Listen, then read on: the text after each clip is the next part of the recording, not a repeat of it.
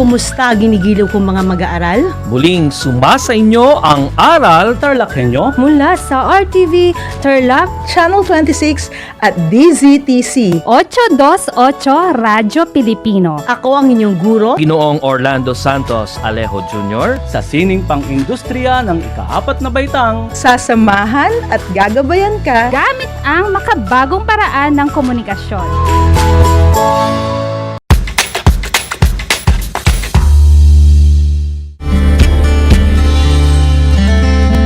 Alam niyo ba na ang Pilipinas ay mayroong 7,641 islands? Mula sa bilang na 7,107 islands, nadagdagan ito ng 534 na isla noong 2017. Tanging 2,000 lamang sa mga islang ito ang natitirhan. Alam niyo na! Yan ang mga isla sa Pilipinas.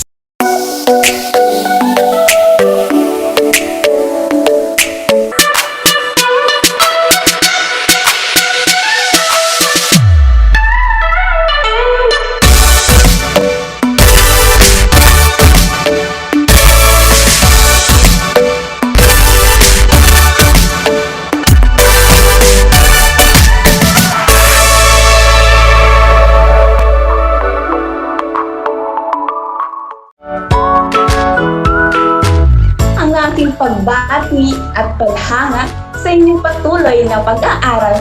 Welcome sa ating Aral TarlakHenyo sa RTV Tarlac, Channel 26 at sa DZTC, Radyo Pilipino Tarlac. Narito na ang paaralang walang sawang naglilingkod mula dito sa Villa Aldipay, mula dito sa bayan ng San Manuel, Mula sa bayan ng San Clemente, mula sa Santa Ignacio, mula sa bayan ng Victoria, Mula sa lungsod ng Tarlac.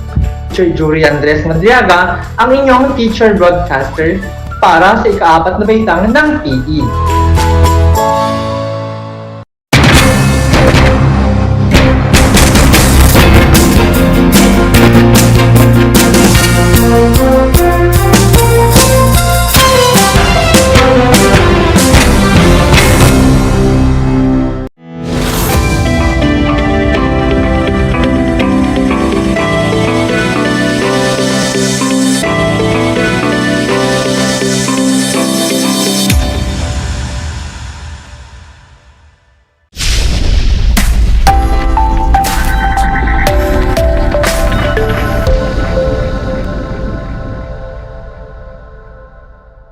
Welcome sa ating project sign, Aral TarlakHenyo ng SDO Tarlac Province na kasalukuyang napapanood dito sa RTV Tarlac, Channel 26 at sa bayang napapakinggan sa 828 AM, Radyo Pilipino Tarlac.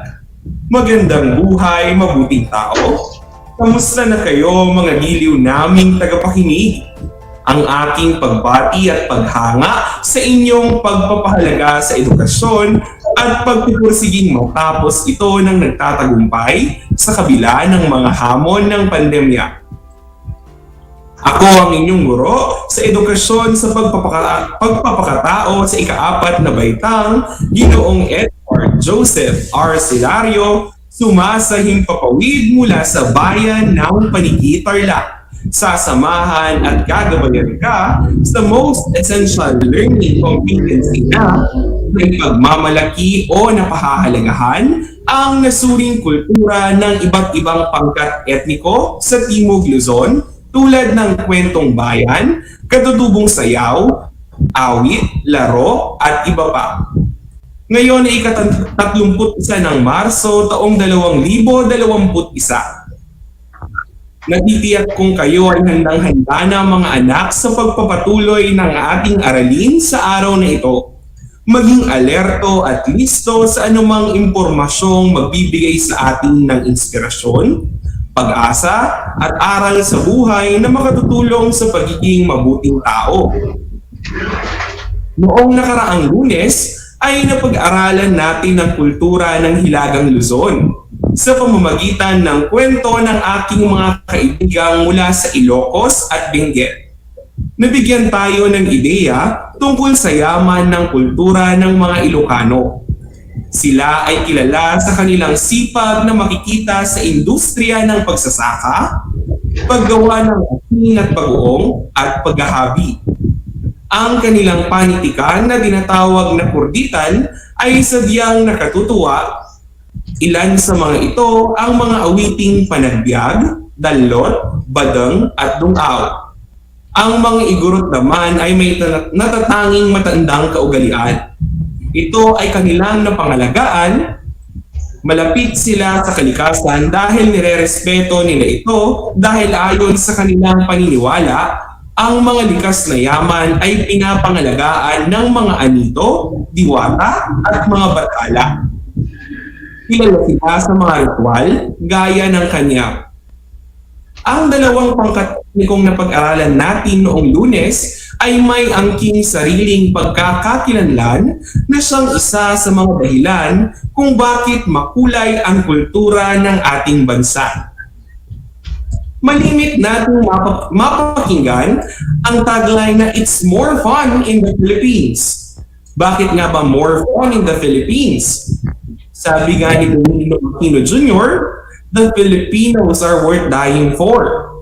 Bilang isang Pilipino, naniniwala akong ang mga ito ay totoo. Bakit? Ano nga bang madalas sabihin tungkol sa atin ng mga dayuhan? I had fun in my stay in the Philippines. I never met an angry Filipino. Filipino hospitality tops tourist list. Ilan lamang ang mga yan sa mga sinasabi ng mga dayuhan tungkol sa ating bansa at sa ating mga Pilipino. Kahit pa sobrang daming namihila sa bansa natin pababa, di pa rin nila maipagkakait kung gaano kaganda ito. Kilala na ang Pilipinas sa pagiging palakaibigan, masayahin at maasikaso ng mga Pilipino. Ang Pilipinas ay isa sa mga bansa na palaging sinasalanta ng bagyo, ngunit kahit pa palagi tayong sinasalanta, tayong mga Pilipino ay nananatiling nakangiti kahit ano pang mangyari at pilit pa rin nagtutulungan. Kaya tayo ay mabilis nakakaahon. Tayong mga Pilipino din ay kilala sa buong mundo sa ating natatanging pagpapahalaga sa kultura. Nasasalamin kasi sa ating kultura ang magandang gawi, asal, tradisyon, sining at panitikan. Ito ay nagbibigay sa atin ng pambansang pagkakakilanlan. Nagsisilbi itong buklod ng pagkakaisa at pagkakaunawaan. Bilang mga Pilipino, makatutulong sa pag-unawa sa ating pinagmulan ang ating sining at panitikan. Sa bawat kwentong na isusulat, tulang nabibigkas at awiting hinihimig, higit na tumitingkad ang ating kultura at higit na nauunawaan natin ang mga kaganapan sa ating lipunan. Ang mga likhang sining tulad ng mga iginuhit na larawan, mga gawang lilok at mga dekorasyon ay sumasalamin din sa ating pinagdaanan, kinahaharap at mga pangarap. Ipagmalaki natin ang ating kulturang kinagisnan dahil iyan ang tatak ng tunay na pagmamahal sa bansa. Iba-iba man ang lahi nating pinanggalingan, iba-iba man ang ating pananaw sa buhay, ngunit iisa lamang ang ating pagkakakilanlan. Iyan ang pagiging Pilipino, sa isip, sa puso at sa gawa. Ngayong araw, pag-uusapan natin ang kultura ng Timog Luzon sa pamamagitan ng mga liham na ipinadala ng aking mga kaibigang sina Zyron na mula pa sa Quezon at Lindsay na mula naman sa Batangas. Ngunit bago iyan ay may babasahin akong kwento. Ito ay pinamagatang Maipagmamalaking Mangyan si Tatay. Unang pagbisita ng mag-anak ni Araya at Habib sa Oriental Mindoro, ang probinsya ng kanilang tatay. Sa kanilang pamamasyal, sa daan pa lamang ay excited na ang magkapatid sa kanilang pupuntahan.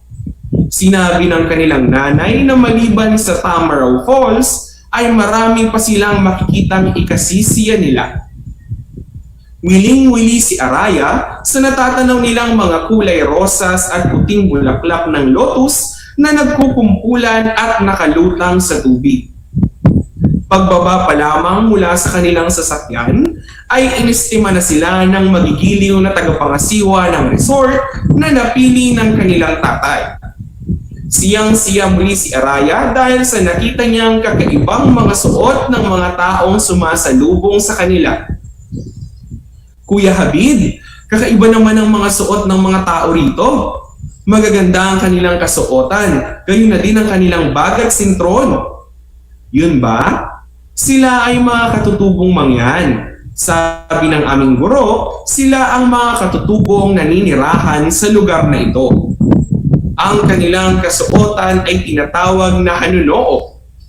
Ang mga kalalakihan ay nakasuot ng bag at balukas, samantalang ramit at lambong ang suot ng mga kababaihan.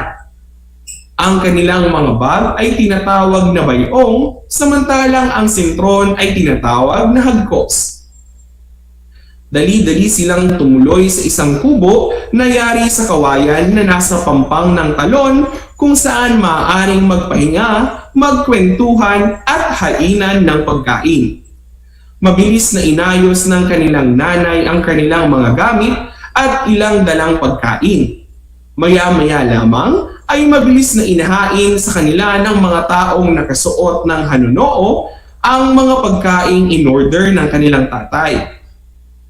Habang kumakain, may pangkat ng mga mangyan na nagsimulang magtanghal sa kubo nila. Iba't ibang instrumento ang gamit nila, gaya ng bangsi na isang maliit at bilog na kawayan na may butas, subing na isang manipis na kawayang alpa na iniipit sa bibig at pinipitik upang makalikha ng tunog, batiw-tiw na instrumentong pinapatugtog sa pamamagitan ng pagkalabit ng palad sa dulo ng kawayan at agong o dalawang maliit na gong na magkapareha at pinapatunog ng dalawang tao na nakaupo sa sahig ng pabukaka. Maya-maya pa ay nagsimula na silang tumugtog at sumayaw. Maindayog ang kanilang mga galaw. Bawat sayaw ay pinapaliwanag ni Malaya na siyang pinuno ng mga nagtatanghal. Kay huhusay naman nilang magtanghal, talagang ipinagmamalaki nila ang kanilang kultura at pagiging mangyan. Pahabol ng kanilang nanay. Oo nga po, at ang kanilang mga instrumento ay kakaiba, dagdag ni Araya. At ang kanilang mga tugtugin at awitin ay kakaiba, ngunit tunay na maipagmamalaki kahit kanino man, banggit naman ni Habib. Biglang nagsalita ang kanilang tatay na kanina pa pala natutuwa. Alam ninyo mga anak, nasisiyan ako sa inyong mga sinasabi.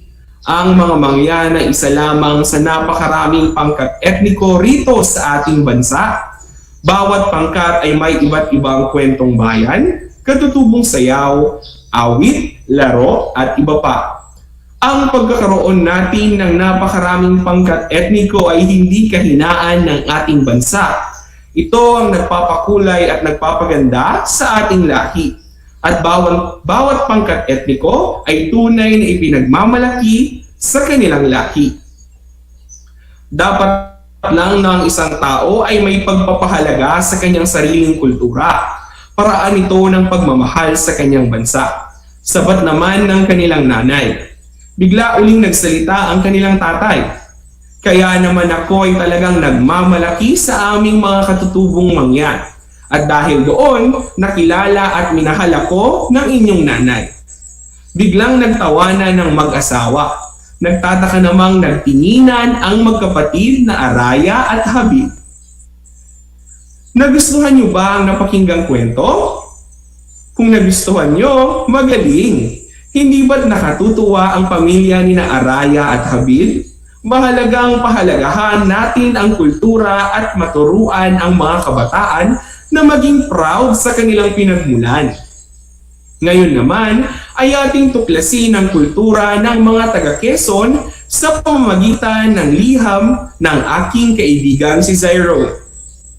Kamusta kayo? Ako si Zyron mula sa Tiaong, Quezon. Mayroong iba't iba at sariling kultura ang bawat lugar dito sa Pilipinas. Aking ilalahad kung ano nga bang klaseng kultura mayroon kami dito sa Quezon. Ang kultura ng Quezon ay ating makikita o mapapansin sa mga lugar, pagkain, mga tao at kasaysayan nito. Masasabi kong makulay, kakaiba, maganda at nakakaingganyong alamin ang kwento ng aming bayan. Ipinagdiriwang taon-taon ang makulay at magarbong mga kapistahan sa Quezon. Ilan sa mga ito ay ang mga sumusunod. Ang Pahigas Festival ay ginaganap tuwing ika-5 ng buwan ng Mayo. Ito ay ang pasasalamat ng mga magsasaka ng lukpan sa kanilang patron na si San Isidro Labrador. Ang mga bahay dito ay nilalagyan ng mga prutas, gulay at ang tinatawag nilang kipi. Ang Tagultol Fishing Festival naman ay idinaraos sa Atimunan Port mula ika-29 ng Hulyo hanggang ika-2 ng Agosto at nagkakaroon ng paligsahan sa paghuhuli ng isda. Ang pagdiriwang ng Nyog-Nyogan Festival ng Lucena ay ginaganap upang ipagdiwang ang pangunahing produkto ng Quezon. Walang iba kundi ang niyog. May mga palarong Pinoy, iba't ibang booths, float, dance and festival queen competition, Daycare Workers Day, awarding of Quezon Medalya ng Karangalan at annual dental and medical mission. Iba't ibang mga bayan sa Quezon ang pumupunta dito para ipagmalaki ang kanilang mga produkto. Ang konsepto ng Aguyod Festival naman ay nabuo upang bigyan ng masayang dahilan ng panahon ng bakasyon sa buwan ng Oktubre kung saan ang mga eskwela sa kolehiyo at sekundarya ay nagkakaroon ng semestral break. Gayun din ang mga taong pansamantalang naninirahan sa malalayong lugar sa labas ng Tayabas upang maghanap buhay o iba pang dahilan ay umuwi para sa Todos los Santos. Sa pamamagitan ng Aguyod Festival, kung saan iba't ibang palabas at pagtatanghal ang nagaganap, ay siguradong aaguyod ang mga tao. Bata man o matanda man ay pupunta sa Parque Rizal at Silungang Bayan upang makisaya. Isang magandang dahilan upang mas maingganyo pa ang mga turista na bisitahin ang bayan ng Tayabas. Kilala naman ang Nipa Wine o ang lambanog na ipinagmamalaki ng mga taga-Mauban. Isa pa nga ito sa mga sikat na produktong ibinebenta sa buong bansa at sa katunayan ay maaari na din itong maibenta sa iba pang mga bansa. Mayroon ding mga ancestral houses na matatagpuan dito, katulad na lamang ng Quintana Pastrana Ancestral House, Padre Horacio de la Costa Ancestral House, Virgilio Pansacola Ancestral House, at Alquiros Pastrana Ancestral House. Ilan lamang iyan sa mga makasaysayang bahay na aming nakuhanan at napuntahan sa Quezon. Itong mga bahay na ito ay simula pa noong sinakop tayo ng mga Kastila. Ang lengguwahe ng mga tao dito sa Quezon ay Tagalog din. Ang tradisyonal na pagluluto at paghahanda ng pagkain ay kasanayan at likas na sa mga taga-Quezon. Masasabi kong madaling lapitan, mababait, magagaling magluto, mapagbigay at masiyahi ng mga tao rito. Ang relihiyon ng karamihan sa mga taga-Quezon ay Katoliko. Nagkakaroon ng prosesyon tuwing Good Friday sa buong lugar kung saan makikita ang malalaking imahe o life-size na mga puon. Kaya magandang magpunta sa Quezon tuwing tag-init o summer. Sa aking opinyon, kaaliw-aliw at makulay ang kultura ng Quezon. Madaming nakakaingganyong alamin at gawin sa probinsya na ito. Isang patunay na kakaiba at makasaysayan ang aming kultura. Lubos na gumagalang, Zyro. Mukhang napakagarbo ng mga selebrasyon sa Quezon, kaya ganoon na lamang ang aking panghihinayang na hindi natuloy ang aking bakasyon doon dahil sa pandemya. Tila nakatutuwang bisitahin ng mga ancestral houses at makibahagi sa mga kapistahan, gayon din ang makisalamuha sa mga tao at maranasan ang kanilang kultura at tradisyon. Maraming salamat, Zyron, sa pagpapadala ng sulat. Dumako naman tayo sa karatig probinsya ng Quezon, ang Batangas. Douglas natin ang kultura at talingong ng aking kaibigang si Lindsay. Sa mga lalawigan sa rehiyon ng Calabarzon, ang lalawigan ng Batangas ang may natatanging at kakaibang kultura. Tagalog din ang wika naming mga Batanggenyo, ngunit ang paraan ng aming pagsasalita ay may mariing punto. Kilala kami sa pagdadagdag ng sa pakikipag-usap. Halimbawa, ang salitang ano ba yon ay magiging ano ba gayon? At ay oo nga ay nagiging ay ala oo nga eh. Ang matandang dugo ay isang napakagandang tradisyon ng naming mga taga-Batangas. Dahil dito, napatunayan ang pagiging marespeto ng bawat Batanggenyo sa mga nakatatanda sa kanila. Ngunit ang mas nagiging magandang halaga nito ay hindi lamang ang mga nakatatanda ang nirerespeto nila, dahil kahit mga nakababata o kasing edad lamang nila ay nirerespeto din. Likas sa aming mga Batanggenyo ang pagiging malapit sa bawat isa. Sa tuwing may pagtitipon na magaganap sa isang pamilya o isang barangay, ang bawat matatanda ay hindi mauubusan ng kwento na handang ibahagi sa kanilang kababayan. At ang bawat bata ay nagkakaroon ng pagkakataong magsaya kasama ang kapwa nila. Katulad ng ibang lalawigan, mayroon ding may pagmamalaking produkto at ipinagdiriwang na kapistahan ng mga Batanggenyo. Halimbawa nito ay ang kapeng barako, na isang uri ng kape na tumutubo lamang sa Batangas at ilang lugar sa Cavite. Tinawag itong barako dahil sa tapang ng lasa nito na gustong-gusto ng karamihan ng mga Batanggenyo. Ayon sa kanila, mas masarap ihain ito kung papakuluan sa tubig, lalagyan lamang ng konting asukal at papanatilihin ang itim na kulay nito. Para rin sa amin, ito ay nagbibigay ng tapang at lakas ng loob. Ang kapeng barako ay unang ipinakilala ng mga Kastila noong panahon ng kanilang pananakop sa Lipa, at nagkalaon ay naging pagmamay-ari na nating mga Pilipino. Ang Batangas ngayon ay isa sa mga major supplier ng kape sa buong mundo. Ipinagdiriwang naman sa amin ang Lechon Festival o pagdiriwang ng lechon. Ito ay isa sa aming pinakamalaking tradisyon. Ito ay ginaganap tuwing ika-24 ng Hunyo bilang pag-alaala sa aming patron na si San Juan Bautista. Pinaparada ang lechon sa buong bayan na nakabihis ng magaganda at mga kakaibang kasuotan. Kagawian na rin dito na habang pinaparada ang mga lechon ay nagsasabuyan ng tubig at alak ang mga tao, dahil ito ay tanda ng pagkilala sa aming patron. Kung inyong iibigin ay maaari ko kayong samahan mamasyal dito sa aming probinsya pagkatapos ng pandemya. Ikararangal kong ipakilala ang kultura naming mga Batanggenyo. Lubos na gumagalang, Lindsay.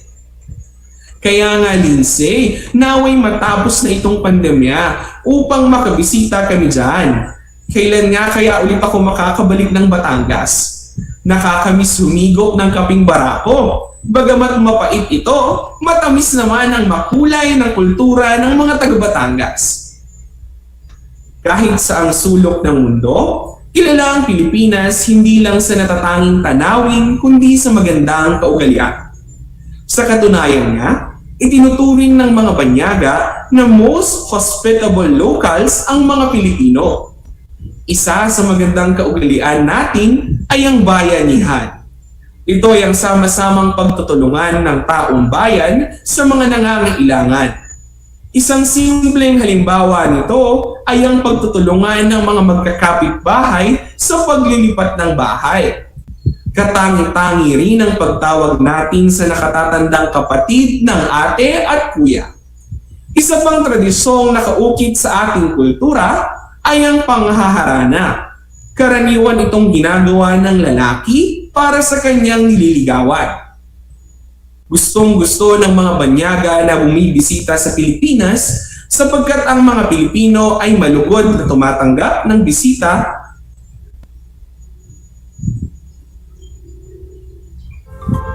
Lubos din tayong magalang, mapamatanda man o bata man. Ilan sa mga tanda ng paggalang ay pagmamano, pagsasabi ng po at opo, at pagtulong sa kapwa at marami pang iba. Mahalagang maunawaan at igalang ang mga gawaing nagpapakita ng isang bansa ay may magandang kultura at ipinagmamalaki ng bawat isa. Ang kultura ay nagpapakulay at nagpapakilala rin sa pagkamamamayan ng mga taong nakatira sa ating bansa. Tinatayang may humigit kumulang 180 pangkat etniko sa Pilipinas. Sa Timog Luzon, ilan lamang ang mga Aita, Bicolano, Gaddang, Ibanag, Ivatan at Mangyan. Mahalagang tandaan mga bata ang mga mahalagang konsepto sa araw na ito. Una, ang kultura ay nagsisilbing buklod ng pagkakaisa sapagkat ito ang haligi ng tradisyon ng isang bansa. Pangalawa, ang pagpapahalaga at pagsasabuhay sa ating kultura ay isang paraan ng pagpapakita ng pagmamahal sa bansa. At pangatlo, mula man tayo sa iba't ibang pangkat, iisa ang ating pagkakakilanlan. Iyan ang pagiging Pilipino sa isip, sa puso at sa gawa. Sa puntong ito, panahon na upang alamin natin kung kayo ay may natutunan. Sa pamamagitan ng munting pagsusulit, sa lahat ng nanonood sa FB Live, kami din ang FB chat box para sa inyong mga kasagutan. Ihanda naman ang panulat at sagutang papel sa lahat ng mga nanonood sa telebisyon at nakikinig sa radyo. Maglalaro lamang tayo ng oo, agree ako at hindi, mali ito. Sabihin lamang ang oo, agree ako at hindi, mali ito kung ito ay nagpapakita ng pagmamahal sa kultura at hindi mali ito naman kung nagpapakita ito ng hindi pagmamahal sa kultura. Mga bata, ang larong ito ay gagawin natin mamaya sa inyong mga tahanan dahil bibigyan ko ng kopya ang inyong mga guro. Ngayong araw ay napag-aralan natin ang kultura ng Timog Luzon. Panalangin ko na anumang konsepto, higit lalo na ang mga aral sa buhay na inyong nakuha sa araw na ito ay maisabuhay nyo araw-araw. Muli, ako ang inyong guro sa edukasyon sa pagpapakatao sa ika-4 na baitang, Ginoong Edward Joseph Arcelario, sumasahim papawid mula sa bayan ng Tarlac, at nagpapaalalang piliing maging mabuting tao sa anumang panahon at pagkakataon. Tandaan, itaas ang noo at sabihing proud Pinoy. Hanggang sa muli!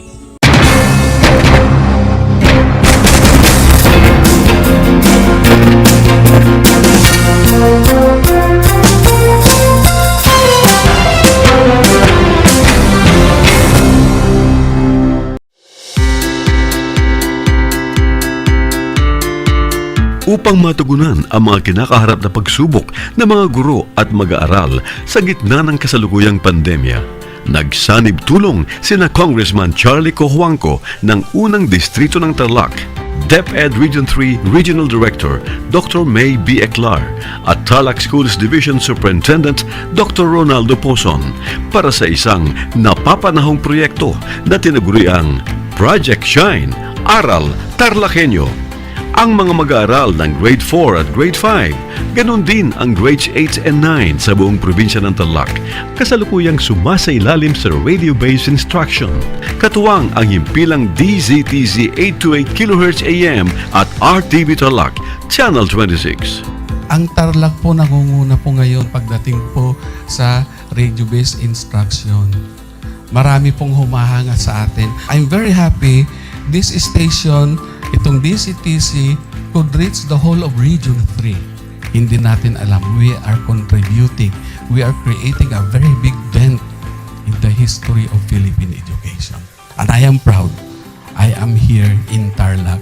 This is the noble cause of education in which you and I, without you knowing it, we are bound to do.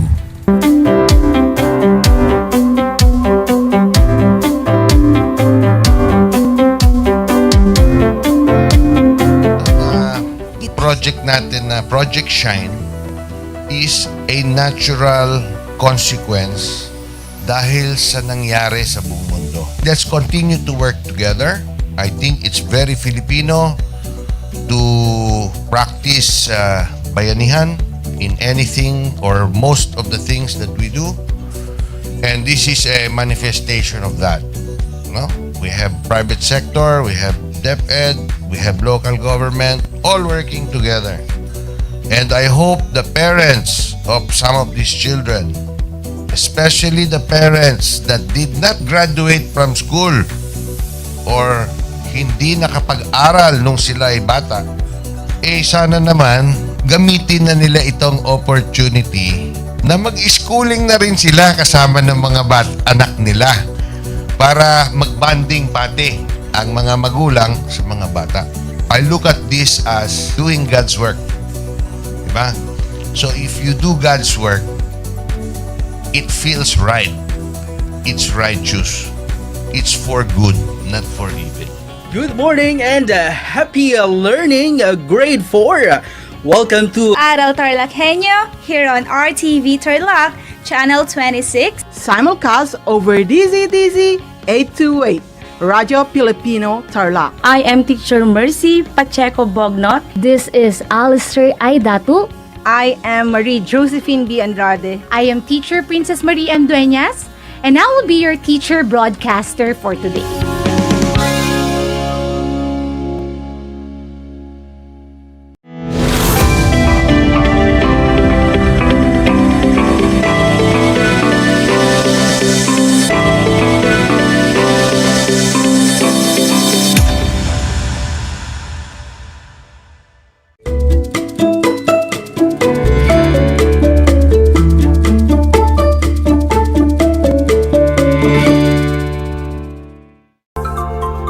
Good morning and happy learning, grade 4. Welcome to Aral TarlakHenyo here on RTV Tarlac, Channel 26. Simulcast over DZTZ, Radio Filipino Tarlac. Today is March 31, 2021. I am Patrick A. Tabifranca, your teacher broadcaster in Science 4. Broadcasting live from the municipality of Anao, province of Tarlac. Alright, so prepare yourselves for another episode of Broadcast Learning. If you have some questions or clarifications on our lesson, feel free to send your message at 0910 389-6434. Again, that's 0910-389-6434. Now, class, before we go over with your module, make sure you have your pen and a paper with you. And our episode today will be discussing about the effects of force when applied to an object. Again, our lesson for today is all about the effects of force when applied to an object. Alright, so kids, on our broadcast episode, you are expected to differentiate between balanced and unbalanced forces and to identify the effects of force on the size and shape of objects. And also you are expected to identify the effects on the movement of an object. Now you'll have a deeper understanding of the lesson as we go on with our broadcast today. So stay tuned and listen intently. Alright, so class, for us to check if you really understood the previous lesson, let's build and enrich your understanding first by answering some questions that is found on page 12 of your module. Again, kids, that is on page 12 on your module. Now, as you can see on your screen, the direction is choose the letter of the correct answers. And then write your answers on a separate sheet of paper, and we will give you 5 seconds to finalize your answer in every number. I'm sure you are all now very excited with this activity. So let's go. Now, here are the choices. We have applied force, gravitational force, then tension, then we have the pull, friction, and push. Again, kids, you will be given 5 seconds to finalize your answer. For those who are watching via FB Live, you may type your answer in the comment section below our screen. Alright, so again, kids, let's go. Situation number 1. It is a push or pull that an object to the other objects. When you push your teacher's table, you are exerting this force. And here are the choices. First, we have apply force. And then our second option is we have gravitational force. Kids, ready? Your 5-second timer starts now.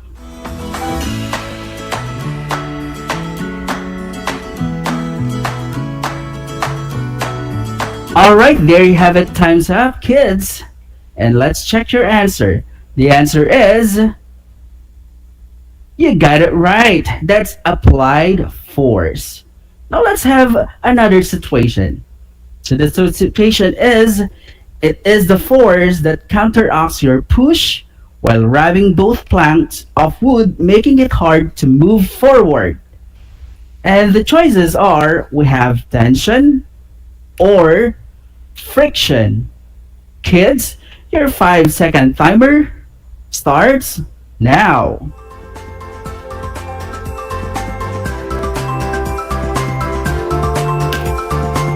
Alright, time's up, kids, and let's check your answer.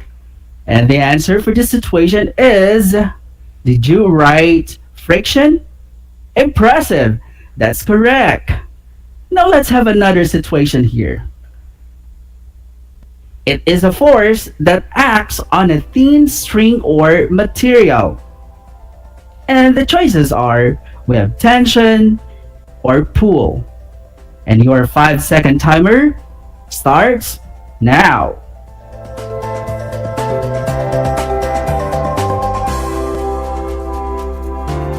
Alright, time's up, kids, and let's check your answer.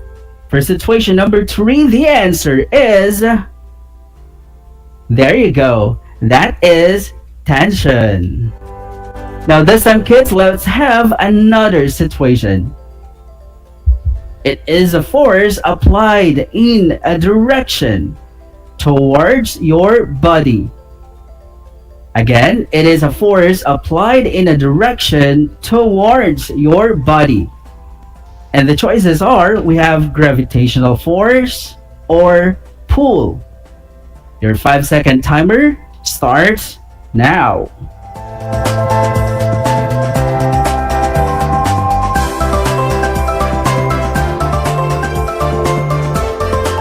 Alright, time's up, kids, and the situation for item number 4 is, it is a force applied in a direction towards your body. The correct answer is, there you go, that is pull. And remember, in our previous episode last Monday, in item number 5, the answer should be pull. Now, I would like to clarify and emphasize that push and pull are both forces, but They are different in their direction at which it is applied. Remember, if that force applied in the direction opposite to the motion of particle, then it is termed as pull. Now let's have another situation here. And situation number 5, we have it is the force exerted by the earth on different objects. And the choices, we have gravitational force or push. Your 5-second timer starts now.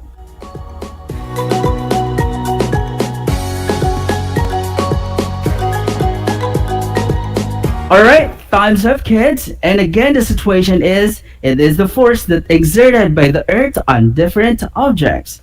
And the answer is... There you go. That's correct. That's gravitational force. Kids, I am so proud of you in accomplishing this activity. If you haven't got a perfect score, that's alright, because that is part of our science learning. Now this time, to understand better our lesson, let me go ahead and invite you on page 13, how balance and unbalanced forces work. Again, please turn your module on page 13.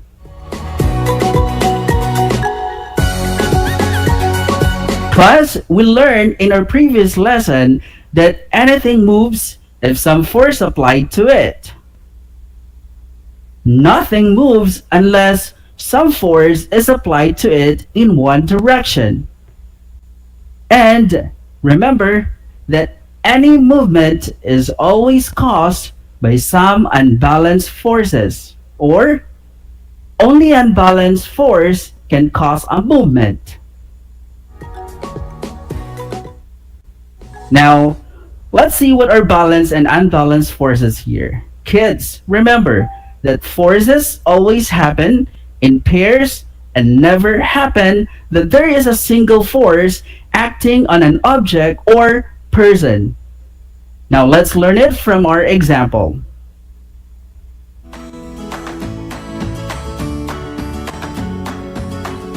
Class, if a boy is standing there where two forces acting him, the floor is pushing the boy upwards and the gravity is pulling the boy downwards. And both forces are equal, and that is what we call balance. That is why the boy is in a standing position. So in case of balanced forces, equal and opposite forces are acting on an object and there will be no movement. Class, remember the difference between balanced and unbalanced forces. When we say balanced forces do not cause change in motion and they are equal in size and opposite in direction. While unbalanced forces are unequal in size and opposite in direction. Now this time, kids, to test your understanding about balanced and unbalanced forces, let's have another activity that is found on page 17 on your science module. Again, that is on page 17. The direction is complete the paragraph with the correct words to complete its thought. Choose your answers from the words found on your activity. Now write them on a separate sheet of paper.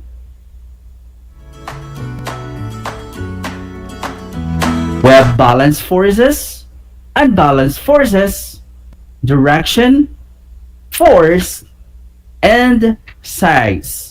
Again, those are the choices, so we will give you 5 seconds to finalize your answer in every number. Are you now ready? Great! Let's begin! For sentence number 1, if you push on something or pull on it, then you are applying a blank to it. The choices are, is it force or unbalanced forces? Your 5-second timer starts now.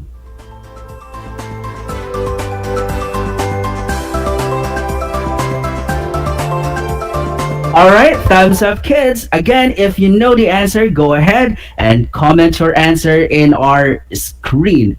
So kids, if you push something or pull on it, then you are applying blank to it. And the answer is...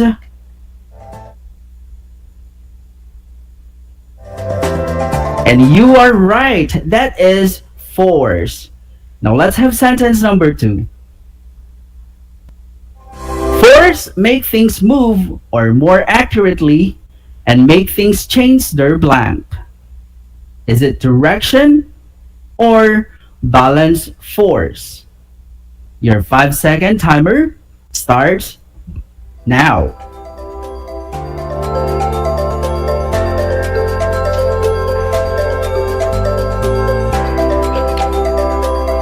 Time's up, kids.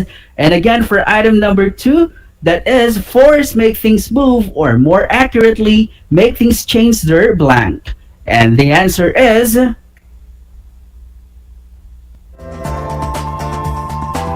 That's right. That is direction. Now let's have another situation here. Blank are equal in size and opposite in direction. Now here are the choices. We have balanced force, we have unbalanced force. Your 5-second timer starts now.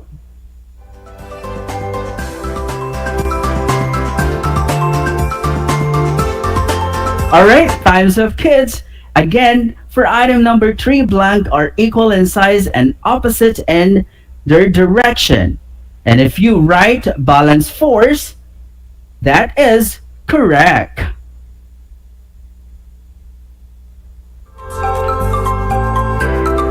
Let's have sentence number 4. If something starts to move, it must be because blank are acting on it. Here are the choices. We have tension, and then we have unbalanced force. And your 5-second timer starts now.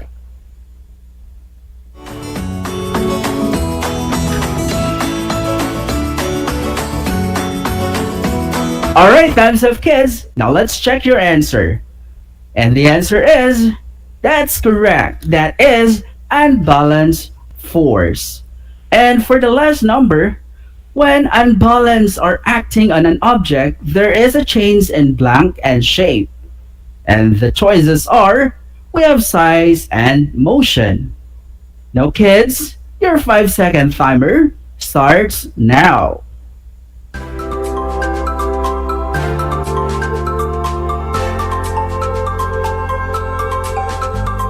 There you go, and the correct answer for number 5 is, that is size. Well, let me congratulate you kids for accomplishing the task. I know you got all the correct answers, right? This time, turn your module on page 13. Again, class, that is page 13 on your module. So we will now study the effects of force on the size and shape of an object. Force can affect the size of an object once it is applied. A force can squeeze the object, thus reducing its size, like what happened to the dishwashing foam. And also, if you press or squeeze, you are applying a force. Moreover, force, if applied with brittle material, can cause breakage and even turn the material into powder. This can be observed when you applied force on the cracker and eggshell. This time, turn your module on page 14. The effects of force on the movement of an object. Now, kids, my question is, how can force affect the movement of an object? Do you have an idea? Well, let's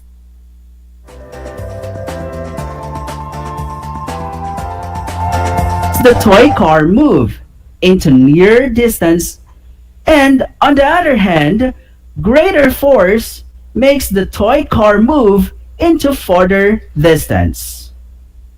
So class, remember, the force is the strength of energy as an attribute of physical action or movement.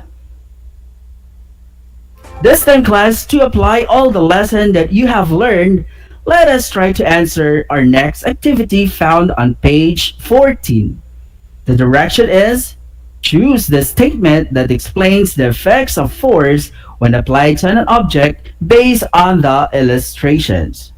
Now write your answer on a separate sheet of paper. Again, we will give you 5 seconds to finalize your answer, kids, in every number. Are you now ready? Great!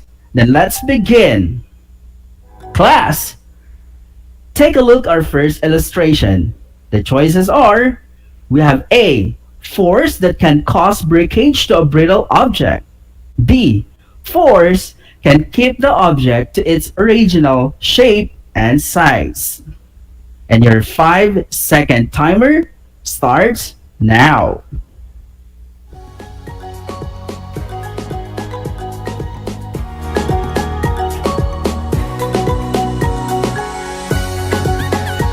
There you have it, and the answer for this item is letter A.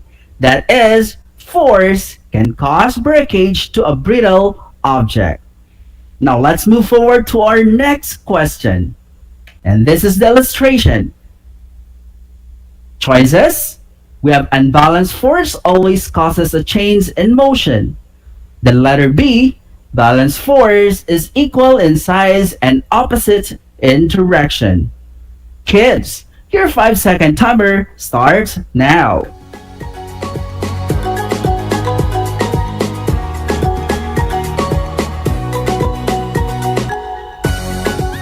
Alright, thumbs up, kids.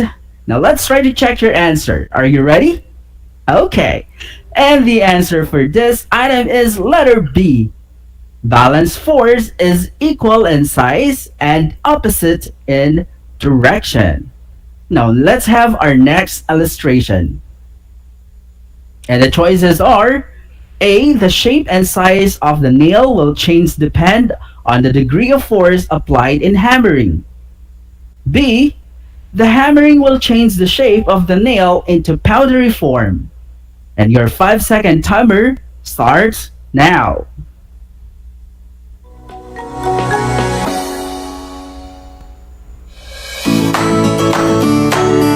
Alright, thumbs up, kids. And the correct answer is, there you have it. That's letter A. The shape and size of the nail will change depend on the degree of force applied in hammering. Now let's have our fourth illustration. The choices are A, the speed of the ball's movement will depend on the force exerted by the batter. B, the speed of the ball's movement will depend on the quality of the ball. You have your idea already? Go ahead, kids. Type your answer on our FB Live. And your 5-second timer starts now.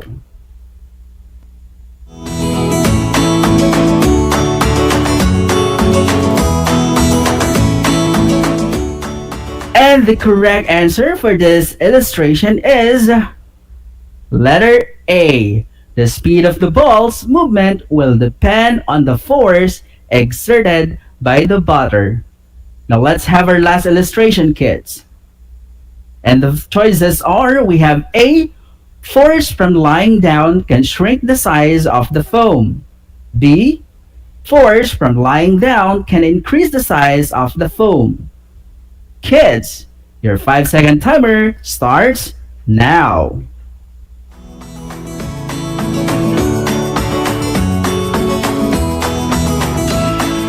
Time's up, kids! And now let's try to check your answer. Okay, did you say letter A? Great! That is the answer. A force lying down can shrink the size of the foam.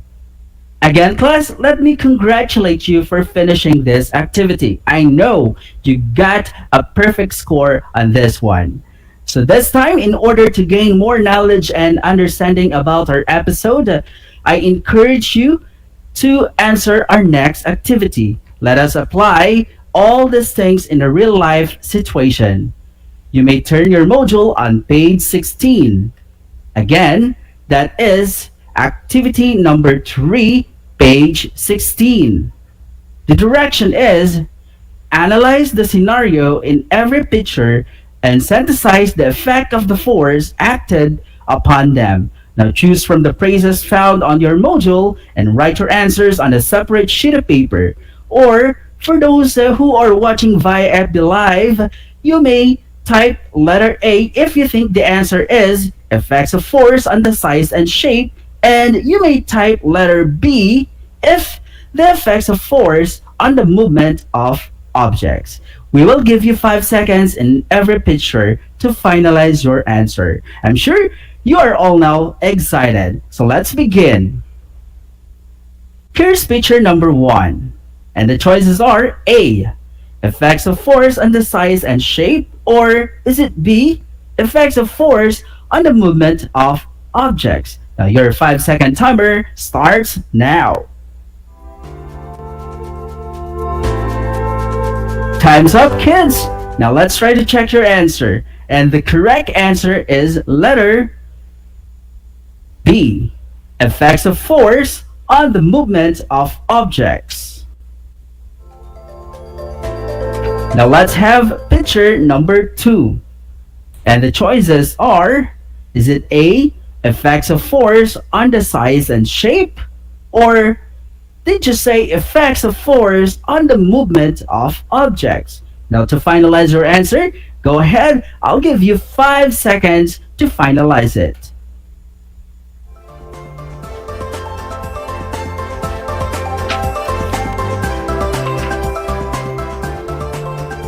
There you go, kids. Time's up, and the answer is, there you go. That's letter A, effect of force on the size and shape. Alright, kids. Now let's have our last picture here, and that's picture number 3. And the choices, we have effects of force on the size and shape, or did you say effects of force on the movement of objects? Now your 5-second timer starts now.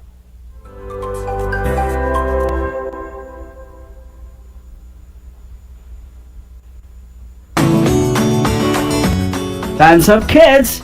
Now let's try to check your answer. And the answer is effects of force on the movement of objects. Alright, so again, class, congratulations for finishing this activity. And again, that concludes our broadcast learning episode today. I hope you were able to understand fully the effects of force when applied to an object. Again, class, if you are having a hard time in understanding the directions on your module, please don't be hesitant to seek some help to your nanays, to your tatays, or any of your family members. Again, get your module, pen and paper, and don't forget to write your name as well as your grade and section and also the date for today. Our lesson has ended. Thank you for joining us today. Just keep tuning in to DZTZ Aral TarlakHenyo and keep watching on RTV Tarlac Channel 26 for more episodes. Until next time for another fun learning experience in Science 4. This is Patrick A. Tabifranca broadcasting live in the municipality of Anao, province of Tarlac. Ingatan po natin ang ating mga sarili and let's beat COVID-19. Thank you and enjoy learning in the new normal.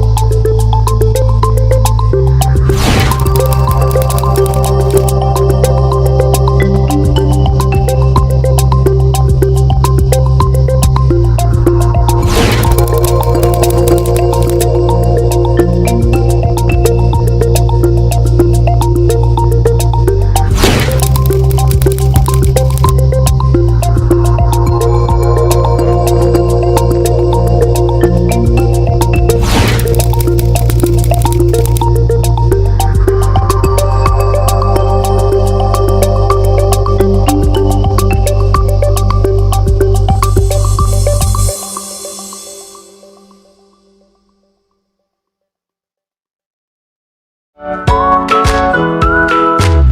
are you today? Hello, everyone. Hello, learners of Tarlac. Good morning, Math Talino Grade 4 learners. Welcome to Aral TarlakHenyo here on RTV Tarlac Channel 26. Simulcast over DCTC Radio Filipino Tarlac.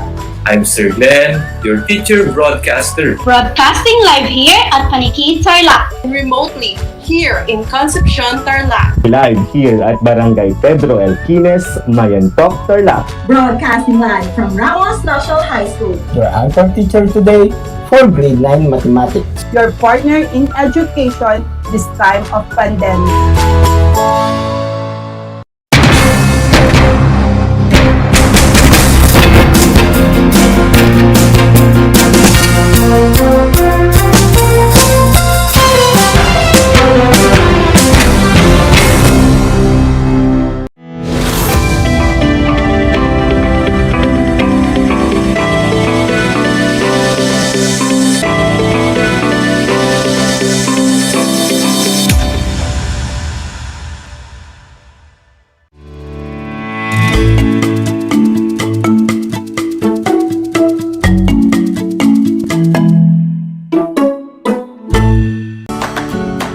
A blessed morning, especially to all grade 4 learners. Welcome to Aral TarlakHenyo, here on RTV Tarlac Channel 26. Simulcast over DZTC Radio Filipino Tarlac. I am Miss Camille N. De La Rosa, your teacher broadcaster for today's Mathematics Grade 4 lesson. Broadcasting live here from Herona, Tarlac. It's a great Wednesday morning, 31st day of March 2021. We are now on the second week of third quarter. Get ready to listen and try to be focused and be at its best. In going through this learning adventure, you are expected to describe the attributes or properties of triangle and quadrilateral using concrete objects or models. The next 25 minutes is full of fun, activities, and example which will help you to learn and understand our lesson. The activities provided will give you an opportunity to broaden your knowledge and skills about the concept. Let us walk through our lesson for today. For you to achieve the objective of this lesson, you are assigned to do the following. First, take your time to listen carefully. Next is, follow the directions or instructions in the given activities. And lastly, answer all the given exercises. Are you ready now to be with me on the process of describing the attributes or the properties of triangle and quadrilateral using concrete objects or models? Okay then, do prepare your pencil, paper, LM or learner's materials in Mathematics 4, and last or learner's activity sheet. Also, don't forget to bring your water bottle beside you to be hydrated. I will give you 10 seconds to prepare.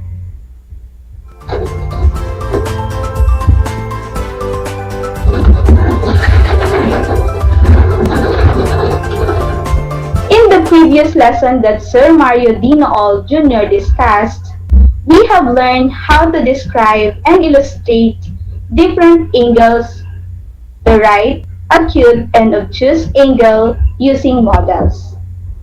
Now let's check your knowledge if you still remember different kinds of angles. We have a guessing game called What Am I? Here's the direction. We are going to identify what is being asked in each question. Again, we are going to identify what is being asked in each question. To our viewers in our FB Live, you can type in your answer in the comment section below.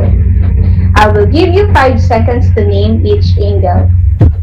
Are you ready? Let's start with the first question. I am the common endpoint of an angle. What am I? Your time starts now.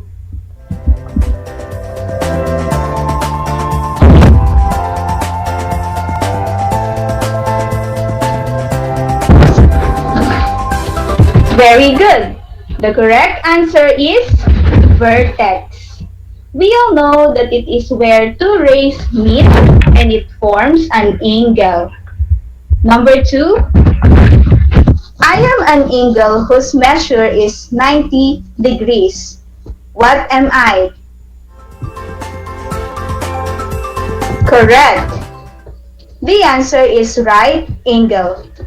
Take note that a right angle measures 90 degrees and it forms a square corner. Now let us move on to number 3. I am an angle whose measure is less than 90 degrees. What am I? You have 5 seconds to answer. Your 5 seconds starts now.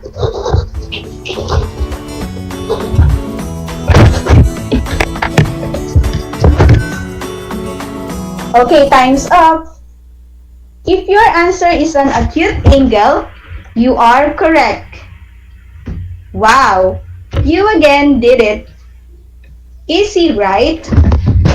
All you have to do is to remember that if it is smaller than a right angle and if it measures less than 90 degrees, it is acute angle.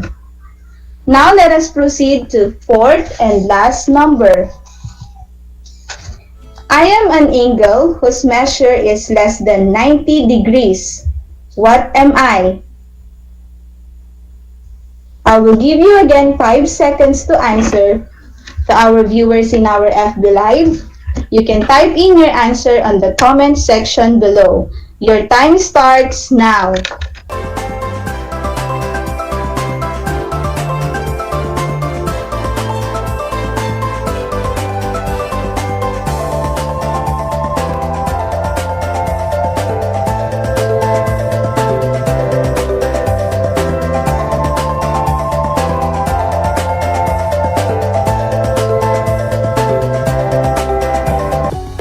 And we are now back here at Aral TarlakHenyo. Now open your learner's material on page 160. Again, open your learner's material on page 160. Let us read the problem that is written on your learner's material on page 160. I will read the problem and listen carefully. Mr. Tabilang bought a cartolina for his math class. He needs 2 triangles of the same size without wasting any part of the cartolina. How will he divide it? Do you know what is a cartolina, kids? I have here a picture of it. Yes, you are right. We often use this in making poster and slogan, especially when we have programs in our school before, where there is a slogan or poster competition. It has 4 sides, and the shape of it is a rectangle. It also has different colors that we can also use in making an artwork like collage and paper mosaic. I hope you are all familiar with it. Now let's go back to the problem. Since Mr. Tabilang needs 2 triangles of the same size without wasting any part of it, let us study the picture of cartolina on how he divided it. What did you observe? Very good. Mr. Tabilang divided it diagonally and it already formed a figure. And that figure form is what we call a triangle. Now the question is, what is a triangle? When we say triangle, it is a polygon with 3 sides and 3 angles. Since it is a polygon, what is a polygon? It is a closed figure made up of several line segments that are joined together. And when we say line segments, These are the lines that meet at a point and do not cross each other. So when does a closed figure has three sides and three angles? Yes, when it has three line segments joins end to end and it forms a triangle. Take note also that where the line segments intersect is what we call vertex. Now let us study the properties of a triangle. Number 1, a triangle has three straight sides and three vertices. Take note of that. Number 2, a triangle has three angles. We all know that when two rays meet at a common endpoint, they form an angle.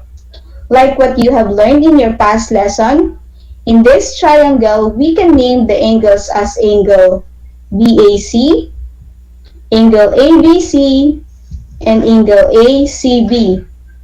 Number 3 property is the three angles of a triangle is always add up to 180 degrees. Well, I hope you understand what is a triangle. Now, I will show you some objects and models that we can describe as a triangle. Are you ready? Look at the first object. What is it? Yes, those are chips. How many sides those chips have? Very good. It has three sides. Since it has three sides, do you think it also has three angles? Correct. It also has three angles. Therefore, those chips are triangle. Now let us move on to example number 2. Look at the picture. What can you see in the picture? Very good. It's a tent. When do we usually use a tent, kids? Great! When we have a backyard camping in our school, right? Now let us observe the front side of the tent. Do you think it is a triangle? Yes. Why? Because it has three sides and three angles. Very good observation, kids. Try to look at your surrounding and you may notice that there are lots of real objects that we can describe as a triangle. Take note and remember that a triangle has three sides and three angles. I hope you are enjoying our lesson and see it without difficulty. Since triangle is a polygon or three-sided polygon, what about a four-sided polygon? Let us go back to the cartolina bought by Mr. Tabilang for his math class.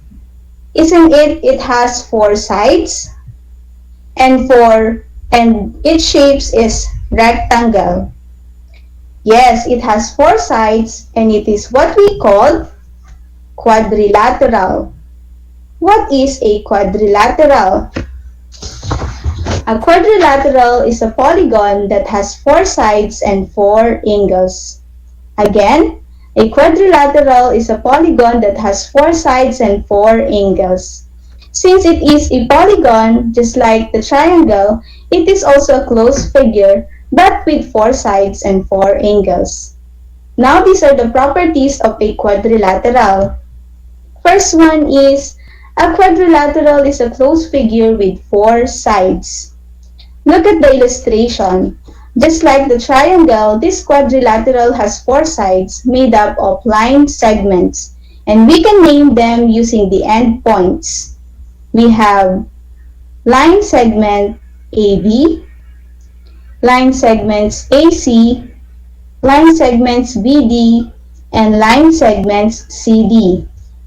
Again, where the line segments intersect is what we call, what, kids? Very good, a vertex. And it is the second property of a quadrilateral. It has four sides or corner. Next property is, a quadrilateral has four angles. In this figure, we name angles as angle ACD, angle BAC, angle CDB, and angle DBA. And the last property is the sum of the angles where each quadrilateral is 360 degrees. Now I will show you some objects and models that we can describe as a quadrilateral. Are you ready? Look at the first object. What is it? Yes, that is a table. How many sides does a table have? Correct, it has 4 sides. Do you think it also have 4 angles? Yes, it also have 4 angles. Therefore, this table is a quadrilateral. Another example is this. What is it? Yes, it is a biscuit. What can you say about the biscuit? Its shape is square. Very good. It also have 4 sides and 4 angles. Therefore, this biscuit is also a quadrilateral. There you go, learners. You already know the attributes or the properties of a triangle and quadrilateral. I hope that you understand our lesson, and to test if you can now describe triangles and quadrilateral, let's answer Get Moving on your learner's material on page 160. Again, let's answer Get Moving on your learner's material on page 160. You may write your answer on your notebook, and to our FB Live viewers, you may type in your answer on the comment section below. Using the drawing on your screen, tell whether the figure is a triangle or a quadrilateral. Are you ready? Let's proceed to number 1. I'll give you 3 seconds to answer. What is the answer? Very good. It is a triangle. Why? Because it has 3 sides and 3 angles. How about in number 2? Is it a quadrilateral or a triangle? Yes, the correct answer is a quadrilateral. Next is number 3. Is it a triangle or a quadrilateral? Very good. The correct answer is quadrilateral because it has 4 sides and 4 angles. Let's move on to number 4. What is the correct answer? Is it a triangle or a quadrilateral? Wow, that's great. You're right. The correct answer is quadrilateral. How about number 5? Very good. The correct answer is a triangle. Why? Because it is a 3-sided polygon. Are you still with me? So now I will trust you to continue the other numbers that we weren't able to answer under Get Moving. And I believe that you will be great on working on it. So you have just tried your understanding on describing triangles and quadrilaterals using the drawing in the previous activity. Now let us try using concrete objects or models. We are going to tell whether each model or real object is a triangle or a quadrilateral. Number 1, we have a window. Again, in number 1, we have a window.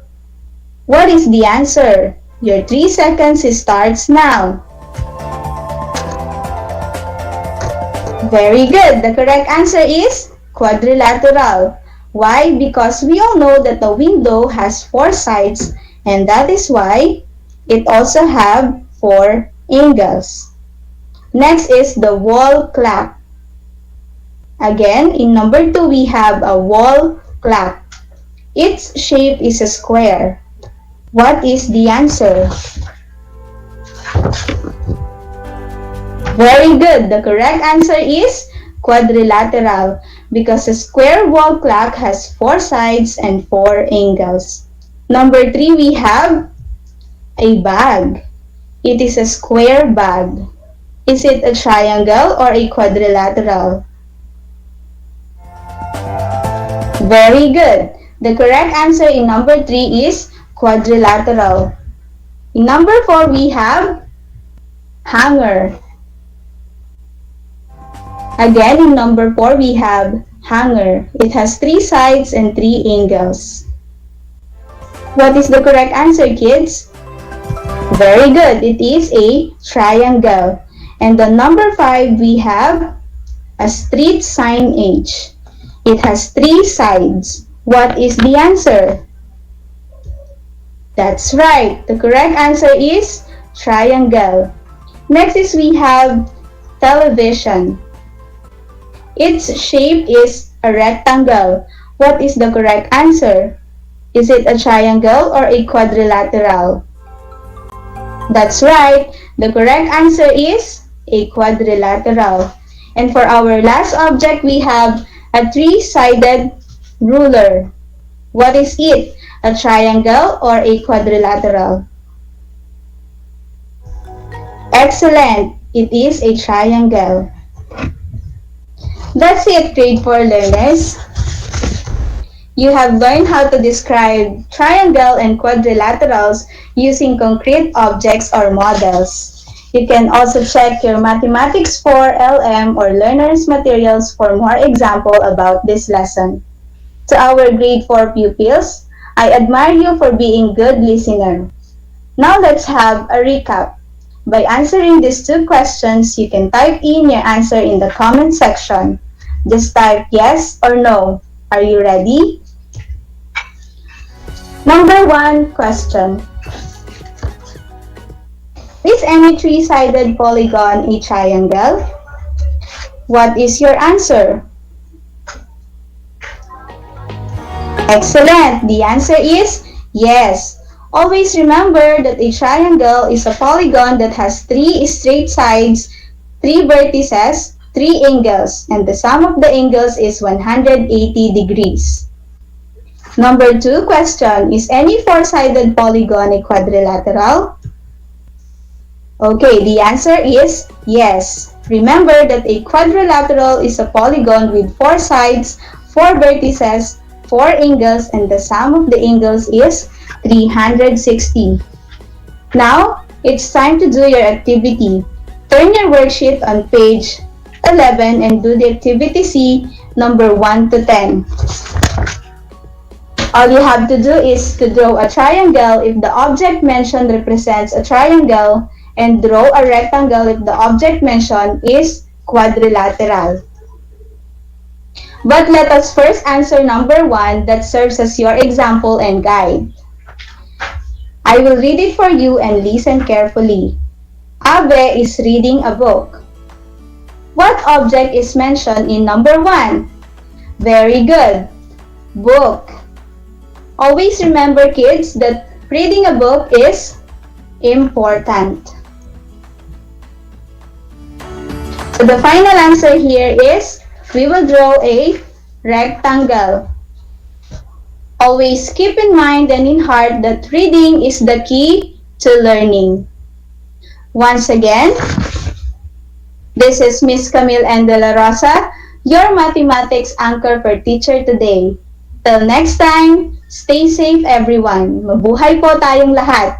At laging tandaan, madaling matuto kung matyaga tayo.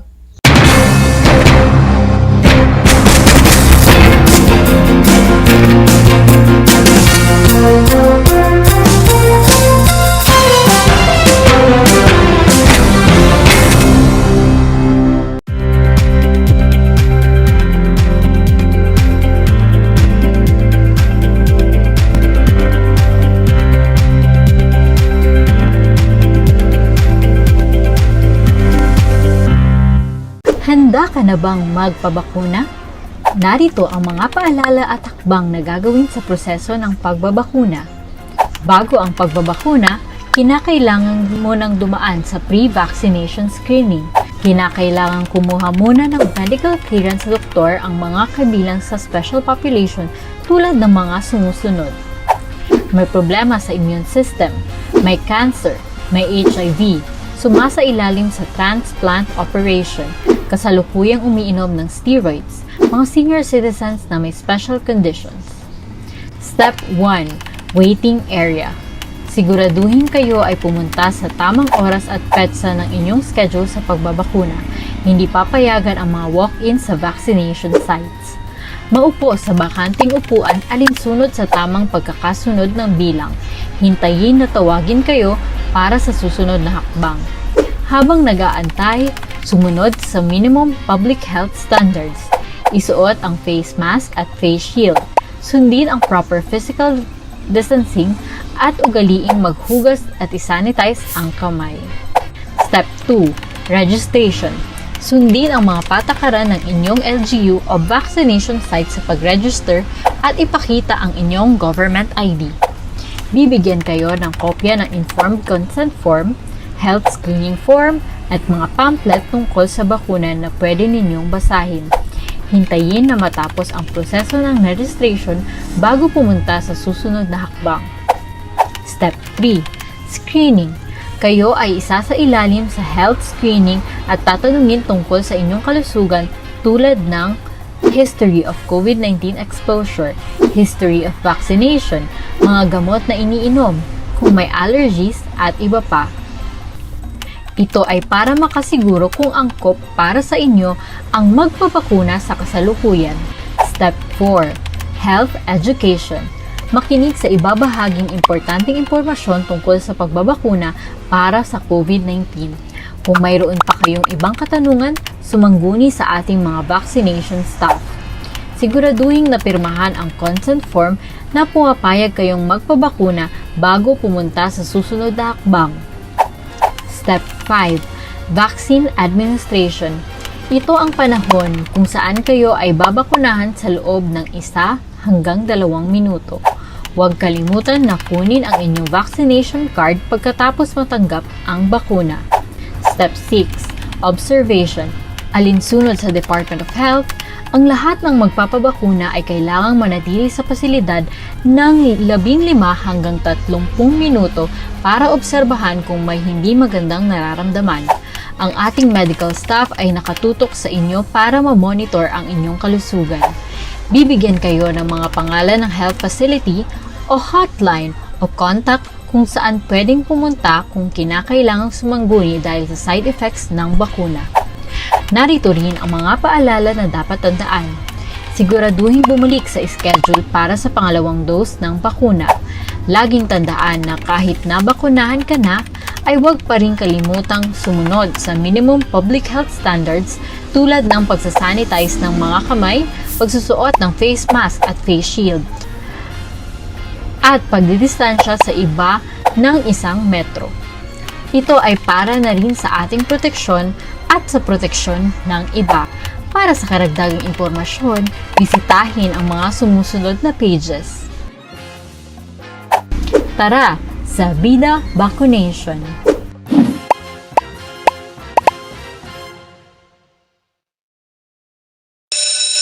Gutom ka ba sa impormasyon?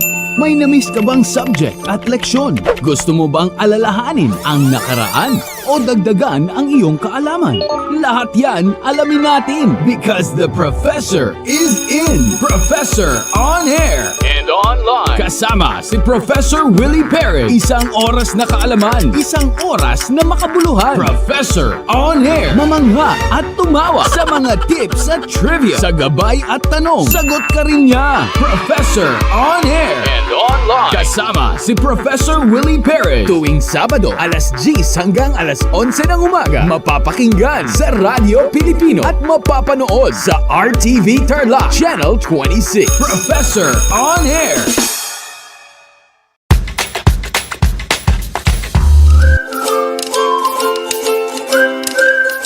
Alam niyo ba na ang jeep ay ang pinakasikat na uri ng transportasyon sa Pilipinas?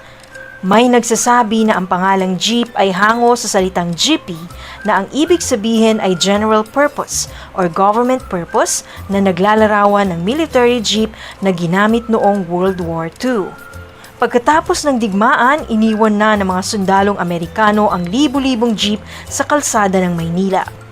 Ang matibay at makulay na jeepney nga raw ay truly mestizo dahil sa half local at half foreign na katangian nito. Alam nyo na, yan ang jeepney.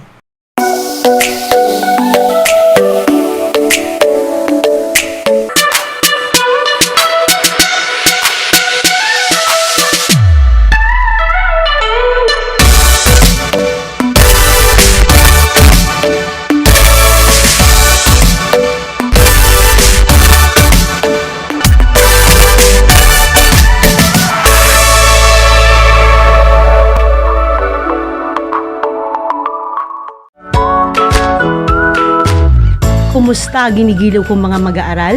Muling sumasa inyo ang Aral TarlakHenyo Mula sa RTV Tarlac, Channel 26 at DZTC. 828 Radyo Pilipino. Ako ang inyong guro, Ginoong Orlando Santos Alejo Jr. sa sining pang-industriya ng ika-4 na baitang sasamahan at gagabayan ka Gamit ang makabagong paraan ng komunikasyon.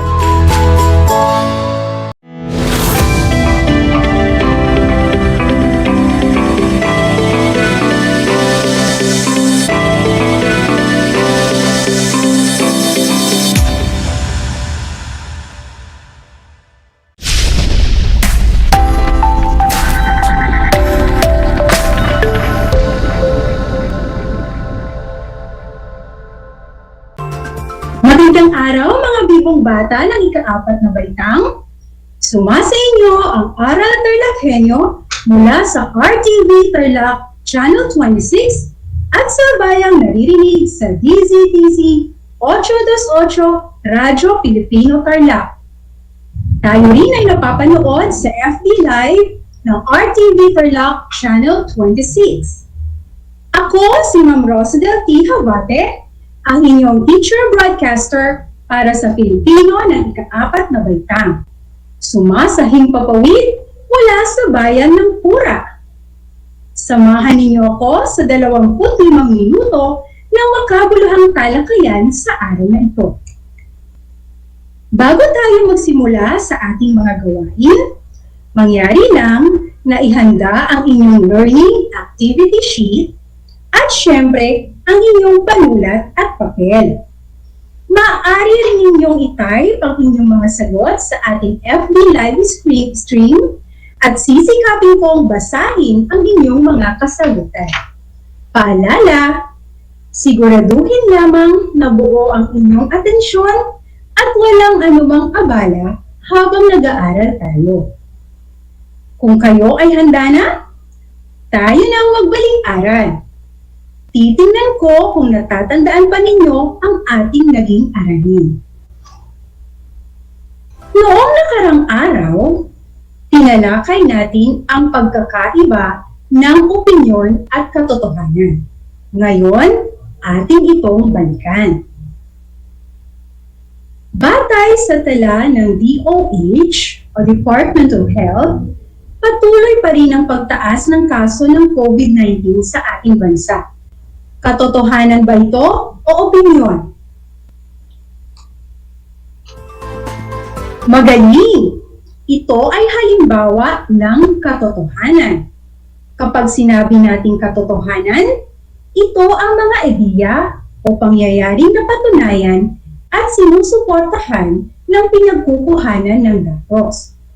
Ano naman ang opinyon?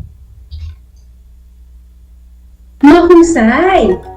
Ito ay isang pananaw, saloobin, ideya, o kaisipan lamang ng isang tao batay sa kanyang naobserbahan. At narito naman ang halimbawa ng isang opinyon. Para sa akin, si Ami ang pinakamaganda sa lahat. Sa puntong ito, may larawan akong ipakikita sa inyo. Tingnan at suriin ito ng mabuti. At pagkatapos, sabihin ninyo ang inyong reaksyon sa larawan. Ano ang nakikita ninyo sa larawan? Oo, tama. Nakakalbong bundok. Ano sa palagay mo ang maaaring mangyari kapag nakalbo ang mga kabundukan? Tama! Maaari itong magdulot ng pagbaha. Ano pa? Oo, maaaring maging sanhi ito ng landslide.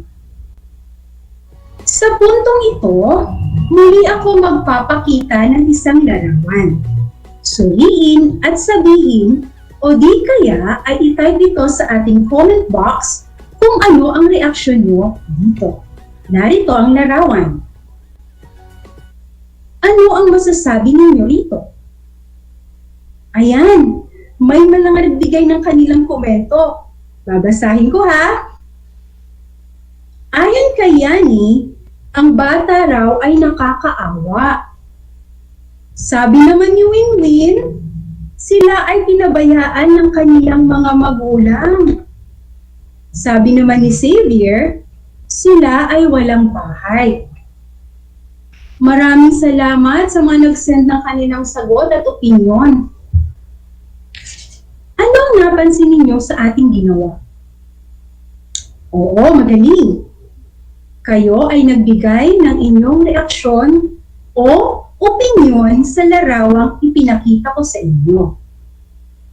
Ang gawaing katatapos lamang natin ay may kinalaman sa ating aralin ngayong araw.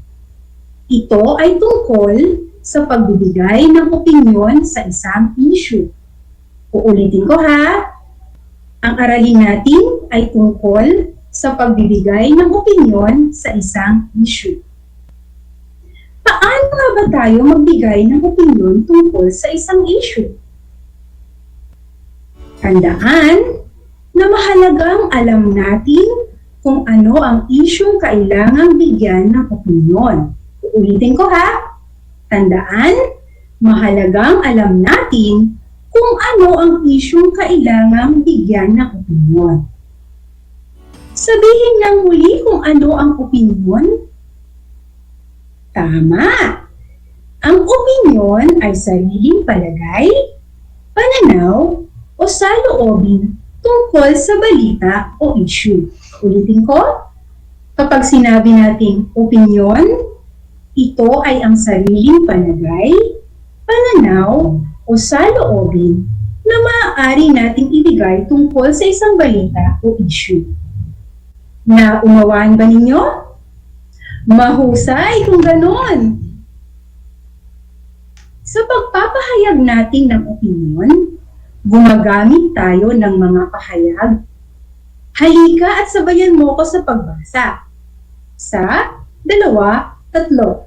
Sa palagay ko, sa aking opinyon, sa aking pananaw, sa tingin ko, sa saganang akin, para sa akin, kung ako ang tatanungin, naniniwala akong, ang mga iyan ay ilan lamang sa mga pahayag na ginagamit sa pagbibigay ng reaksyon o opinyon.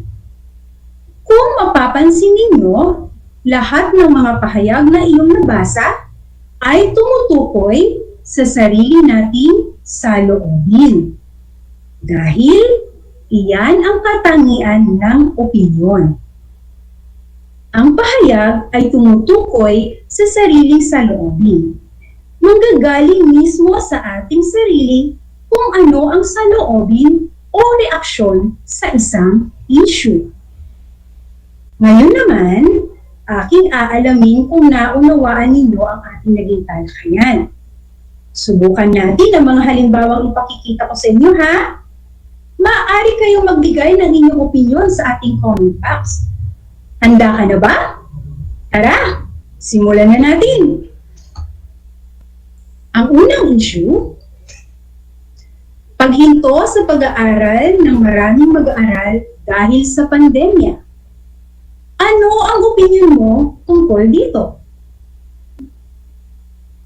Ayon sa isa kong nakausap, ang sabi niya, para sa akin, hindi dapat huminto sa pag-aaral ang mga bata ng dahil sa pandemya kasi madaming paraan upang ipagpatuloy ang edukasyon sa mga tahanan. gaya ng pagsagot sa module, paggamit ng telebisyon, radyo, online classes, at iba pa. Salamat sa iyong opinion, Kerit, ha? Para sa ikalawang issue naman, maraming mag-aaral ang napapabayaan ng pag-aaral dahil sa pagkahilig sa mobile games. Ano ang saloobin mo dito? Sabi ng isa nating tagapakinig at babasahin ko ang kanyang komento, naniniwala po akong dapat na mas mabigyan ng pansin ang pag-aaral dahil ito ang susi sa pagkakaroon ng magandang buhay. Pwede din naman pong maglaro pagkatapos ang mga gawain sa school. Salamat sa iyong ipinadalang opinyon, Yana. Ayan. Laging tandaan, sa pagbibigay natin ng opinyon sa isang issue, kailangan may malawak tayong kaalaman kaugnay sa issue. At hindi lamang yan. Kailangan din nating suriin ang dalawang panig at maging magalang sa pagpapahayag ng opinyon. May mga tanong ba kayo, mga anak? Mukhang wala ng katanungan na. Tandayan na naunawaan ninyo ang ating talakayan. Para mas lalo ninyong maunawaan ang pagbibigay ng opinyon sa isang issue, may babasahin tayong isang teksto. Makinig kayong mabuti at maaari rin ninyo akong sabayan sa pagbabasa. Tara, simulan na natin. Patuloy ang paglobo ng bilang ng mga taong nagpo-positibo sa COVID-19. Sa kabila nito, marami pa rin mga mamamayan ang hindi sumusunod sa mga panuntunang pangkalusugan at pangkaligtasan ng DEPED. Tila hindi nila alintana ang peligrong dulot ng sakit na ito. Uulitin ko ang teksto, ha? Patuloy ang paglobo ng bilang ng mga taong nagpo-positibo sa COVID-19. Sa kabila nito, marami pa rin mga mamamayan ang hindi sumusunod sa mga panuntunang pangkalusugan at pangkaligtasan ng DEPED. Tila hindi nila alintana ang peligrong dulot ng sakit nito. Alamin ko kung naintindihan ninyo ang binasa kong teksto, ha? Sagutin ang mga sumusunod na katanungan. Unang katanungan, ano ang issue sa napakinggan o nabasang teksto? Tama! Ang patuloy na paglobo ng bilang ng mga taong nagpo-positibo sa COVID-19. Ikalawang tanong, ano naman ang opinion nyo na may bibigay tungkol sa isyong nabanggit?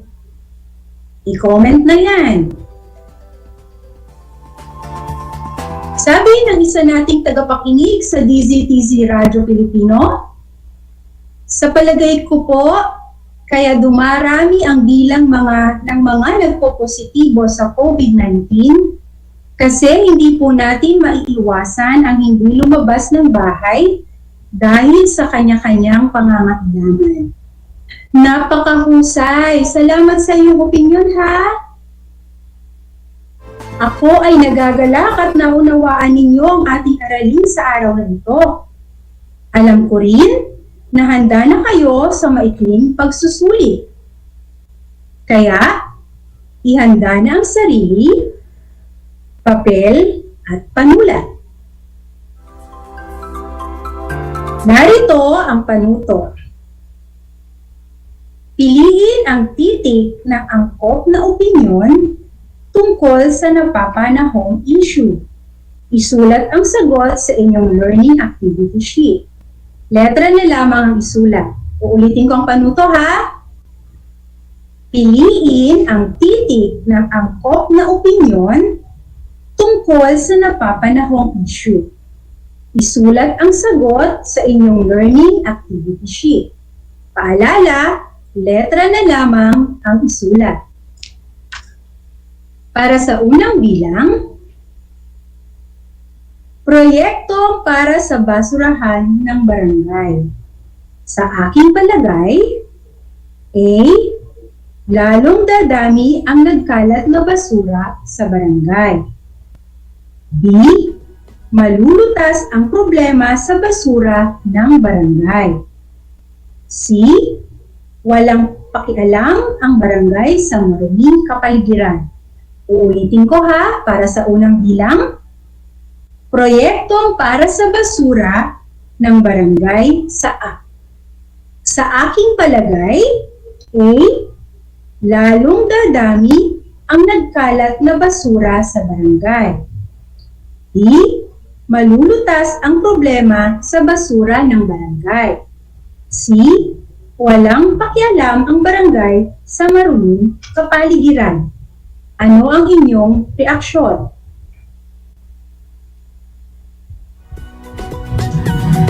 Para sa ikalawa, benepisyo ng pagbabakuna laban sa COVID-19. Uulitin ko, benepisyo ng pagbabakuna laban sa COVID-19. Sa ganang akin, A. Ginagawa ang mga bakuna laban sa COVID-19 para hindi ka magkaroon nito at hindi ka makahawa sa ibang tao. B. Ginawa ang mga bakuna kahit hindi epektibo. C. Ginawa ang bakuna para sa isang tao lamang. Uulitin ko, benepisyo ng pagbabakuna laban sa COVID-19. Sa ganang akin, A. Ginagawa ang mga bakuna laban sa COVID-19 para hindi ka magkaroon nito at hindi makahawa sa ibang tao. B. Ginawa ang mga bakuna kahit hindi epektibo. C. Ginawa ang bakuna para sa isang tao lamang. Para sa ikatlong pangyayari, ang manggagawa ay nagpapatuloy ng pawis sa bukid. Ang manggagawa ay nagpapatuloy ng pawis sa bukid. Para sa akin, A. Tulungan ang mga manggagawa sa paghahanap ng bagong gawain. B. Ang manggagawa ay hindi masipag sa gawaing bukid. C. Pahalagahan ang produkto ng mga manggagawa. Uulitin ko, ang manggagawa ay nagpapatuloy ng pawis sa bukid. Para sa akin, A. Tulungan ang mga manggagawa sa paghahanap ng bagong gawain. D. Ang manggagawa ay hindi masipag sa gawaing bukid. C. Pahalagahan ang produkto ng mga manggagawa.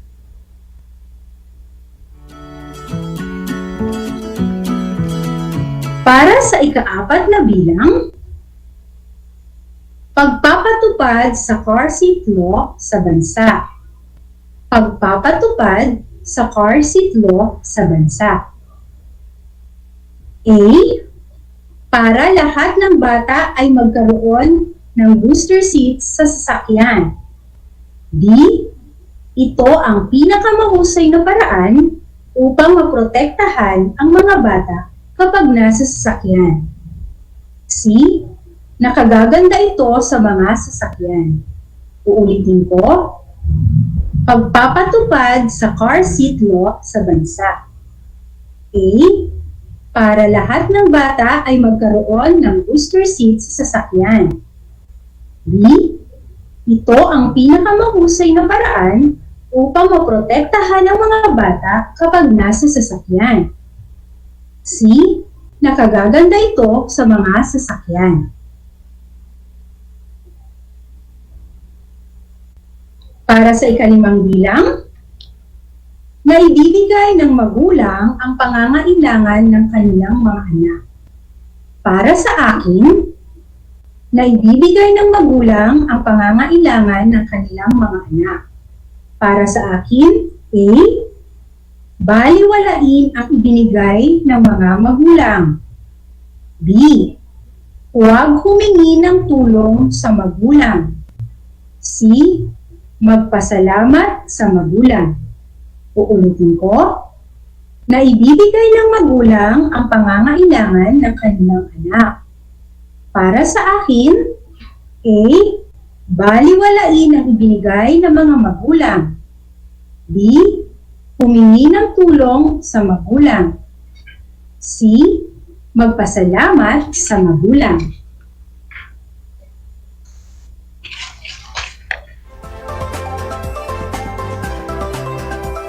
Tapos ka na ba?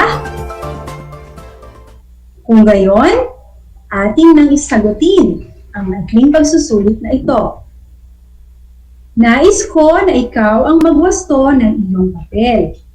Maging matapat sa pagbawasto nito ha. Narito ang tamang sagot para sa unang bilang. Ang tamang sagot ay B. Tama! Malulutas ang problema sa basura ng ating barangay kapag magkakaroon ng bawat basurahan sa bawat purok ng ating barangay, di ba?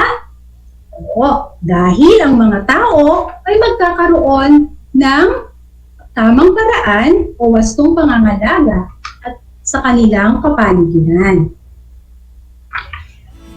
Yan. Para sa ikalawang bilang naman, ang sagot ay A. Magaling! Ginawa ang bakuna laban sa COVID-19 para hindi ka magkaroon nito o di kaya ay makahawa sa iba. Pero kahit may bakuna na, ugaliin pa rin ang sumunod sa mga health protocols na ipinatutupad ng Department of Health. Sa mga batang nasa ika-4 na baitang, iwasan muna ang magpaglabas-labas ha. Para sa ikatlong bilang naman, ang angkop na opinyon ay C. Magaling! Pahalagahan ang produkto ng mga manggagawa. Tama! Dapat nating pahalagahan ang kanilang mga produkto, lalo na ang mga pagkain na ating kinakain. Huwag tayong magsasayang. Kapag tayo ay kumakain, kainin lamang o kunin lamang ang kaya mong ubusin para hindi masayang ang mga ito. Para sa ika-4 naman na bilang, ang tamang sagot ay B. Ito ang pinakamahusay na paraan upang maprotektahan ang mga bata kapag nasa sasakyan. Sa ikalimang bilang, ang tamang sagot ay C. Magpasalamat sa mga magulang. Lagi nating gawin ang magpasalamat sa ating mga magulang dahil sila ang nangangalaga sa atin at sila ang sumusuporta sa atin. Kumusta ang iyong pagsusulit? Nahirapan ka ba? Ilan na nakuha mong score? Kung nakakuha ka ng 5, wow! Good job! Binabati kita! Binabati ko kayong lahat. Ngayon, ating muling balikan ang mga dapat tandaan sa pagbibigay ng opinyon tungkol sa isang issue. Mahalagang alam natin kung ano ang isyong kailangang bigyan ng opinyon. At kailangan din suriing mabuti ang dalawang panig upang maging patas ang pagbibigay mo ng iyong opinyon o reaksyon. At kailangan din na maging magalang sa pagbibigay ng iyong opinyon o reaksyon. Naunawaan ba ninyo, mga bata?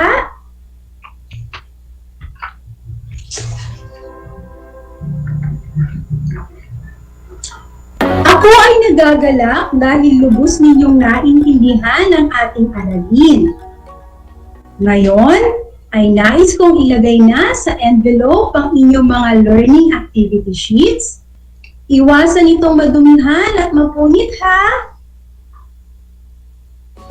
Masaya akong nakasama kayo ngayong araw. Muli, ang inyong guro, Ginang Rosadel T. Habate, nagsasabing, igalang ang opinyon ng iba, suriin muna ang bawat issue bago magbigay ng reaksyon o opinyon. Para sa ibang mga aralin, inaanyayahan ko kayong muli na makinig at manood sa mga programang hatid ng RTV Channel 26 at DZTZ Radyo Filipino Tarlac. Huwag din kalimutang i-like at i-follow ang ating FB page ha! Hanggang sa muli, stay safe, stay healthy, and God bless us all. Paalam!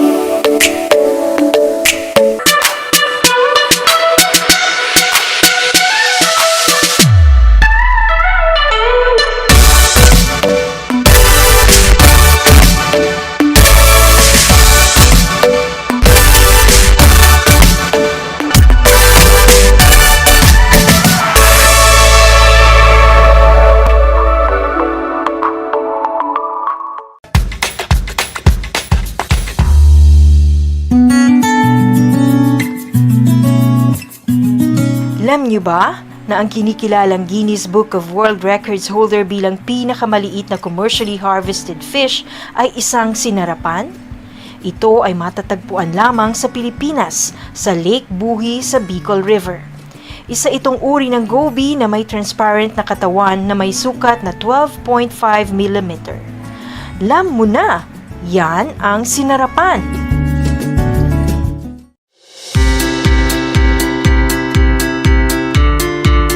Upang matugunan ang mga kinakaharap na pagsubok ng mga guro at mag-aaral sa gitna ng kasalukuyang pandemya, nagsanib tulong sina Congressman Charlie Cojuangco ng unang distrito ng Tarlac, DEPED Region 3 Regional Director Dr. May B. Eclar at Tarlac Schools Division Superintendent Dr. Ronaldo Pozon para sa isang napapanahong proyekto na tinaguriang Project Shine, Aral TarlakHenyo.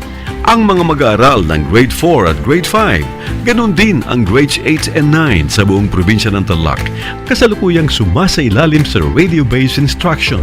Katuwang ang himpilang DZTZ 828 kHz AM at RTV Tarlac, Channel 26. Ang Tarlac po nangunguna po ngayon pagdating po sa radio-based instruction. Marami pong humahanga sa atin. I'm very happy this station, itong DCTC, could reach the whole of Region 3. Hindi natin alam, we are contributing.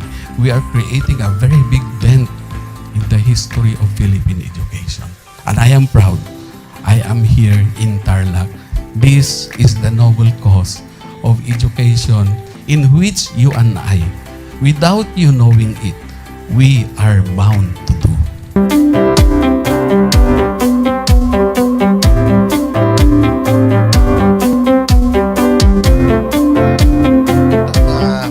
Project natin na Project Shine is a natural consequence dahil sa nangyari sa buong mundo. Let's continue to work together.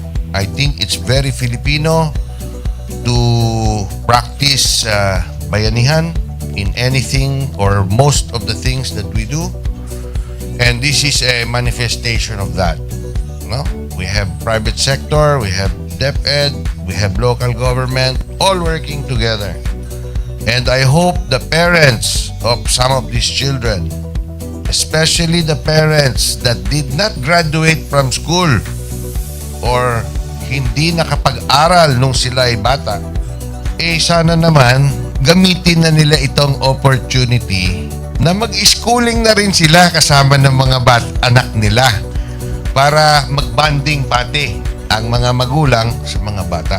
I look at this as doing God's work. Diba?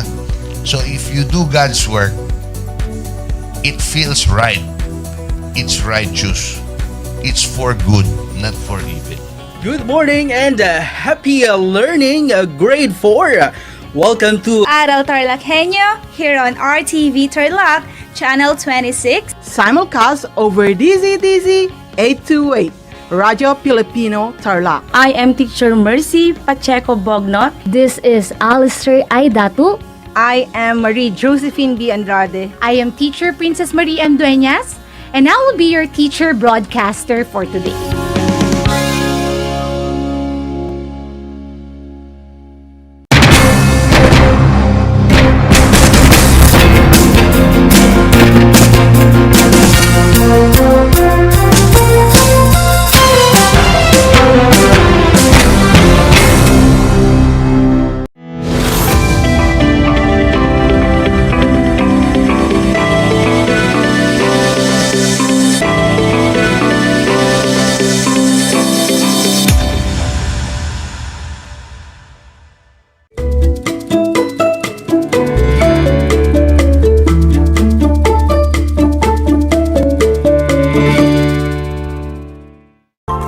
Welcome sa ating Project Shine, Aral TarlakHenyo ng SDO Tarlac Province na kasalukuyang napapanood dito sa RTV Tarlac Channel 26 at sa bayang napapakinggan sa 828 AM DZTZ Radyo Pilipino Tarlac. Magandang buhay, mabuting tao! Kumusta na kayo mga giliw naming tagapakinig? Ang aking pagbati at paghanga sa inyong pagpapahalaga sa edukasyon at pagpupursiging matapos ito ng nagtatagumpay sa kabila ng hamon ng pandemya. Ako ang inyong guro sa edukasyon sa pagpapakatao Baitang 5, Ginang Mary Joy M. Yasay.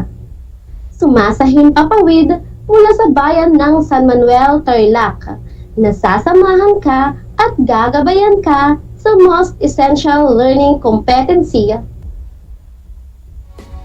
na napananatili ang pagkamabuting mamamayang Pilipino sa pamamagitan ng pakikilahok.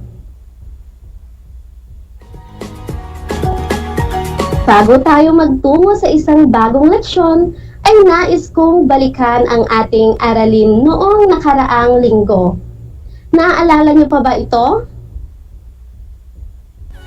Kung ang inyong sagot ay ito ay tungkol sa nakapagpapamalas ng pagkamalikhain na tumutukoy sa talento o kakayahan sa paglikha ng isang bagay, kayo ay mahusay. Matalas talaga ang inyong memorya at talaga namang atentibo kayong nakikinig.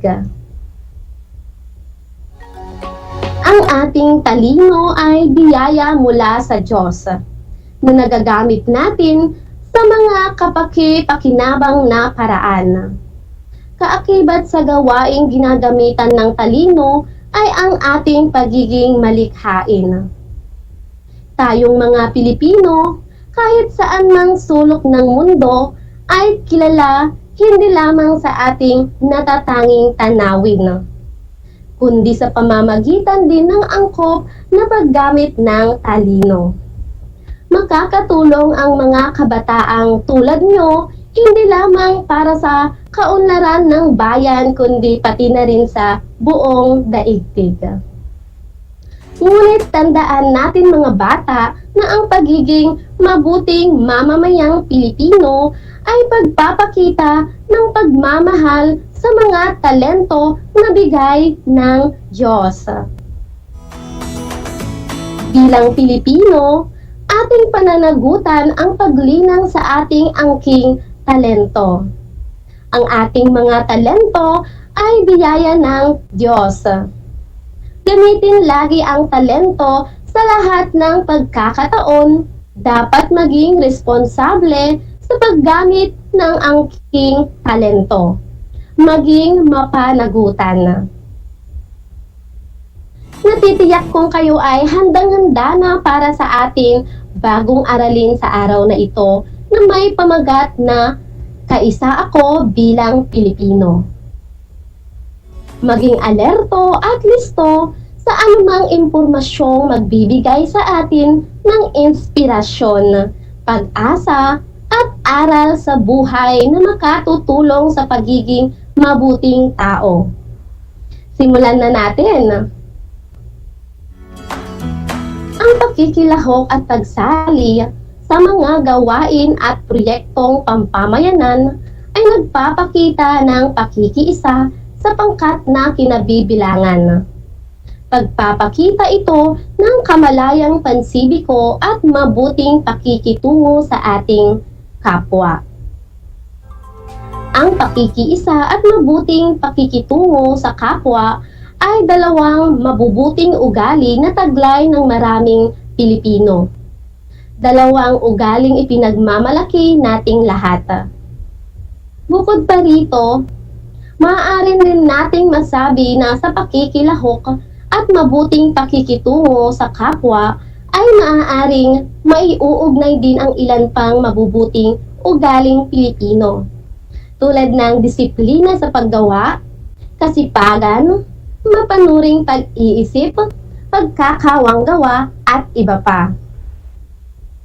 Ginagawa mo ba ang pakikilahok sa mga gawaing nagpapakita ng mabubuting ugali ng mga Pilipino? Pansinin ang larawan.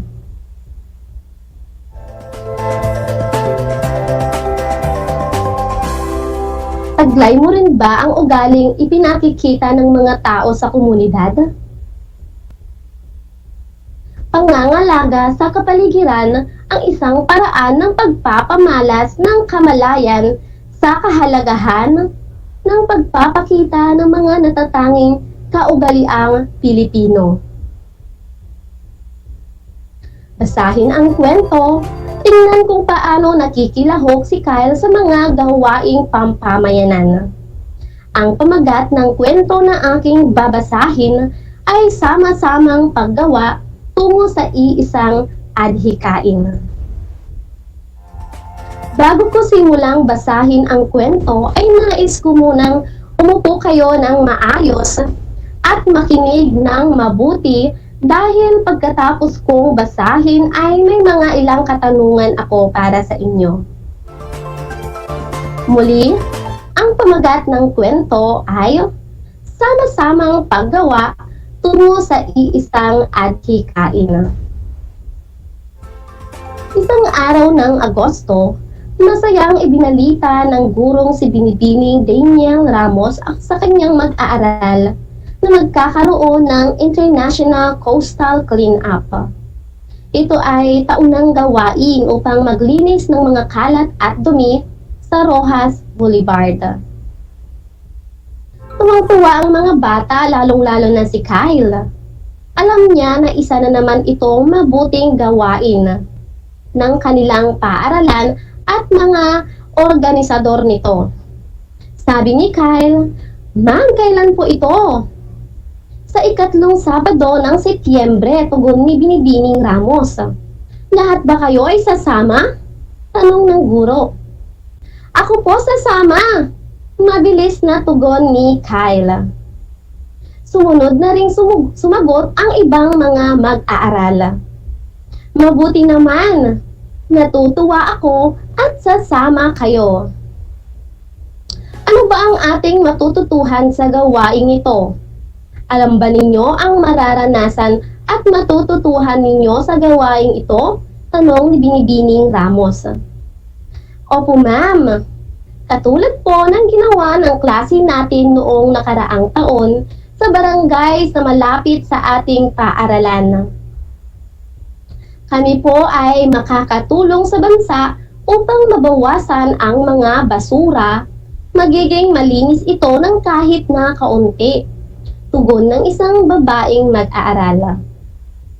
"Maipakikita ko kung paano ako makatutulong sa ating bansa.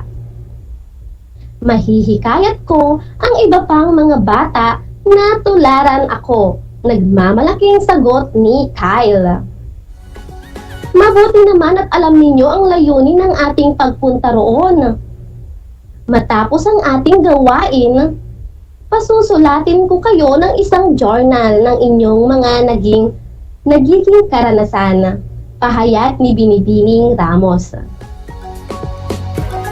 Nagustuhan nyo ba ang ating kwento, mga bata? Mabuti kung ganoon. May mga ilang katanungan tayo na kailangang masagot ng mahusay kung sakaling kayo ay nahihirapang sagutin ang mga tanong.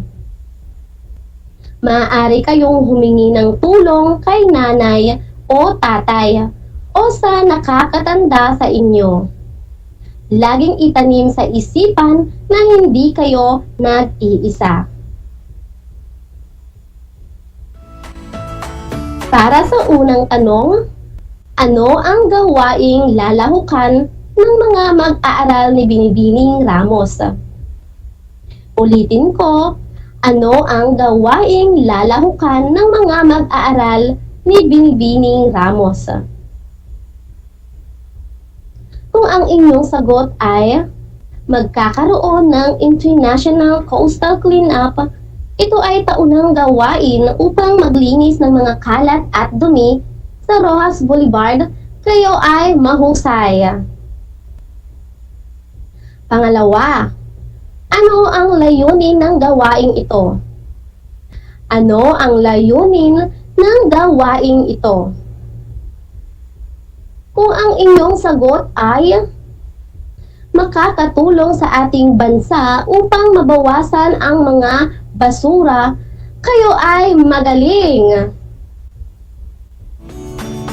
Para sa pangatlong bilang, ano ang naramdaman ni Binibining Ramos sa isinagot ng mga bata? Ano ang naramdaman ni Binibining Ramos sa isinagot ng mga bata? Kung ang inyong sagot ay sobrang natuwa at masaya si Binibining Ramos sa mga isinagot ng mga bata, kayo ay tama. Pang-apat, ano ang pinakita ni Kyle at ng kanyang mga kamag-aral? Ano ang pinakita ni Kyle at ng kanyang mga kamag-aral? Kung ang inyong sagot ay pinakita nila kung paano makakatulong sa ating bansa, makakahikayat din ng mga batang katulad nila. Kayo ay magaling. Panglimang tanong, paano natutuhan ng buong klase ang kanilang gampanin sa pamayanan? Panglimang tanong, paano natutuhan ng buong klase ang kanilang gampanin sa paaralan? Pangangalaga sa kapaligiran ng isang paraan ng pagpapamalas ng kamalayan sa kahalagahan ng pagpapakita ng mga natatanging kaugaliang Pilipino. Kayo ay magaling at mahusay. Ipagpatuloy nyo ito at linangin. Dahil dyan ay isang malakas na palakpak ang nararapat para sa inyo. Katangian ba ng mga Pilipino ang pagiging likas na mabuti? Ano-ano ang mga kanais-nais na kaugaliang Pilipino? Anong mabuting katangiang Pilipino ang taglay at maipagmamalaki mo?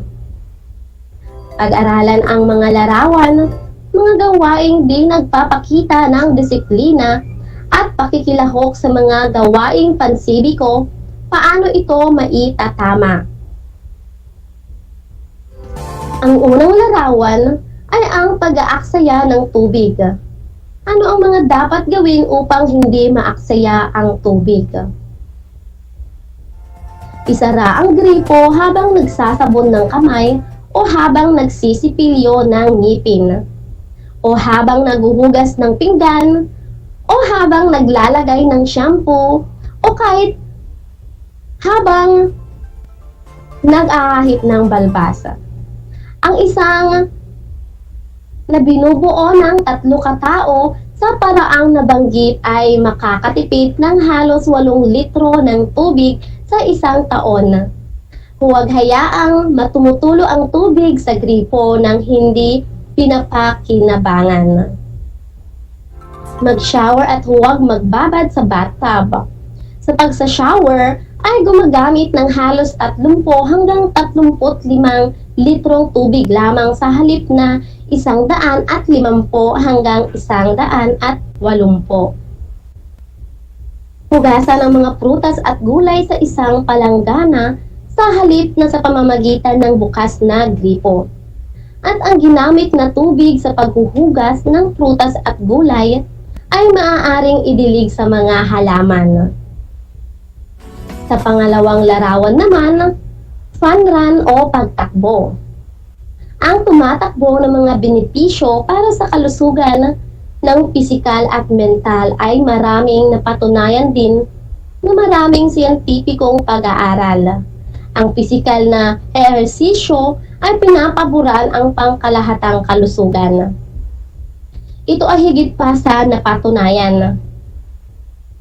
Ang jogging o pagtakbo ay isang mahusay na pagpipilian upang makakuha ng hugis at makuha ang lahat ng mga benepisyo ng pisikal na aktibidad.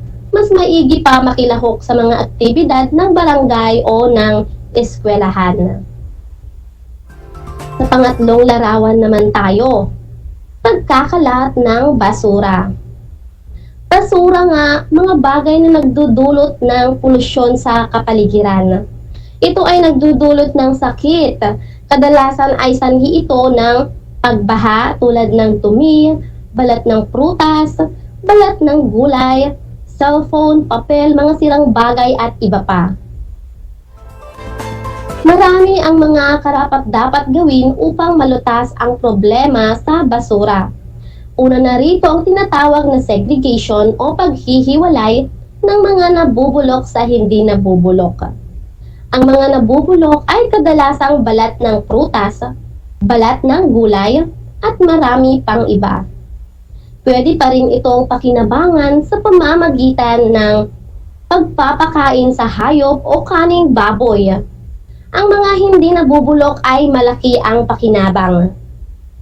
Ito ay pwedeng ipunin at ibenta, tulad ng mga bote, mga plastic at mga gamit na mga sirang cellphone na pwedeng i-recycle at iba pa. Sa pamamagitan ng ganitong pamamaraan, malaki ang tulong at kabawasan sa ating suliranin sa basura. Dahil kung nakakalat lang, magiging sanhi ito ng pagbaha, pagkakasakit dahil sa maruming kapaligiran. Ang mga basurang pinabayaan sa paligid ay malaking pinsala sa ating kalusugan. Marami ang maapektuhan, lalo na sa pamumuhay kung halimbawang mangyari ang biglaang pagbaha ng hindi inaasahan. Ang sunod na larawan ay pagsusulat sa pampublikong lugar. Bakit nga ba ginagawa ng mga kabataan ang pagsusulat o tinatawag nating vandalism sa mga infrastruktura sa lipunan? Bakit kahit alam nila na masama ito ay patuloy pa rin nila itong ginagawa? Marahil ang iba sa kanila ay may nais na iparating ng mga mensahe sa ibang tao na hindi nila kayang sabihin ng harapan.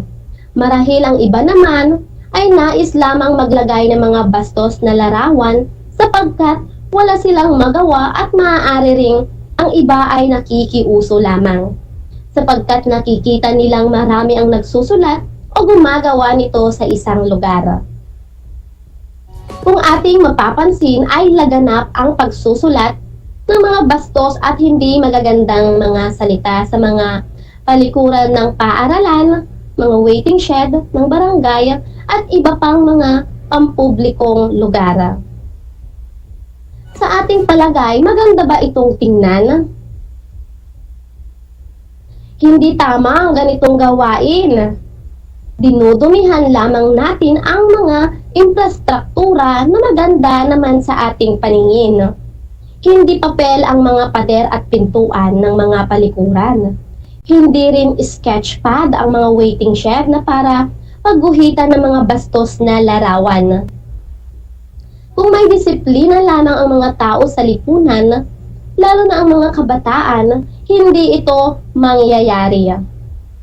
Hindi porket may karapatan tayong mag-express ng ating mga saloobin, ay pwede na natin itong gawin. Matuto tayong gawin ang tama.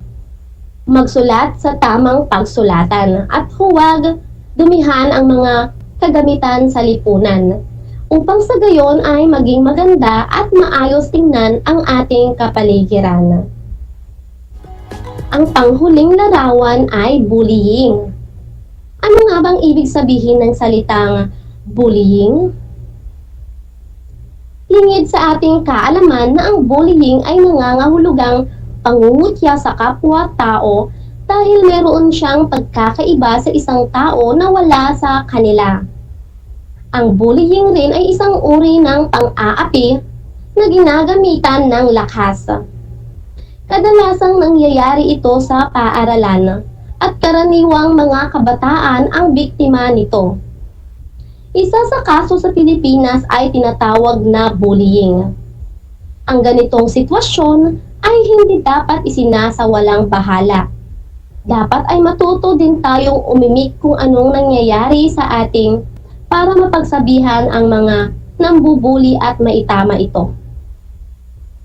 Ang masasabi ko lamang sa ganitong kaso, lalo na sa Pilipinas na palagi ang may nagaganap na pambubuli, ay itigil na ito.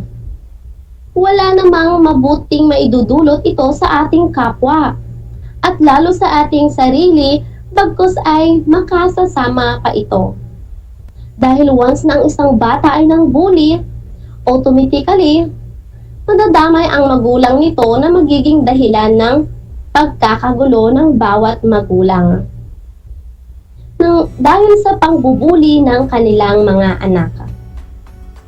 Kung sa tingin ng iba magiging sikat sila sa ginagawa nila, nagkakamali sila dahil sa mata ng tao at lalong higit ng Diyos na mali ang ginagawa nila. Hindi naman tayo nagkulang sa mga pangaral ng ating mga magulang at lalong higit ay nag-aaral kayo kaya na ituturo sa inyo ng mga guro ang tama at mali. Kaya bakit iniisip pa ng iilan ang ganitong sitwasyon? Siguro ay kulang ito sa atensyon ng magulang. Kaya naman, para sa ating mga magulang, ay dapat subaybayan pa rin tayo at gabayan sa bawat kilos ng ating gawain. Isang talakayan na naman ang malapit ng matapos. Ako ay masayang-masaya sa ipinapakita ninyong aktibong pakikibahagi sa ating aralin ngayong araw. Higit sa lahat, ang inyong pagmamahal sa edukasyon. Ipagpatuloy ang kagandahang asal na ito habang hakbang tungo sa katuparan ng inyong mga pangarap sa hinaharap. Sa puntong ito, panahon na upang alamin kung kayo ay may natutunan mula sa ating aralin sa pamamagitan ng munting pagsusulit. Sa lahat ng nanonood sa FB Live, gamitin ang FB chat box para sa inyong mga kasagutan. Ihanda naman ang panulat at sagutang papel sa lahat ng mga nanonood sa telebisyon at nakikinig sa radyo. Ngayon naman ay ating gagawin ang tama kung ano-ano ang mga kanais-nais na gawaing Pilipino. Gaano mo kadalas ginagawa ang mga sumusunod? Isulat kong A. Palagi, B. Madalas, C. Bihira, o letrang D. Hindi kailanman. Para sa unang bilang,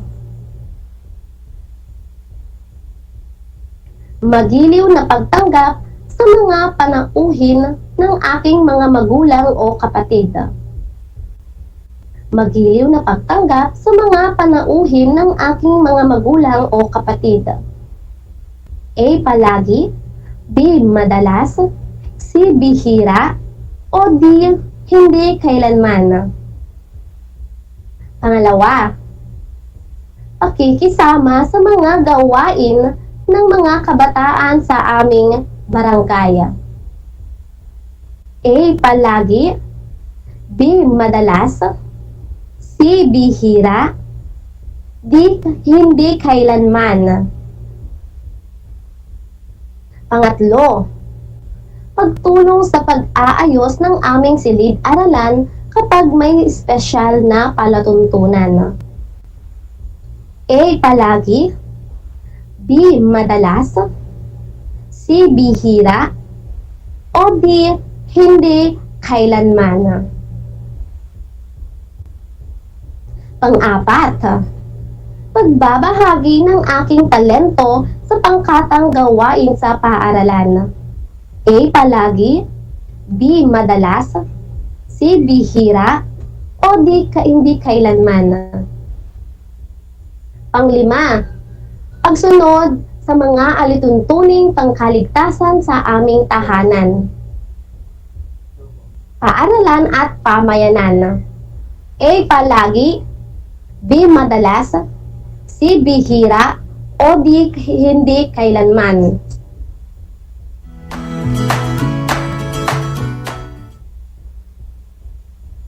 Binabati ko kayong lahat mga anak sapagkat natitiyak kong nakuha ninyo lahat ang tamang sagot sa ating pagsusulit.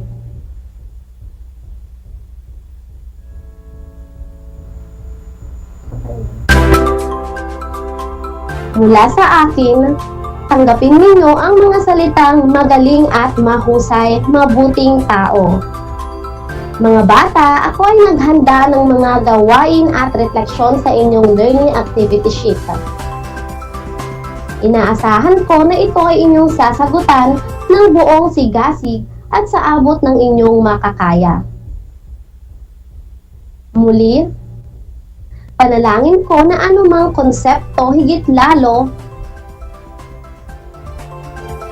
ang mga aral sa buhay na inyong natutuhan sa araw na ito ay inyong maisa sa buhay sa araw-araw. Muli ako ang inyong guro sa edukasyon sa pagpapakatao, Inang Mary Joy M. Yasay, na nagpapaalala na piliing maging mabuting tao sa lahat ng panahon at pagkakataon.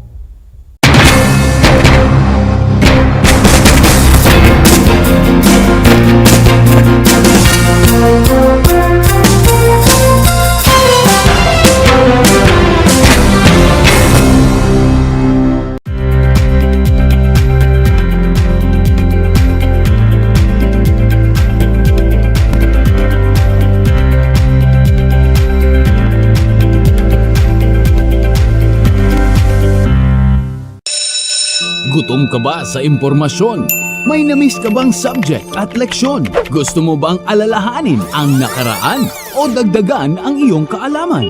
Lahat yan alamin natin because the professor is in. Professor on air and online. Kasama si Professor Willie Perez. Isang oras na kaalaman, isang oras na makabuluhan. Professor on air. Mamangha at tumawa sa mga tips at trivia. Sa gabay at tanong, sagot ka rin niya. Professor on air and online. Kasama si Professor Willie Perez. Tuwing Sabado, alas 10 hanggang alas 11 ng umaga. Mapapakinggan sa Radyo Pilipino at mapapanood sa RTV Tarlac Channel 26. Professor on air. This is my story. Ano ang kwento ng buhay mo? Malungkot? Masaya? May kababalaghan? O puno ng aksyon? Ang bawat kwento ng kapwa nating Pilipino ay mahalaga. This is my story. Sama-sama nating ibahagi ito upang magbigay aral at inspirasyon sa ating lahat. This is my story. This is my story. Hosted by Mitch Desunia. Tuwing Sabado, alas 3 hanggang alas 4 ng hapon. Mapapakinggan dito sa Radyo Pilipino at mapapanood sa RTV Tarlac Channel 26. This is my story. Alam niyo ba na ang whale shark ay hindi isang whale? Ang whale shark o butanding ay kinikilalang world's largest fish at tinatawag gentle giants. May sukat itong 12 meters. Maliliit ang ngipin ng butanding, kaya naman planktons o maliliit na hipon at isda lang ang kaya nilang kainin. Simula noong 2011, marami nang nahumaling mag-whale shark watching sa Oslo, Cebu. Alam niyo na, yan ang whale shark! How are you today? Hello, everyone. Hello, learners of Tarlac. Good morning, Mas Talino Grade 4 learners! Welcome to Aral TarlakHenyo Here on RTV Tarlac Channel 26. Simulcast over DCTC. Radyo Pilipino Tarlac. I'm Sir Glenn, your teacher broadcaster. Broadcasting live here at Paniki Tarlac. Remotely here in Concepcion, Tarlac. Live here at Barangay Pedro Elquines, Mayantok, Tarlac. Broadcasting live from Ramos National High School. Your anchor teacher today for grade 9 mathematics. Your partner in education this time of pandemic.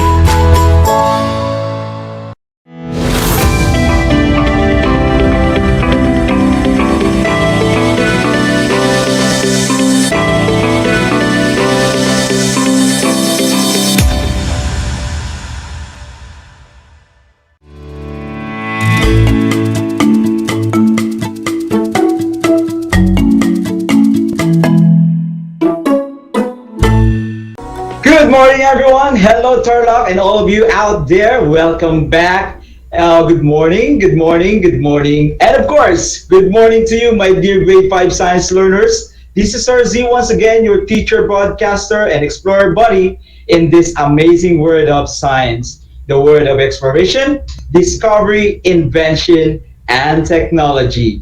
Here I am again, asking you, grade 5 science learners, are you ready for another exciting learning adventure with me today?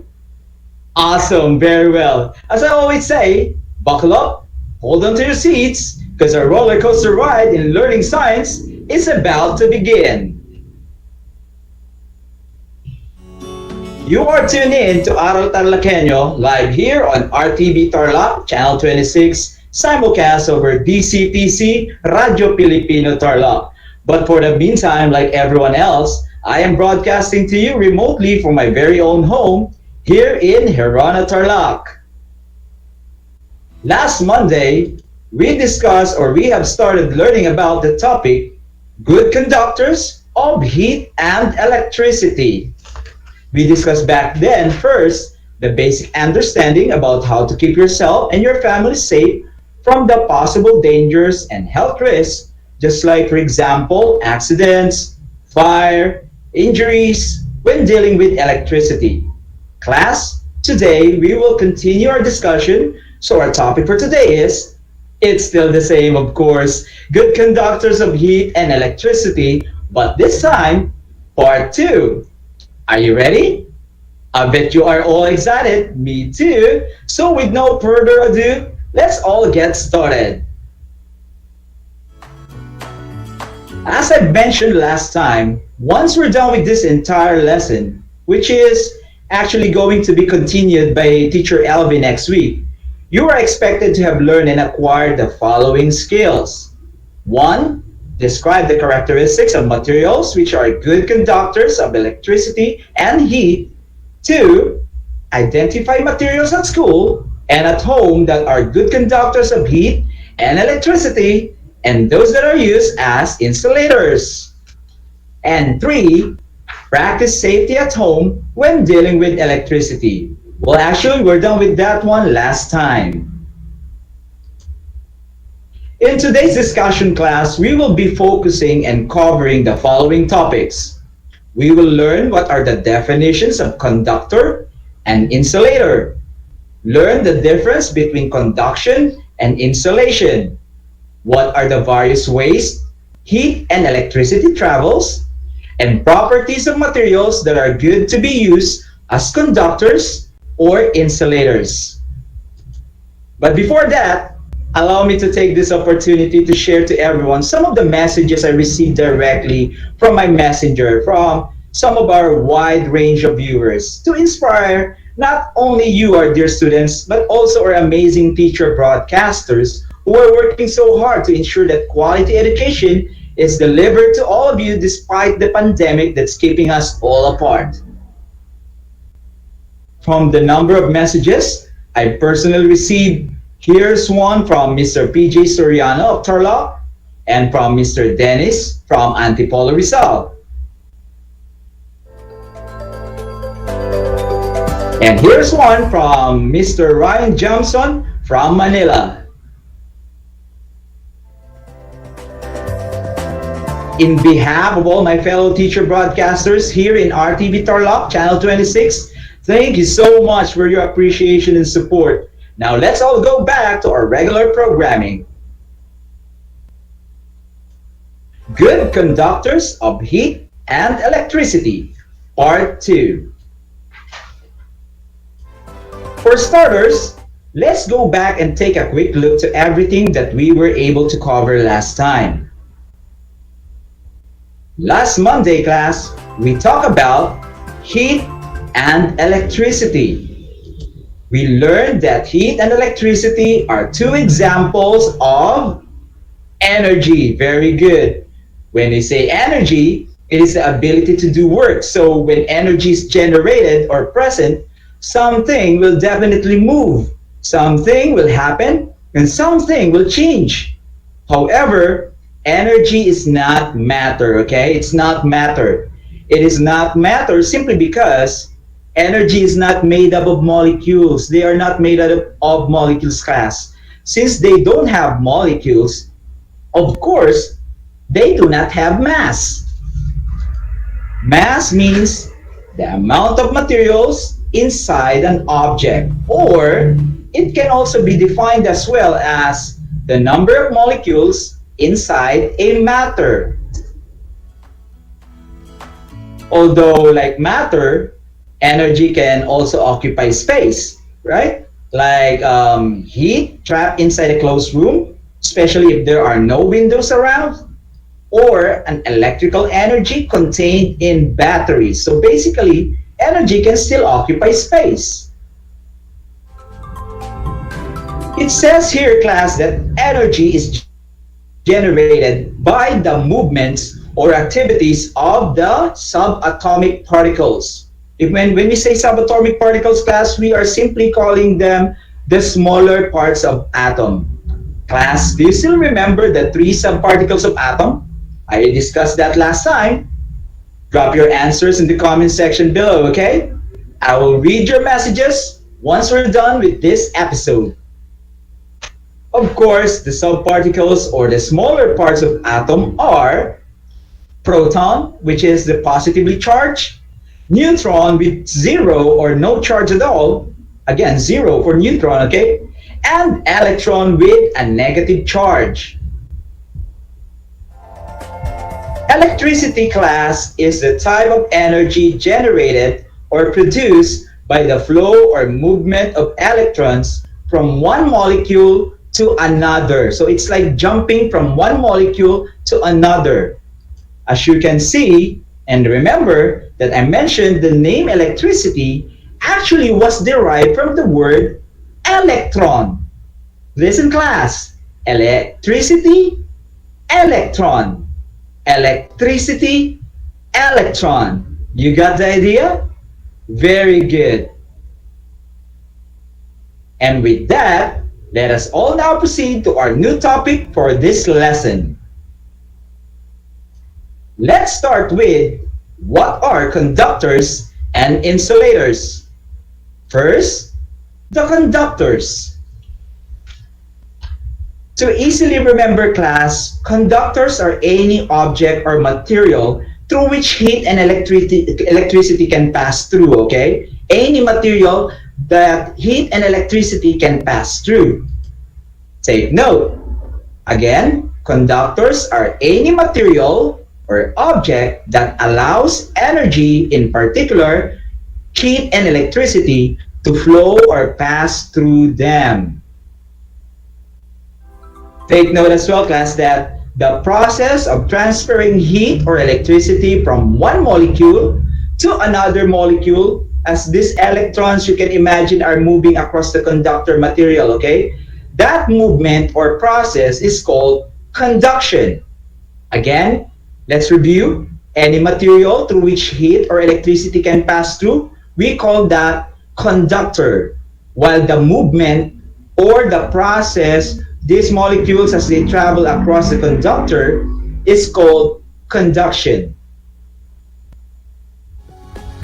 Here are some properties of materials to consider the material good for conducting heat or electricity.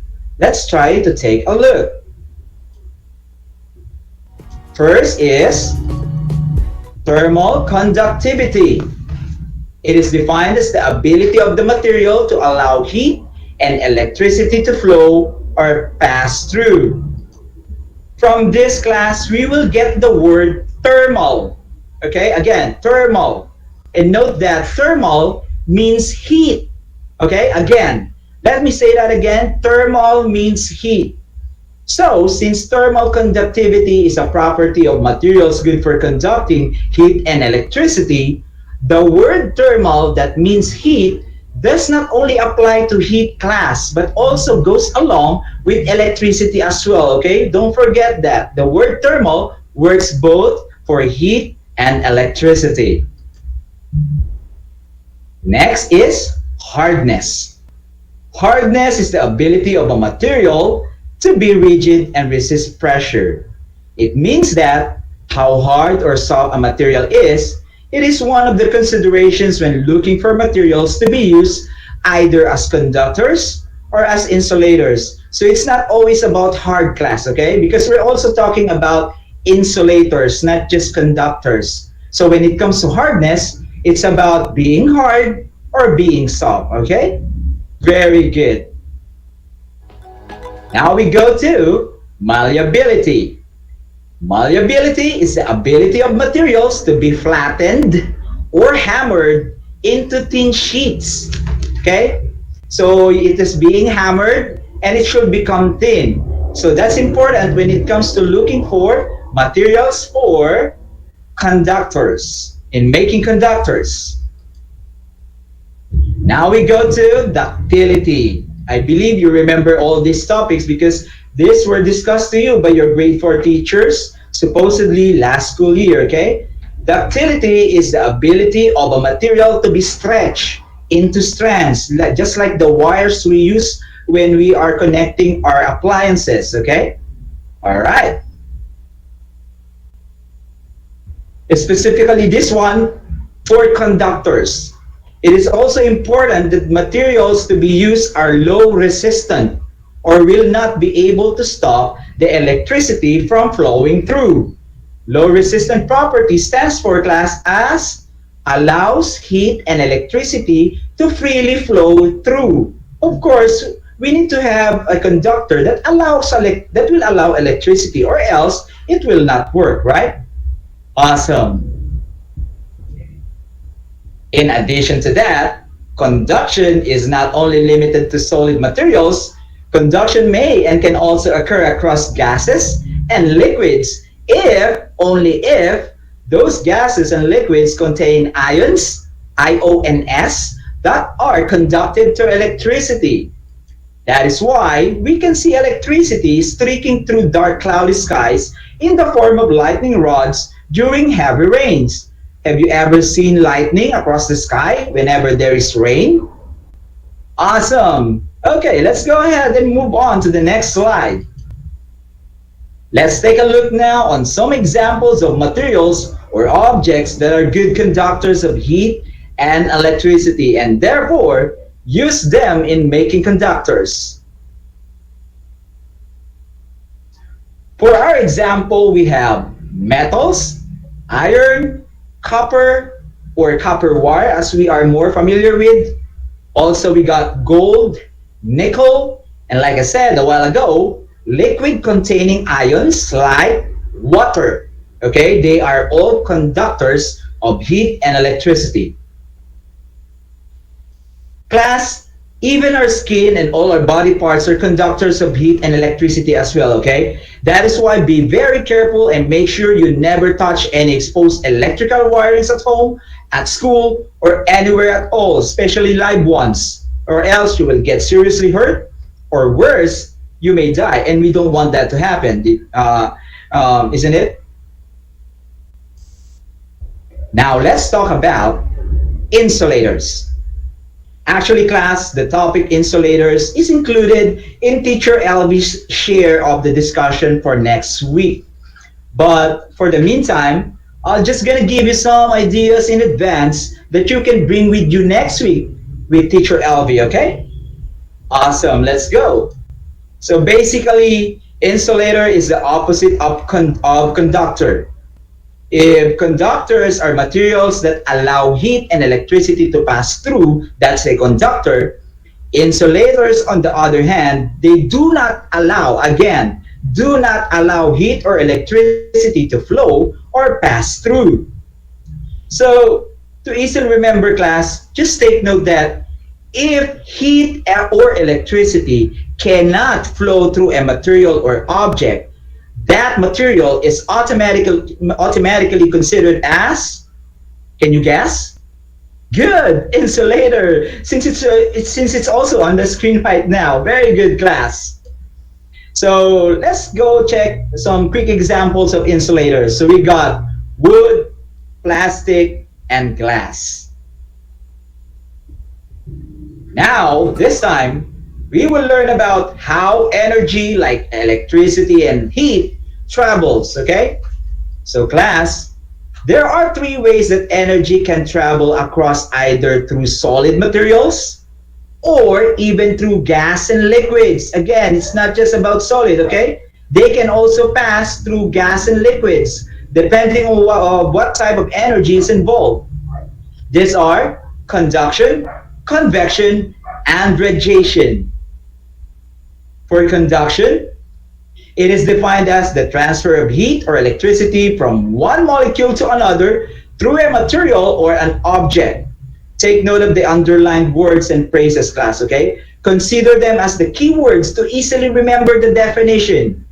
Also, in conduction, it requires physical contact, which means that heat or the electricity should be physically touching the object or material through which it will transfer and pass through, okay? Or else it will not work.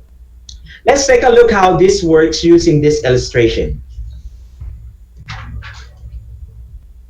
Imagine, class, that this long thing here with the colored circles is a piece of metal, okay? For example, it's a metal. The circles are, for example, the molecules that makes up this object.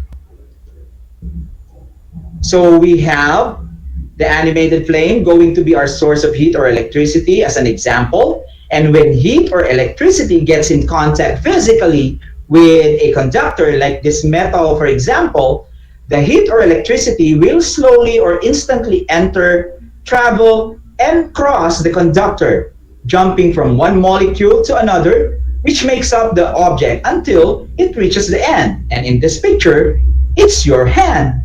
And that is how energy can travel across conductors through the process of conduction. It travels from one molecule to another, and it requires, remember, physical contact for it to occur or happen, all right? We go to next to convection. For convection, it is typically for the transfer of heat. Take note, for heat, not electricity. And it basically happens or takes place inside an enclosed space where the heat energy is generated and trapped in, involving either gas or could be a liquid inside the container.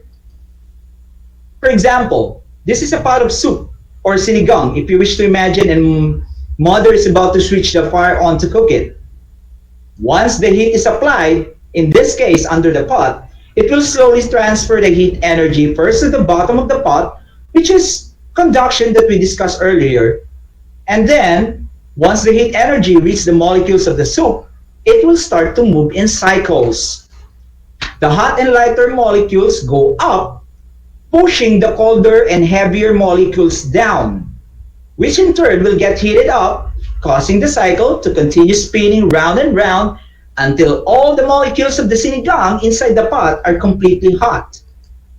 That's convection, the transfer of heat in cycles inside an enclosed space. Radiation is the spreading of energy from the source of heat, and it happens in an open space across which the energy can spread out. Example here's our heat source. For example, this one. Since naturally fire will produce light and heat, the energy it produces will automatically spread outward, okay? Outward from where the energy is being generated. Again, that's because radiation is the spreading out from the source, and it happens in an open space. Now class, let's do a quick recap from our discussion. Conductors are materials that allow the flow of heat or electricity. Insulators, on the other hand, are materials that do not allow the flow of heat or electricity. Just remember, conductors allows, insulators do not allow. The properties of materials are as good conductors are: thermal conductivity, hardness, malleability, ductility, low resistance, and containing ions. We also learned that thermal means heat. Conduction is the process of transferring heat or electricity. But aside from that, there are also convection and radiation as means for energy to travel. So, it's now time to test what we have just learned so far. Get those thinking caps ready, okay class? Class, in the modules that you are holding, turn the pages and go to page 1. Again, everyone go to page 1 and look for the activity with the title, What I Know. It says there, class, in the direction that write true if the statement is correct or false if it is incorrect. Again, true if correct and false if the statement is incorrect, okay? Here are the questions that are, of course, also in your modules. You will only have a quick 2 minutes to answer, or 3 minutes, perhaps, if you still have time. Timer starts. Let the answering begin.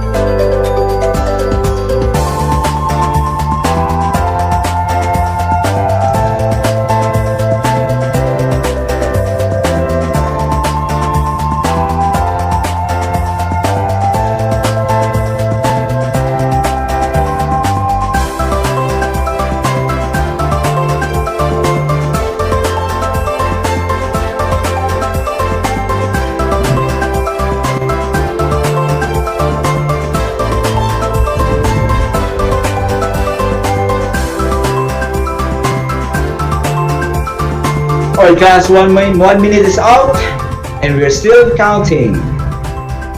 You can do it class, I know you can. Just answer true or false. And of course, if you're having difficulty reading, just call your mom or your father or your ate or your kuya to help you out, okay? I believe in you class, I believe in you.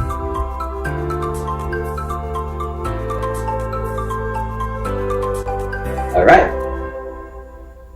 We're now down to 2 minutes and 30 seconds. If we are to have the 4-minute timer that I set up for this one, I guess some of you already passed number 5. That's good, that's good. I'm getting excited. Alright. Just in case that we don't have enough time, we are still gonna have 1 more minute. Just in case. Class, I believe you are now on number 8. It's so easy, class, you can do it. Then once you got perfect score, you go out. Oh no, don't go out, of course. Just celebrate, okay? Celebrate with your families.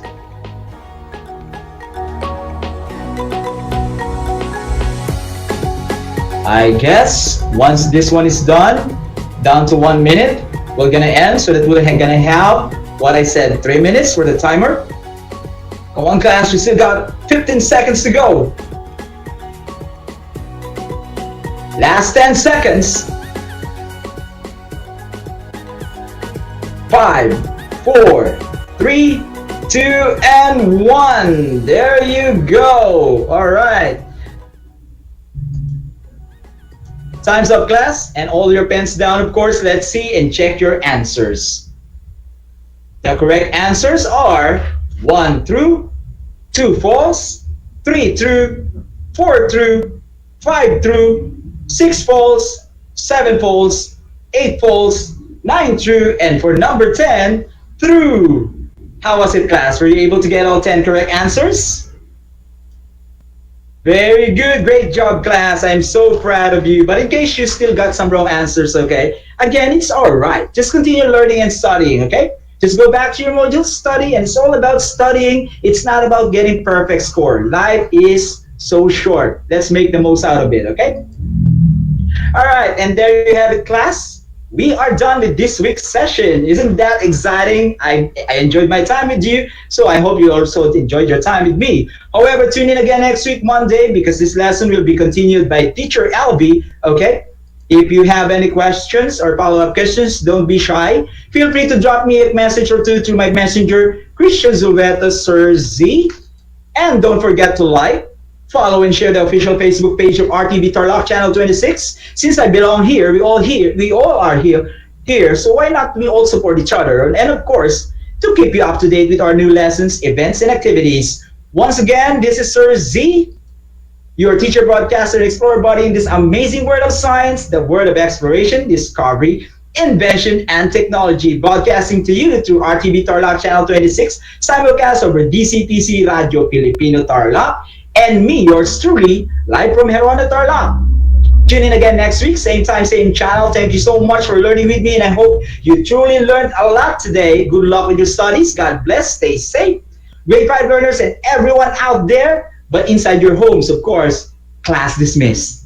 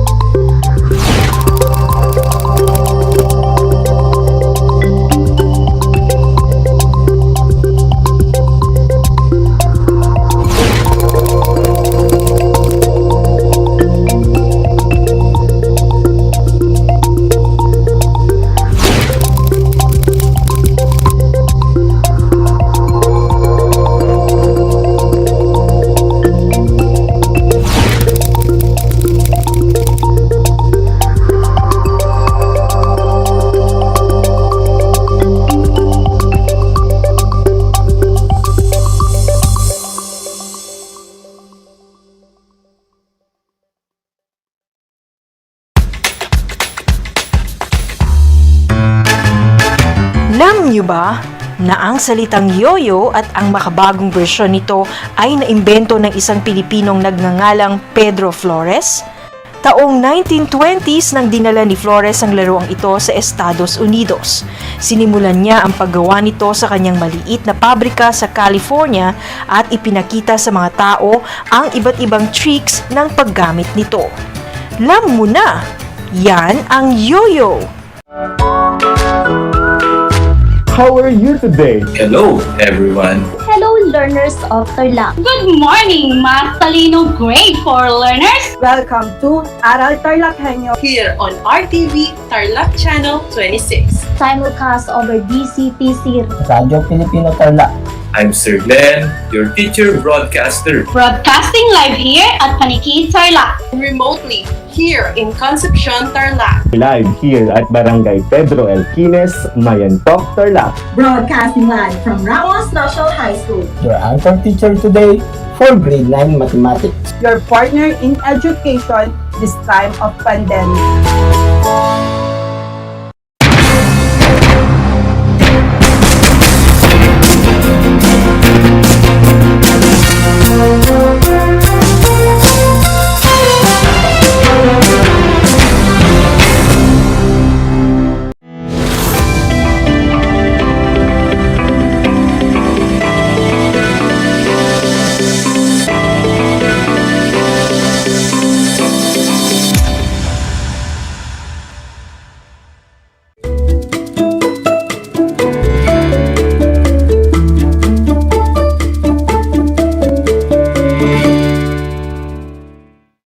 Good morning, everyone. Good morning, grade 5 learners. Welcome to Aral TarlakHenyo here on RTV Tarlac Channel 26, simulcast over DZTC, Radyo Filipino Tarlac. I am Teacher Raymar B. Pedroche, your teacher broadcaster from Mathematics 5, broadcasting live from Santa Ignacia, Tarlac. And I will be with you as we make the most of our discussion this morning. Dear learners, are you ready for the next exciting and fun learning in mathematics? Make sure that you are in a comfortable place so that you can listen properly and attentively for today's episode. Okay then, please prepare your pencil or ball pen, your notebook and paper, and of course, your learner's material, the 21st Century Mathletes. Also, don't forget to bring with you your water bottles to be hydrated. Let's begin! Our lesson today is about solving routine and non-routine word problems involving percentage using appropriate strategies and tools. Are you ready? Last time, we talked about finding the percentage in a given problem. Here's my question. What is the formula in finding the percentage in a given problem? Can you recall? Great! P equals R times B, where P is the percentage, R is the rate, and B is the base. Now, let's have a 3-item review activity. In this activity, all you have to do is to listen to every question carefully, choose your answer, and write it on your answer sheets. And if you are watching live on Facebook, please feel free to comment your answer. Are you ready? Number 1. What is 50% of 90? Again, what is 50% of 90? I will give you 5 seconds to answer.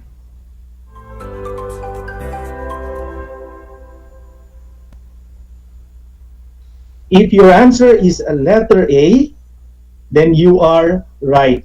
50% of 90 is 45. Number 2. What is 75% of 60? Again, what is 75% of 60? A, 30. B, 45. Again, A, 30. B, 45. I will give you another 5 seconds to answer.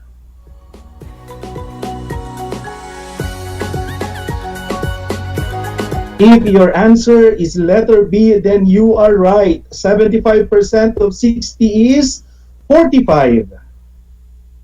Let's have number 3.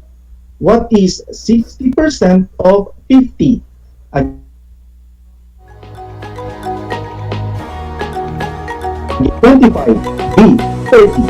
Again, A, 25, B, 30. I will give you another 5 seconds to answer.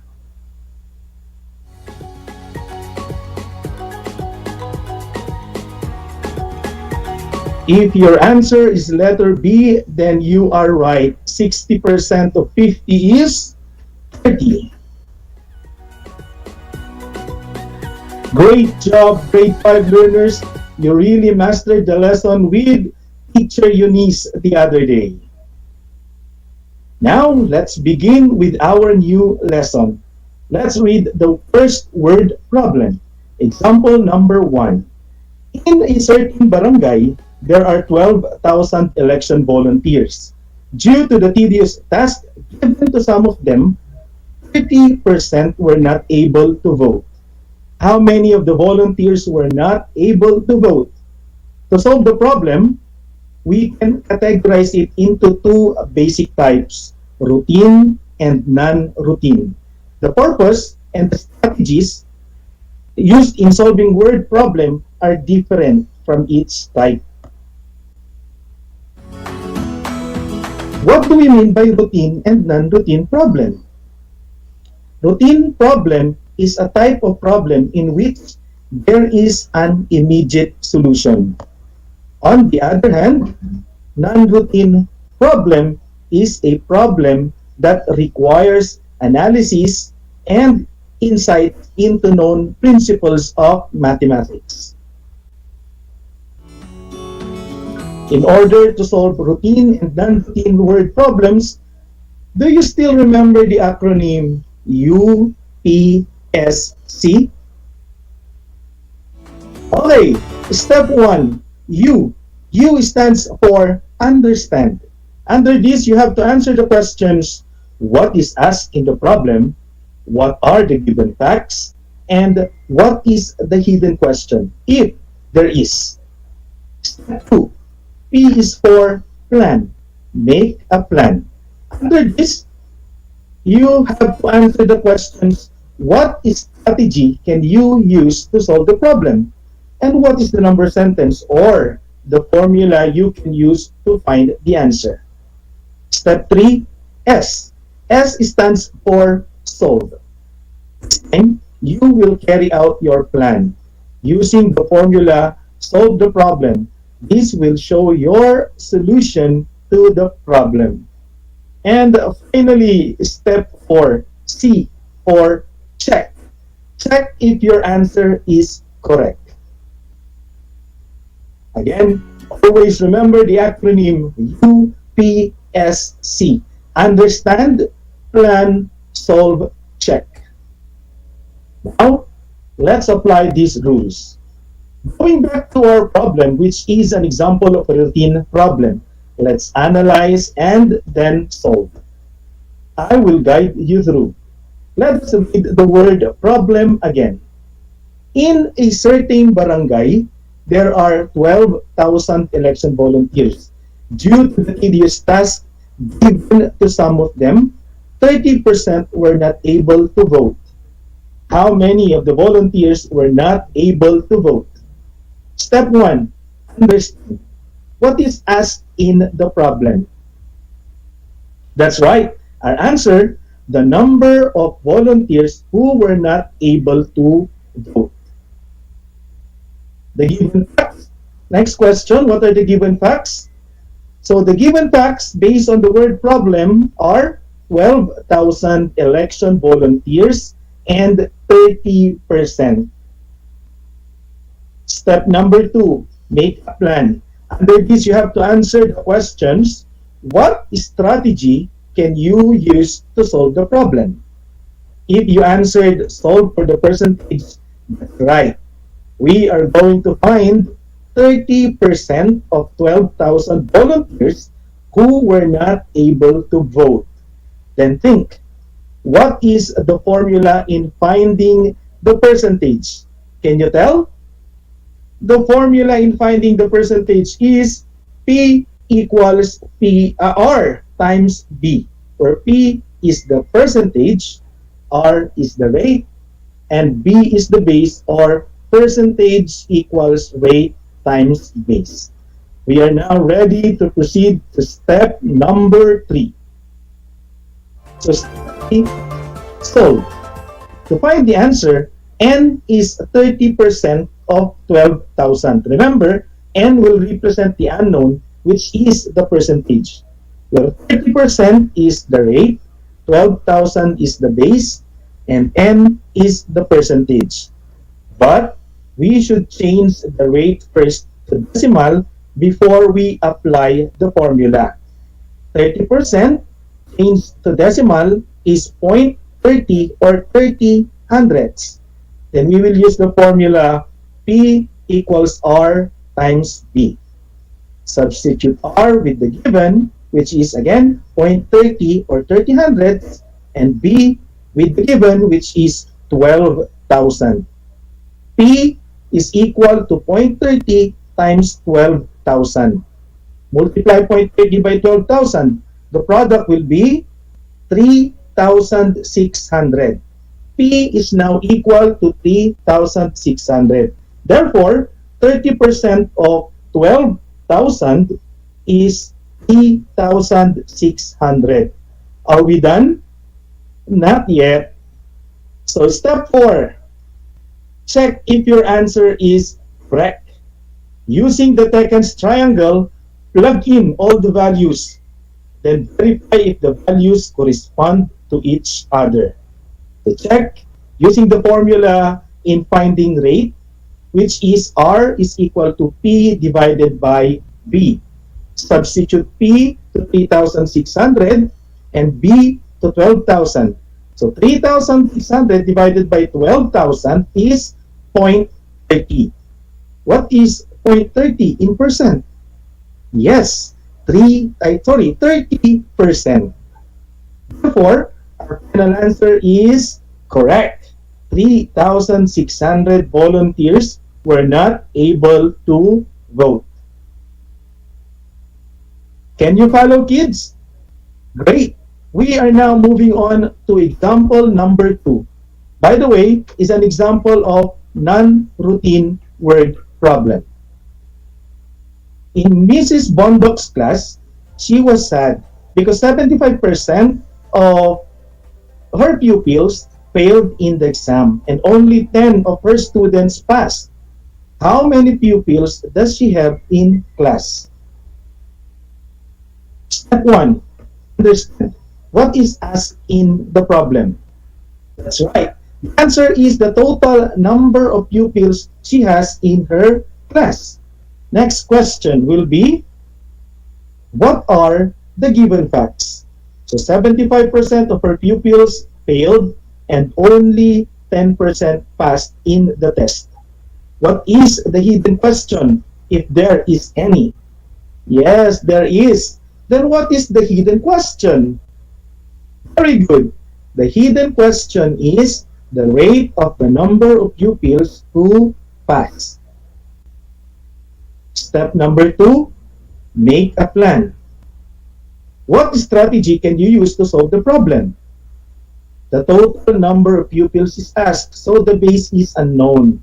We will use this to solve this problem using a bar model. Note that 75% is the rate of pupils who failed in the test. This does not correspond to 10, which is the number of pupils who pass. We have to identify the rate of the pupils who pass the test so we can use it in solving for the base. If 75% failed, this means that the rate of pupils who pass is 25% to make up the entire 100%. So the number sentence is 10 is 25% of n, where n is the percentage, which is the number of pupils who pass, 25% is the rate of pupils who pass, and N is the base or the unknown or the total number of pupils she has in her class. We are now ready to proceed to step number 3. Step 3. Solve. To find the answer, let us use yellow bar to represent our base, which is 100%. The red bar represents the rate of pupils who failed, and the blue represents the rate of pupils who passed. We can divide the red bar into 3, since 75% is equivalent to 3 parts with 25% each. Since 25% is the rate of pupils who pass is equivalent to 10, which is the percentage. Therefore, each part of the red bar that represents the rate of the pupils who failed is also 10. So the percentage of pupils who failed is 30. Add it to the percentage of pupils who passed, which is 10. The total is 40. The total number of pupils is 40. Hence, 10 is 25% of 40. Are we done? Not yet. So let's have step number 4. To check if your answer is correct, again, using the seconds triangle.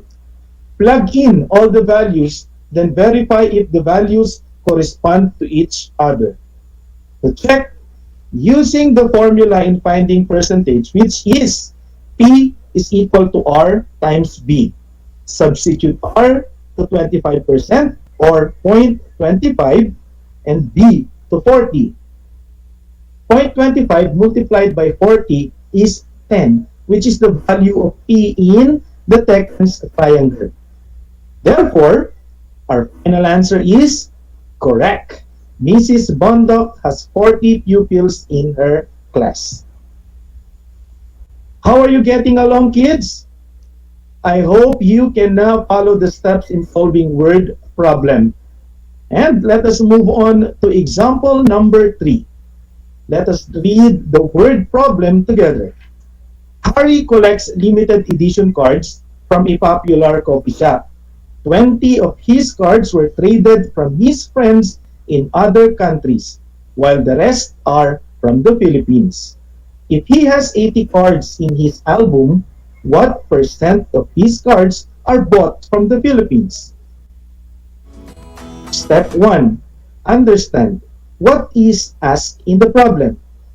That's right. The answer is the percent of Harry's cards that are bought from the Philippines. Next question will be, what are the given facts? Harry has a total of 80 cards. 20 cards are from other countries. What is the hidden question? If there is. Yes, there is. Then what is the hidden question? Very good. How many cards Harry bought from the Philippines? Step number 2. Make a plan. What strategy can you use to solve the problem? Since the rate of cards bought from the Philippines is asked, we have to know the percentage of cards from the Philippines. Thus, if 20 are from other countries and there are a total of 80 cards, Harry must have 60 cards that are bought from the Philippines. So, the number sentence is 60 is what percent of 80, where 60 is the percentage, which is the number of cards Harry bought in the Philippines. 80 is the base or the total number of Harry's cards, and N is the rate. Then think, what is the formula in finding the rate? Can you tell? The formula in finding the rate is R is equal to P divided by B.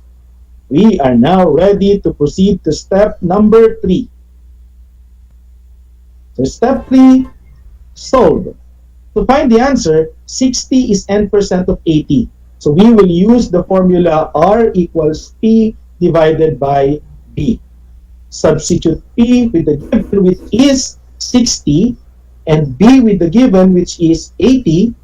So R is equal to 60 divided by 80. Divide 60 by 80 is equal to 0.75.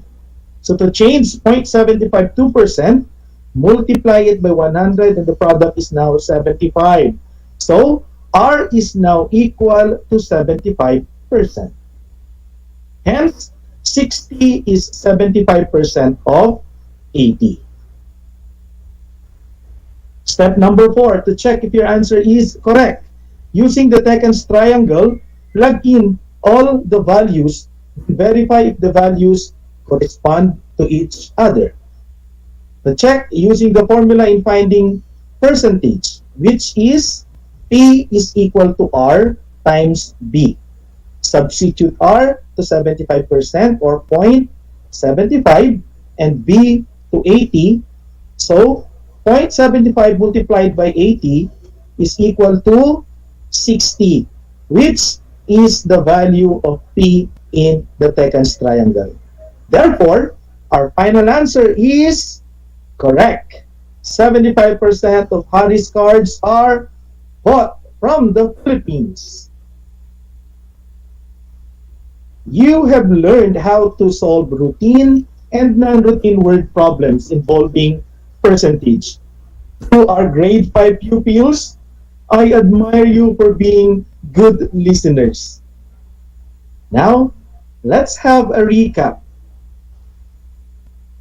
What are the steps in solving word problems? What is the acronym? Yes, UPSC. Understand, plan, solve, and check. Again, here are the steps. Step 1. Understand what is asked in the problem. What are the given facts and what are the hidden questions? Then step 2, make a plan. What strategy can you use to solve the problem? What is the formula? The next step is step 3, solve. And finally, step 4, check your answer. Well done, grade 5 learners. So we were able to apply our understanding on solving routine and non-routine word problems involving percentage. Let's put that understanding to the test by answering the next activity, and that will be your assigned task to do. Turn your 21st Century Mathlete on page 204 or the activity under Quarter 3, Week 2. Under Evaluate A, there are 5 word problems presented. These are the 6 guide questions that will help you arrive with the correct answer. These are A. What is asked in the problem? B. What are the given facts? C. What is the hidden question, if there is any? What strategy can you use to solve the problem? E. What is the formula? And finally, solve and check your answer. Simply follow and answer these questions to arrive with a reasonable answer. Don't forget to recheck your answer. I guess you are now ready to answer your activities. Dear parents and guardians, kindly assist and guide our learners in doing their tasks. Your guidance makes a big difference. Thank you so much. Here are the word problems for your activity. Write your answers on your math notebooks. Problem number 1. If Justin scored 75% on a 20-point test, how many points did he miss? How many points would he earn if he scored a 90%?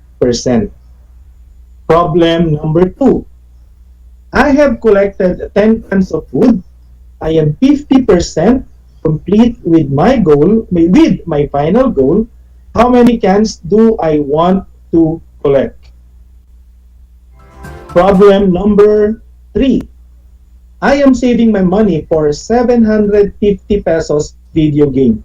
If I have saved 25% of the money I need, how much money have I saved?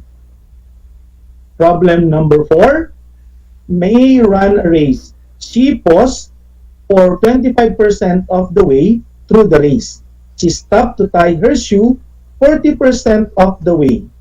Her friends were cheering her 90% of the way through the race. Draw a diagram to show where these events took place. Problem number 5, a group of female senior citizens goes to park to join the Zumba dance class for exercise. 16% exercise for 3 to 4 hours per week, 23% exercise for 2 to 3 hours per week, 25% for 1 to 2 hours per week, and 36% exercise for 0 to 1 hour per week. What time spent exercising has the least percentage of female senior citizens? There you have it. Congratulations, kids. You did a great job today. That's it for now. You will have more exciting and fun activities in mathematics next meeting. I hope you learned a lot today. Once again, I am Teacher Raymar B. Pedroche, your Mathematics 5 anchor teacher. Until next time,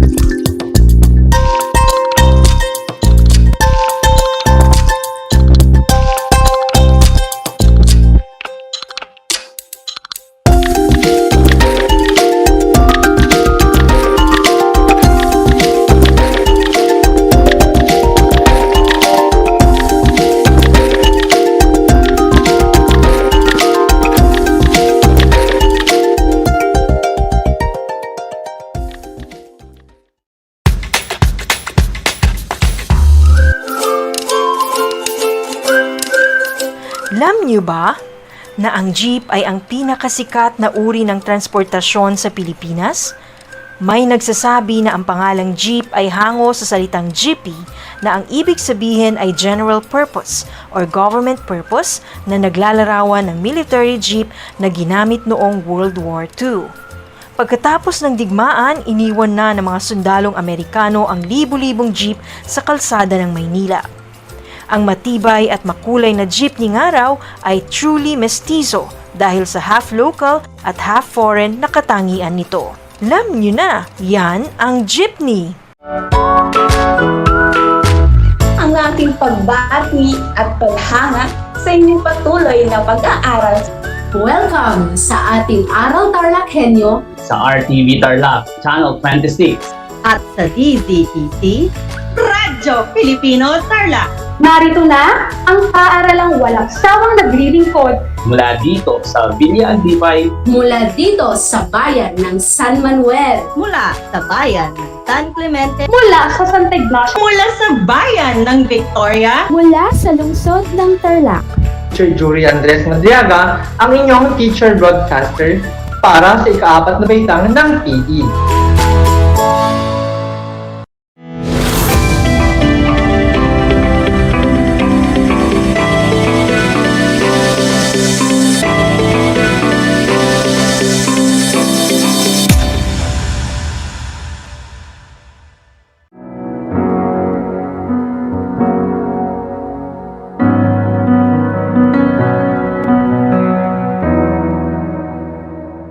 Lahat ay magkaisa sa panalangin at maniwala sa bisa at kapangyarihan ng ating makapangyarihang Diyos na tumutugon sa ating pong mga panalangin. Tayo po ay dumulog sa kanyang harapan. Ang aming pong papuri, pasasalamat at pagsamba sa iyo, O Diyos, na makapangyarihan, mabuti at tapat. Nagpupuri po kami at nagpapasalamat sapagkat sa lahat ng panahon at pagkakataon, ikaw ay laging gumagabay, kumakalinga at nagmamahal sa aming lahat. O Diyos, sa aming pong pagdulog sa inyo sa araw na ito, kami po ay humihingi ng kapatawaran sa aming pong mga nagawang kasalanan sa isip, sa salita at sa gawa. Paging dapatin mo na kami po ay maging karapat-dapat sa aming pong mga panalangin sa inyo. Pinagkakaisahan po namin, idinudulog sa inyo na anuman ang aming pong nararanasan na mga suliranin, mga problema at karamdaman, Panginoon, pinaniniwalaan po namin na kayang-kaya niyong solusyonan at kayang-kaya niyong abutin ang lahat ng aming pong pangangailangan. Kaya naman po sa lahat po ng aming pong mga tagapakinig at tagapanood sa kasalukuyan, anuman ang aming nararanasan, sa iyong mga kamay, amin pong ipinagkakatiwala ang lahat ng ito. Sa mga nakararanas po ng mga pagsubok at mga karamdaman at mga sakit, O Diyos, sa iyong mga sugat kami ay nagsipagaling. Kaya naman po, Panginoon, bigyan niyo po kami ng pag-asa upang sa aming pong pagpapatuloy na nais po namin gawin, kami po ay magkaroon ng sapat na kalakasan upang sa aming pong pagpapatuloy, O Diyos, kami po ay makapagbigay ng kapurihan para sa iyong pangalan. Ganon din po, Panginoon, amin din pong ipinapasalamat ang taong panuruan na malapit na pong matapos. Hindi namin kaya ang bagay na ito, ngunit sa tulong at habag mo, nakikita po namin, Panginoong Diyos, na ngumingiti ang tagumpay at pumapabor sa aming Panginoon. Lahat ng ito ay dahil sa iyo. Amin din pong idinudulog patuloy ang mga namumuno sa bansang Pilipinas, sa SDO Tarlac Province, sa mga magulang at mga estudyante ng Project Shine, Aral TarlakHenyo, na patuloy, Panginoon, na sa ginagawang mga pulisiya at mga pagpaplano, ang basbasan niyo po kami ng kaalaman, ng karunungan, lakas, ng tatag at tibay ng loob para sa iyong kapurihan at para maipagpatuloy ang pangarap ng bawat isang ipinagkatiwala niyo po sa amin. Kami po ay nagpupuri, nagpapasalamat, walang anumang panalangin na itinulog po namin sa inyo nang hindi niyo po tinugunan. Kaya naman Panginoon, kami po ay tuwang-tuwa at galak na galak sa pagpaparanas niyo po sa amin araw-araw ng iyong katapatan at di nagbabagong pagmamahal sa amin. Nang may pagpupuri, pasasalamat at pagsamba, ito po ang aming usal at pagdalangin sa pangalan po ng aming Panginoon at tagapagligtas na si Jesus. Amen.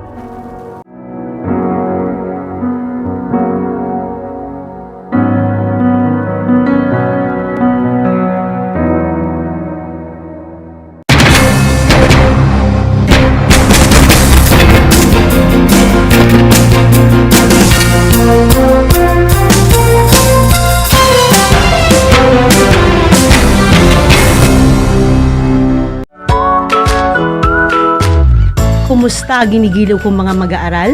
Muling sumasa inyo ang Aral TarlakHenyo Mula sa RTV Tarlac, Channel 26 at DZTC. 828 Radyo Pilipino. Ako ang inyong guro, Ginoong Orlando Santos Alejo Jr. sa sining pang-industriya ng ika-4 na baitang sasamahan at gagabayan ka Gamit ang makabagong paraan ng komunikasyon.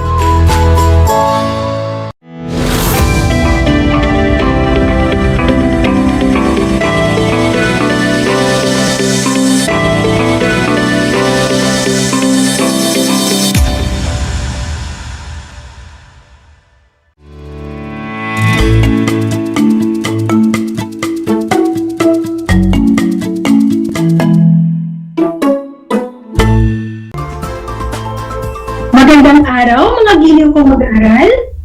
Sumasa inyo ang Aral TarlakHenyo mula sa RTV Tarlac Channel 26 at sa bayang naririnig sa DZTZ 828 Radyo Pilipino Tarlac.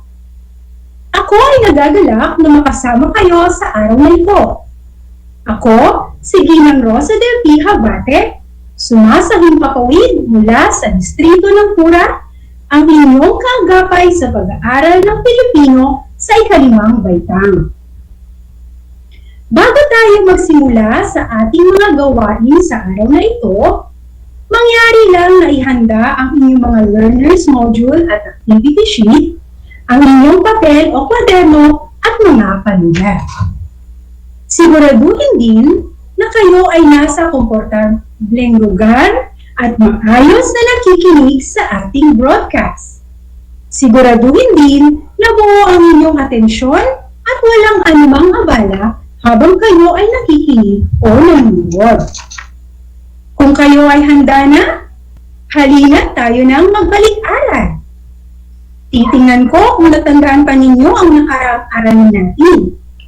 Maaari ninyong isulat ang inyong mga sagot sa inyong papel o notebook o di kaya ay mag-comment sa ating FB Live broadcast. O, ready ka na ba?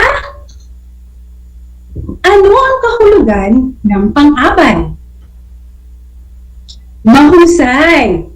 Ang pang-abay ay bahagi ng pananalita na naglalarawan o nagbibigay turing sa pandiwa, pang-uri at maging sa kapwa nito pang-abay. Sa Ingles, ito ay tinatawag na adverb. Ngayon naman, tukuyin sa pangungusap ang pang-abay na ginamit. Isulat ang papel sa isulat sa notebook ang inyong mga sagot. Unang pangungusap, ang mga magulang ay nagdarasal ng tahimik. Ano ang ginamit na pang-abay sa pangungusap? Tama! Ang sagot ay tahimik.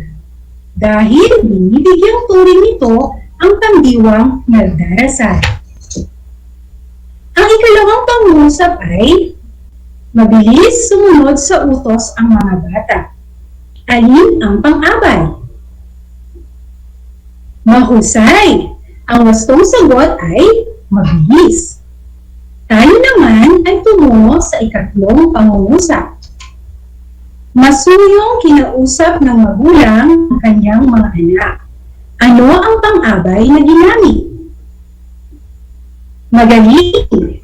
Ang sagot ay masuyo dahil inilalarawan nito ang pandiwang kinausap. Ako ay natutuwa at natatandaan pa ninyo ang ating naging aralin. Naway, pagpatuloy ninyo ang inyong pakikinig sa ating talakayan. Para sa una ninyong gawain, narito ang panuto. Pagsunod-sunurin ang mga espesyal na okasyon na aking babanggitin mula Enero hanggang Disyembre. Ihanda ang inyong kwaderno, panulat at ating nang simulan. Isulat ang sagot sa papel. Ang mga okasyon ay Pasko, Bagong Taon, Araw ng Pag-ibig, Araw ng Kalayaan, Araw ng mga Patay. Ano ang nauuna? Ano ang susunod? Ano ang panghuli? Tapos ka na ba? Kung gayon, ay ibibigay ko ang mga tamang sagot at gusto kong ikaw mismo ang magwasto nito. Narito ang mga tamang sagot. Una ay ang Bagong Taon. Dahil ito ay pinagdiriwang tuwing Enero. Ano ang pangalawa? Tama, Araw ng Pag-ibig. Ito ay tuwing Pebrero. Pangatlo ay ang Araw ng Kalayaan na ipinagdiriwang tuwing buwan ng Hunyo. Pang-apat, Araw ng mga Patay dahil ito ay nasa buwan ng Nobyembre. At ang panlima ay Pasko na ipinagdiriwang tuwing Disyembre. Ilang puntos ang iyong nakuha sa ating gawain? Wow, mahusay!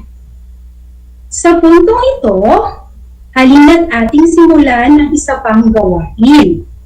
Pagsunod-sunurin ang mga sumusunod na mga salita ayon sa kung kailan natin ito isinasagawa.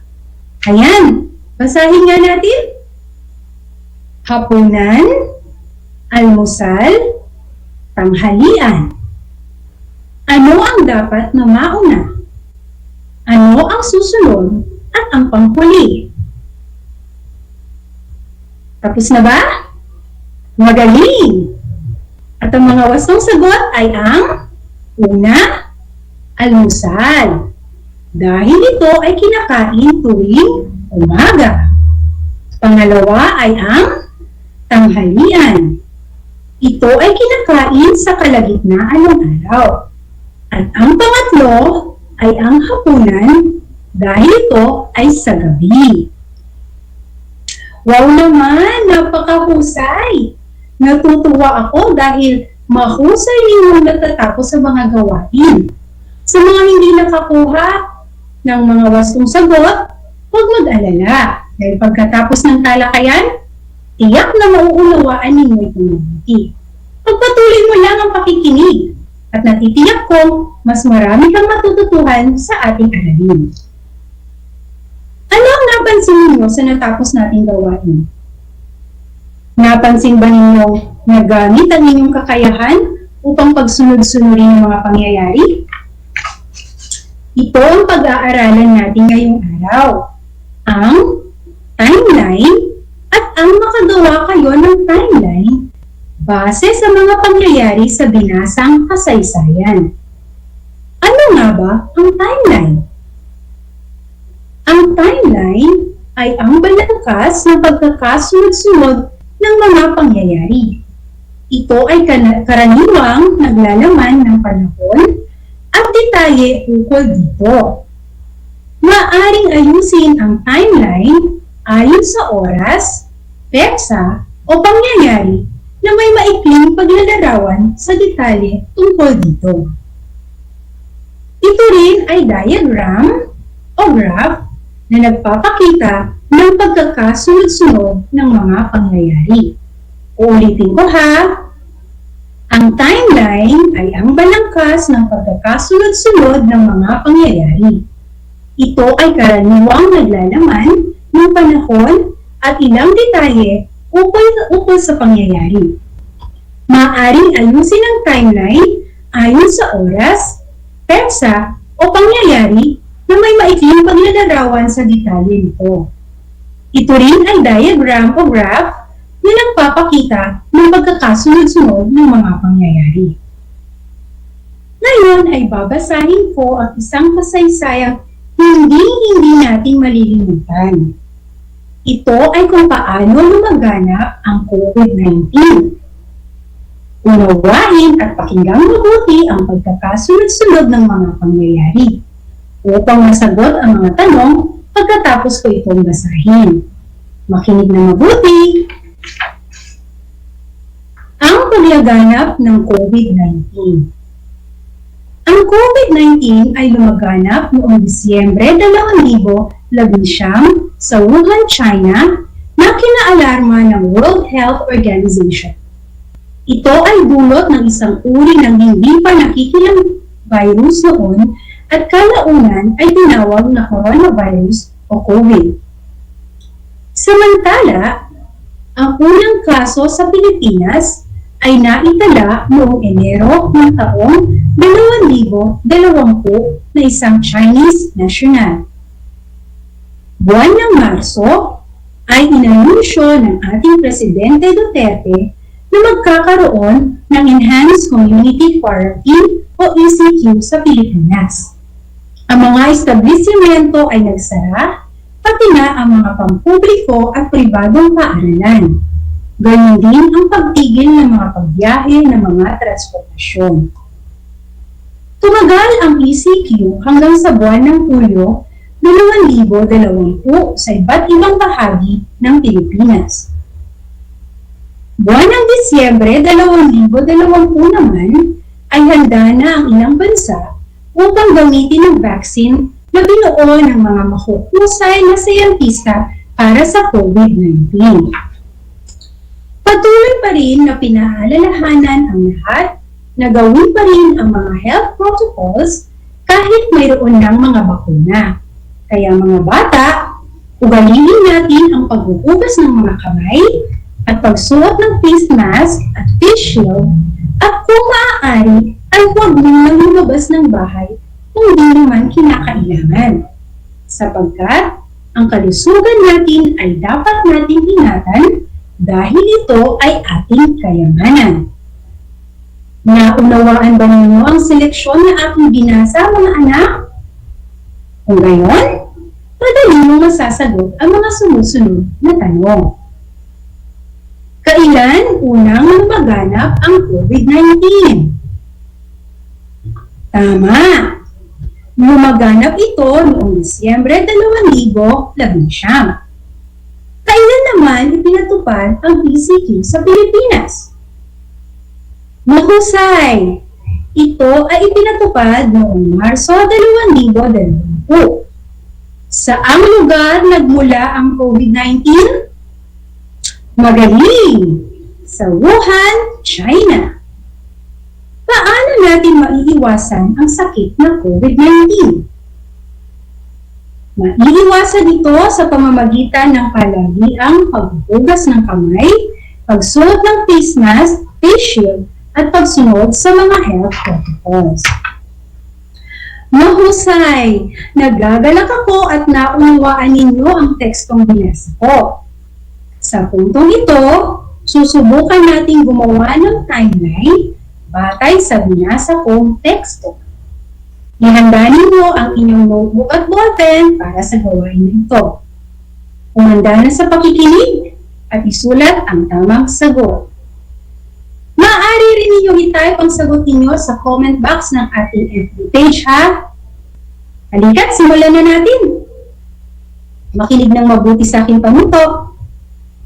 Ayusin ninyo ang mga pangyayari batay sa binasa kong teksto sa inyo ang paglaganap ng COVID-19.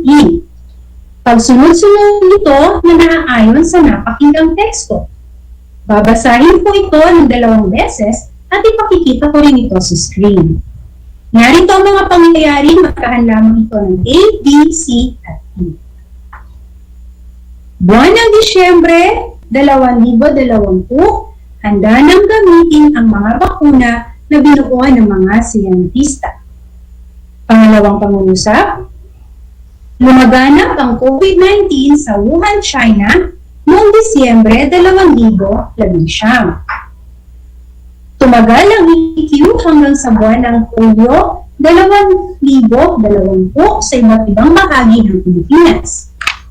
Ang ika-4, naitala noong Enero 2020 ang unang kaso ng COVID-19 sa Pilipinas na isang Chinese national.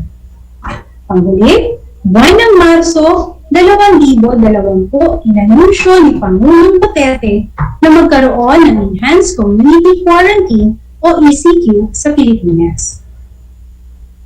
Kung kayo ay tapos na, narito ang tamang sagot at gusto kong ikaw ang maggusto ng iyong sariling sagot. Handa ka na ba? Para sa unang pangungusap, ang tamang sagot ay E.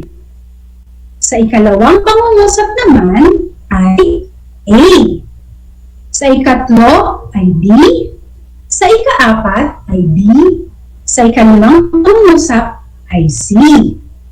Ilang puntos ang iyong nakuha sa ating gawain? Wow, mahusay! Binabati kita sa galing na iyong ipinakita. Ngayon, pagpatuloy natin. Upang mas lalo ninyong maunawaan ang ating tinatalakay, gawin natin ang gawain ito na ang pamagat ay #throwback time. Yan. Basahin ang mga pangyayari sa ating kasaysayan, pagsunod-sunurin ang mga ito ayon sa pagkakaganap nito. Ilagay o isulat lamang ang bilang 1 hanggang 5 sa inyong kwaderno.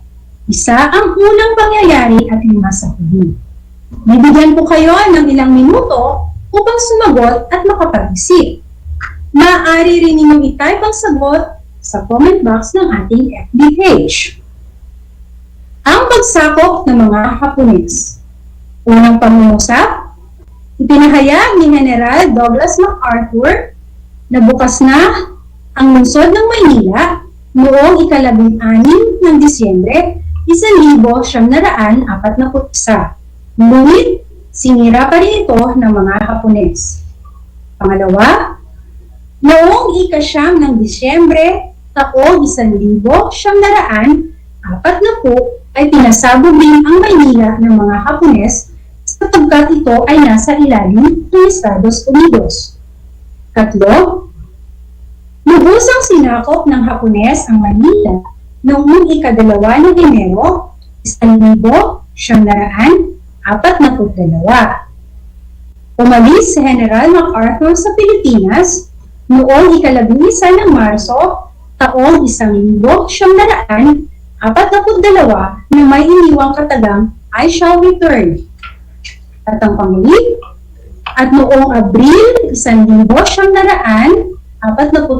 naman, nagsimula ang Death March na nilakad ng mga bilanggong Pilipino at Amerikano magsimula Mariveles, Bataan hanggang San Fernando, Pampanga. Tapos ka na ba? Magaling! Ngayon ay ibibigay ko ang mga tamang sagot. Ikaw pa rin ang magwawasto ng mga ito. Narito ang mga tamang sagot. Para sa unang pangungusap, ang tamang sagot ay 2. Sa ikalawang pangungusap, ang tamang sagot ay 1. Sa ikatlong pangungusap, 3. Sa ika-4, 4. At sa ika-5, 5. Ilan ang nakuha ninyong tamang sagot? Napakahusay! Nakinig nga kayo sa ating talakayan. Ngayon naman, ating alamin bakit mahalaga ang timeline. Ang paggawa ng timeline ay makatutulong sa atin upang maidetalye ang mga pangyayari at karanasan natin sa buhay. Sa ating kasaysayan, ganun din upang lubos nitong maunawaan at matandaan.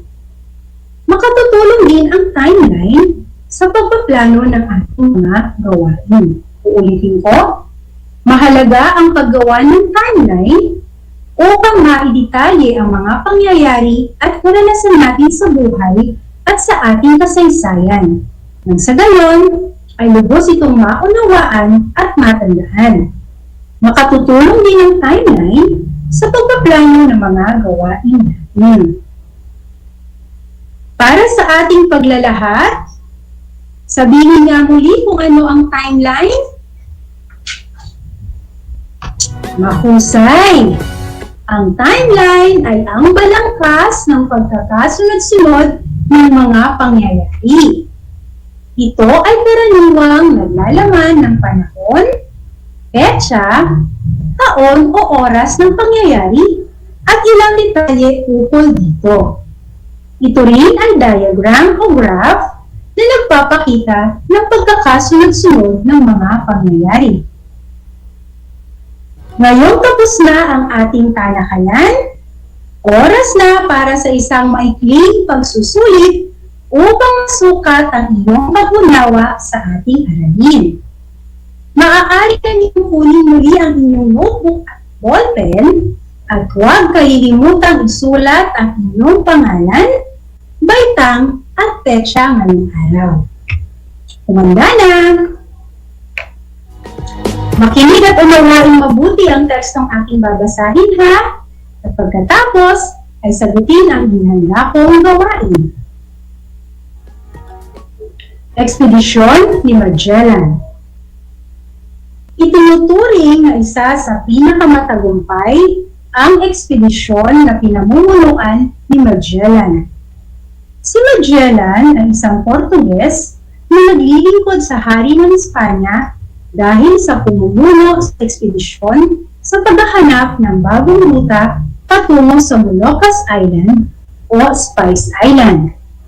Ang Moluccas Island ay tinitanyag sa mga Europeo dahil dito matatagpuan ang iba't ibang pampalasa sa mga pagkain. Taong 1518, inihain ni Magellan kay Haring Carlos I ang kanyang balak at plano sa paglalayag niya sa mundo. Nagsimula ang kanyang ekspedisyon noong Setyembre 20, 1519 kasama ang mahigit 200 tauhan. Tinawid nila ang Atlantic Ocean patungo sa dulong timog ng South America. Noong Oktubre 21, 1520, natagpuan nila Magellan ang anyong tubig na nag-uugnay sa Atlantic Ocean at Pacific Ocean at tinawag itong Strait of Magellan. Dahil sa tuloy-tuloy na paglalayag sa karagatan, marami sa kanyang mga tauhan ang nasawi dahil sa gutom. Noong Marso 6, 1521, narating nila ang pulo ng Guam. At sa pagkakataong ito, muli silang nakakain ng sariwang pagkain at inumin. Nilisan nila ang pulo ng Guam at nagpatuloy ang ekspedisyon ni Magellan, hanggang sa matanaw nila ang isang pulo ng Pilipinas.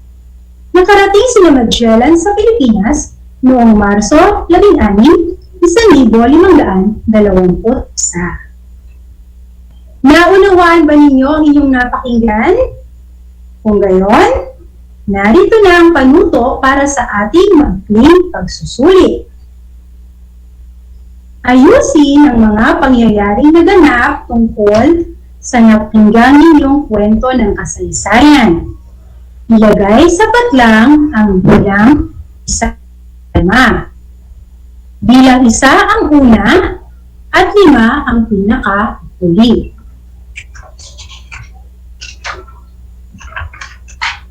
Unang pangungusap, unang pangyayari, noong 15 ng Setyembre 1519, nagsimula ang ekspedisyon ni Magellan. Marso 16, 1521, narating nila Magellan ang Pilipinas. Ikatlo, inihain ni Magellan kay Haring Carlos I ang plano niyang maglayag sa mundo noong 1518. Noong ika-21 ng Oktubre taong 1520, natagpuan ni Magellan ang anyong tubig na nag-uugnay sa Atlantic at Pacific Ocean. Kalima, ika-6 ng Marso taong 1521 nang nakarating sa Guam si Magellan pagkatapos niyang matuklasan ang anyong tubig na nag-uugnay sa Atlantic Ocean at Pacific Ocean. Kung ikaw ay tapos na, narito ang tamang sagot. Para sa unang pangyayari, yan ay number 2. Para sa ikalawa, number 5. Sa ikatlo, number 1. Sa ikaapat, number 3. Sa ikalima, number 4. Mahusay! Palakpakan ninyo ang inyong mga sarili. Binabati ko kayong lahat sa tiyaga at sigasig na ipinakikita ninyo.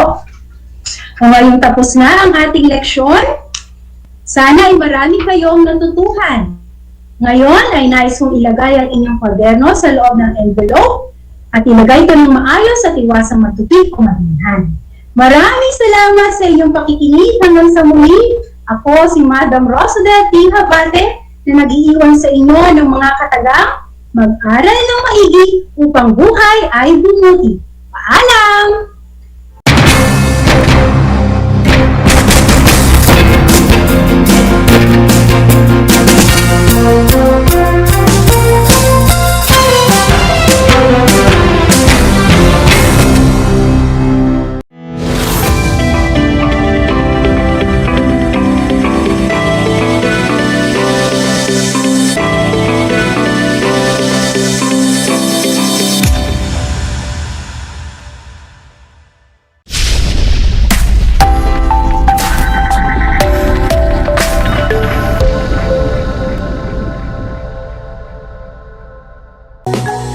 Good day, Math Talinong Grade 9 learners.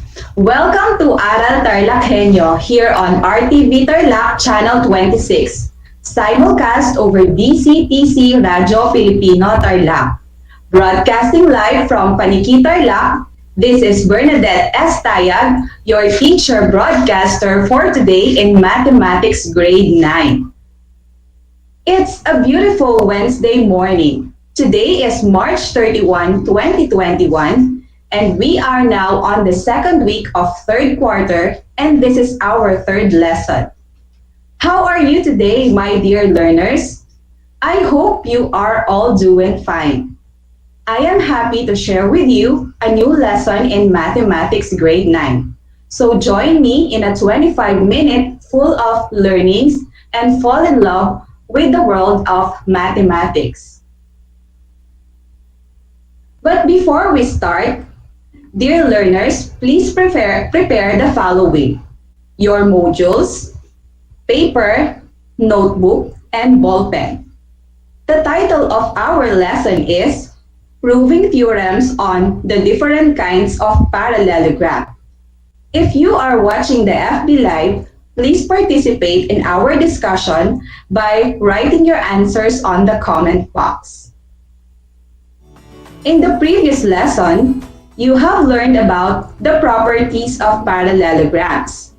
Today, we will prove some of the theorems on parallelograms. As you go through this lesson, you will learn to prove the theorems on the different kinds of parallelograms, such as the rectangle, rhombus, and square. Let us first recall the special types of parallelograms as discussed on your previous lessons on quadrilaterals. The special type of parallelograms are rectangle, square, and rhombus. Let us discover why they are being labeled as special parallelograms. First is on the list is a rhombus. What is a rhombus and what makes this parallelogram special? Well, a rhombus is a parallelogram with 4 congruent sides.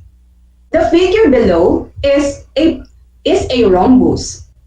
The name of the rhombus is rhombus A, B, C, D. It has four equal sides, namely segment AB, BC, and CD, and DA. Next is we have rectangle. A rectangle is a parallelogram with four right angles. The figure below is a rectangle ABCD with right angles at angle A, angle B, angle C, and angle D. Always remember that a right angle is equal to 90 degrees, and the sum of the four interior angles or the angles is equal to 360 degrees. The last one is a square. A square is a parallelogram with four congruent sides and four congruent angles. A square is both a rectangle and a rhombus. Why do you think it is considered a rhombus? Well, just like a rhombus, a square has four congruent sides. What must be the reason why it is also being considered as a rectangle? If we will going to recall the definition of a rectangle is a parallelogram with four equal sides, just like a square. These are the reasons why these types of parallelograms are special. Now, let us begin with our new lesson for today. Open your Math 9 Learners Material on page 320. In this section, we will be proving the theorems on the different kinds of parallelograms, such as the rectangle, square, and rhombus. But before that, let us define first what is a theorem. A theorem is a statement that needs to be proven before being accepted. I will be showing some proof on the theorems on parallelograms. We will be using the two-column proof in the following theorems. Let us look at the theorems on parallelogram, on rectangle rather. Theorem number 1 states that if a parallelogram has a right angle, then it has four right angles, and the parallelogram is a rectangle. Theorem number 2 is the diagonals of a rectangle are congruent. Here is the proof of Theorem 1 on rectangle. Theorem 1 is if a parallelogram has a right angle, then it has four right angles and the parallelogram is a rectangle. The given is parallelogram WINS is a parallelogram with angle W is a right angle. Now we will going to prove angle I, angle N, and angle S are right angles. We will complete the two-column proof to prove that angle I, angle N, and angle S are right angles. For item number 1, the reason is given. So the statement must be the WINS is a parallelogram with angle W is a right angle, since it is the given statement. For item number 2, the statement is angle W is equal to 90 degrees, so the reason is it is the definition of right angles. For item number 3, the reason is in a parallelogram, the opposite angles are congruent. So the statement must be angle W is congruent to angle N and angle I is congruent to angle S. For item number 4, the statement is the measure of angle W is equal to the measure of angle N and the measure of angle I is equal to the measure of angle S. The reason is definition of congruent angles.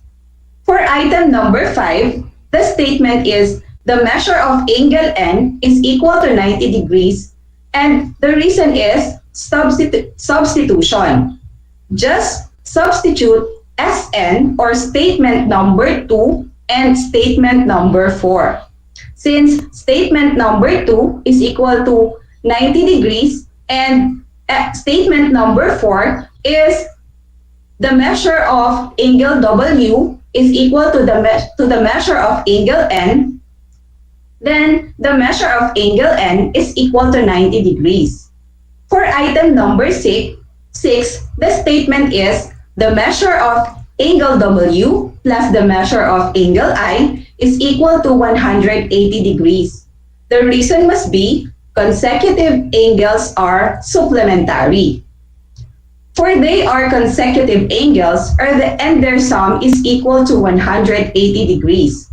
For item number 7, the statement is 90 degrees plus the measure of angle I is equal to 180 degrees. The reason must be substitution of SN2 and 6 or statement 2 and statement number 6. Number 8. For statement number 8, we have 90 degrees is equal to 90 degrees. For it is asking for a statement that is equal to itself since the reason is reflexive property. The reason for statement number 9 is subtraction property of based on statement number 7 and statement number 8. Since we have the measure of angle I is equal to 90 degrees, so earlier we have mentioned that the measure of angle I is equal to the measure of angle S. So for statement number 10, the measure of angle S is equal to 90 degrees. For item number 11, in which statement is angle I, angle N, and angle S are right angles, therefore, parallelogram WINS is a rectangle based on the definition of rectangle. Congratulations, you contributed much in proving theorem number 1. So to deepen your understanding on the first theorem on rectangle, here is another example of a proof using the property of parallelogram. If the measure of angle D is 90 degrees, then the other three angles also measures 90 degrees by applying the property consecutive angles are supplementary. Therefore, parallelogram RIDE is a rectangle. The measure of angle D plus the measure of angle E is equal to 180 degrees. Substituting the value of measure of angle D, which is 90 degrees, so we have 90 degrees plus the measure of angle E is equal to 180 degrees. So the measure of angle E is 90 degrees. Another is the measure of angle E plus the measure of angle R is equal to 180 degrees. The measure of angle E is 90 degrees, so 90 degrees plus the measure of angle R is equal to 180 degrees. So the measure of angle R is equal to 90 degrees. Next, the measure of angle D plus the measure of angle I is equal to 180 degrees. The measure of angle D is already given, which is 90 degrees, plus the measure of angle I is equal to 180 degrees. So the measure of angle I is the measure of angle I is 90 degrees. So the four angles must be equal to 360 degrees. By using the property of parallelograms, we can also prove the first theorems on rectangle. The next theorem on rectangle states that the diagonals of a rectangle are congruent. Please open your learner's material on page 321 to 322 and we will complete the proof of Theorem 2 by filling up the table for the reasons and the statement on its proof. Some clues are given to help us answer this activity. Take note that the given is parallelogram WINS is a rectangle with diagonal WN and segment SI.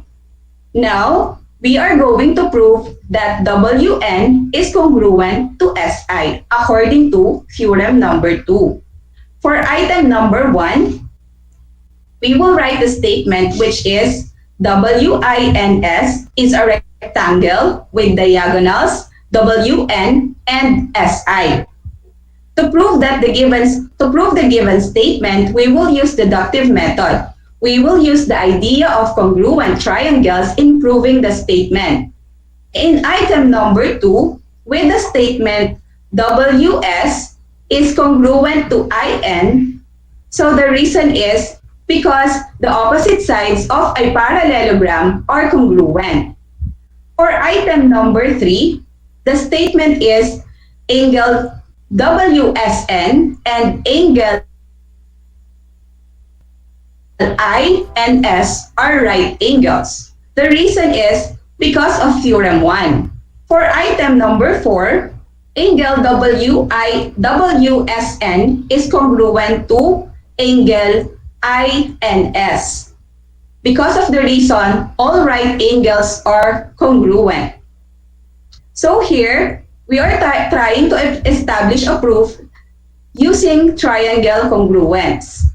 For item number 5, which is reflexive property, so SN is congruent to line segment NS. For item number 6, triangle WSN is congruent to triangle INS by SAS congruence postulates.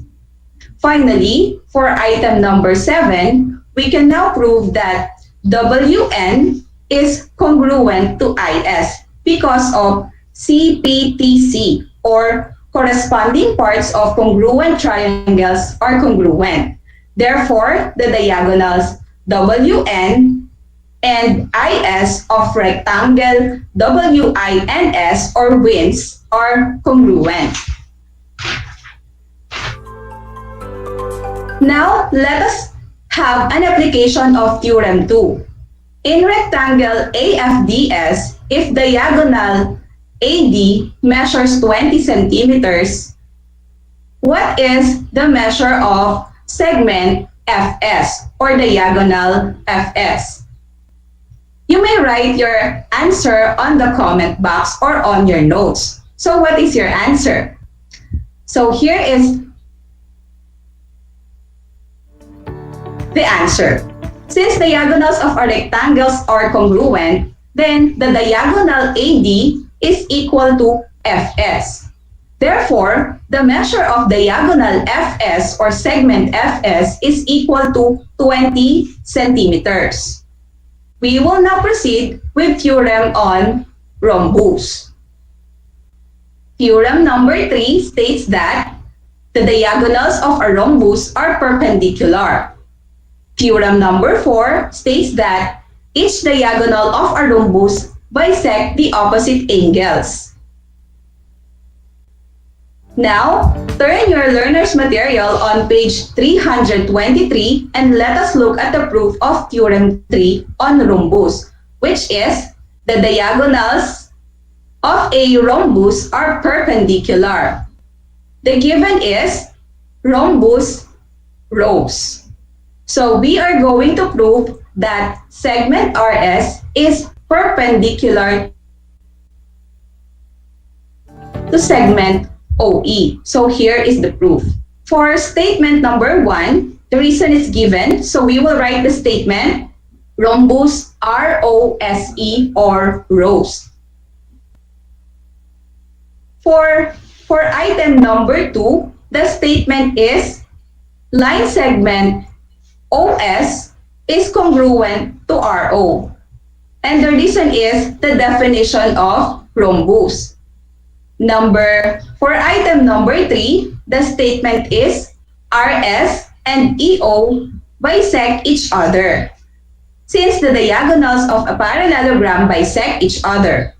So, in item number 4, H is the midpoint of RS, and the reason is EO bisects RS at H. For statement number 5, RH or line segment RH is congruent to line segment SH for the reason the definition of a midpoint.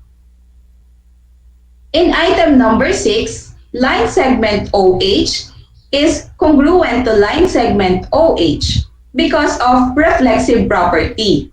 In this case, we have triangle RHO is congruent to triangle SHO based on the SSS congruence postulate or side or the three sides of the triangles.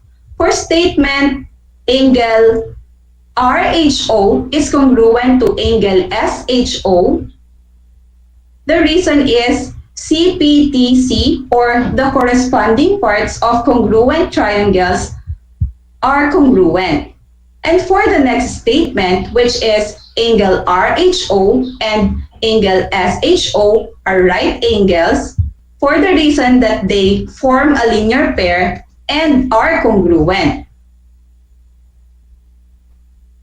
A linear pair is a pair of adjacent angles that are always supplementary or equal to 180 degrees.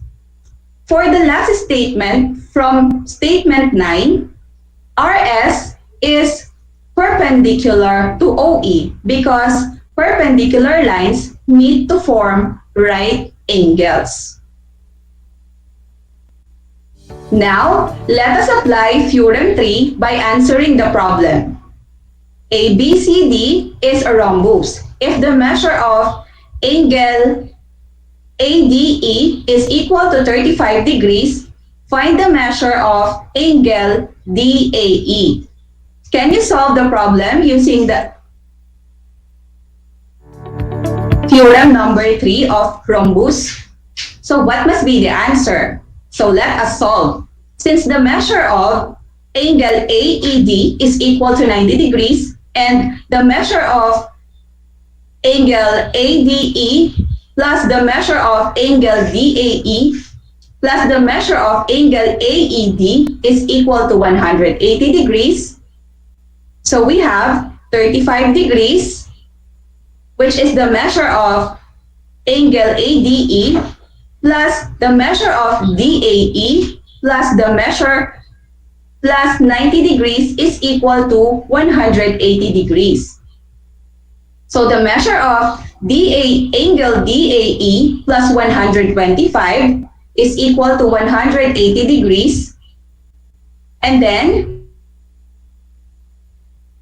solving for the equation, we have the measure of angle DAE is equal to 180 degrees minus 125 degrees. Therefore, the measure of angle DAE is equal to 55 degrees.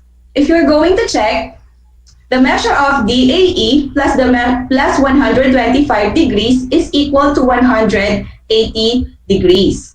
So 55 degrees plus 125 degrees is equal to 180 degrees. Now we have theorem number 4. For the proof of theorem 4 on rhombus, please go to page of your learner's material. Theorem 4 states that each diagonal of a rhombus bisect opposite angles.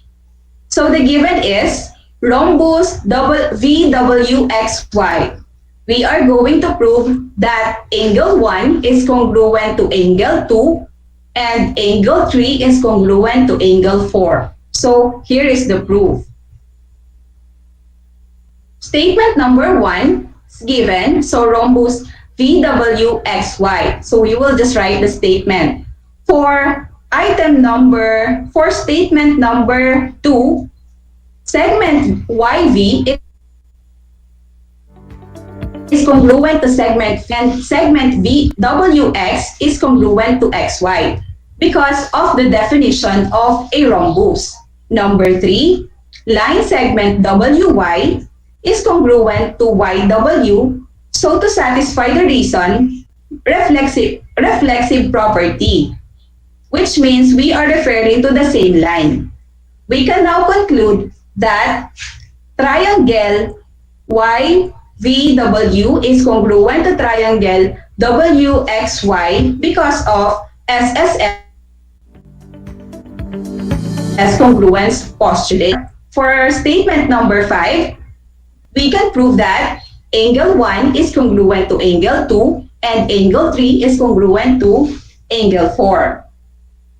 Because of CPTC or corresponding parts of congruent triangles are congruent.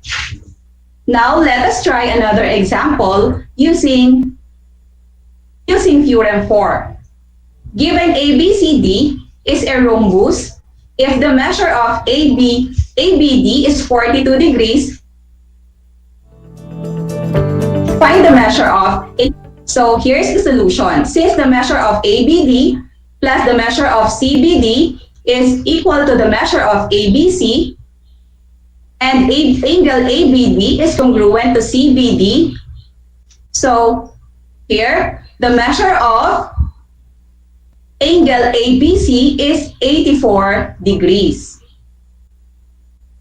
So to check, we will just substitute the following values. So 42 degrees plus 42 degrees is equal to 84 degrees. Okay, for square, note that the theorems on rectangles and square apply. The theorems of rectangles and rhombus apply to square. So, congratulations, grade 9. So, that's all for today. I admire you all for listening and watching attentively. I hope you have mastered our lesson for today.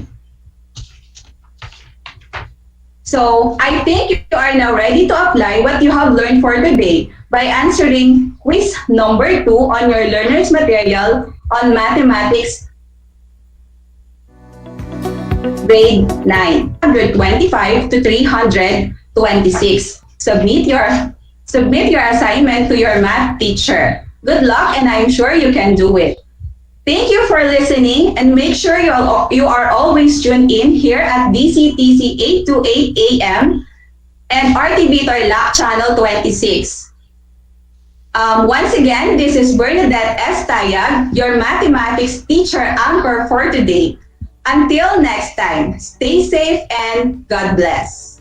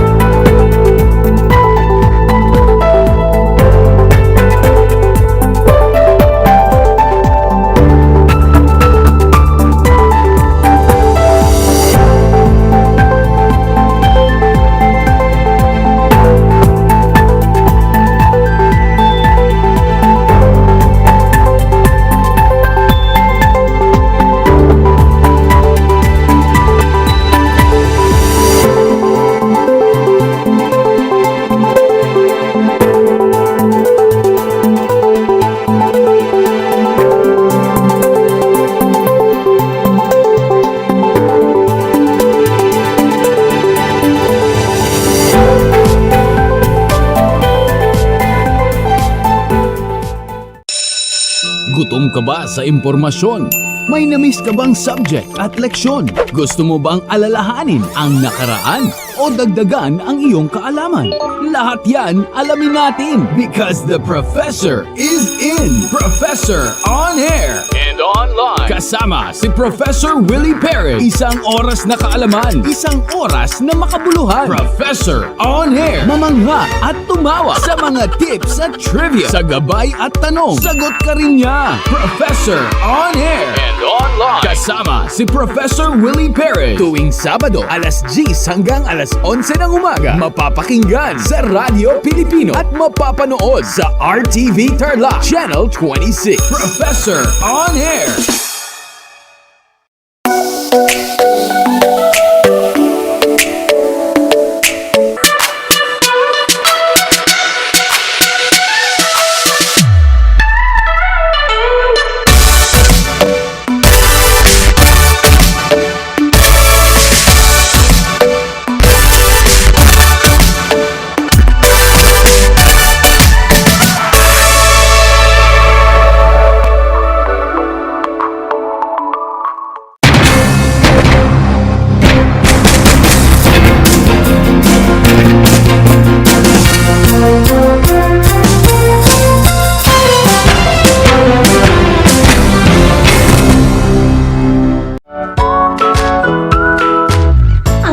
Pagbati at paghanga sa inyong patuloy na pag-aaral.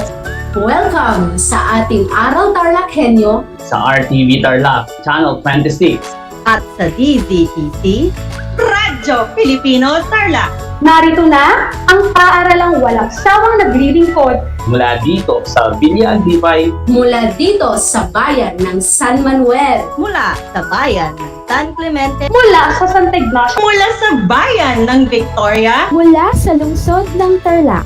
Teacher Jury Andres Madriaga, ang inyong teacher broadcaster para sa ika-4 na baitang ng PE.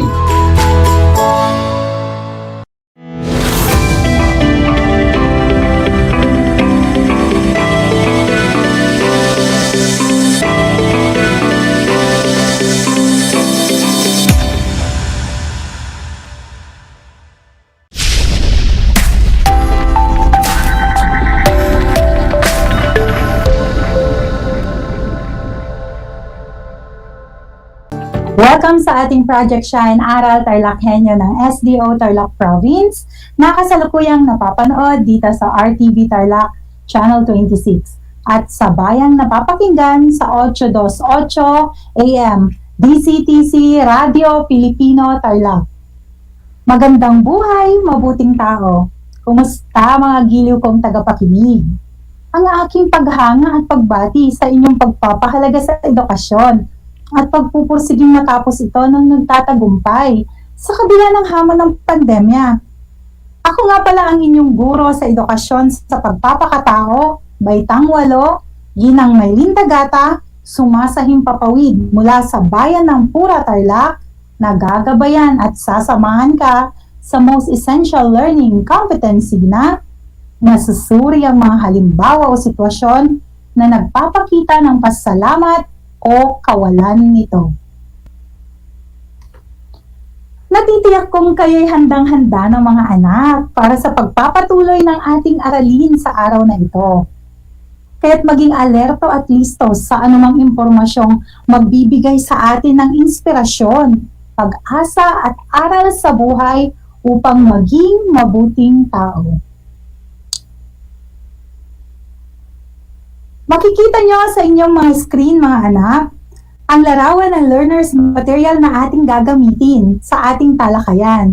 Sa edukasyon sa pagpapakatao, Baitang 8, mangyaring buksan ito sa pahina 235 hanggang 239.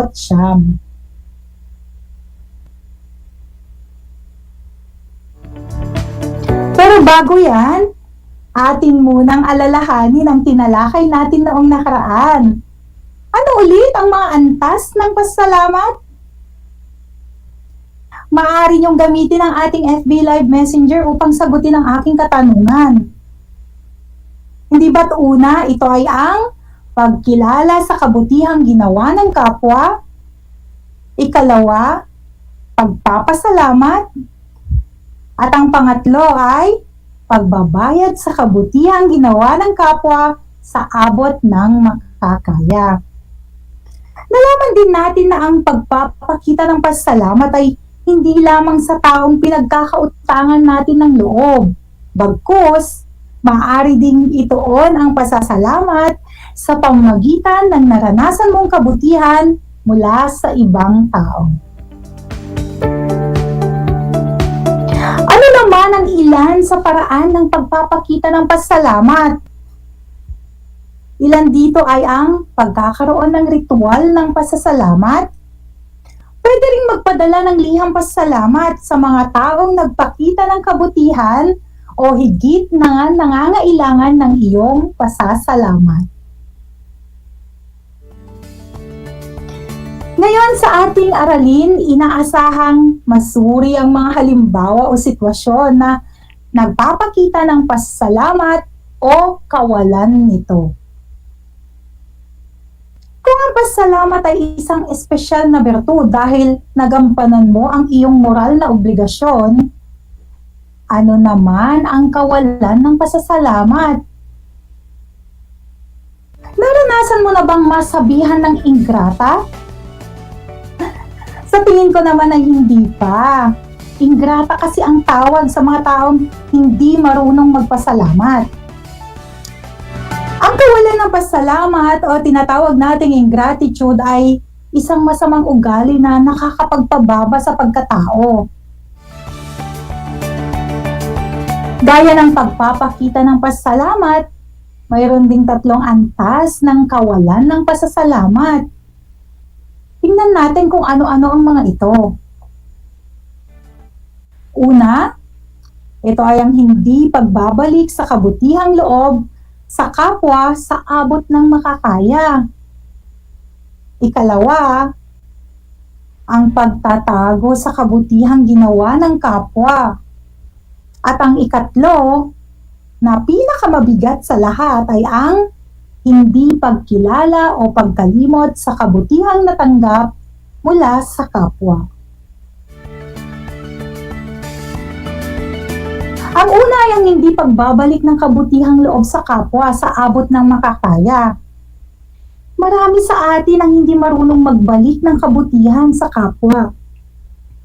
Bagamat sinasabing kapag tumulong o gumawa ka ng kabutihan sa kapwa ay huwag maghintay ng kapalit. Pero iba pa rin ang saya kapag naibalik ang kabutihan na ginawa sa iyo ng iyong kapwa. Kung alam natin na mayroong nagawang kabutihan ng ating kapwa sa atin, matuto tayo na ibalik ang mga iyon. Kahit sabihan lamang sila ng salamat, o dili kaya gawan sila ng liham pasasalamat. Bigyan ng simpleng tapik o yakap, o bigyan ng munting regalo at napakarami pang ibang paraan.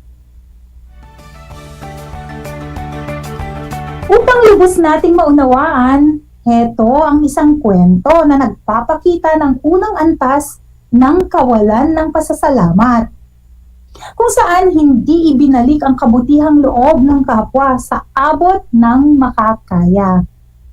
Makinig kayong mabuti. Mahirap ang pamilya ni Jane.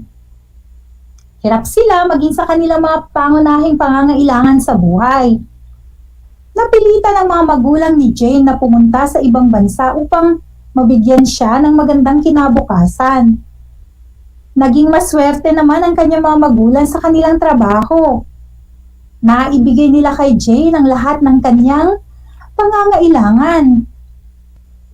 Maging mga mamahaling gamit ay kaya na niyang ibigay o kaya na nilang ibigay sa kanya. Inaasahan ng kanyang magulang na lalaking maayos si Jane at mag-aaral ng mabuti. Ngunit taliwas sa kanilang inaasahan, natuto si Jane na sumama sa masamang barkada na naging dahilan ng maagang pagbubuntis. Iniwan pa siya ng kanyang kasintahan. Mabigo niya ang kanyang mga magulang na makapagtapos sa kanyang pag-aaral. Narinig niyo ang kwento ni Jane. Base dito, paano na ipakita ang kawalan ng pasasalamat? Hindi siya nagbigay ng pasasalamat sa kanyang mga magulang sa kabila ng sakripisyong ginawa nila para mabigyan ito ng magandang kinabukasan. Bagkus, ang sinukli niya sa hirap ng kanyang mga magulang ay ang maaga nitong pagbubuntis. Madalas kasi ang ikinakatwiran ng ibang kabataan na sila naman ay anak at nararapat na bigyan ng edukasyon.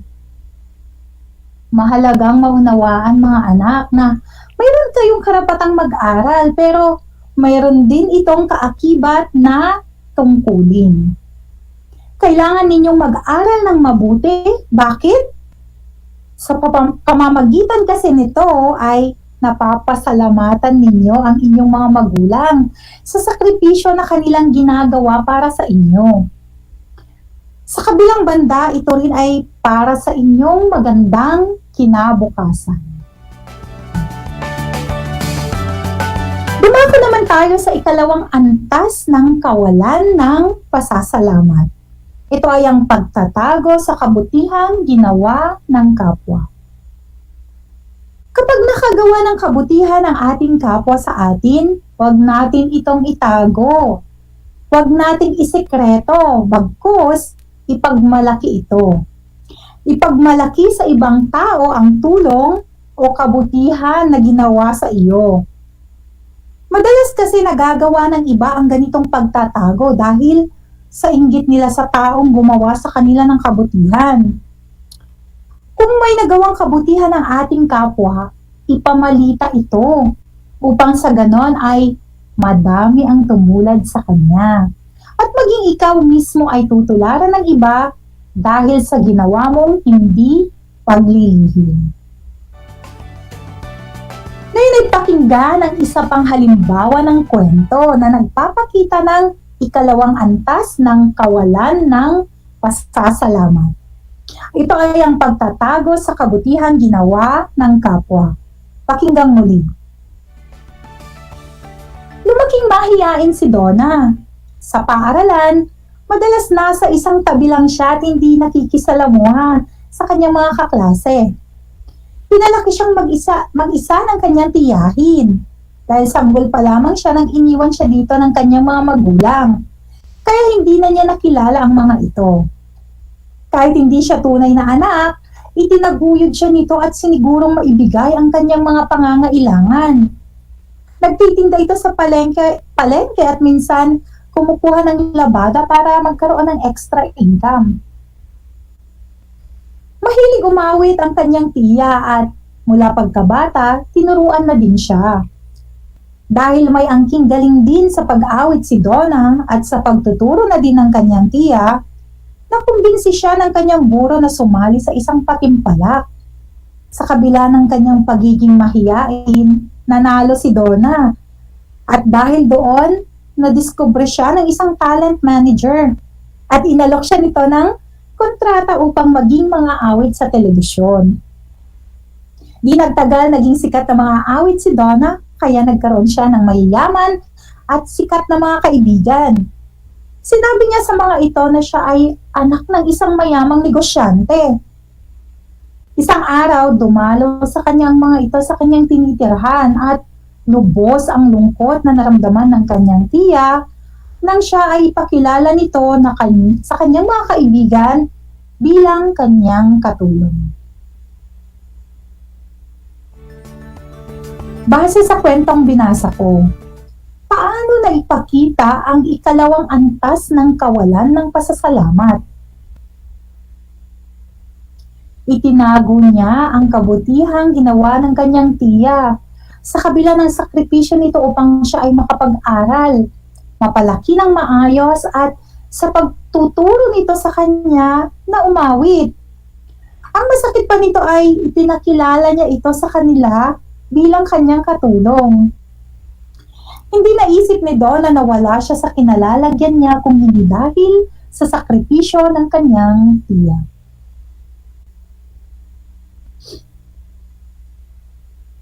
Ang pagpapasalamat ay paraan ng pagpapakita ng pagpapahalaga sa taong gumawa ng kabutihan. Kaya nga, kapag ginawan ka ng kabutihan, ipagpasalamat ito. Huwag ikubli. Ipakita ang iyong lubos na kasiyahan at pasasalamat, lalo na kung ang kabutihang ginawa sa iyo ay nakatulong upang makamit ang iyong mga pangarap sa buhay. Natapos na natin ang dalawang antas ng kawalan ng pasasalamat. Ang hindi pagbabalik sa kabutihan sa kapwa sa abot ng makakaya, at ang ikalawa ay ang pagtatago sa kabutihang ginawa ng kapwa. Ngayon naman ay dumako na tayo sa ikatlong antas, ang hindi pagkilala o pagkalimot sa kabutihang natanggap mula sa kapwa. At para mas maunawaan natin ang pangatlong antas ng kawalan ng pasasalamat, heto ulit ang isang kwento na nagpapakita ng halimbawa ng hindi pagkilala o pagkalimot sa kabutihang natanggap mula sa kapwa. Magkaklase sina Tina at Ana mula nung elementarya. Kaya naman, naging magkaibigan na sila hanggang sila ay magtapos ng high school. Sabay silang nag-apply ng trabaho sa isang pabrika at swerteng natanggap silang pareho. Si Tina ay simple, likas na mabait at mapagbigay. Si Ana naman ay masipag at mapangarapin. Mula pagkabata, pinangarap na niyang makapunta sa abroad at kumita ng malaki. Isang kakilala ang nagsabi sa kanila na mayroong oportunidad na makapagtrabaho sa abroad. Dahil ito ang pangarap ni Ana, agad siyang nag-apply para dito. Ngunit bago makapunta, kinakailangan ng malaking halaga bilang placement fee. Dahil sa kabutihang loob ni Tina, ipinahiram niya ang kanyang naipon upang magamit ng kanyang kaibigan. Di nagtagal ay nakapunta ng abroad si Ana, ngunit mula noon, wala nang narinig si Tina mula sa kaibigan. Sinubukan niya itong padalhan ng mensahe, ngunit wala itong natanggap na kasagutan. Nabalitaan na lamang niya sa isang kakilala na ito ay may maayos ng buhay at nakabili na ng ilang ari-arian. Narinig niyo ang kwento ni Tina at Ana. Dito, paano ipinakita ang ikatlong antas ng kawalan ng pasasalamat. Narinig naman ninyo ang kwento. Nakita natin na kung hindi dahil sa tulong ni Tina kay Ana, napahiramin ng pera upang magamit ng kaibigan ay hindi ito makakapunta sa ibang bansa. Ipinapakita lamang dito na ang hindi pagkilala ni Ana at pagkalimot sa kabutihang ginawa sa kanya ng kanyang kaibigan. Ang pagkalimot ay patunay ng hindi pagpapahalaga sa taong nagbigay sa iyo ng kabutihang loob, na siyang pinakamabigat sa lahat ng antas ng kawalan ng pasasalamat. Matuto tayong tumanaw ng utang na loob sa mga taong nakatulong sa atin. Maliit man iyan o malaking bagay.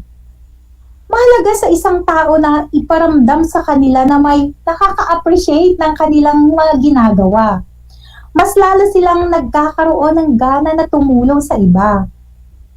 Dahil alam nilang marami pala silang napapasaya sa mga simpleng pagtulong nila. Pero sa kabila nito, kailangan maging malawak din ang ating pag-iisip sa mga taong hindi marunong magpasalamat. Huwag nating isipin na tinuturuan lang natin silang maging abusado. Maaaring nasa proseso pa lamang sila ng pag-unlad sa pagiging sensitibo. Malinaw ba mga anak? Alam kong lahat kayo ay may kakayahang alalahanin ang lahat ng kabutihang natatanggap ninyo mula sa ating kapwa. Ano ulit ang tatlong antas ng kawalan ng pasasalamat? Una, ang hindi pagbabalik ng kabutihang loob sa kapwa sa abot ng makakaya. Ikalawa, ang pagtatago sa kabutihang ginawa ng kapwa. At ang ikatlo na pinakamabigat sa lahat ay ang hindi pagkilala o pagkalimot sa kabutihang natanggap mula sa kapwa. Kung natatandaan ninyong lahat yan, napakahusay.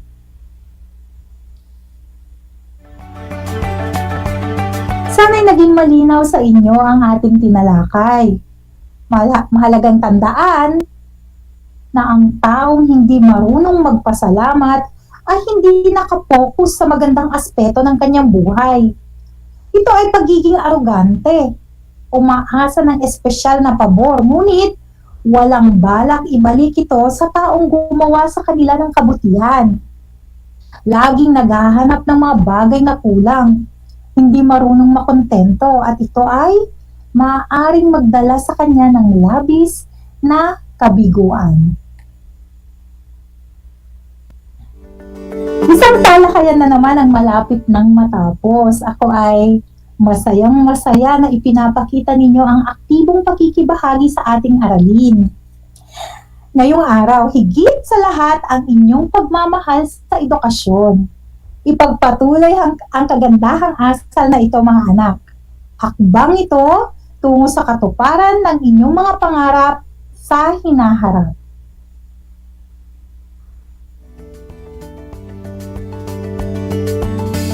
Sa puntong ito, oras na para alamin kung kayo ay may natutunan mula sa ating aralin sa pamagitan ng munting pagsusulit. Ngayon ay ihanda ang papel at ballpen o kaya naman ay sumagot sa ating chat box. Makinig kayo at babasahin kung mabuti ang bawat sitwasyon. Isulat ang tama kung ang sitwasyon ay nagpapakita ng pasasalamat sa kabutihang ginawa ng kapwa. Mali naman kung ito ay nagpapakita ng kawalan ng pasasalamat. Sigurado naman akong kayang-kaya nyo ito. Para sa unang sitwasyon, pagpapasalamat sa Diyos sa mga kabutihan at pagsubok na kaloob sa iyo. Uulitin ko, pagpapasalamat sa Diyos sa mga kabutihan at pagsubok na kaloob sa iyo. Siyempre, ang sagot natin dito ay tama dahil ito ay nagpapakita ng pasasalamat. Pangalawang bilang, hindi pagkilala o pagbibigay halaga sa taong gumawa ng kabutihan. Hindi pagkilala o pagbibigay halaga sa taong gumawa ng kabutihan. Ito ay kawalan ng pasasalamat, kaya naman ito ay mali. Dumako na tayo sa pangatlong bilang. Pag-iingat sa mga bagay na bigay ng mga mahal sa buhay. Pag-iingat sa mga bagay na bigay ng mga mahal sa buhay. Ang sagot natin ay tama. Pagpapakita ito ng pasasalamat. Pang-apat na bilang, pagpapasalamat ng hindi bukal sa puso. Pagpapasalamat ng hindi bukal sa puso. Ito ay mali. Para sa ating panlimang bilang, o panlimang sitwasyon, pagbibigay ng simpleng yakap o tapik sa balikat sa taong nakagawa sa iyo ng mabuti. Pagbibigay ng simpleng yakap o tapik sa balikat sa taong nakagawa sa iyo ng mabuti. Ang sagot natin ay tama. Ito ay pagpapakita ng pasasalamat. Binabati ko kayo sapagkat natitiyak kong nakuha ninyong lahat ng tama ang ating naging maikling pagsusulit. Mula sa akin, tanggapin ninyo ang salitang magaling at mahusay, mabuting tao.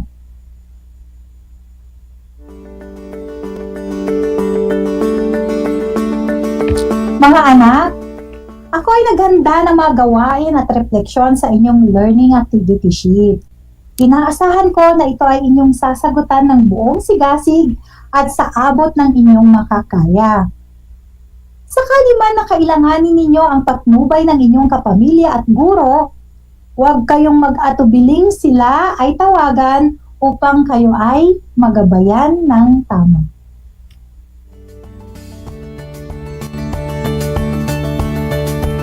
Isang produktibong talakayan na naman ang natapos. Panalangin ko na anumang konsepto higit lalo ang mga aral sa buhay na inyong natutunan sa araw na ito ay inyong maisa sa buhay sa araw-araw. Muli, ako ang inyong guro sa edukasyon sa pagpapakatao, Baitang 8, Ginang Maylin Tagata, nagpapaalala sa inyo na piliin maging mabuting tao sa lahat ng panahon at pagkakataon. Hanggang sa muli!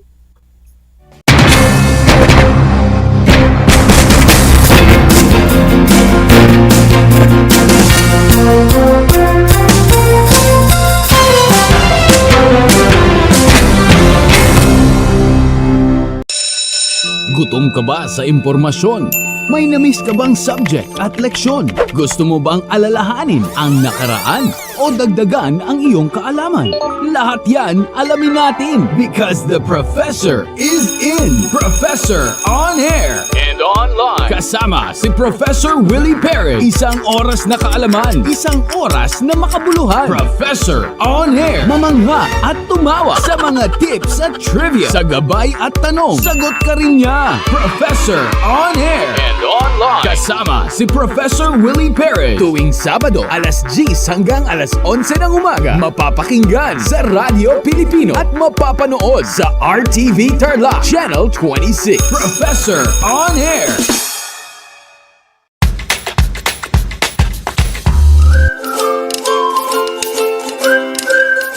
Alam niyo ba na ang jeep ay ang pinakasikat na uri ng transportasyon sa Pilipinas? May nagsasabi na ang pangalang jeep ay hango sa salitang jeepy na ang ibig sabihin ay general purpose or government purpose na naglalarawan ng military jeep na ginamit noong World War II. Pagkatapos ng digmaan, iniwan na ng mga sundalong Amerikano ang libu-libong jeep sa kalsada ng Maynila. Ang matibay at makulay na jeepney nga raw ay truly mestizo dahil sa half local at half foreign na katangian nito. Alam nyo na, yan ang jeepney.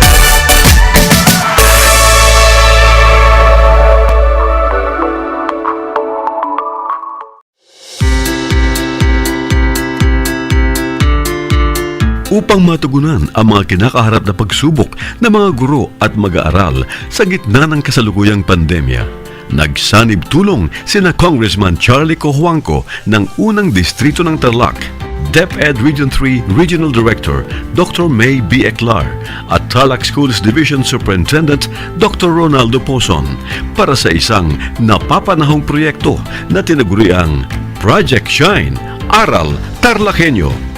Ang mga mag-aaral ng Grade 4 at Grade 5, ganon din ang Grades 8 and 9 sa buong probinsya ng Tarlac, kasalukuyang sumasailalim sa radio-based instruction.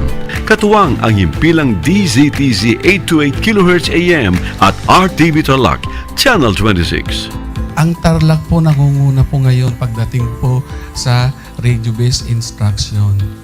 Marami pong humahanga sa atin. I'm very happy this station, itong DCTC, could reach the whole of Region 3. Hindi natin alam, we are contributing.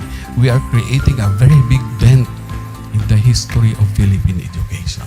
And I am proud. I am here in Tarlac. This is the noble cause of education in which you and I, without you knowing it, we are bound to do.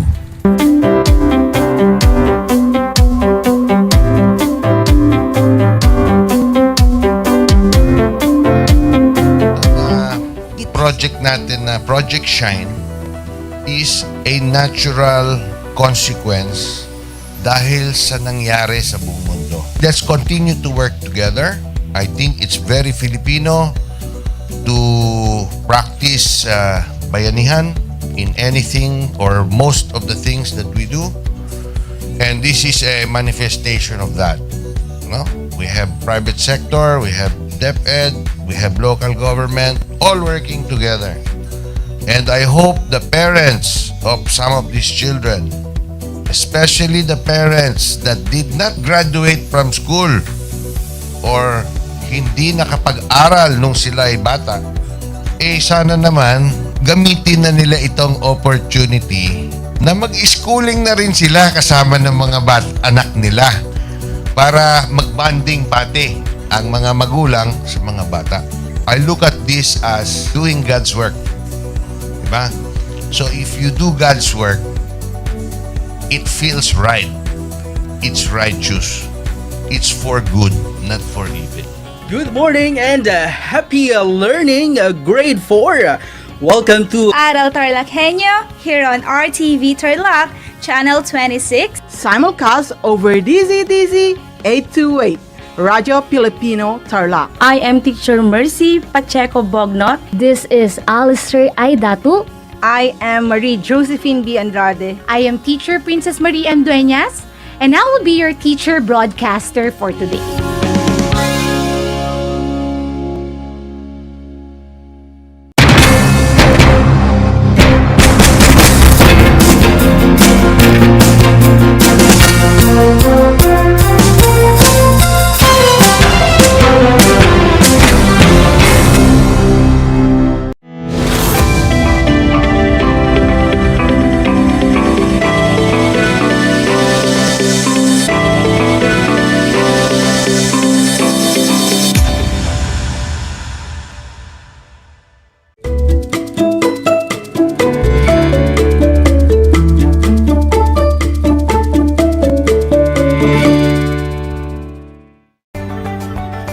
Welcome to Aral TarlakHenyo here on RTV Tarlac, channel 26.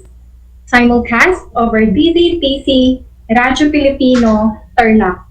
I am Teacher Mary Ann, your teacher broadcaster for Science Grade 8. Good afternoon, Grade 8 students. It is a brand new day today because we will again discover new things in the world of science. So, make sure that you are in a comfortable place while learning. I have some reminders for you, students. First, make sure that you eat your lunch so that you will be 100% attentive. Second, you should be far away from any distractions. Third, have your pen and paper, science activity notebook, and your self-learning module in Science 8. That is great. Those are the reminders that you need to do before we have our discussion. This will help you in listening attentively in our learning session today. Now, are you ready? All right, let us begin learning. Again, good day to you, young chemists, and welcome to a dynamic discussion in Science Grade 8. Are you excited? Yes, we are all excited to learn. Before we begin, let us have a review on the previous lesson. I have some questions for you. Number 1, what are the 3 states of matter? Again, what are the 3 states of matter? Great! The 3 states of matter are solids, liquids, and gases. Number 2, how about the formation of its particles? Again, how about the formation of its particles? That is right. In solids, the formation of particles is packed closely together in fixed positions. They vibrate a little, but in fixed positions. Whereas, in liquids, the particles are closer to one another, pushing one another as they move. The particles move and change positions, but not as freely as those in a gas. In gases, particles move at random directions very quickly in a straight line path. Particles can move freely to all parts. And the last question is, what are the two additional states of matter? Again, what are the two additional states of matter? Exactly, plasma and Bose-Einstein condensate, wherein plasma is also known as ionized or charged gas. Some examples include lightning, fluorescent lamps, fire, and environment found in stars. And the Bose-Einstein condensate is the fifth state of matter, introduced by Satyendranath Bose in 1920s and was able to send his idea to Albert Einstein. Then, Einstein proposed a theory stating the relationship of matter and absolute temperature. Did you get it, grade 8? That is great. It means that you really understood our previous lesson. For that, say to yourself, congratulations. Do not forget this lesson because it will be your guide as we go through to our lesson. At the end of our discussion, you are expected to differentiate the physical and chemical properties of matter. This time, I want you to look at yourself in the mirror and try to observe the changes that happens to your body. My question is, what do you observe? Are there changes in your body? Definitely. Your skin texture might become so soft. The color of your hair from black becomes white. Another is your height. You become taller than before, and your face looks matured than before. Lots of changes happens not just in our body, but with all the things around us. Remember, the only constant in this world is changes. Just like humans and everything around us, the three states of matter such as solids, liquids, and gases has changes also, specifically their physical and chemical properties. All substances have properties that we can use to identify them. For example, we can identify a person by their face, their voice, height, fingerprints, DNA, etc. The more of these properties that we can identify, the better we know the person. In similar way, matter has properties, and there are many of them. There are two basic types of properties that we can associate with matter. These properties are called physical properties and chemical properties. That is why today we will focus on the physical and chemical properties of matter. That sounds interesting, right? Yes, it is very interesting. So what are you waiting for? Calm yourselves and focus your hearts and minds as we find out the physical and chemical properties of matter. Now, let us begin learning. When we say physical properties, are any characteristic of a material that one can observe easily without changing the substances that make up the material. Intrinsic or intensive properties that do not depend on the amount of the substances present. Examples are density, brittleness, color, odor, melting point, ductility, solubility, expansion, porosity, physical state, freezing point, thermal conductivity, and boiling point. Intensive properties are determined by the composition and structure of matter. Another is extrinsic or extensive properties depend on the amount of the substance. Depend only on the number of particles, not on their composition or internal arrangement. Examples are mass, length, width, and volume. Common physical properties. A physical property is an attribute of matter that can be observed or perceived. There are two main types of physical properties: extensive and intensive properties. Examples of extensive physical properties include 1. Area, amount of a two-dimensional surface in a plane. 2. Length, longest dimension of an object. Third, mass, the amount of matter in an object. Fourth, volume, space that a substance occupies. Fifth, weight, how heavy an object is. Did you get it, grade A? Very good. You are still listening and attentive. Intensive physical properties can be measured no matter how much of an object or substance there is. They are the same whether the sample size is very large or very small. Some examples of intensive physical properties include 1. Ductility, ability of a substance to be stretched into a wire. 2. Distribution, number of particles per unit volume in single particle phase space. 3. Electrical conductivity, a material's ability to conduct electricity.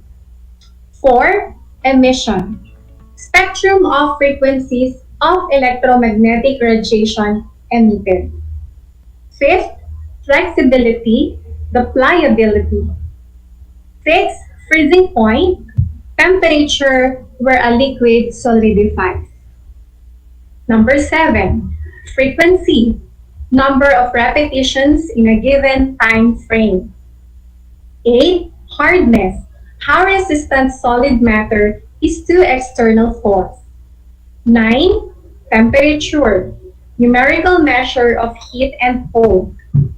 10. Thermal conductivity, property of a material to conduct heat. 11. Velocity, rate of change in the position of an object. And lastly, viscosity, resistance to deformation by stress. Now you have seen many examples of physical properties. Remember, what all they have in common is that they can be measured. These physical properties may change in every day to physical changes. Are you still with me, grade A? That is great. It is nice to hear that you are still with me. Now, let us continue our discussion. A chemical property is any of a material's property that becomes evident during a chemical reaction. That is, any quality that can be established only by changing a substance's chemical identity. Chemical properties cannot be determined just by viewing or touching the substance. The substance's internal structure must be affected for its chemical properties to be investigated. Or the structure of the sample must be altered for the chemical properties to become apparent. Here are examples of chemical properties. 1. Reactivity with other chemicals. 2. Toxicity. 3. Coordination number. 4. Flammability. 5. Total heat of formation. 6. Heat of combustion. 7. Oxidation state. 8. Chemical stability. And 9. Types of chemical bonds that will form. Scientists use chemical properties to predict whether a sample will participate in a chemical reaction. Chemical properties can be used to classify compounds and find applications for them. Understanding a material's chemical properties helps in its purification, separation from other chemicals, or identification in an unknown sample. This time, on your science activity notebook, complete the Venn diagram below by writing down differences and similarities about the physical and chemical properties of matter. You are only given a 5-minute time to accomplish the activity. Your time starts now. Time's up. Let us now check your activity. For the physical properties, it is any characteristic of a material that one can observe easily without changing the substances that makes up the material. And the physical property is an attribute of matter that can be observed or perceived. For the chemical properties, it is any of a material's property that becomes evident during a chemical reaction. It cannot be determined just by viewing or touching the substance. And the structure of the sample must be altered properties to become apparent. And for their similarities, they are both changes, so they both involve energy. Good job, grade 8. You really listened well in our discussion. Say to yourself, congratulations. Still on your activity notebook, answer the activity true or false. Write T if the statement is correct, otherwise F if it is not correct. I will repeat the statement twice. Are you ready? Yes, let us begin. 1. Chemical properties cannot be determined just by viewing or touching the substance. Again, chemical properties cannot be determined just by viewing or touching the substance. 2.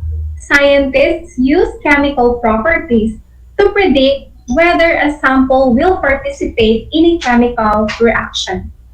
Again, scientists use chemical properties to predict whether a sample will participate in a chemical reaction. Third, physical properties are any characteristic of a material that one can observe easily without changing the substances that makes up the material. Again, physical properties are any characteristic of a material that one can observe easily without changing the substances that make up the material. Fourth, extrinsic or extensive properties do not depend on the amount of the substance. Again, extrinsic or extensive properties do not depend on the amount of the substance. 5. Intensive properties are not determined by the composition and structure of matter. Again, intensive properties are not determined by the composition and structure of matter. Time's up. Let us check your activity. For number 1, true. Number 2, true. Number 3, true. Number 4, false. Number 5, false. Did you get all the correct answers? That is great, grade A. I am so happy that you really participated well in our learning session. Let us wrap up today's lesson. Physical properties are any characteristic of a material that one can observe easily without changing the substances that make up the material. A physical property is an attribute of matter that can be observed or perceived. There are two main types of physical property.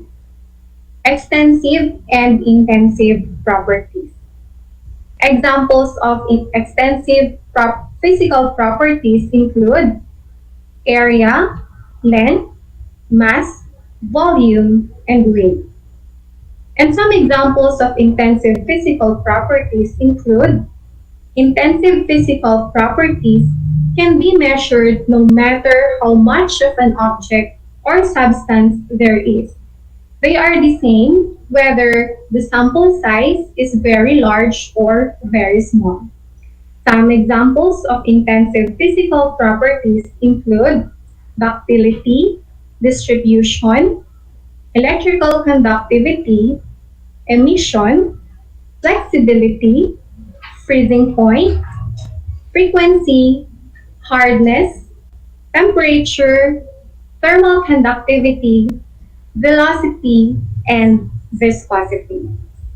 Physical properties are any characteristic of a material that one can observe easily without changing the substances that make up the material.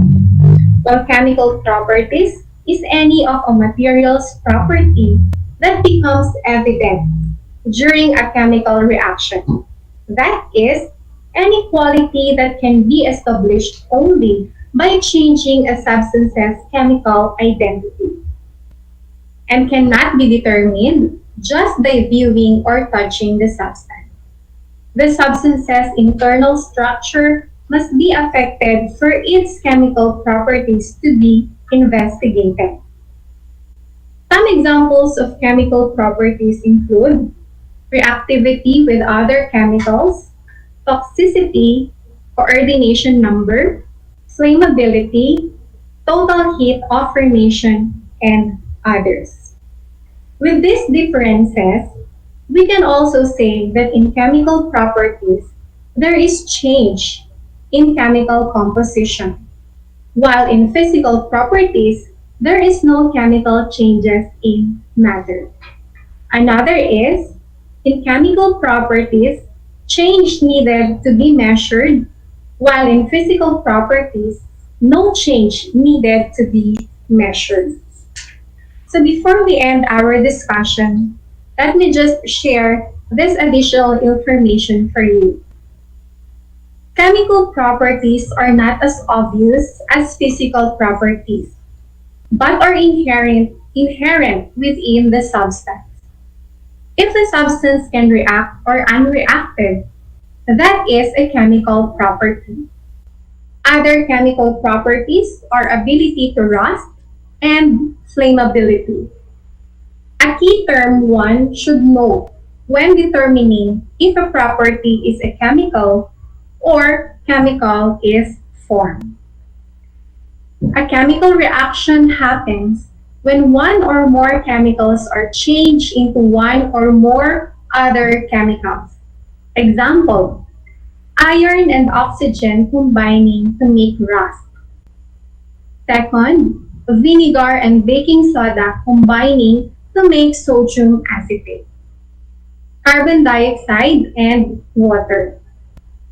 Third, things burning or exploding. Fourth, many reactions that happen inside living things. And electrochemical reactions when discharging or recharging batteries. We observe a physical change when, for example, wax melts, sugar dissolves in coffee, and steam condenses into liquid water. Other examples of physical change include magnetizing and demagnetizing metals, as is done with common anti-theft security tags, and grinding solids into powders. In each of these examples, there is a change in the physical state, form, or properties of the substance, but no change in its chemical composition. The more properties we can identify for a substance, the better we know the nature of that substance. These properties can then help us model the substance and thus understand how this substance will behave under various conditions. And there is a question coming from a student of Estepona National High School. Her question is, what does physical and chemical properties mean? Physical properties are any characteristic of a material that one can observe easily without changing the substances that make up the material, while a chemical property is any of a material's property that becomes evident during a chemical reaction. That is, any quality that can be established only by changing a substance's chemical identity. Chemical properties cannot be determined just by viewing or touching the substance. The substance's internal structure must be affected for its chemical properties to be investigated. And another question coming from a student of Guevara National High School. His question is, what are examples of physical property of matter? The answer is, intensive physical properties can be measured no matter how much of an object or substance there is. They are the same whether the sample size is very large or very small. Some examples of intensive physical properties include ductility, distribution, electrical conductivity, and others. I hope you learned a lot today.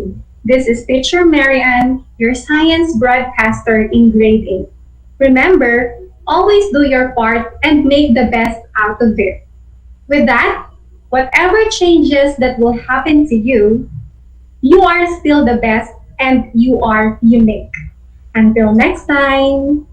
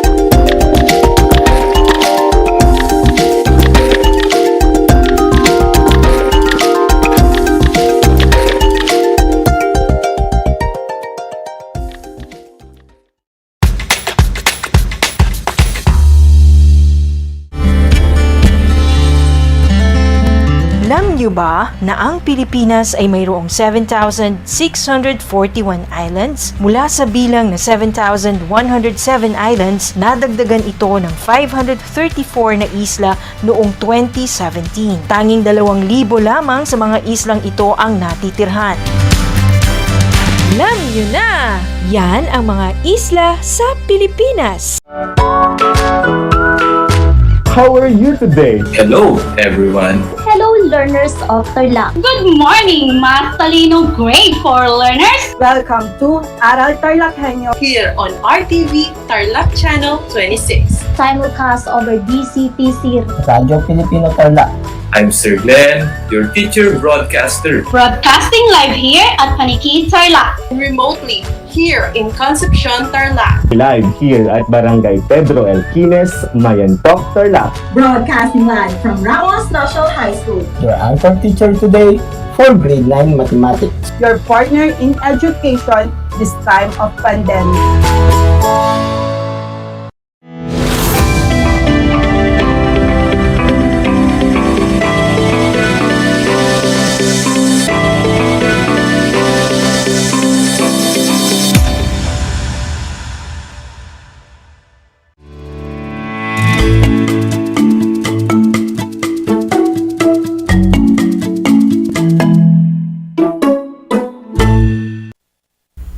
Good afternoon. Welcome to Aral TarlakHenyo here on RTV Tarlac Channel 26, simulcast over DCTC Radyo Pilipino Tarlac. By the way, I am Mary Jane C. Palara, your math teacher broadcaster for today. We are going to learn about illustrating triangle congruence, which is a continuation of the discussion by Sir Warren Cragasin last Monday. Before anything else, I want you to open your learning materials with the lesson on triangle congruence.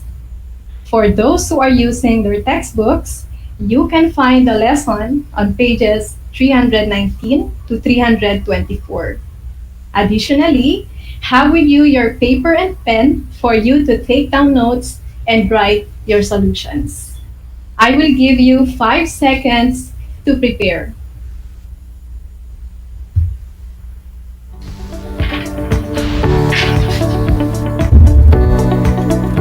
I assume that you are now ready, so let us start. Before we start, let us have a game. So here is the mechanics of our game. You are going to type C or write C in the comment section or in your notebooks if the figures that I will be showing you are congruent. But if they are not congruent, you must type X. So your choices are only C or X. Is the instruction clear to you?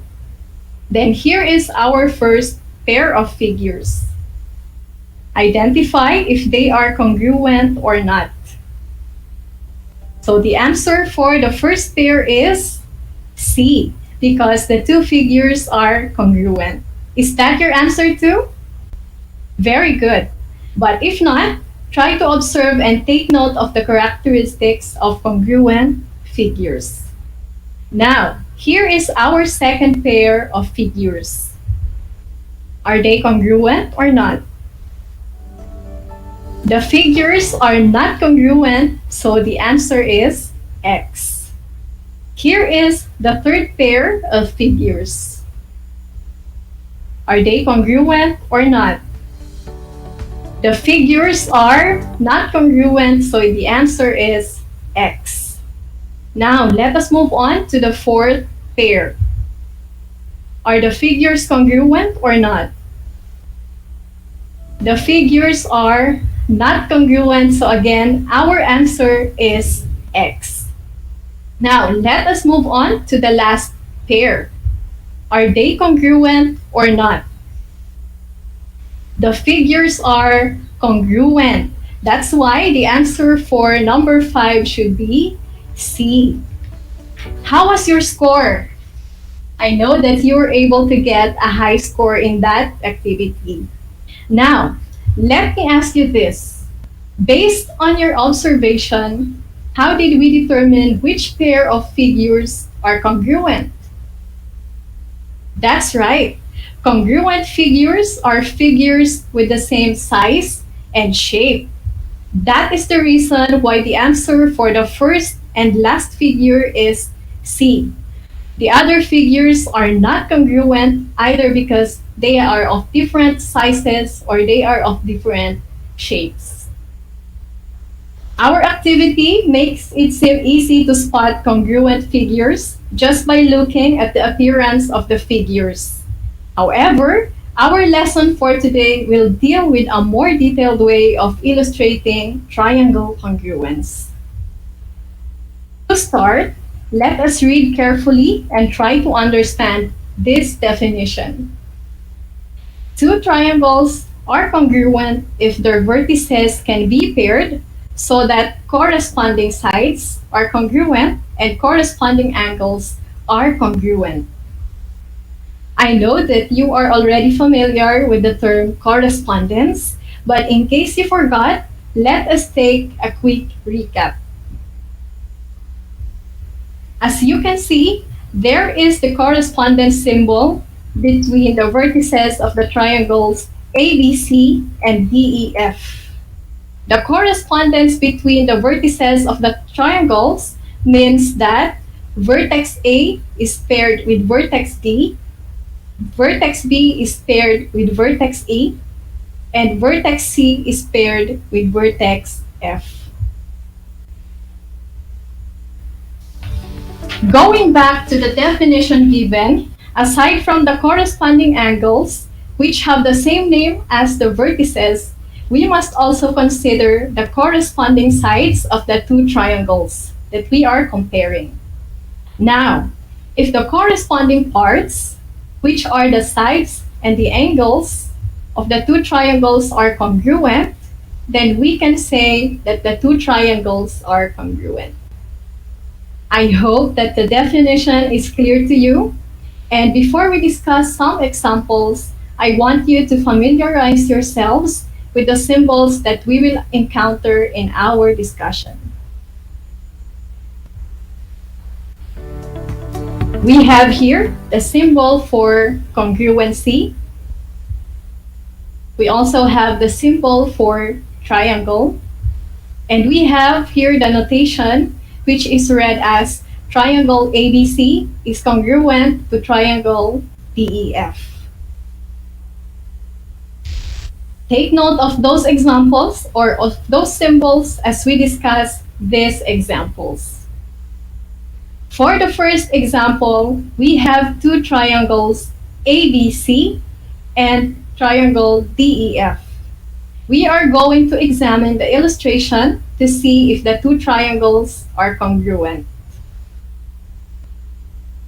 Can you see the tick marks and arcs in both figures? Those marks indicate which part of the two triangles are congruent. First, let us compare the corresponding angles. We have angle A and angle D. As you can see in the figure, both angles have one tick mark. That's why we can write angle A is congruent to angle D. Accordingly, angle B and angle E both have 3 tick marks, which means that they are congruent, and when written in symbols, we can write angle B is congruent to angle E. We also have the last pair, which is angle C and angle F. Both of them have 2 tick marks, which makes them congruent. And in symbols, it could be written as angle C is congruent to angle F. This time, let us compare the corresponding sides. We have the following pairs. We have side AB, and its congruent side is side DE. Both of them have 2 tick marks, which makes them congruent. And in symbols, we write it as side AB is congruent to side DE. Another one, we have side BC is congruent to side EF because both of them have 1 tick mark. So we can write it in symbols as side BC is congruent to side EF. Lastly, we have the last pair. So we have side AC and side DF. Both of them have 3 tick marks. So in symbols, we can write it as side AC is congruent to side DF. Or side CA is congruent to side FT. Now, what did you notice about the corresponding angles and corresponding sides? All the pairs of corresponding sides and corresponding angles are congruent. This means the triangle ABC is congruent to triangle DEF. In symbols, we write it as triangle ABC is congruent to triangle DEF. The first example illustrates that the corresponding parts of congruent triangles are congruent. Take note of that acronym because you will learn more on that in the succeeding lessons. Now, let us take a look at the next example. The given states that triangle ABD and triangle CBD are congruent. And we need to write down the 6 corresponding congruent angles and corresponding congruent sides by completing this. I know that you can follow with our discussion, so I will give you 15 seconds to write your answers on your paper.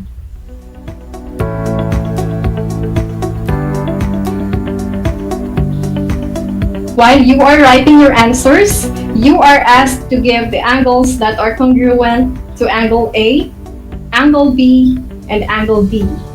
Aside from that, you are also asked to write the congruent sides to sides AB, side AD, and side BD. Do you have your answers now? Let us check your answers. Based on the figure, which is the common side of the 2 triangles? That's right.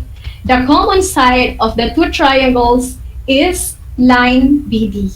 So we can write side BD is congruent to side BD. So we have a first answer now. Next, let us identify the line that is congruent to line AD.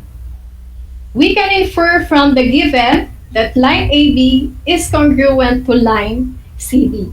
So we can write line AB is congruent to line CB, or side AB is congruent to side CB. The last pair of congruent sides is side AD and side CD. We can write the congruence of the 2, which is side AD is congruent to side CD. This time, let us complete the pairs of corresponding congruent angles. Angle B is a common angle of the 2 triangles, so we can write angle B is congruent to angle B. Just like angle B, angle D is a common part of the 2 triangles, which makes them congruent. We can write them as angle D is congruent to angle B. Lastly, we have the last pair of corresponding congruent angles, which is angle A and angle C. We can write angle A is congruent to angle C. So there you go. We were able to identify the 6 pairs of congruent corresponding parts of triangle ABD and triangle CBD. Before we move on to our next example, I want you to draw 2 congruent triangles on your paper. Since we all have a limited time, so just estimate or approximate the 2 triangles. Do you have it now? Now, I want you to read and analyze the given below. Then label the two triangles you've drawn. Again, I will give you 15 seconds to try to label the parts of the two triangles that you've drawn. While doing that, I will read to you the given. We have side MA is congruent to side KF, side AX is congruent to side FC, side MX is congruent to side KC, angle M is congruent to angle K, angle A is congruent to angle F, and angle X is congruent to angle C.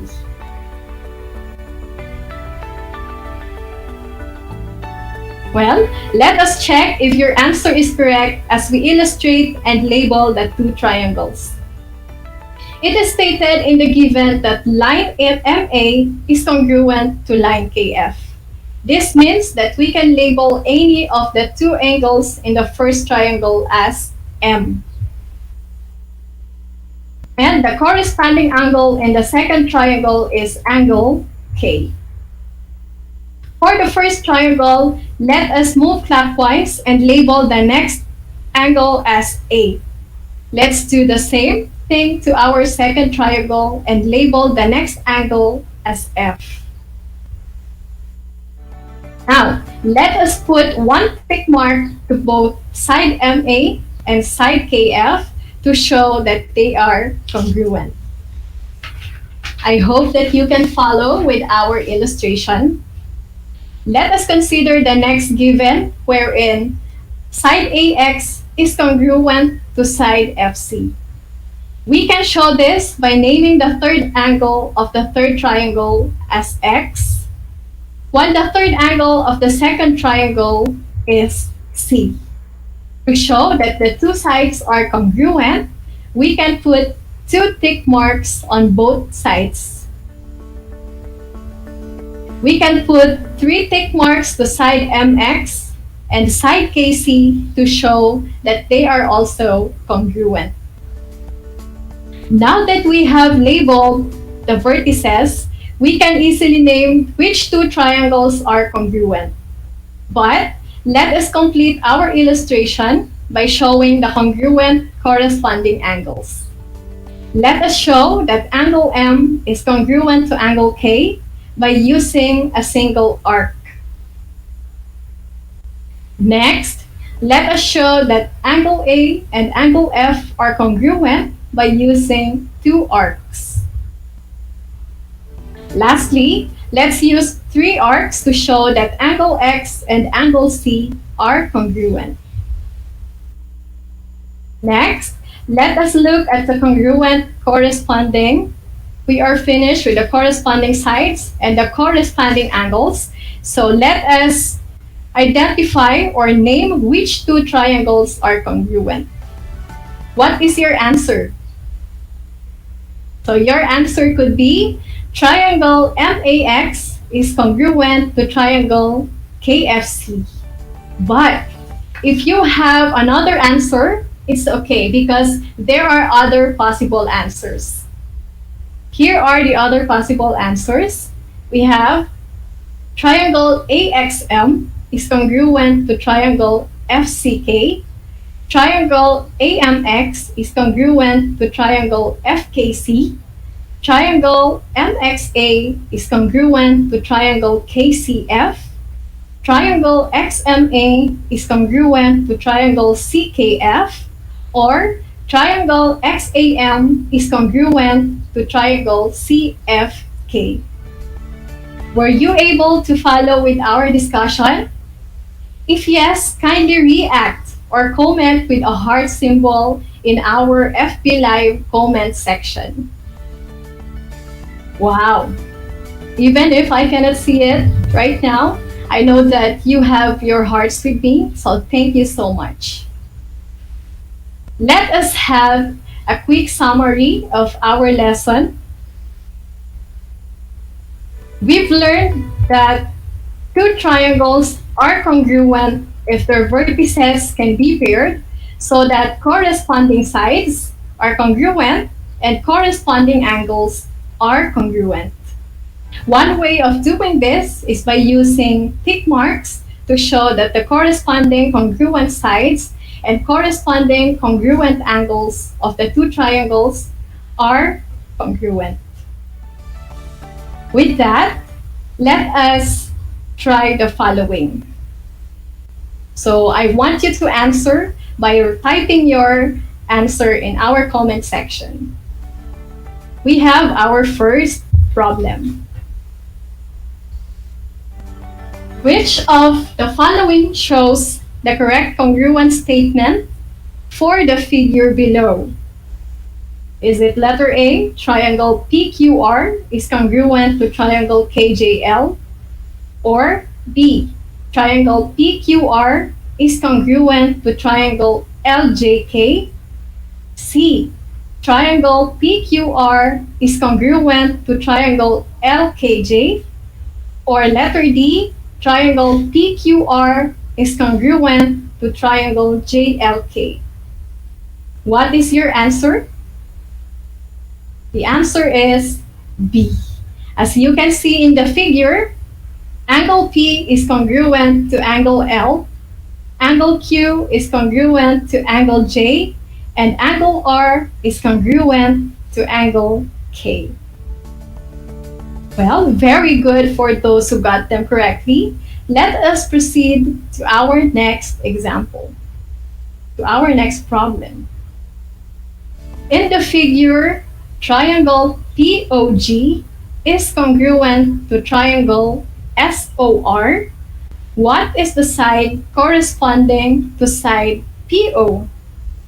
Again, in the figure, triangle POG is congruent to triangle SOR. What is the side corresponding to side PO? Is it A, side OS, B, side RD, C, side RS, D, side SO? Okay, the answer for this problem is letter B. As you can see, side PO is congruent to side SO.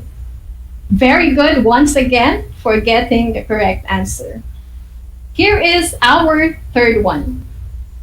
Listed below are the 6 pairs of corresponding parts of congruent triangles. Name the congruent triangles. Again, listed below are the 6 pairs of corresponding parts of congruent triangles. Name the congruent triangles. Here is the given. Side SA is congruent to side JO. Side AD is congruent to side OY. Side SD is congruent to side JY. Angle D is congruent to angle Y. Angle A is congruent to angle O. And angle S is congruent to angle J. What is the answer? So your answer should be C. Triangle SAD is congruent to triangle JOY. So those are our 3 examples or 3 problems.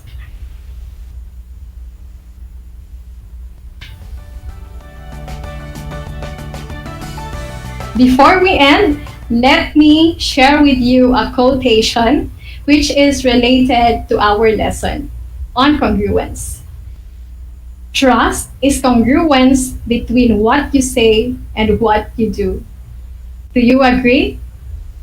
That is a quotation by Peter Drucker. Here is another quotation. Integrity is congruence between what you know, what you profess, and what you do. That is by Nathaniel Brandon. Well, that ends our lesson for today. I hope that you were able to answer the 3 questions and you were able to follow with our discussion. If you have other questions or concern about our lesson, send me a message at 0915-622-2523. Our next lesson will be aired on April 5, 2021 at 2 p.m. I hope you learned a lot today. Once again, I am Mary Jane C. Palara, your Math 8 anchor teacher for today. Until next time, bye!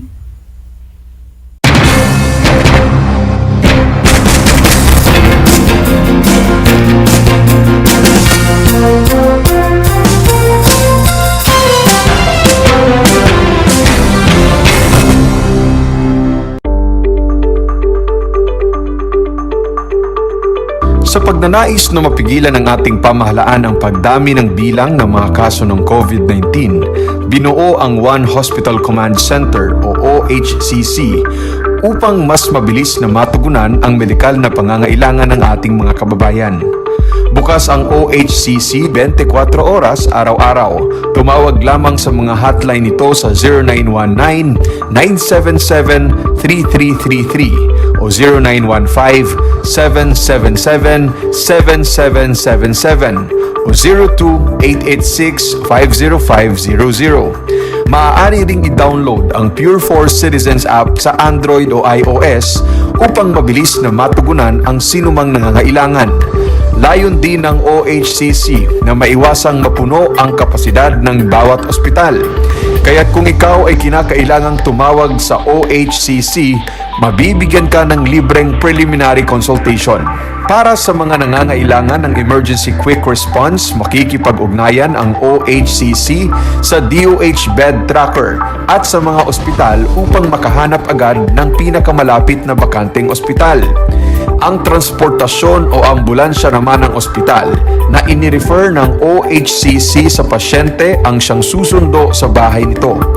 Kaya't kapag ikaw ay nakakaranas ng anumang sintomas ng COVID-19 o nangangailangan ng agarang tulong medikal, tumawag lamang sa OHCC at handa silang tumulong sa lahat ng oras.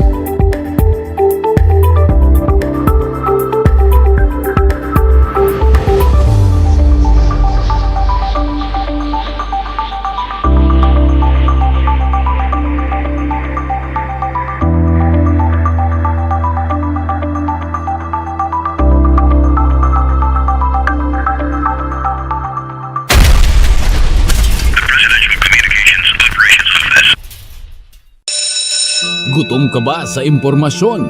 May namiss ka bang subject at leksyon? Gusto mo bang alalahanin ang nakaraan o dagdagan ang iyong kaalaman? Lahat yan alamin natin because the professor is in. Professor on air and online. Kasama si Professor Willie Perez. Isang oras na kaalaman, isang oras na makabuluhan. Professor on air. Mamangha at tumawa sa mga tips at trivia. Sa gabay at tanong, sagot ka rin niya. Professor on air and online. Kasama si Professor Willie Perez. Tuwing Sabado, alas 10 hanggang alas 11 ng umaga. Mapapakinggan sa Radyo Pilipino at mapapanood sa RTV Tarlac Channel 26. Professor on air. This is my story. Ano ang kwento ng buhay mo? Malungkot? Masaya? May kababalaghan? O puno ng aksyon? Ang bawat kwento ng kapwa nating Pilipino ay mahalaga. This is my story. Sama-sama nating ibahagi ito upang magbigay aral at inspirasyon sa ating lahat. This is my story. This is my story. Hosted by Mitch Desunia. Tuwing Sabado, alas 3 hanggang alas 4 ng hapon. Mapapakinggan dito sa Radyo Pilipino at mapapanood sa RTV Tarlac Channel 26. This is my story.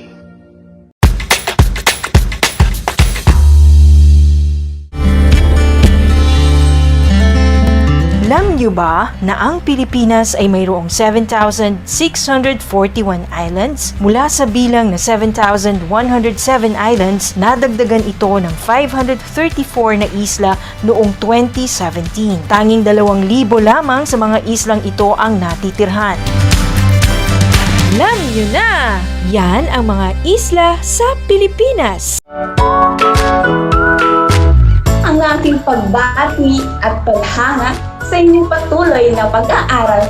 Welcome sa ating Aral TarlakHenyo sa RTV Tarlac, Channel 26 at sa DZTC Radyo Pilipino Tarlac. Narito na ang paaralang walang sawang naglilingkod mula dito sa Villa Aldipay, mula dito sa bayan ng San Manuel, mula sa bayan ng San Clemente, mula sa Santa Ignacio, mula sa bayan ng Victoria, mula sa lungsod ng Tarlac. Teacher Jury Andres Madriaga, ang inyong teacher broadcaster para sa ika-4 na baitang ng PE.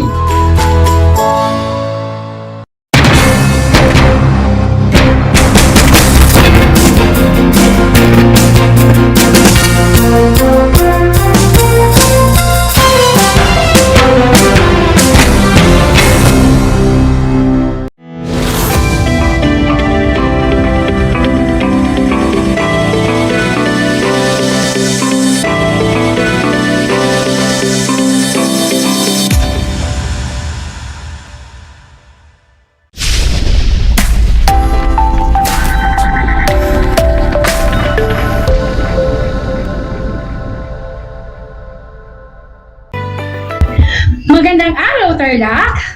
Magandang araw, mga kapantas! Suma sa inyo ang Aral TarlakHenyo mula sa RTV Tarlac, Channel 26 at kasabay na naririnig sa DZTC 828 Radyo Pilipino Tarlac. Ako si Ma'am Madel, ang inyong teacher broadcaster para sa Pilipino sa ika-8 baitang. Kayo ay nakikinig ng remote live broadcast mula sa Karangyan, Tarlac City. Tiyak ko na handa na ang lahat para sa panibagong kaalaman at kasanayang ating matututunan sa araw na ito. Ihanda na ang ating mga sarili at katulad ng parating paalala ni Ginang Supan, mga kapantas, kung may laman ang tiyan, tiyak ang kaalaman. Makinig upang matuto. Tumutok upang maunawaan. Mag-isip upang makapagbigay ng puro-puro. Ngunit bago tayo magsimula sa ating aralin, kung may mga katanungan ay maaari ninyong itong isend sa numero 0912-243-7344. Uulitin ko mga anak, 0912-243-7344 at ating sisikaping masagutan bago matapos ang talakayan. Kung sakaling hindi ko ito masasagot, ay wag na wag malulungkot, ay sasagutin ko lamang ito offline. Kung gayon, pwesto na sa inyong pinaka-komportableng upuan at alam ko hawak na ninyo ang inyong module o aklat. Bago tayo dumako sa ating makabuluhang talakayan sa araw na ito, atin munang balikan ang naging talakayan natin noong isang araw. Noong nakaraang aralin ay tinalakay sa inyo ni Ginoong James Domingo ang iba't ibang mga estratehiya o paraan sa pangangalap ng mga datos sa pagsusulat ng balita. Para sa ating balik-aral, maaari ba kayong makapagbigay mga kapantas ng ilan sa mga ito? Mahusay! Isa sa mga paraan ng pangangalap ng mga datos sa pagsusulat ng isang balita ay ang pagbabasa at ikalawa, pananaliksik. Napakahusay naman ninyo mga kapantas. Maaari pa bang magbigay ng isa? Tama ka ulit, kapantas! Isa pang paraan ay sa pamamagitan ng pagtatanong o questioning na kung saan sinasagot sa pamamagitan ng paglalatag ng mga tanong ang isang tiyak na paksang gustong isulat. Ilan lamang iyan sa mga paraan na ibinahagi ng inyong guro noong nakaraang aralin. Ang kasanayang iyan ay tiyak kong magagamit ninyo sa susunod na aralin na ating tatalakayin ngayong araw na ito. At ito ay ang pag-uulat ng maayos at mabisa ng nalikom na datos sa pananaliksik o pagbabalita. Bilang panimula, ating panoorin ang aking inihadlang video clip. Ang pagbabalitang inyong matutunghayan ay hango sa TREX TV, ang kauna-unahang naitatag na TV-based instruction studio sa buong Tarlac Province. Taos-pusong pasasalamat ang aming ipinaabot sa pamunuan ng aming paaralan, ang Tarlac National High School, sa pamumuno ng aming dalawang masisipag na punong guro, Dr. Epifania B. Tungka mula sa Junior High School at Dr. Junicio D. Madriaga mula sa Senior High School, sampu ng lahat ng aming pamunuan, gayon din sa aming Direktor ng TREX TV, Ginoong Mark Marvin Asitura, sa pagbibigay pahintulot upang magamit ang nasabing video sa ating pag-aaral. Halina't ating pakinggan at panoorin mabuti ang nasabing video at pagkatapos ay atin itong iugnay sa ating talakayan ngayong hapon. Manood at makinig ng maigi.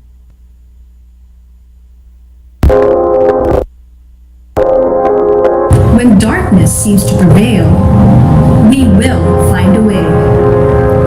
Tarlac National High School brings you the first online TV in the school's division of Tarlac Province. TREX TV.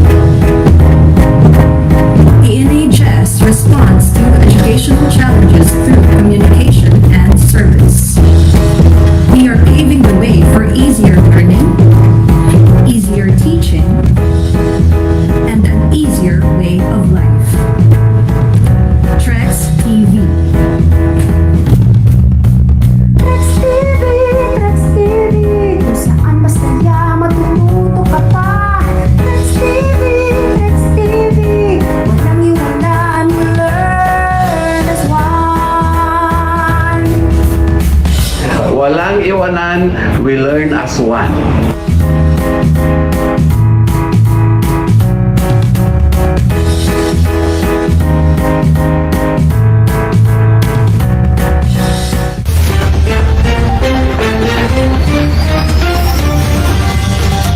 Walang iwanan, we learn as one. Ito ang mga nagbabagong balita live sa Tarlac National High School. TV at radio-based instruction inalungsad ngayong araw sa Tarlac National High School.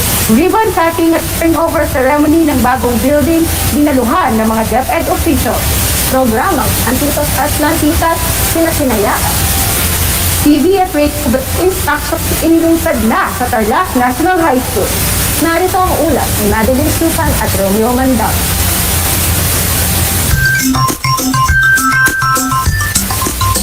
Ayon kay Dr. Dungka, ang pagsasakatuparan ng TV at radio broadcasting ay makatutulong para maipagpatuloy ang dekalidad na edukasyon para sa lahat ng mag-aaral. Tarlac National High School responds on educational challenges through communication and service. Nais niya na makaalinsabay sa pag-unlad ng edukasyon ang mga mag-aaral ng Tarlac National High School bagamat may kinakaharap na pandemya. Kasalukuyang nagaganap ang turnover ceremony at ribbon cutting ng bagong building sa Tarlac National High School. Ito ay dinaluhan ng mga DEPED officials at mga kawani ng lokal na pamahalaan. Layunin ng programang ito na pagtibayin ang pagbibigay ng dekalidad na edukasyon para sa mga mag-aaral ng Tarlac National High School.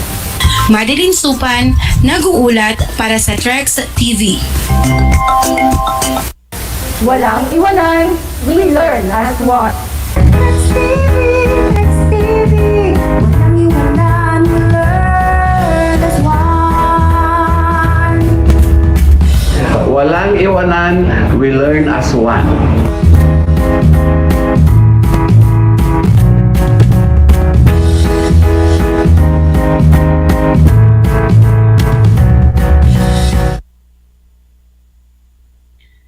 Ano ang inyong naobserbahan sa napakinggang pagbabalita? Mahusay, mga kapantas! Kapansin-pansin na maayos ang paglalahad ng mga detalye. Hindi ito magulo, kaya ito ay madaling maunawaan. Maliban doon, mayroon pa ba kayong naobserbahan? Makatotohanan ng mga pangyayaring iniuulat sapagkat ang mga pangyayaring binanggit ay tunay na naganap. Magaling, mga kapantas! Ilan lamang iyan sa mga katangian na dapat taglayin ng isang mahusay na balita. Halina't ating isa-isahin ang mga katangian ng isang mabuting balita bilang paghahanda sa ating isasagawang gawain. Ang unang katangian ay ganap na kawastuan. Tandaan, dapat nawasto o tama ang mga datos na ibinibigay ng isang reporter. Maayos ang paglalahad ng mga detalye. Hindi dapat magulo o masalimuot ang diwa ng balita. Ikalawang katangian ay ang timbang. Tumutukoy ito sa pagkamakatotohanan ng mga pangyayaring iniuulat sa publiko at sinasabing balanse ang pagbibigay diin sa paglalahad ng mga pangyayari. Ikatlong katangian ay walang kinikilingan. Hindi dapat kinakampihan ng isang panig lamang, kaya dapat objektibo ang pag-uulat ng mga pangyayari. Panghuli, ito ay ang kaiklian, kalinawan, at kasariwaan. Kailangang maikli lamang ang pag-uulat ng mga pangyayari at iyong mahahalagang pangyayari lamang ang iulat. Linawin ang isinasagawang pag-uulat at mas tawag pansin sa mambabasa o tagapakinig ang mga sariwang balita. Para sa ating gawain ngayong araw, kayo ay inaasahang maiuulat ng maayos at mabisa ang inyong mga nalikom na datos sa pamamagitan ng pagbabalita. Ngunit bago iyan mga kapantas, bigyan muna natin ng kahulugan ang pagbabalita. Pagbabalita. Ito ay ulat na maaaring pasulat o pasalita ng mga bagay na naganap na, nagaganap o magaganap pa lamang. Matatandaan noong nakaraang talakayan ay natutuhan ninyo ang iba't ibang mga estratehiya ng pangangalap ng mga datos o impormasyon sa susulating balita. At sa pagsusulat ng isang balita, kailangang taglay din nito ang mga katangian ng isang mabuting balita na natalakay lamang natin kanina.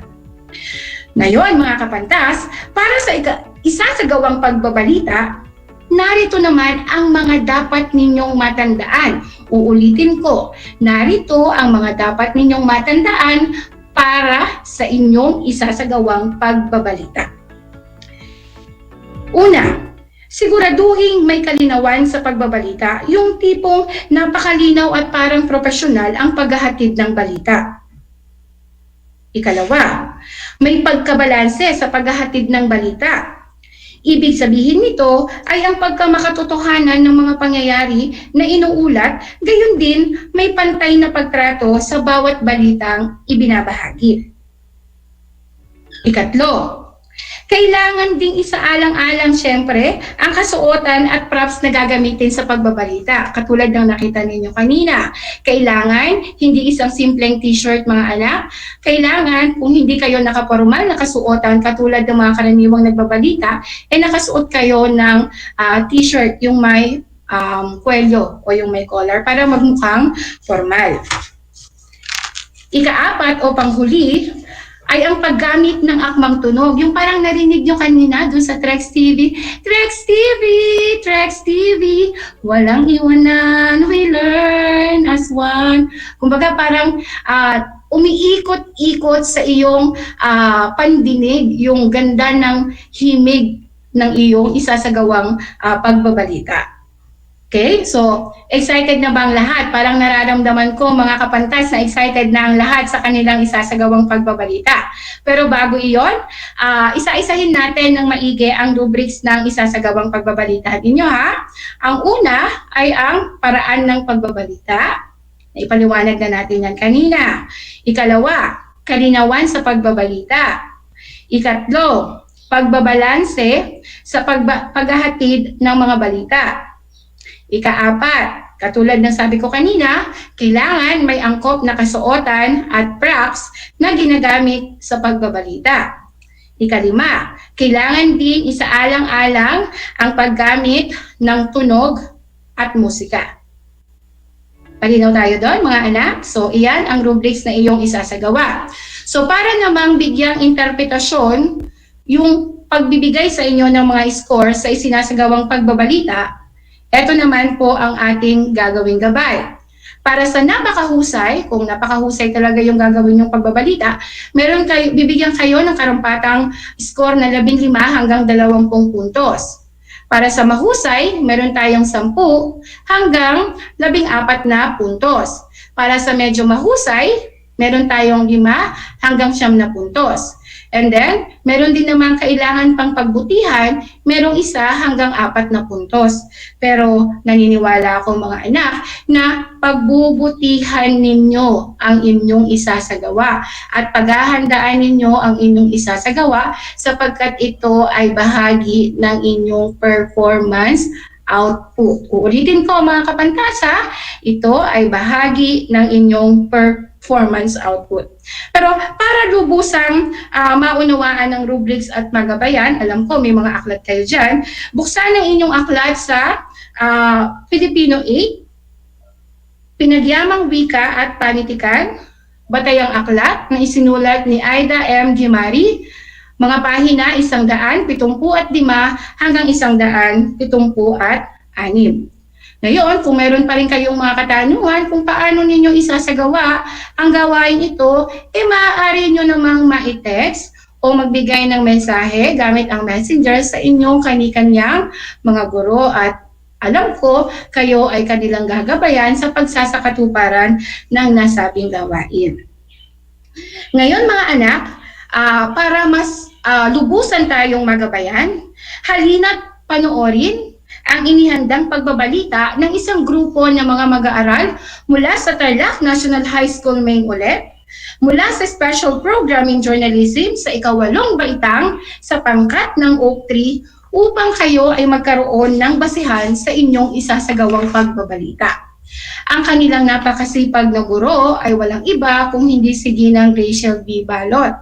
Halina mga anak, manood at makinig ng maigi.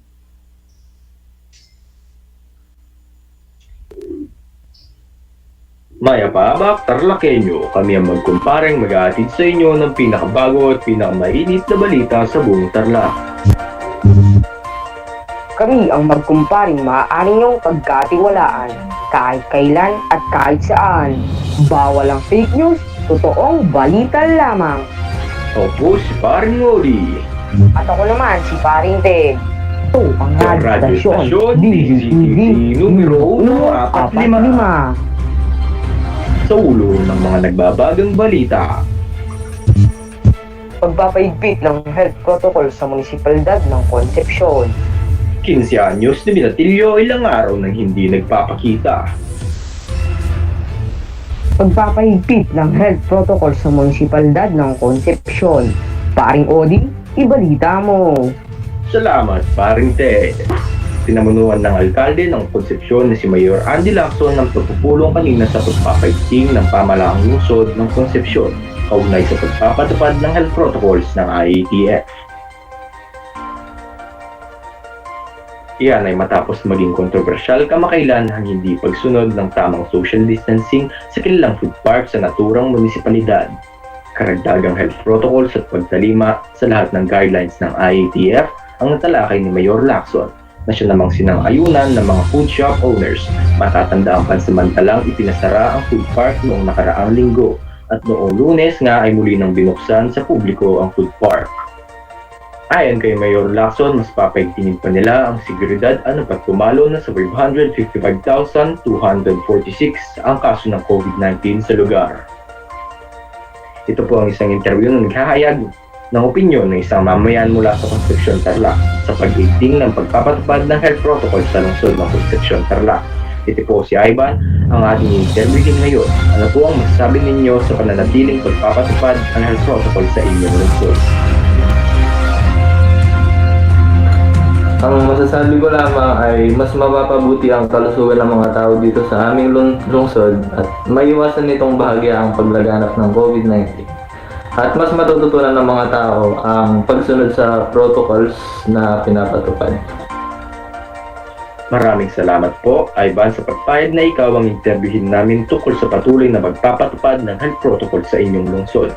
Iyon lamang ang opinyon ni Ivan. Ito ulit ang radyo estasyon DZTZ numero 145. Kami magbabalik pagtapos ng maikling komersyal.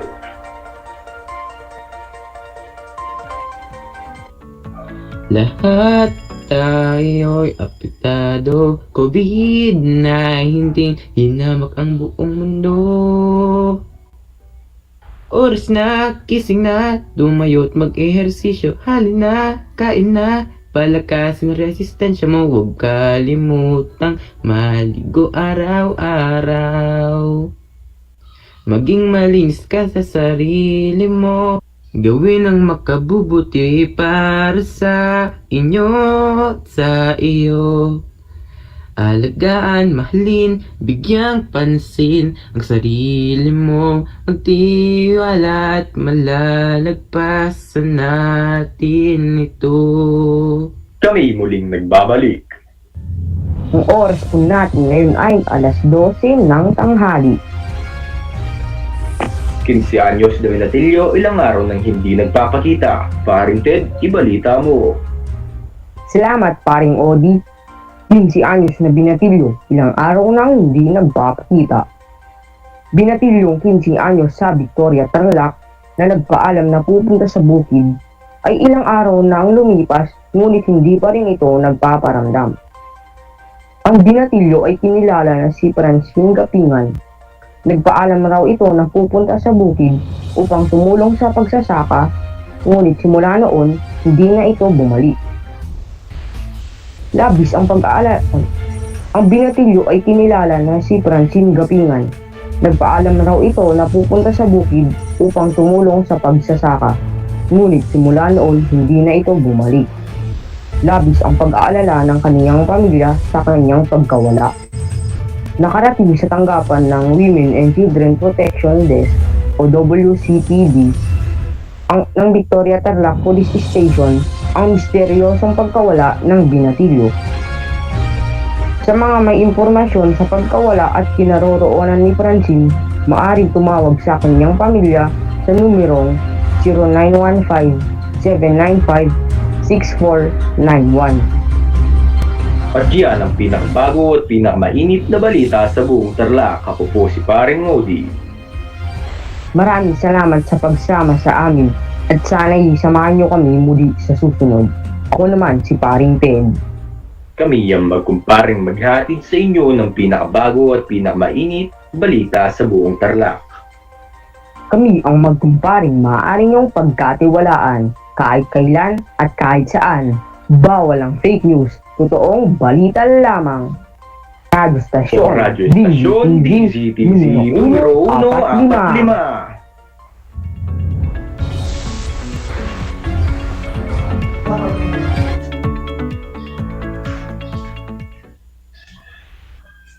Ano ang inyong masasabi sa napanood at napakinggan ninyong pagbabalita, mga anak?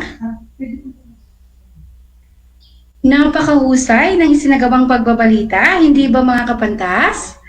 So nakita ninyo mga anak, ganyan na ganyan ang inyong isasagawang gawain. Sa pamamagitan ng inyong mga nakalap na datos, sa pananaliksik, ngayon kayo ay inaatasang maiuulat ang mga ito sa pamamagitan ng pagbabalita.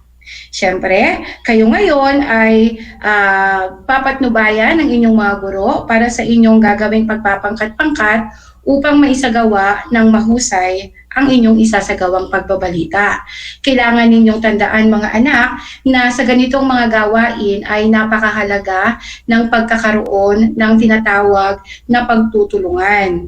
Sapagkat sabi nga kapag mas marami ang gumagalaw at nagkakaisa ay mas nagiging maganda ang kinalalabasan ng anumang mga gawain iniaatang sa atin. Kailangan ng isipin nating maigi ay mapabubuti ang bawat isa sapagkat ang bawat isa ay handang tulungan at gabayan ang isa't isa. Okay tayo doon?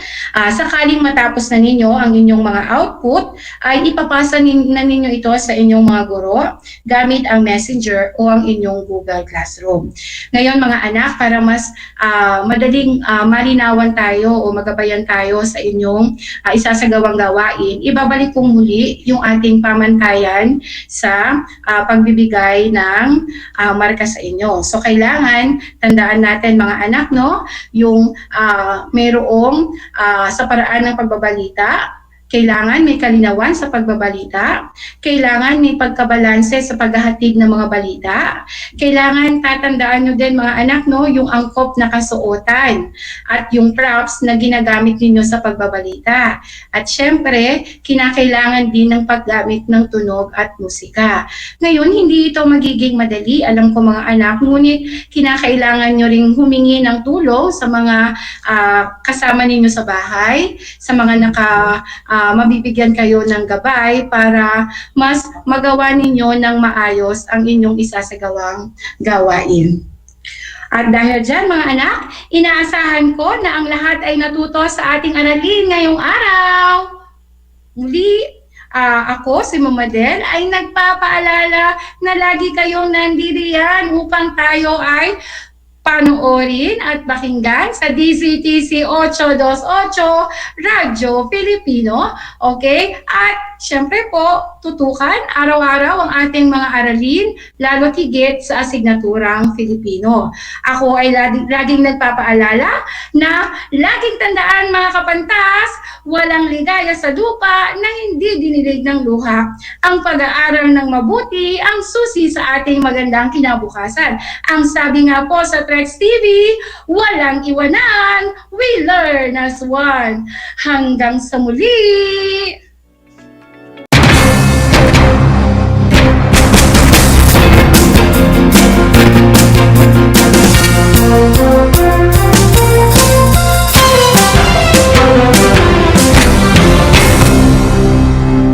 Handa ka na bang magpabakuna?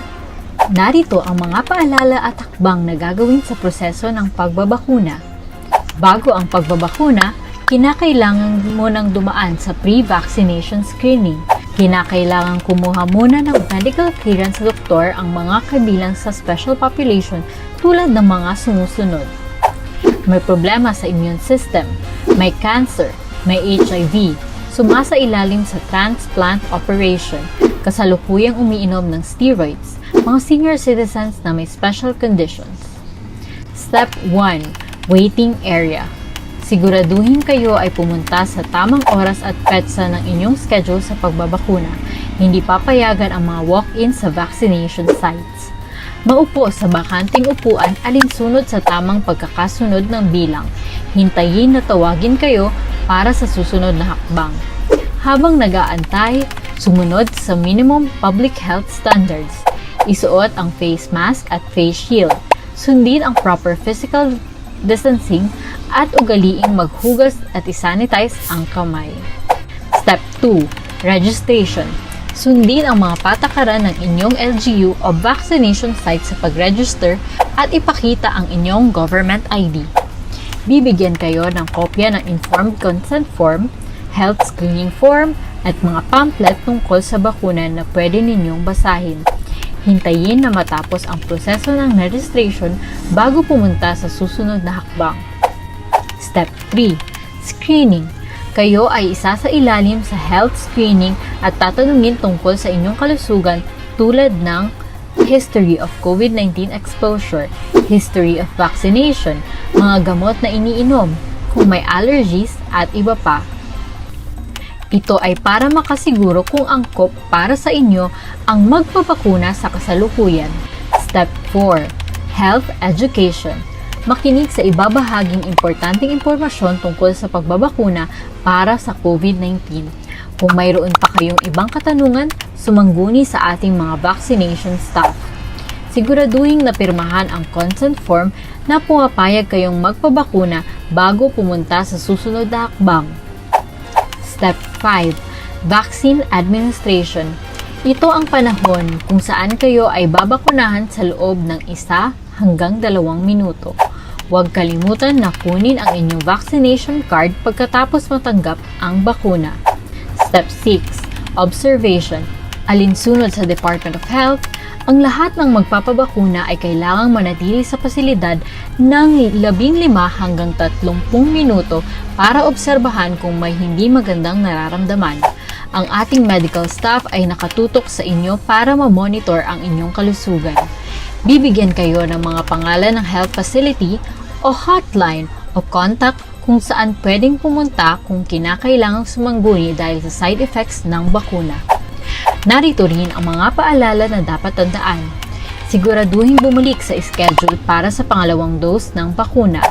Laging tandaan na kahit nabakunahan ka na, ay huwag pa rin kalimutang sumunod sa minimum public health standards tulad ng pagsasanitize ng mga kamay, pagsusuot ng face mask at face shield, at pagdidistansya sa iba ng 1 metro.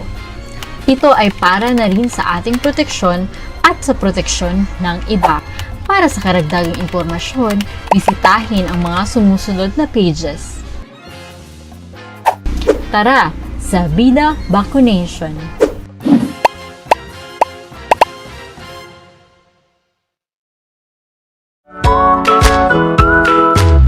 Kumusta ginigiliw kong mga mag-aaral? Muling sumasa inyo ang Aral TarlakHenyo Mula sa RTV Tarlac, Channel 26 at DZTC 828 Radyo Pilipino. Ako ang inyong guro, Ginoong Orlando Santos Alejo Jr. sa sining pang-industriya ng ika-4 na baitang. sasamahan at gagabayan ka Gamit ang makabagong paraan ng komunikasyon.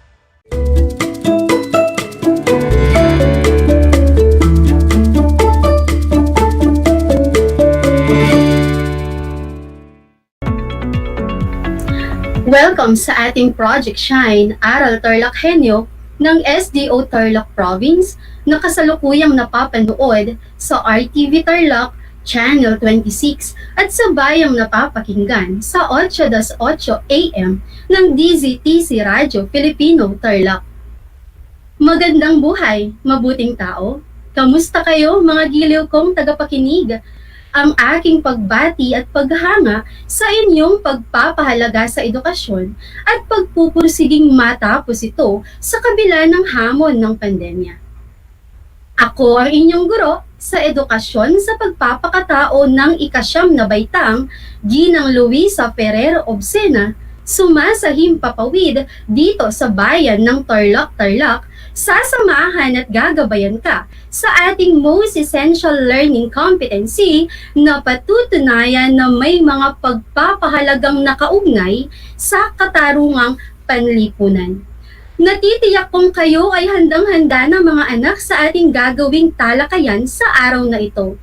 Maging alerto at listo sa anumang impormasyong magbibigay sa atin ng aral, inspirasyon at pag-asa na makatutulong sa pagiging isang mabuting tao.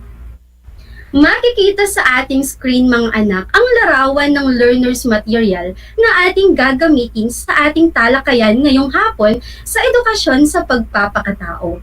Mangyaring buksan ito sa pahina 140 hanggang pahina 142 or page 140 to page 142. Bago natin simulan ang ating bagong aralin, magbalik tanaw muna tayo sa ating naging aralin noong nakaraan na itinuro ng inyong lingkod na si Ginang Luisa Obsena. Meron ka pa bang natatandaan sa ating talakayan noon? Kung ang iyong sagot ay nalaman mo ang ilang pananagutan ng tao na nangangailangan ng pagtupad sa mga ito, kayo ay mahusay. Tumpak ang inyong sagot na lahat tayo ay may mga pananagutan na kailangan nating matugon. Mahusay din ang inyong sagot na ang pamilya ay may malaking parte sa pagtuturo sa kanilang mga anak upang maging mapanagutang mamamayan. Nagagalak ako at masaya ako dahil meron kayong natatandaan sa ating ginawang pag-aaral noong nakaraan. Ngayon ay dumako na tayo sa ating panibagong aralin. Nakahanda na ba kayo? Ang ating magiging paksa sa araw na ito ay ang mga pagpapahalagang kaugnay ng katarungan. Ngayong hapon ay ating tatalakayin at iisa-isahin ano-ano nga ba ang mga pagpapahalagang dapat nating isabuhay, dapat nating gawin upang tayo ay masabing isang makatarungang tao. Ngayon ay isa-isahin natin ang mga pagpapahalagang ito. Ang mga pagpapahalagang ito ay una, dignidad o paggalang sa dignidad ng ating kapwa. Ikalawa ay katotohanan o ang paghahanap at pagkiling natin sa katotohanan. Ang ikatlo ay pagmamahal. Ang ikaapat ay pagkakaisa. At ang ikalima ay kapayapaan. Isa-isahin natin at ating itong talakayin. Nakahanda na ba kayo? Ang ating unang pagpapahalaga ay dignidad. Ano nga ba ang dignidad? At bakit nga ba ang bawat isa sa atin ay may dignidad? Alamin natin ito.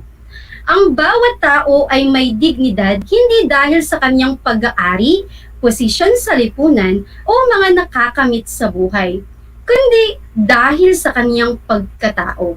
Bukod tangi ang tao sa lahat ng mga nilalang ng Diyos dahil nilikha siya ng Diyos na may isip at kalayaan. Ang kanyang pagkabukod tangi ay hindi dumidepende sa kanino paman.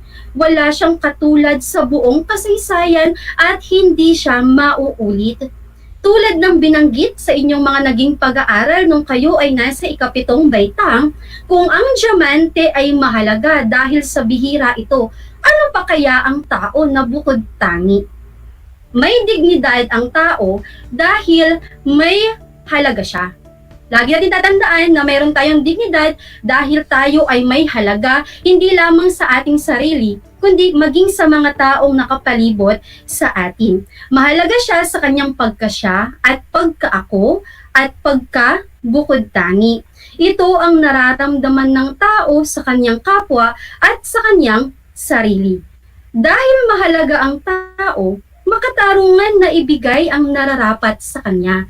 Totoo na ang pagbibigay kung ano ang nararapat sa tao ay hindi nakadepende sa kanyang sitwasyon, kundi sa kanyang hindi malalabag na karapatang kaugnay sa kanyang dignidad bilang tao. Maging malinaw sana sa iyo na maisasabuhay lamang ng tao ang katarungan kung isa sa alang-alang niya ang pagkatao ng kanyang kapwa. Ang makatarungang tao ay laging may paggalang at pagkilala sa dignidad ng tao. Ang kawalan ng paggalang sa dignidad ay kawalan din ng katarungan. Kaya naman, lagi nating igalang ang dignidad ng ating kapwa upang tayo ay masabing isang makatarungang tao. Nawa ay naintindihan ninyo ang unang pagpapahalaga. Ulitin ko, ang unang pagpapahalaga ay ang paggalang sa dignidad ng ating kapwa. Dumako tayo sa ikalawa. Ang ikalawa ay ang katotohanan. Sa paghahanap mo ng katotohanan, kinakailangang tingnan ang kabuuan ng sitwasyon. Ang katotohanan bilang isang pagpapahalaga ay nag-uudyok sa iyo na handa mong ibigay ang iyong buong sarili dahil ito ay may kabuluhan sa iyong buhay at sa buhay ng iyong kapwa. Kaya, ang katotohanan bilang isang pagpapahalaga ay hindi isang simpleng opinyon lamang dahil hindi mo maitataya ang iyong pagkatao at buhay para sa isang opinyon lamang. Ang katotohanan sa puntong ito ay ang pag-unawa na may iba pang apektado sa sitwasyon, hindi lamang ikaw. Inuunawa at pinagninilayan mo ang sitwasyong ito upang makita ang katotohanang nakakubli rito. May kasama ka sa kinasasangkutang sitwasyon at hindi makakabuti sa mga kasama mo na ikaw lamang at ang masusunod at maging sunod-sunuran lamang sila sa iyo. Tandaan na ang pagmumonopolya o pagsasarili sa mga kaganapan ay sumasalungat sa kabutihan ng inyong pagkakasamang pag-iral sa sitwasyon na kapwa ninyong kinasasangkutan. Kaya naman, upang matugunan ang pangangailangan ng katarungang panlipunan, kailangan mong makipag-usap at makipagdialogo sa iba pang sangkot sa sitwasyon. Muli, sana ay maging malinaw sa iyo na kaakibat ng pagiging makatarungan ay ang pagkiling ng tao sa katotohanan. Pag sinabing pagkiling, tayo ay laging nasa katotohanan. Ang taong makatarungan ay hindi dumedepende lang sa mga bagay o sitwasyon ng walang sapat na batayan. Siya ay laging handa na makipagdialogo at maghanap ng patunay upang siya ay maging patas sa lahat ng panahon at sa lahat ng oras. Ito ay gagawin niya upang maipagtanggol ang mga taong magiging biktima ng kasinungalingan at pagsasamantala. Tandaan, hindi masasabi ng tao na siya ay makatarungan kung hindi niya isinasabuhay ang katotohanan. Kaya naman, kapag sinabi nating katotohanan, ito ay ang mga aral ng ating Diyos. Kaya nga noong nakaraan nabanggit ko sa inyo na lagi tayong sumunod sa utos ng ating Diyos. Ngayon ay dumako tayo sa ikatlong pagpapahalaga. Para sa ikatlong pagpapahalaga, ito ay ang pagmamahal. Ang katarungan ay walang kinikilingan dahil gabay nito ang diwa ng pagmamahal na kung saan likas sa atin na mga tao. Sa pagmamahal, ang iyong kapwa ay isang kaibigan o maaari ring ituring mo siya na isang kapatid. Kung mawawala ang pagmamahal, paano na ang tao? Ano kaya ang mangyayari sa katarungan? Ang katarungan ay maaaring mauwi sa simpleng legalismo na ibig sabihin ay pagiging parang isang bulag kung saan sunod-sunuran na lamang ang tao sa batas. Kaya naman, ang pagmamahal bilang isang pagpapahalaga ay isang aktibong pagkalinga sa kapwa na nagpapaunlad sa kanyang mga kakayahan bilang tao. Kung ang katarungang panlipunan ay ginagabayan ng diwa ng pagmamahal, ito ay hindi lamang isang simpleng pag-iwas na makasakit o makapinsala sa kapwa, kundi ito ay isang positibong paglapit sa kanya upang samahan at suportahan siya sa kanyang pagtubo bilang tao at sa pagmamahal niya ng kanyang mga potensyal. Ito ay nangangahulugan ng sama-samang pagkilos ng mga institusyon ng lipunan upang makabuo ng sistemang susuporta sa pagpapaunlad ng pagkatao ng tao. Kaya naman lagi nating tatandaan na ang pagmamahal ay siyang puso ng pagkakaisa. Kung inyong matatandaan sa inyong mga nakaraang aralin nung kayo ay nasa ikapitong baitang, hindi ba naituro at nabanggit sa inyo ng inyong guro na ang tao ay umiiral na nagmamahal o yung tinatawag nating salitang Latin na ens amans. Natatandaan ba ninyo iyon? Na tayong lahat ay likas na nagmamahal dahil tayo ay bunga din ng isang pagmamahal. At kaninong pagmamahal ito? Pagmamahal mula sa ating Diyos. Kaya naman, upang maibalik natin ang pagmamahal na yon na ibinigay ng Diyos sa atin, ay gumawa tayo ng mabuti sa ating kapwa. Sa papaanong paraan? Pagtulong sa ating kapwa. Sana ay iyong napansin na ang pagmamahal ang mahalagang sangkap upang makamit ang kabutihang panlahat. Ang taong nagmamahal lamang ang makakakita sa halaga ng pagkatao ng kaniyang kapwa. Siya rin ang laging maghahangad upang mahayag ang katotohanan. Kung sa katarungan ay ibinibigay ng tao ang nararapat, sa pagmamahal naman, ang tao ay magiliw na ibibigay ang higit sa kung ano ang dapat. Kaya naman tandaan, sa pagmamahal, mananatili at tunay na iiral ang katotohanan at ang katarungan. Nakakasunod ba kayo mga anak? Dumako tayo sa ika-4. Ang ating ika-4 na pagpapahalaga ay ang pagkakaisa. Ano nga ba ang ibig sabihin ng pagkakaisa? Hindi na ito bago sa ating mga pandinig dahil lagi natin itong naririnig, lalo na sa ating panahon ngayon na may lumalaganap na karamdaman. Nawa lahat tayo ay nakikiisa sa mga programa ng ating gobyerno, nawa lahat tayo ay nakikiisa sa hangarin ng ating gobyerno na masugpo na ang lumalaganap na karamdaman ngayon, which is the COVID-19. Nawa sumunod tayo sa mga health protocols such as wearing face mask, pagsuot ng mga face shield kung nasa labas, laging paghuhugas ng kamay at iba pa. Hindi lingid sa iyong kaalaman na may mga namumuong pagkahati-hati sa mga mamamayan ng ating bansa at maging sa pagitan ng mga bansa ng daigdig. Marahil, ito ay dahil sa magkakaibang prinsipyo at pananaw sa buhay ng mga tao sa larangan ng politika, relihiyon, at iba pang aspekto ng buhay ng tao. Mahirap itong malampasan kung ang pagbabatayan lamang ng ugnayan ay ang katarungan. May pag-asang maghilom ang sugat ng pagkakahati-hating ito ng ating bansa sa bisa ng pagkakaisa o solidarity. From the word solidarity, from the word solid, di ba? Pag sabi nating solid, sama-sama sa iisang hangarin. Kung naririnig nyo ito sa inyong mga kaklase, minsan sinasabi nila, pag meron kayong mga aktibidad, maging solid tayo sa ating gagawin. Ibig sabihin, magkaisa tayo na merong iisang hangarin o merong iisang layunin at nang makamit ang mabuting resulta. Makakatulong din ang pagtanggap sa katotohanan na tayong mga Pilipino ay sama-samang namumuhay sa iisang bansa lamang. Sa pandaigdigang sitwasyon, makita sana ng lahat ng mga bansa na magkakaiba man ang mga lahi, lahat ay namumuhay naman sa iisang daigdig. Sa makatuwid, kailangan na maging bukas tayo at handang isakripisyo ang ating pansariling adhikain para sa pagkakaisa tungo sa kabutihang panlahat. Nawa naintindihan ninyo ang ika-4 na pagpapahalaga, which is pagkakaisa. Ngayon, dumako tayo sa ika-5 pagpapahalaga. Ang ika-5 pagpapahalaga ay ang kapayapaan. Ano nga bang ibig sabihin ng kapayapaan o sa Ingles ay peace?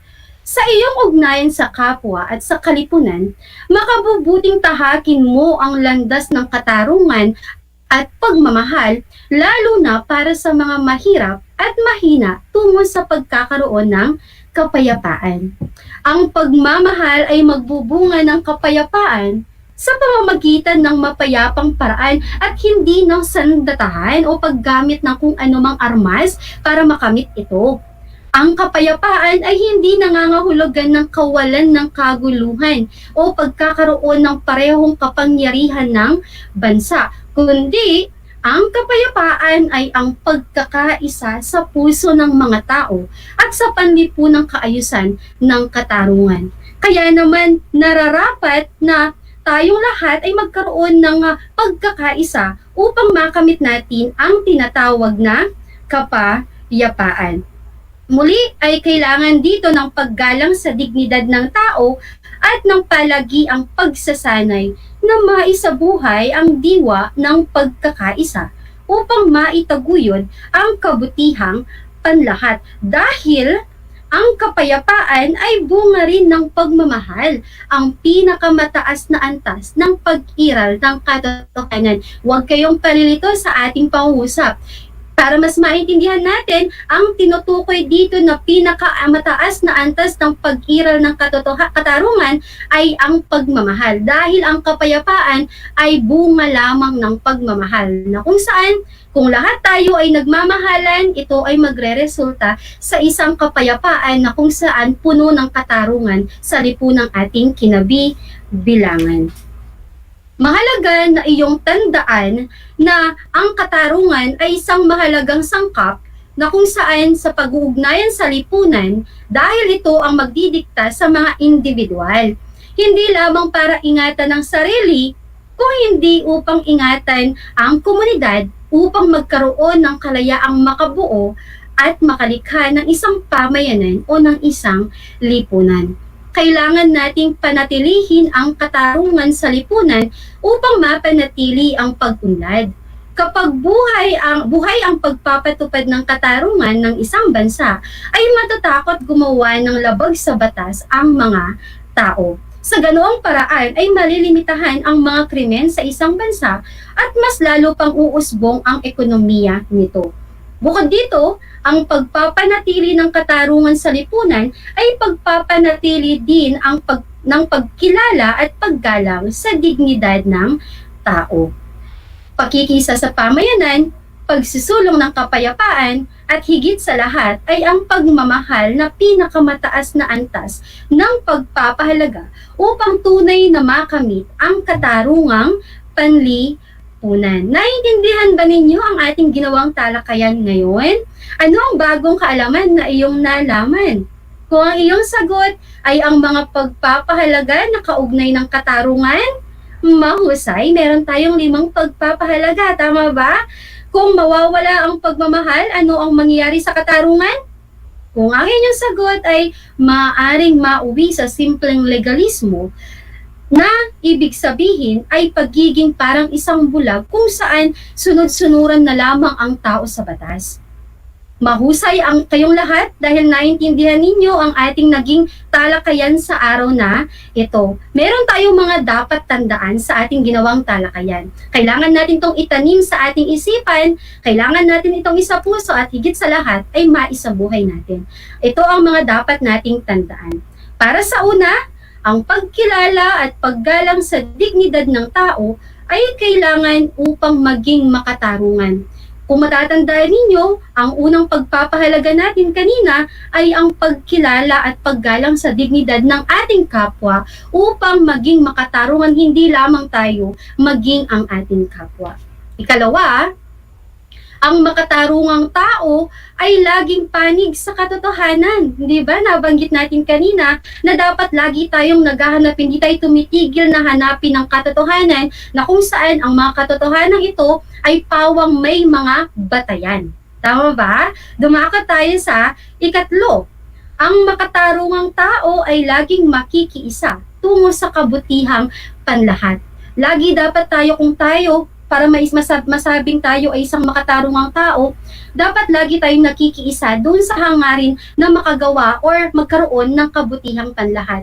Pag sinabing kabutihang panlahat, hindi lang ito kabutihan sa ating sarili, kundi iniisip natin at isinasaalang-alang natin ang kabutihan ng mas nakararami. Dumako tayo sa ika-4. Ang kapayapaan ay ang pagkakaisa sa puso ng mga tao at sa panlipunang kaayusan ng katarungan, na kung saan, doon sa panglima, sa pagmamahal, tunay na iiral ang paggalang sa dignidad at katotohanan, pakikiisa at pagmamahal. Dahil sa lahat ng mga pagpapahalagang ating nabanggit, ang may pinakamataas na antas ay ang pagmamahal. Isang talakayan na naman ang malapit ng matapos. Ako ay masayang-masaya na ipinapakita ninyo ang aktibong pakikibahagi sa ating aralin ngayong araw. Higit lalo ang inyong pagmamahal sa edukasyon. Ipagpatuloy nyo mga anak ang kagandahang ito, hakbang tungo sa katuparan ng inyong mga pangarap sa hinaharap. Kaya naman, sa puntong ito, panahon na upang alamin kung kayo ay may natutunan sa ating ginawang pag-aaral sa ahapong ito sa pamamagitan ng isang maikli o munting pagsusulit.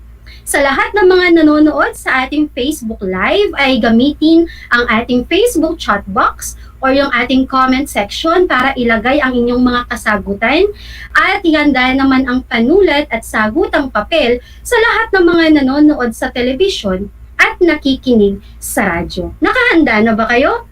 Ito ang ating panuto. Suriin kung ang mga sumusunod na pangusap ay nagsasaad ng tamang diwa. Isulat ang salitang tama or ilagay sa comment section sa ating Facebook Live ang salitang tama kung ang pangusap ay nagsasabi ng wastong pahayag. Kung ang pangungusap naman ay nagsasaad ng hindi wastong pahayag, isulat o ilagay sa ating comment section ang salitang mali. Para sa unang pangungusap, babasahin ko ito ng 2 beses. Unang pahayag, ang makatarungang tao ay may pagkilala sa dignidad ng kaniyang kapwa.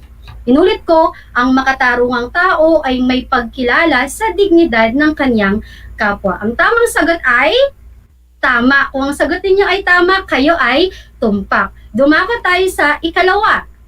Ang makatarungang tao ay laging dumidepende sa opinyon ng kanyang kapwa. Ang makatarungang tao ay laging dumidepende sa opinyon ng kanyang kapwa. Kung ang inyong kasagutan ay mali, kayo ay tumpak dahil hindi tayo dumidepende sa opinyon ng ating kapwa kung tayo ay isang makatarungang tao dahil meron tayong paninindigan.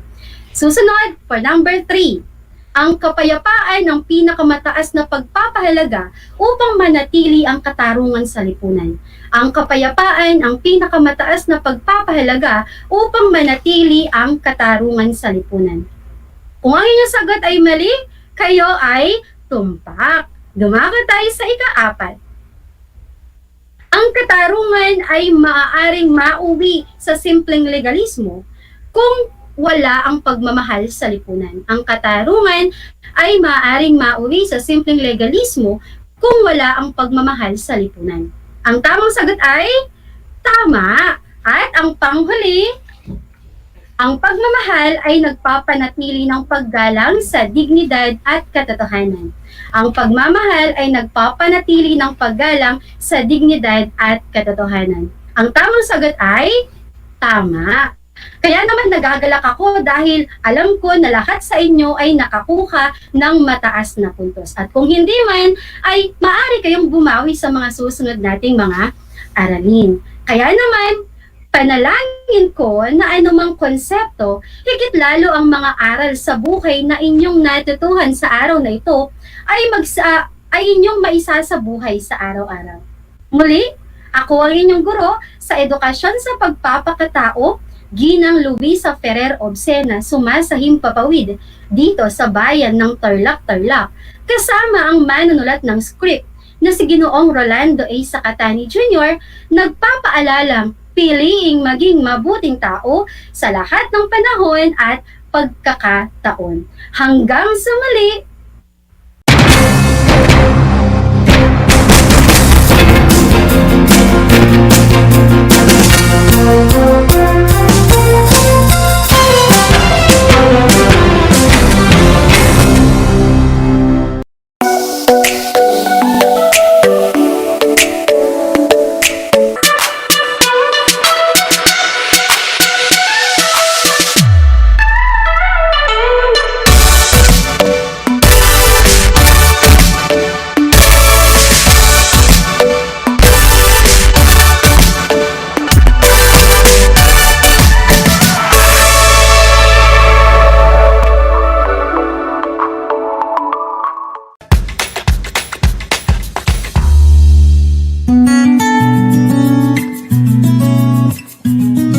Alam niyo ba na ang kinikilalang Guinness Book of World Records holder bilang pinakamaliit na commercially harvested fish ay isang sinarapan?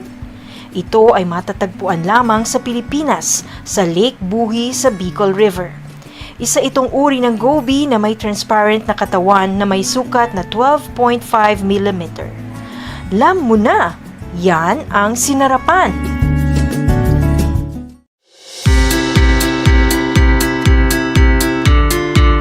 Upang matugunan ang mga kinakaharap na pagsubok ng mga guro at mag-aaral sa gitna ng kasalukuyang pandemya, nagsanib tulong sina Congressman Charlie Cojuangco ng unang distrito ng Tarlac, DEPED Region 3 Regional Director Dr. May B. Eclar at Tarlac Schools Division Superintendent Dr. Ronaldo Poson para sa isang napapanahong proyekto na tinaguriang Project Shine, Aral TarlakHenyo.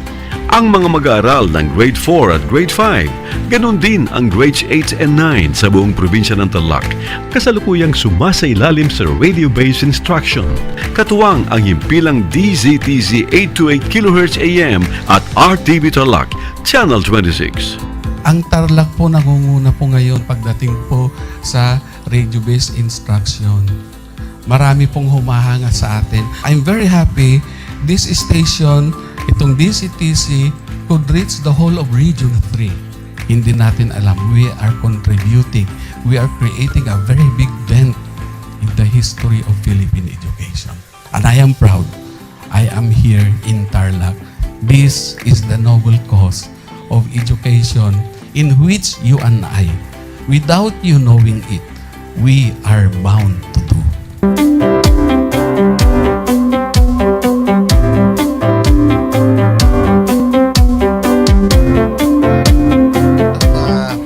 Project natin na Project Shine is a natural consequence dahil sa nangyari sa buong mundo. Let's continue to work together. I think it's very Filipino to practice bayanihan in anything or most of the things that we do. And this is a manifestation of that. No? We have private sector, we have DEPED, we have local government, all working together. And I hope the parents of some of these children, especially the parents that did not graduate from school or hindi nakapag-aral nung sila ay bata, sana naman gamitin na nila itong opportunity na mag-schooling na rin sila kasama ng mga anak nila para mag-bonding pati ang mga magulang sa mga bata. I look at this as doing God's work. Diba? So if you do God's work, it feels right. It's righteous. It's for good, not for evil. Good morning and happy learning, grade 4. Welcome to Aral TarlakHenyo here on RTV Tarlac, Channel 26. Simulcast over DZTZ 828, Radio Filipino Tarlac. I am Teacher Mercy Pacheco Bognot. This is Alistair Aidatu. I am Marie Josephine B. Andrade. I am Teacher Princess Marie M. Dueñas, and I will be your teacher broadcaster for today.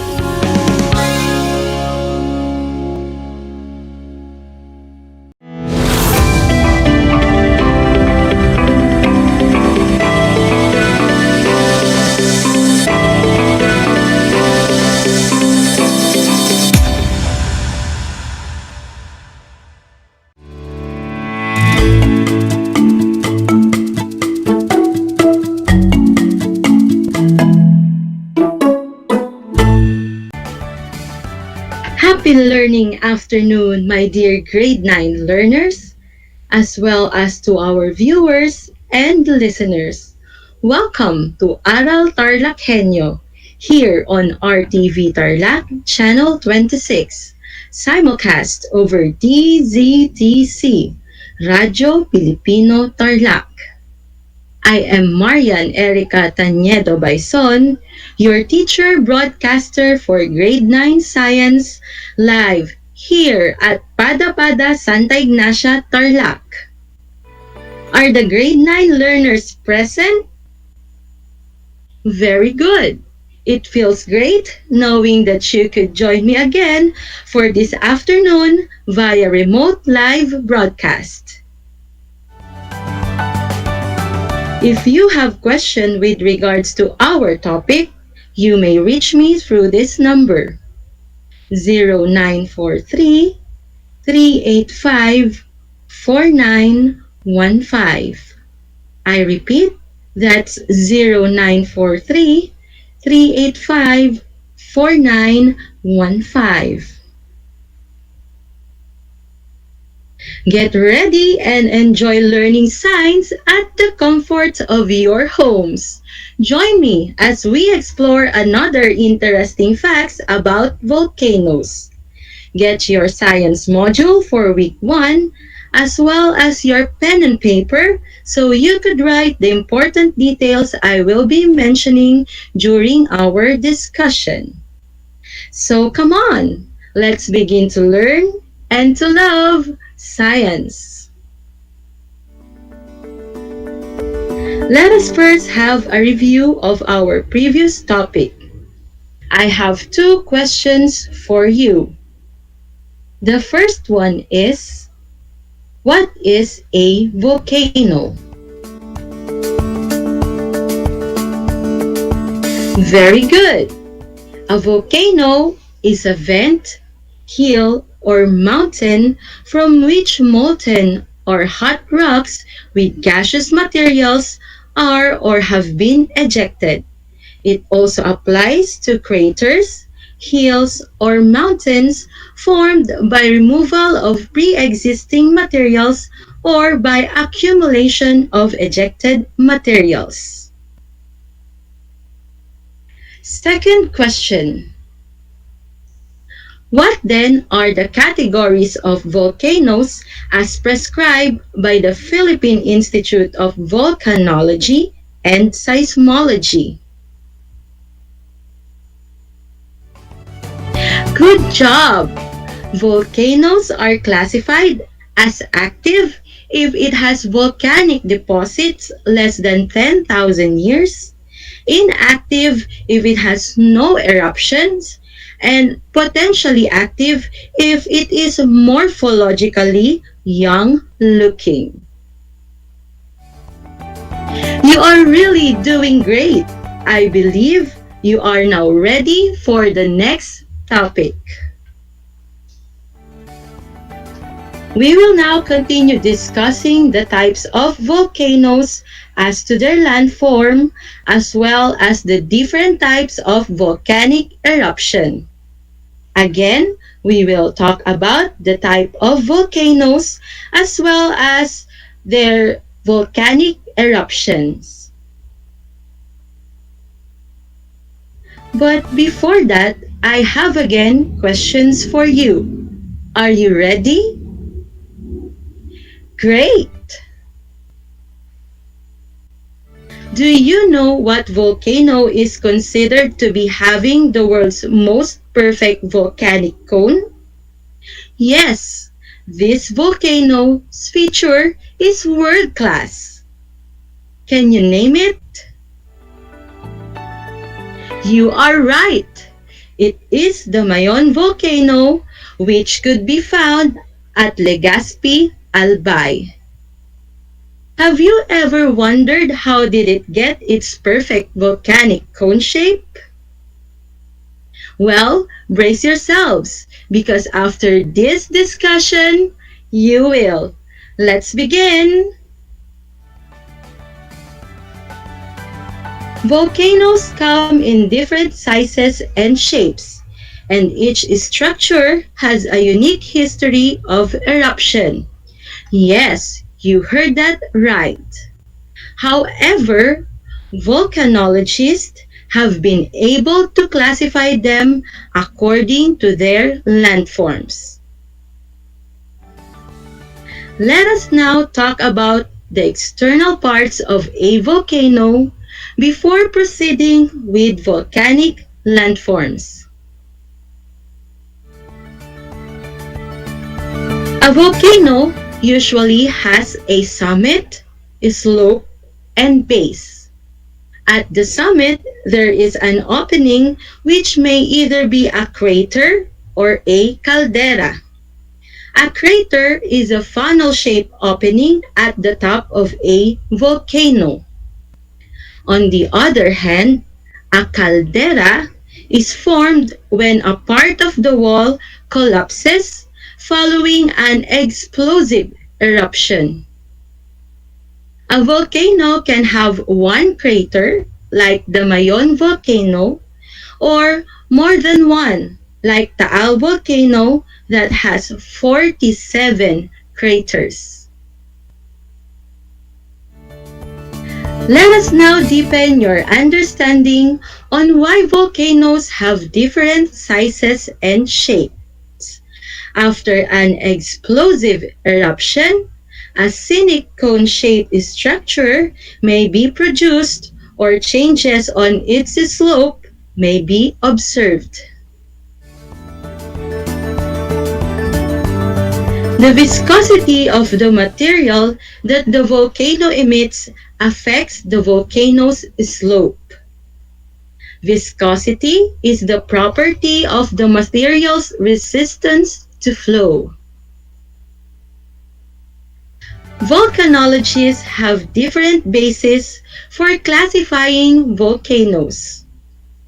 One way to classify volcanoes is by their cones, namely shield, cinder, and composite cones. Let us differentiate one cone from the other. Shield volcanoes are formed by the accumulation of lava that oozes out of the volcano. Since non-viscous lava can flow freely, a broad, slightly domed structure that resembles a warrior shield is formed. Do you know a volcano which shape resembles like a warrior shield? Very good. An example of this is Mount Amorong, located at the northern end of the Luzon Central Plain in Pangasinan. On the other hand, cinder cone volcanoes are built from ejected lava fragments. They have a steep slope, wide crater, and are the most abundant of the three major volcano types. Can you name one volcano that has the same shape like this one? Great! One example of this is Mount Babuyan, located at Babuyan Island. Lastly, composite cones or stratovolcanoes are large, nearly perfect slope structure formed from alternate solidification of both lava and pyroclastic deposits. If you are wondering what pyroclastic is, well, pyroclastic is another name for a cloud of ash and lava fragments carried through the air and vapor. Do you have in mind a name of a volcano which we can classify as stratovolcano? Very good! One perfect example of this is Mayon volcano located at Legazpi, Albay. Let us have some trivia. Around 1,500 potentially active volcanoes are present around the world, many of which are found on the Pacific Ring of Fire, where tectonic plates collide deep below the Earth's surface. However, around 75% of volcanic activity on Earth occurs underwater. Undersea eruptions, the National Oceanic and Atmospheric Administration say, are a constant process that shapes the Earth's feature or the features of the ocean. Oregon State University geologists estimate there could be as many as 1 million cold submarine volcanoes. Now that you have learned the different types of volcanoes as classified by the volcanologists based on the volcano's landform, then let me check if you really understood our topic. You will be given a 3-item multiple choice questions. All you have to do is listen attentively and choose the letter of the best answer. You will be given 5 seconds for each question to answer. Type in your answer on the comment box below or write it on your paper. Let's start! Number 1. What kind of volcanoes are built from ejected lava fragments? They have a steep slope, wide crater, and are the most abundant of the three major volcano types. I repeat, what kind of volcanoes are built from ejected lava fragments? They have a steep slope, wide crater, and are the most abundant of the three major volcano types. A. Cinder cone volcanoes. B. Composite cone volcanoes. C. Shield volcanoes. Or D. Stratovolcanoes. The answer is letter A. Very good. Let's proceed to the next question. Which of the following volcanoes is an example of a stratovolcano? I repeat, which of the following volcanoes is an example of a stratovolcano? A. Mayon volcano. B. Mount Amorong. C. Mount Arayat. Or D. Mount Babuyan. What do you think is the answer? Okay, the answer for that question is letter A. Very good. Let's proceed to the next question. Question number 3. Which of the following volcanoes is formed by the accumulation of lava that oozes out from the volcano? Since non-viscous lava can flow freely, a broad, slightly domed structure that resembles a warrior shield is formed. I repeat, which of the following volcanoes is formed by the accumulation of lava that oozes out from the volcano? Since non-viscous lava can flow freely, a broad, slightly domed structure that resembles a warrior shield is formed. A. Cinder cone volcanoes. B. Composite cone volcanoes. C. Shield volcanoes. Or D. Stratovolcanoes. Type in your answer on the comment box below. Okay, the answer for that question is letter C. Very good. Did you get all the answer correct? Great! We can now proceed with the different types of volcanic eruption.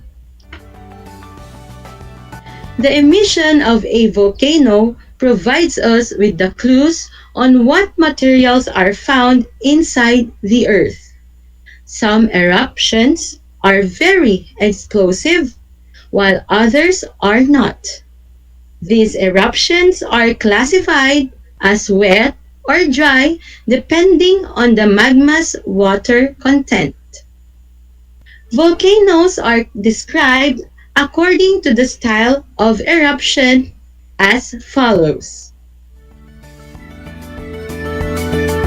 The first one is what we call as phreatic or hydrothermal, which is a steam-driven eruption as the hot rocks come in contact with water. It is short-lived, characterized by ash columns, but may be an onset of a larger eruption. Second is what we call as phreatomagmatic. It is a violent eruption due to the contact between water and magma. As a result, a huge, large column of very fine ash and high-speed and sideway emission of pyroclastic materials called base urges are observed.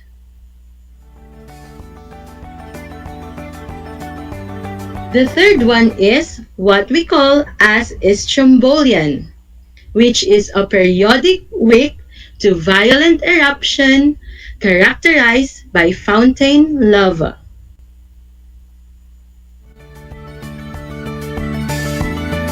The fourth one is what we call as volcanion. It is characterized by tall eruption columns that reach up to 20-kilometer high with pyroclastic flow and ashfall tephra. If you would ask me what is tephra, tephra is a volcanology term for ash, which are small rock fragments ejected from a volcano into the atmosphere, which is then deposited around and downwind of a volcano. Lastly is what we call as plinion, which is an excessively explosive type of eruption of gas and pyroclastic materials. I have again another trivia for you. The 1991 eruption of Mount Pinatubo, about 100 kilometers or 60 miles northwest of Manila, was the Philippines' most powerful in recent years and killed more than 800 people. However, the eruption had worldwide impact. Nearly 20 million tons of sulfur dioxide were shot skyward by Pinatubo, which then drifted globally. This gas cloud caused global temperatures to drop temporarily from 1991 through 1993 by about 1 degree Fahrenheit or 0.5 degrees Celsius, according to a U.S. Geological Survey account of the eruption. Let me again check if you really understood the topic. I want you to identify what type of explosion is flashed in the screen while I am describing it. You will be given 5 seconds for each question. Type in your answer again on the comment box below or write your answer on your paper. Are you ready? Very good. Let's begin. Number 1. It is characterized by a tall eruption columns that can reach up to 20 kilometer high. Number 2. It is a steam-driven eruption as the hot rocks come in contact with water.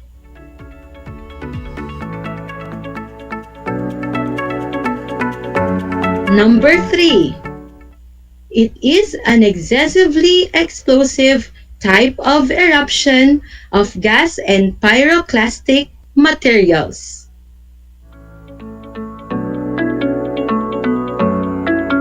Are you done writing your answers? Good job! Let's check your answers. For number 1, the answer is volcanion. Number 2 is phreatic or hydrothermal. And for number 3, the answer is plinion. Did you get all the answers correct? Excellent! It seems that you listened very well to our discussion. Let us wrap up today's lesson. Volcanoes are different in sizes and shapes as a result of the emission of materials during eruption. Volcanologists classified volcanoes by their landforms. They suggest 3 classifications, namely shield cone volcanoes, cinder cone volcanoes, and composite or stratovolcanoes. Shield volcanoes form a broad, slightly domed structure that resembles a warrior shield, while cinder cone volcanoes have a steep slope, wide crater, and are the most abundant of the 3 major volcano types. On the other hand, Composite volcanoes are large, nearly perfect slope structure formed from alternate solidification of both lava and pyroclastic deposits. There are also different types of volcanic eruption, from weak to excessively explosive eruptions, namely phreatic or hydrothermal, phreatomagmatic, strombolian, volcanian, and Plinian. That's it. I hope you enjoyed today's lesson and learned substantially a lot from it. Thank you for joining me again this week in exploring new things about volcanoes. Just keep on tuning to our radio station, DZTC, Radyo Pilipino Tarlac, and keep watching on RTV Tarlac, Channel 26. We are also live on RTV Tarlac, Channel 26 FB page. Be with us once again on Monday for another fun learning experiences. Don't forget to like our page on Facebook, RTV Tarlac, Channel 26. That is all for today. In this time of pandemic, let us take care and love one another. I want you all to stay home so that everybody will become safe. And I want you also to keep the fire on learning burning. Always keep your minds and heart on education and on having quality education by tuning in on our live every day. Once again, I am Marian Erica Tañedo Baison, your grade 9 science anchor teacher. Until next time, God bless everyone. Have a great day.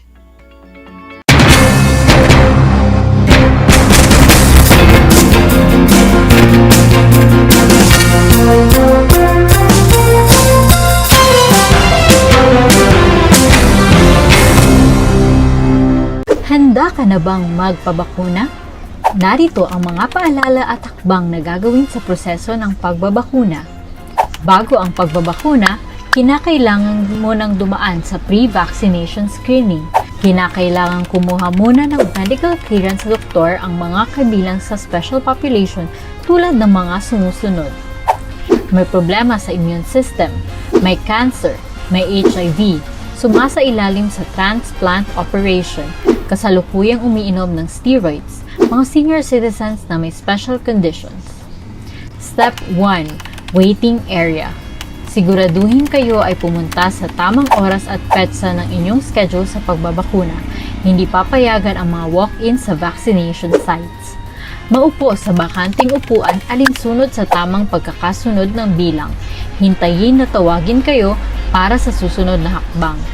Habang nag-aantay, sumunod sa minimum public health standards. Isuot ang face mask at face shield. Sundin ang proper physical distancing at ugaliing maghugas at isanitize ang kamay. Step 2. Registration. Sundin ang mga patakaran ng inyong LGU o vaccination site sa pag-register at ipakita ang inyong government ID. Bibigyan kayo ng kopya ng informed consent form, health screening form, at mga pamphlet tungkol sa bakuna na pwede ninyong basahin. Hintayin na matapos ang proseso ng registration bago pumunta sa susunod na hakbang. Step 3. Screening. Kayo ay isa sa ilalim sa health screening at tatanungin tungkol sa inyong kalusugan tulad ng history of COVID-19 exposure, history of vaccination, mga gamot na iniinom, kung may allergies at iba pa. Ito ay para makasiguro kung angkop para sa inyo ang magpapakuna sa kasalukuyan. Step 4. Health Education. Makinig sa ibabahaging importanteng impormasyon tungkol sa pagbabakuna para sa COVID-19. Kung mayroon pa kayong ibang katanungan, sumangguni sa ating mga vaccination staff. Siguraduhin na pirmahan ang consent form na pumapayag kayong magpabakuna bago pumunta sa susunod na hakbang. Step 5. Vaccine Administration. Ito ang panahon kung saan kayo ay babakunahan sa loob ng 1 hanggang 2 minuto. Huwag kalimutan na kunin ang inyong vaccination card pagkatapos matanggap ang bakuna. Step 6. Observation. Alinsunod sa Department of Health, ang lahat ng magpapabakuna ay kailangang manatili sa pasilidad ng 15 hanggang 30 minuto para obserbahan kung may hindi magandang nararamdaman. Ang ating medical staff ay nakatutok sa inyo para ma-monitor ang inyong kalusugan. Bibigyan kayo ng mga pangalan ng health facility o hotline o contact kung saan pwedeng pumunta kung kinakailangang sumangguni dahil sa side effects ng bakuna. Narito rin ang mga paalala na dapat tandaan. Siguraduhin bumalik sa schedule para sa pangalawang dose ng bakuna.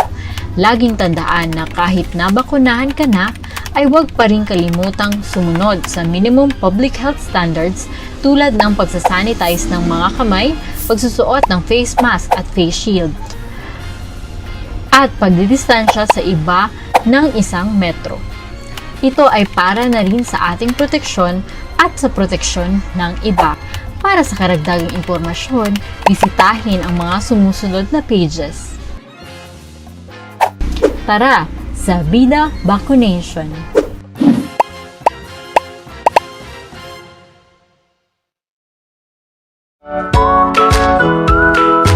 How are you today? Hello, everyone. Hello, learners of Tarlac. Good morning, Math Talino Grade 4 learners. Welcome to Aral TarlakHenyo here on RTV Tarlac Channel 26. Simulcast over DCTC Radio Filipino Tarlac. I'm Sir Glenn, your teacher broadcaster. Broadcasting live here at Paniki Tarlac. Remotely here in Concepcion, Tarlac. Live here at Barangay Pedro Elquines, Mayantok, Tarlac. Broadcasting live from Ramos National High School. Your anchor teacher today for grade 9 mathematics. Your partner in education this time of pandemic.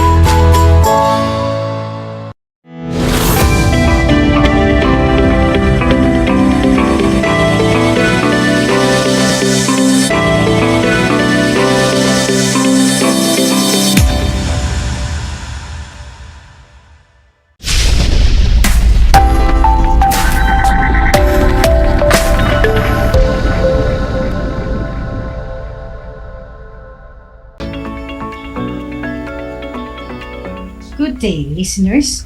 Welcome to Aral TarlakHenyo, here on RTV Tarlac, Channel 26, simulcast over DZTC, Radio Filipino Tarlac. This is Teacher Urzel Milet Tamundong, remotely airing from Moncada, Tarlac, your teacher broadcaster for today's Mathematics 9 radio-based lesson. And I will be with you for the next 25 minutes. So try to be focused and be at its best. Before we begin, find a comfortable place. Have your pen, paper, and a ruler with you. And make sure you have your learner's materials. Let us start. First, let's have some quick recap of our last lesson, which is proving theorems on the different parallelogram. This includes rectangle, rhombus, and square. Now, let me see if you can still remember the different properties or theorems of parallelogram. Okay then, identify whether the given statement is true or false. You may write your answer at the comment section of our Facebook Live. Question number 1.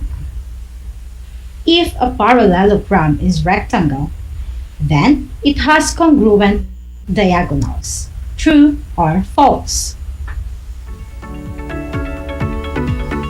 The answer is true. Did you get it right? Good job. Next question. If a parallelogram is rhombus, then each diagonal bisects a pair of opposite angles. True or false? The correct answer is true. Question number 3. If a parallelogram has at least one right angle, then the parallelogram is a square. True or false? And the answer is false. It should be, if a parallelogram has at least one right angle, then the parallelogram is a rectangle. Do you still get the correct answer? Very good. Question number 4. All the theorems of rectangles and rhombus apply to square. True or false?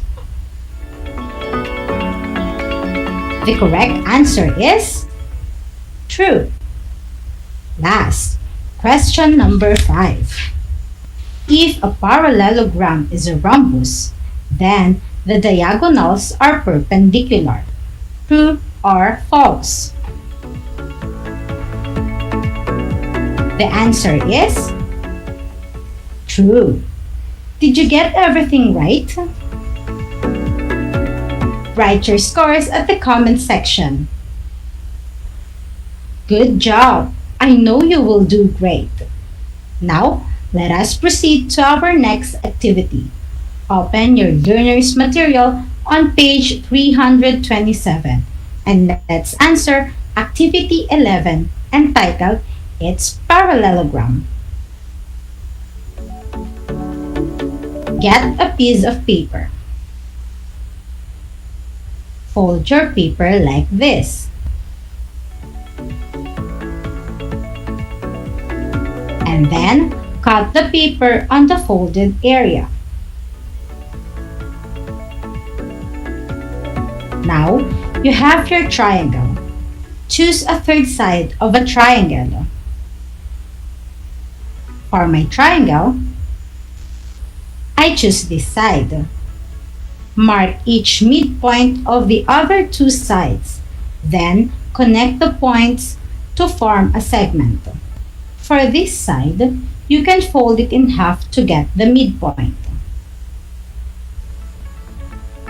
Do the same on the other side.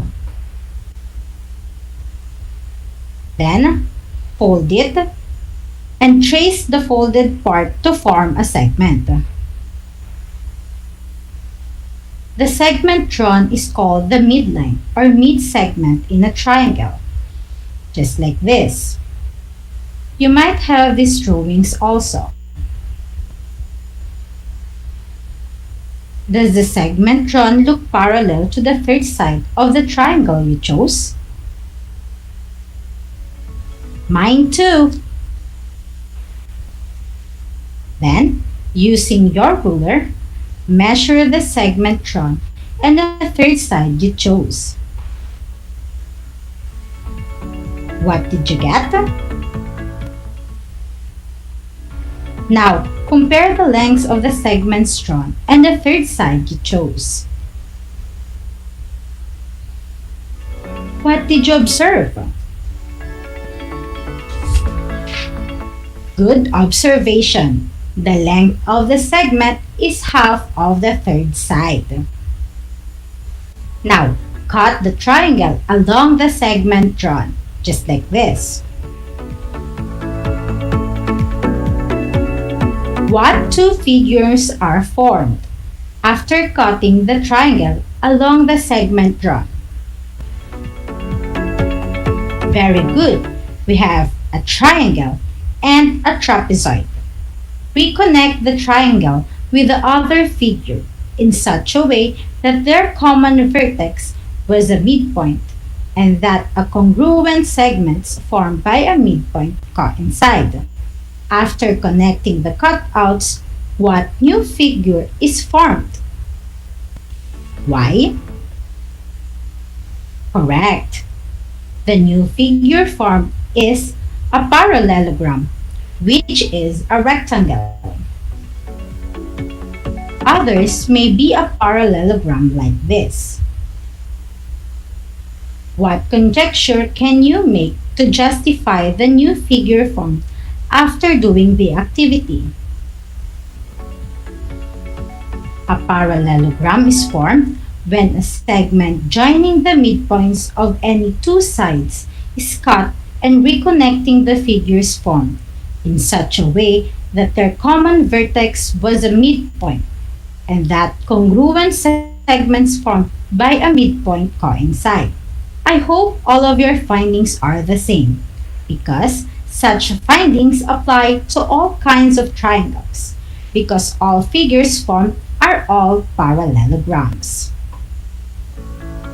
Your findings in this activity help you discover the midline theorem of a triangle, which is our topic for today.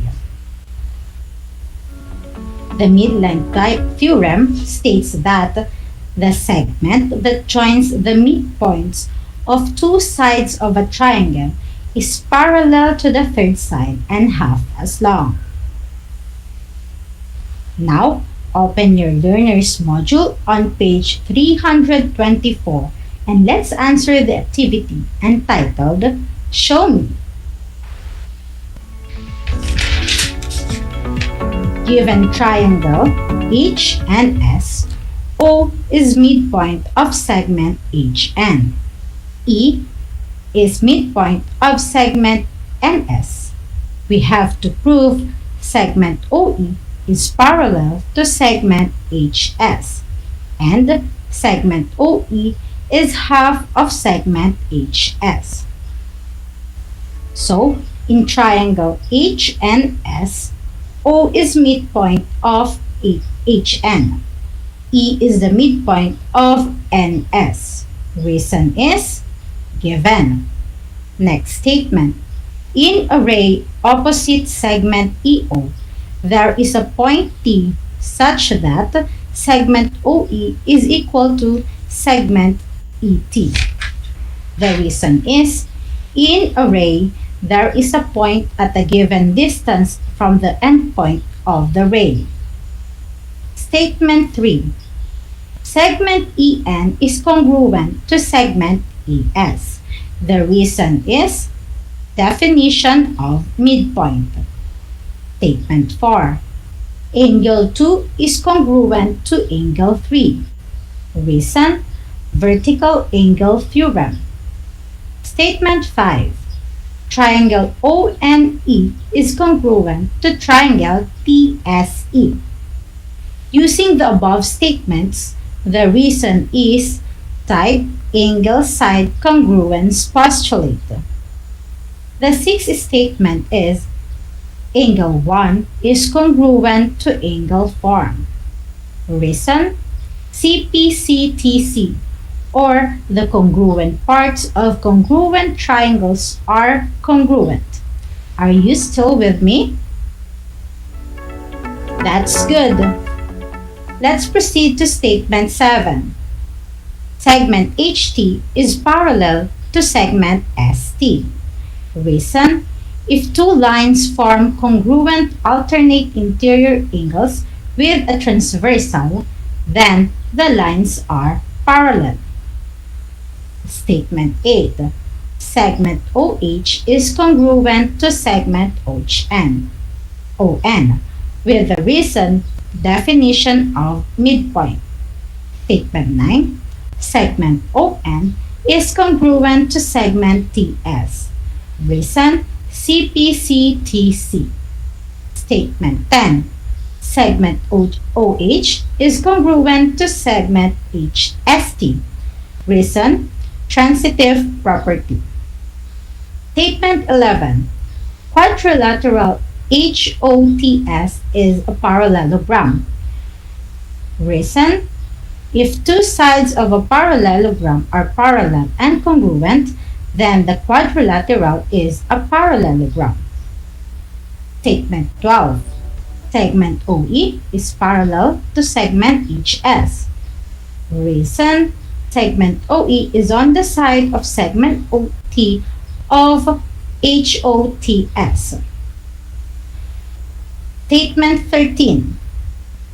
Segment OE plus segment ET is equal to segment OT, with the reason segment addition postulate. Do you have the same answer? Very good. For statement 14, OE plus OE is equal to segment OT. Reason substitution.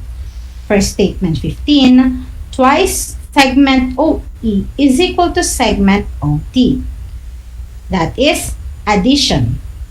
Statement 16, segment HS is congruent to segment OT. Reason, in a parallelogram, any two opposite sides are congruent. We are almost done. In statement 17, twice segment OE is equal to segment HS. The reason is substitution. And for the last statement, segment OE is equal to half of segment HS. The reason is multiplication property of equality. Did you follow the proof of midline theorem? I really hope so. Now, to fully understand the midline theorem, we will use it in solving problem by answering the activity. Go for it on page 329. In triangle MCG, points A and I are the midpoints of segment MG and segment GC respectively. Consider each given information and answer the questions that follow. Number 1. Given segment AI is equal to 10.5. What is MC? To solve for MC, remember the definition of the midline theorem. Since AI is segment parallel to MC, then segment AI is twice as long as MC. So, 10.5 times 2 is 21. Segment MC is equal to 21. Did you arrive with the same answer? Very good. Number 2. Given segment GC is equal to 32. Given segment GC is equal to 32. What is segment GI? Try and solve it. What is your answer? The answer is 16. You are doing great. How did you solve for segment GI? Write your answer in the comment section below. Since point I is midpoint of GC, therefore, point I divided GC into two equal parts, which are GI and IC. So, 32 divided by 2 is equal to 16. Segment GI equals 16. Number 3. Given AG is equal to 7 and segment CI equals 8. Given segment AG is equal to 7 and segment CI equals 8. What is MG plus GC? Since A and I are midpoints of segments MG and GC respectively, therefore, MA is equal to AG and CI equals IG. Moreover, segment MA plus segment AG is equal to segment MG, and segment CI plus segment IG is equal to segment CG. Now, let us start substituting. Segment MG is equal to 7 plus 7. The value of MG is 14. Next, segment GC is equal to 8 plus 8. So the value of GC is 16. Segment MG plus segment CG is equal to 14 plus 16. The final answer is 30. Is that your answer too? Very good. Let us now move on to number 4. Given segment AI is equal to 3x minus 2 and segment MC is equal to 9x minus 13. Given segment AI is equal to 3x minus 2 and segment MC is equal to 9x minus 13. What is the value of x? We will use the midline theorem. Since AI is a segment that joins the midpoints of two sides of triangle MCG, therefore, it is parallel and half as long as MC. By that, we can also say twice AI is equal to MC. Our working equation now is segment MC is equal to twice segment AI. Substituting the given to our working equation, we now have 9x minus 13 is equal to twice the difference of 3x and 2. Multiply 2 to 3x minus 2 to have 6x minus 4. And then subtract 6x and add 4 to both sides of the equation to have 9x minus 6x minus 13 plus 4 equals 0. Combining like terms, 9x minus 6x is 3x. Negative 13 plus 4 is negative 9. That is 3x minus 9 equals 0. Adding 9 to both sides, so 3x equals 9. Lastly, divide both sides by 3. The value of x is 3. For the follow-up question, what is the sum of segment AI plus segment MC? What is the sum of segment AI plus segment MC? Since we already solved the value of x, which is 3, we will now substitute it to get the value of segment AI and segment MC. So, segment AI is equal to 3x minus 2. Substituting, 3 times 3 minus 2 is equal to 9 minus 2. The value of segment AI is 7. Then, segment MC is equal to 9x minus 13. Substituting, we have 9 times 3 minus 13 equals 27 minus 13. The value of segment MC is 14. The final answer. Lastly, segment AI plus segment MC is equal to 7 plus 14. The final answer is 21. Did you get the correct answer? Good job! I hope you can still follow on our discussion. So, let us proceed to number 5. Given, segment MG is congruent to segment CG. AG is equal to twice y minus 1 and IC is equal to y plus 5. What is the value of y?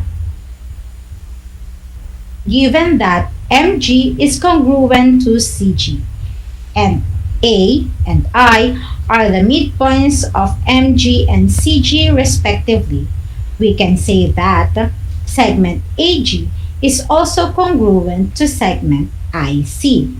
Our working equation now is twice y minus 2 equals y plus 5.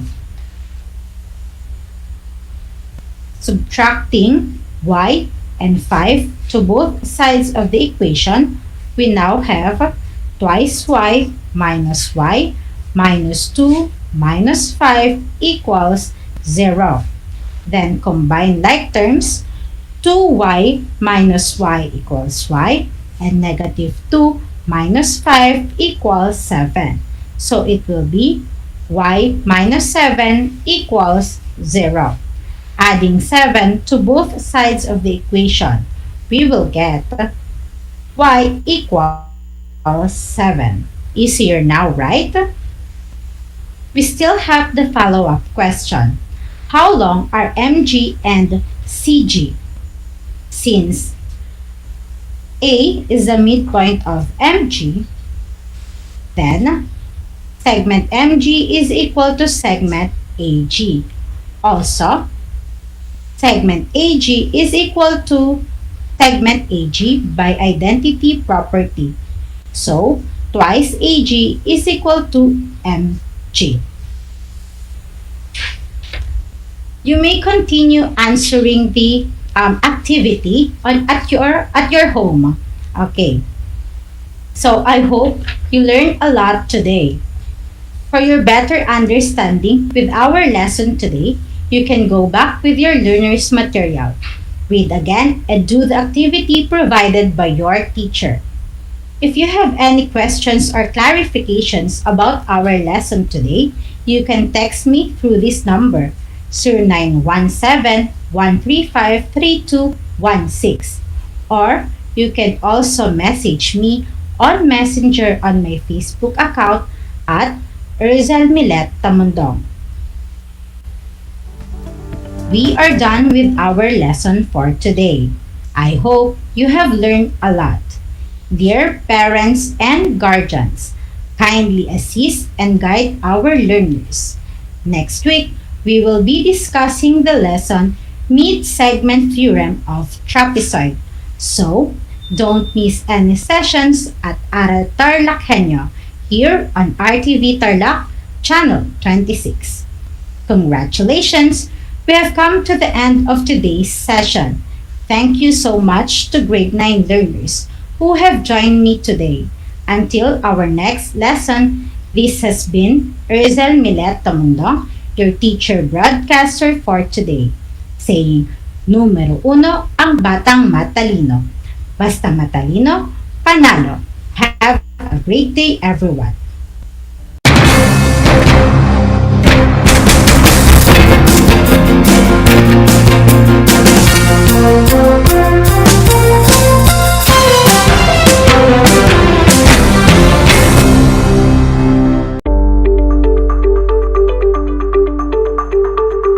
Sa pagnanais na mapigilan ang ating pamahalaan ang pagdami ng bilang ng mga kaso ng COVID-19, binuo ang One Hospital Command Center o OHCC upang mas mabilis na matugunan ang medikal na pangangailangan ng ating mga kababayan. Bukas ang OHCC 24 oras araw-araw. Tumawag lamang sa mga hotline nito sa 0919-977-3333 o 0915-777-7777 o 02-886-50500. Maaari ring i-download ang Pure Force Citizens app sa Android o iOS upang mabilis na matugunan ang sinumang nangangailangan. Layon din ng OHCC na maiwasang mapuno ang kapasidad ng bawat ospital. Kaya't kung ikaw ay kinakailangang tumawag sa OHCC, mabibigyan ka ng libreng preliminary consultation. Para sa mga nangangailangan ng emergency quick response, makikipag-ugnayan ang OHCC sa DOH Bed Tracker at sa mga ospital upang makahanap agad ng pinakamalapit na bakanteng ospital. Ang transportasyon o ambulansya naman ng ospital na inirefer ng OHCC sa pasyente ang siyang susundo sa bahay nito. Kaya't kapag ikaw ay nakakaranas ng anumang sintomas ng COVID-19 o nangangailangan ng agarang tulong medikal, tumawag lamang sa OHCC at handa silang tumulong sa lahat ng oras.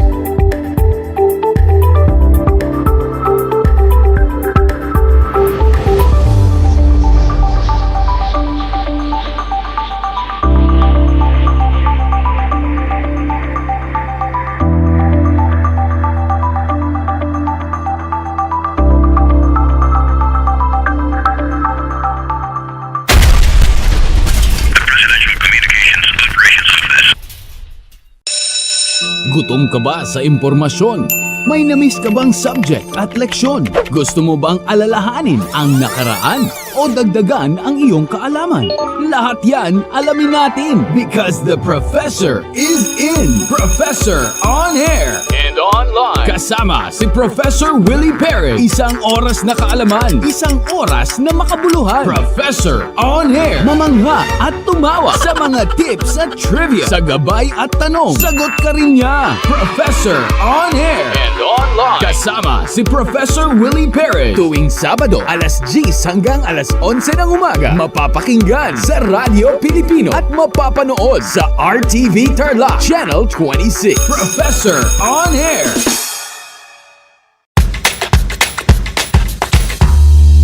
Alam niyo ba na ang whale shark ay hindi isang whale? Ang whale shark o butanding ay kinikilalang world's largest fish at tinatawag gentle giants. May sukat itong 12 meters. Maliliit ang ngipin ng butanding, kaya naman planktons o maliliit na hipon at isda lang ang kaya nilang kainin. Simula noong 2011, marami nang nahumaling mag-whale shark watching sa Oslo, Cebu. Alam niyo na, yan ang whale shark! Ang ating pagbati at paghanga sa inyong patuloy na pag-aaral.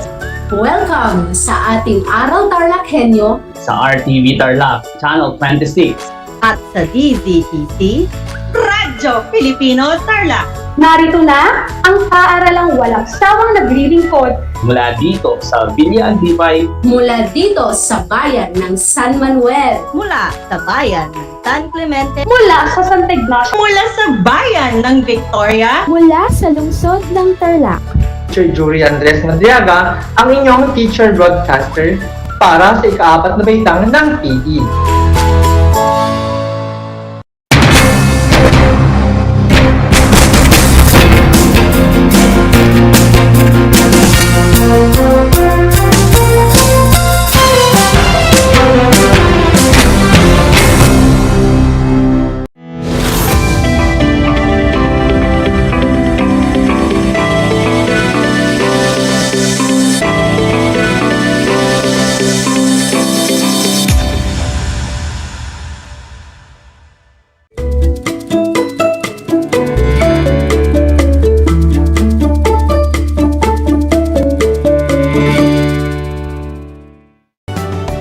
Magandang araw, Tarlac! Magandang araw, mga kapantas! Suma sa inyo ang Aral TarlakHenyo mula sa RTV Tarlac, Channel 26 at sa bayang naririnig sa DZTC 828, Radyo Pilipino Tarlac. As kayo ay kasalukuyang nakikinig sa Barangay San Rafael, Tarlac City sa pamamagitan ng remote live broadcast. Maaari ring mapanood sa Facebook page at YouTube channel ng RTV Tarlac Channel 26 ang episode na ito.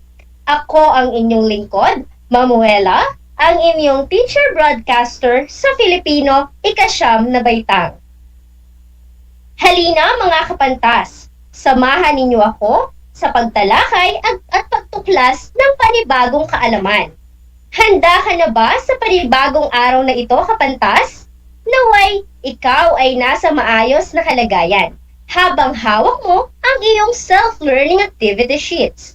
Ngunit, bago tayo magsimula sa ating aralin, kung may mga katanungan ka, ay maaari ninyong isend ang mga ito sa numerong 0916-592-2579 at ating sisikaping sagutan bago matapos ang ating programa.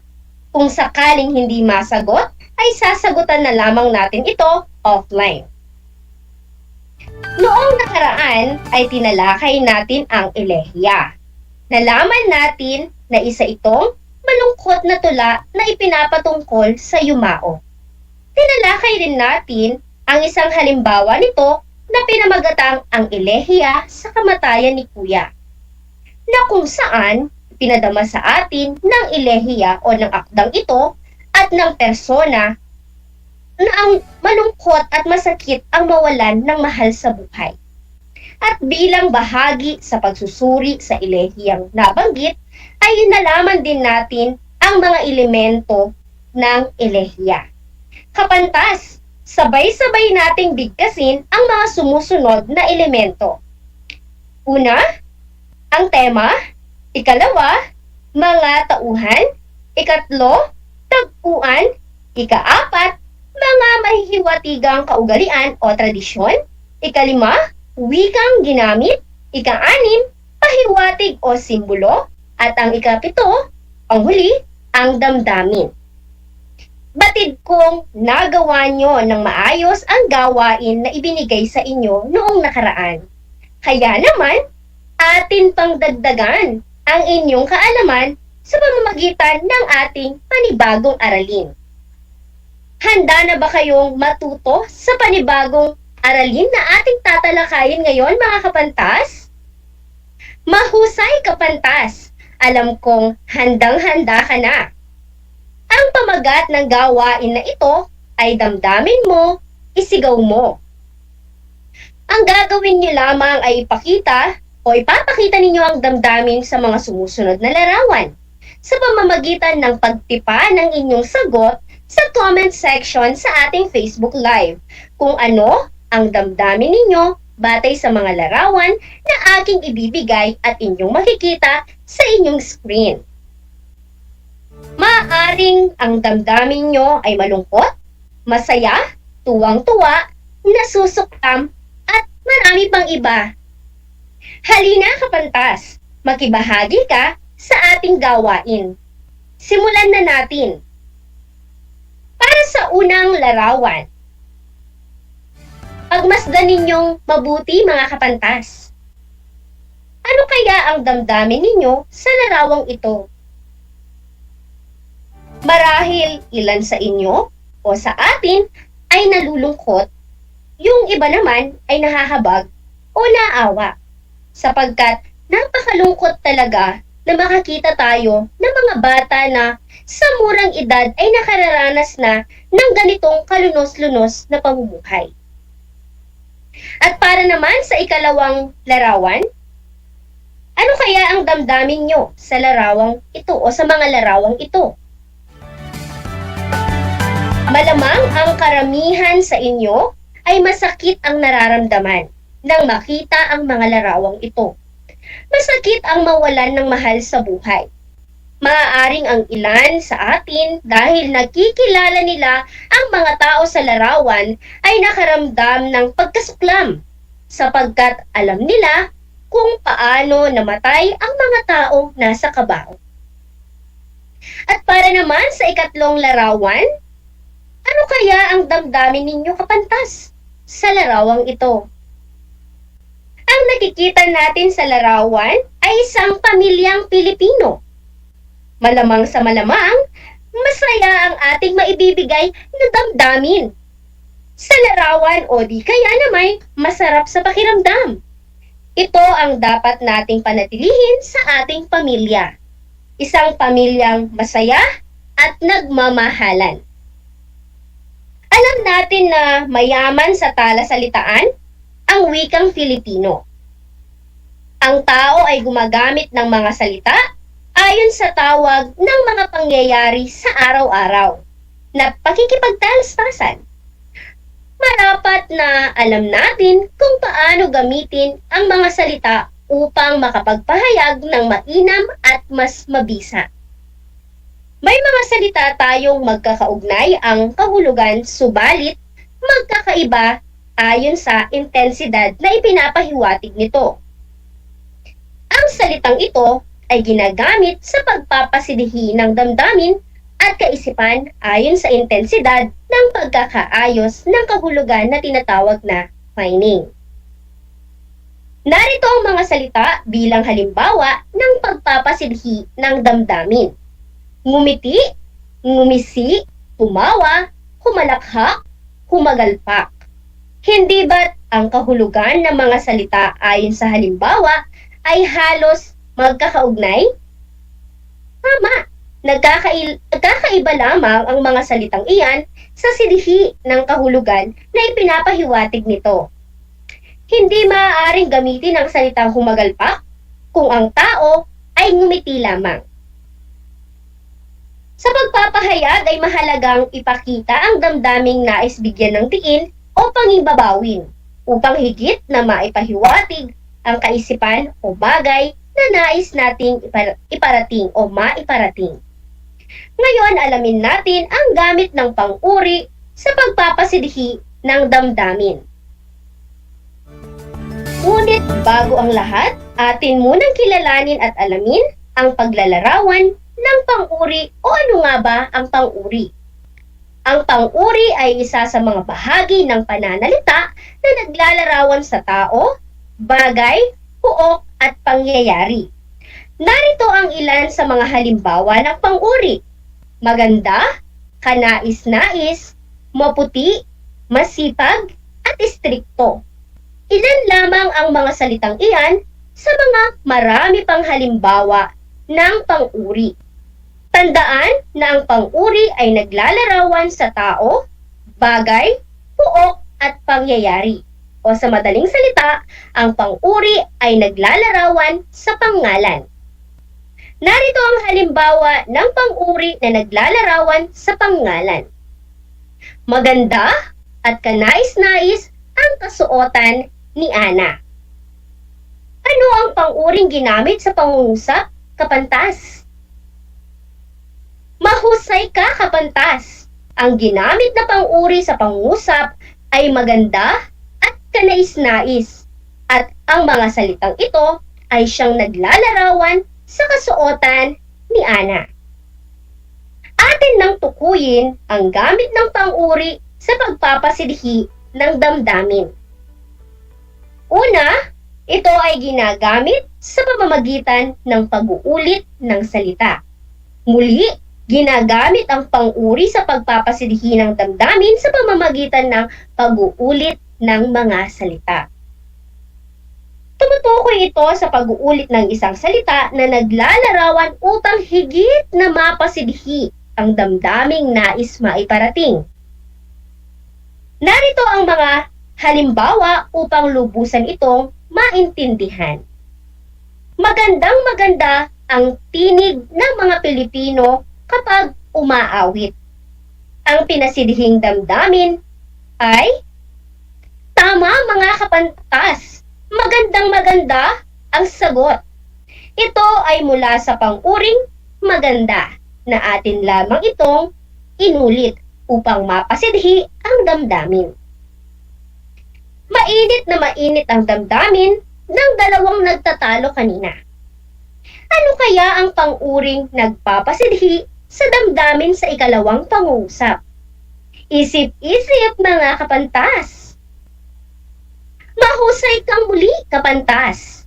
Ito ay mainit na mainit mula sa pang-uring mainit na ating muling inulit. Atin pang tukuyin ang gamit ng pang-uri sa pagpapasidhi ng damdamin sa pamamagitan ng paggamit ng panlapi. Okay? Ang ikalawa ay ang paggamit ng panlapi. Tumutukoy ito sa sukdulang pagpapasidhi ng paglalarawan. Bago tayo magpatuloy, mga kapantas, ang panlapi, ito ay ang pantig na idinudugtong natin sa mga salitang ugat o sa mga salitang naglalarawan. Narito ang mga panlaping ginagamit sa pagpapasidhi ng damdamin. Ang unlaping napaka. Pag sinabi nating unlapi, mga kapantas, ito ay ang mga pantig na ginagamit natin sa unahang bahagi bago ang salitang ugat. Sumunod, unlaping pagka. Sumunod na unlapi, kay. Ang susunod riyan ay ang unlaping pinaka. At ang sumunod, unlaping nag na dinudugtungan ng hulaping an. At pag sinabi nating hulapi, mga kapantas, ito yung panlapi o pantig na idinudugtong natin pagkatapos ng salitang ugat. At ang pinakauling unlapi ay ang unlaping ka na dinudugtungan ng hulaping an. Narito ang mga halimbawa sa paggamit ng panlapi. Unang halimbawa, napakaganda ng layunin nating nagtutulungan sa oras ng pangangailangan. Mga kapantas, ano kaya ang ginamit na pang-uri sa pangungusap? Tama ka, kapantas. Ang pang-uri ay napakaganda na ginagamitan ng panlapi o unlaping napaka. Isa pang halimbawa, pagkabait-bait ng mga nag-aalaga sa mga may sakit. Ang pang-uri ay pagkabait-bait na ginagamitan ng panlaping pagka. Alamin din natin ang paggamit ng mga pang-abay na nagbibigay turing sa pang-uri na nagpapasidhi ng damdamin. Ito rin ay tumutukoy sa sukdulang pagpapasidhi ng paglalarawan. Gumagamit tayo ng pang-abay na tunay na, ubod ng, hari ng, sakdal, sadya, at lubha. Iyan ang mga ginagamit natin para ipasidhi natin ang paglalarawan. Alam nyo ba mga kapantas na kadalasan gumagamit din tayo ng mga kataga gaya ng walang kasin, kasim, at kasing.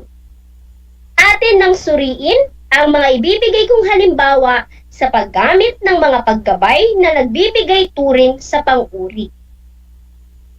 Unang halimbawa, tunay na magaling ang mga Pilipino sa pakikipagkapwa-tao. Kapantas, suriin natin ang unang pangungusap na inilahad ko.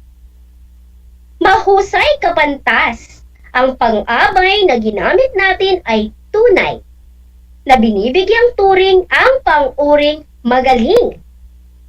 Ang salitang nagpapasidhi ng damdamin sa pangungusap ay tunay na magaling. Dumako tayo sa ikalawang halimbawa. Sabayan ninyo ako sa pagsuri sa halimbawang ito, mga kapantas. Walang kasinsarap ang pagmamahal na totoo. Muli, kapantas, samahan ninyo ako sa pagsusuri sa ikalawang pangungusap. Ang katagang ginamit natin ay ang salitang wala, na binibigyang turing nito ang pang-uring kasinsarap. Ang ginamit na mga salita bilang pagpapasidhi ng damdamin ay walang kasinsarap. Napakahusay mo, kapantas, sa iyong pakikibahagi sa ating talakayan ngayon. Batid kong nauunawaan nyo na ang ating aralin sa oras na ito. Ngayon, alam kong handa ka na sa pagsagot sa ating pagsasanay bilang pagtataya sa inyong kaalaman ukol sa tinalakay natin na aralin ngayong araw. Alam kong handang-handa kayo, mga kapantas, kaya simulan na natin ang inyong pagsasanay. Makinig mabuti upang hindi tayo magkamali sa ating pagsagot. Narito ang panuto ng inyong isasagawang pagsasanay. Angkupan ng wastong panlapi ang mga salitang nakakulong sa panaklong upang maging ganap at buo ang diwa ng mga sumusunod na pangungusap. Ulitin ko, mga kapantas, angkupan ng wastong panlapi ang salitang nakakulong sa panaklong upang maging ganap at buo ang diwa ng mga sumusunod na pangungusap. Ang panlapi, kapantas, ito yung pantig na gagamitin natin upang mapasidhi natin ang pagpapahayag ng damdamin o ang paglalarawan. Para sa unang bilang, ang salitang nakakulong sa panaklong ay hanga. Muli, ang salitang nakakulong sa unang bilang ay hanga.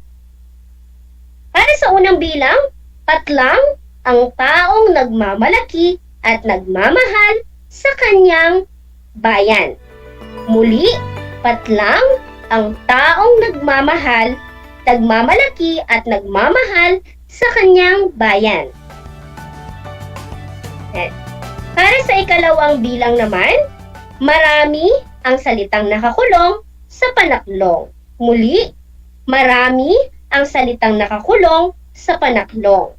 Isipin na ninyo kapantas kung ano nga ba ang maaaring panlaping idugtong sa salitang marami. Para sa ikalawang bilang, patlang ng magagandang dahilan upang ating mahalin ang sariling bayan. Muli, patlang ng magagandang dahilan upang ating mahalin ang ating sariling bayan. Para naman sa ikatlong bilang, ang salitang nakakulong sa panaklong ay ang salitang mahusay.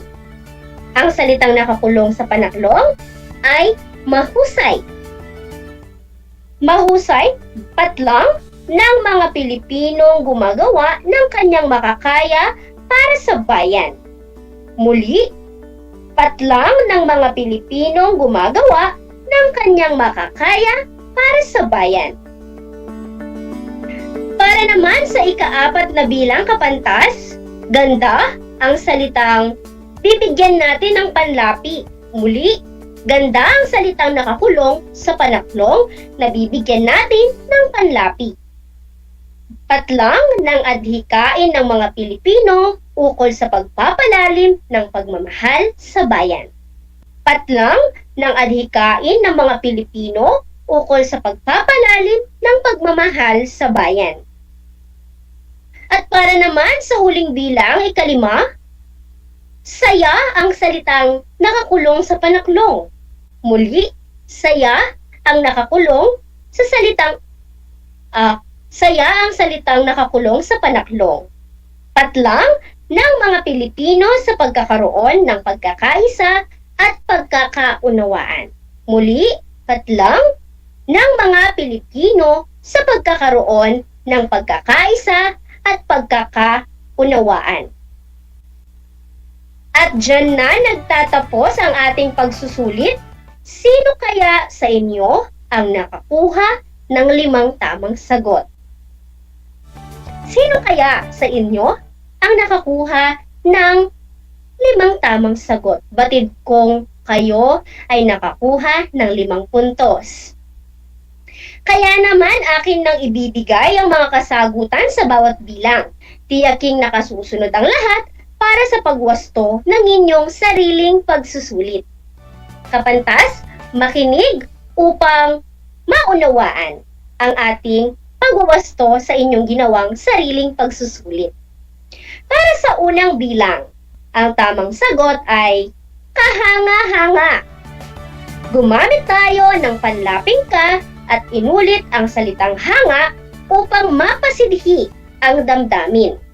Muli, ang sagot sa unang bilang ay kahanga-hanga. Para naman sa ikalawang bilang, napakarami ang wastong sagot. Sa bilang 2, gumamit tayo ng panlaping napaka.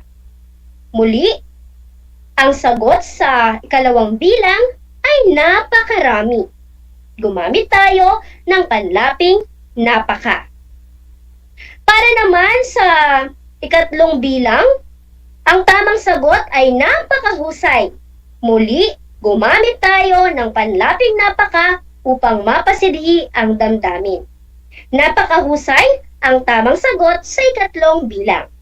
At para naman sa ikaapat na bilang, pagkaganda-ganda o napakaganda ang tamang sagot.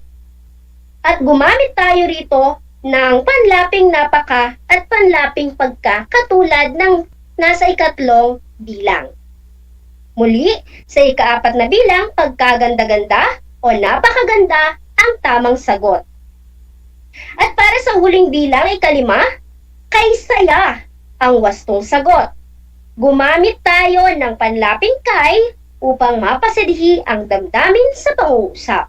Muli, kay saya ang wastong sagot sa ikalimang bilang. Mahusay ka, kapantas! Alam kong naiintindihan na ninyo ang ating tinalakay sa araw na ito. Para sa inyong takdang aralin o karagdagang gawain, alamin muna natin kung ano ang panuto ng inyong takdang aralin. Bumuo ng 6 na pangungusap na ginagamitan ng mga pang-uri na nagpapasidhi ng damdamin. Mga kapantas, bubuo kayo ng 6 na pangungusap at gagamit kayo ng mga pang-uri upang mapasidhi ang damdamin. Sa una at ikalawang bilang, bumuo ng pangungusap na ginagamitan ng mga pag-uulit ng salita na nagpapasidhi sa damdamin ng pangungusap. At para sa ikatlo at ikaapat na bilang, bumuo ng pangungusap na ginagamitan ng panlapi na nagbibigay turing sa pang-uri na nagpapasidhi sa damdamin ng pangungusap. At para naman sa ikalima at ika-6, bumuo ng pangungusap na ginagamitan ng pang-abay na nagbibigay turing sa pang-uri na nagpapasidhi ng pangungusap. Ayan mga kapantas! Lagi nating tatandaan ang kahalagahan ng pang-uri na nagpapasidhi ng damdamin. Ginagamit natin ito upang maipahiwatig ng mas malinaw at maayos ang damdamin gamit ang mga pang-uri na nagpapasidhi ng damdamin. Kung mayroon pa kayong ibang katanungan sa inyong gawain, ay mangyaring mag-iwan lamang ng mensahe sa aking numerong ibinigay kanina o kaya naman ay maaari ring magtanong sa inyong mga guro. At dyan na nagtatapos ang talakayan natin ngayon. Naway ang lahat ng aral na napulot ninyo ay maisagawa at maibahagi sa iba. Magkita-kita muli tayo sa susunod na talakayan. Ako si Mamuela, ang inyong guro sa Filipino, ika-9 na baitang. Laging tandaan mga kapantas, walang ligaya sa lupa na hindi dinilig ng luha. Ang pag-aaral ng mabuti ang susi sa ating magandang kinabukasan. Hanggang sa muli!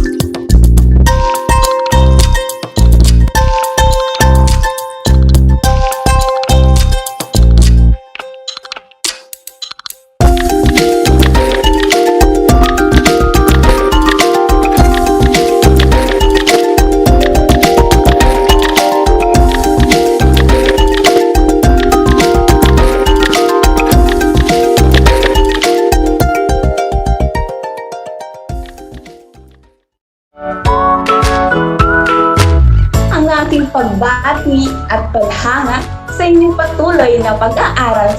Welcome sa ating Aral TarlakHenyo sa RTV Tarlac, Channel 26 at sa DZTC Radyo Pilipino Tarlac. Narito na ang paaralang walang sawang naglilingkod mula dito sa Villa Aldipay, mula dito sa bayan ng San Manuel, mula sa bayan ng San Clemente, mula sa Santa Ignacio, mula sa bayan ng Victoria, mula sa lungsod ng Tarlac. Teacher Jury Andres Madriaga, ang inyong teacher broadcaster para sa ika-4 na baitang ng PE.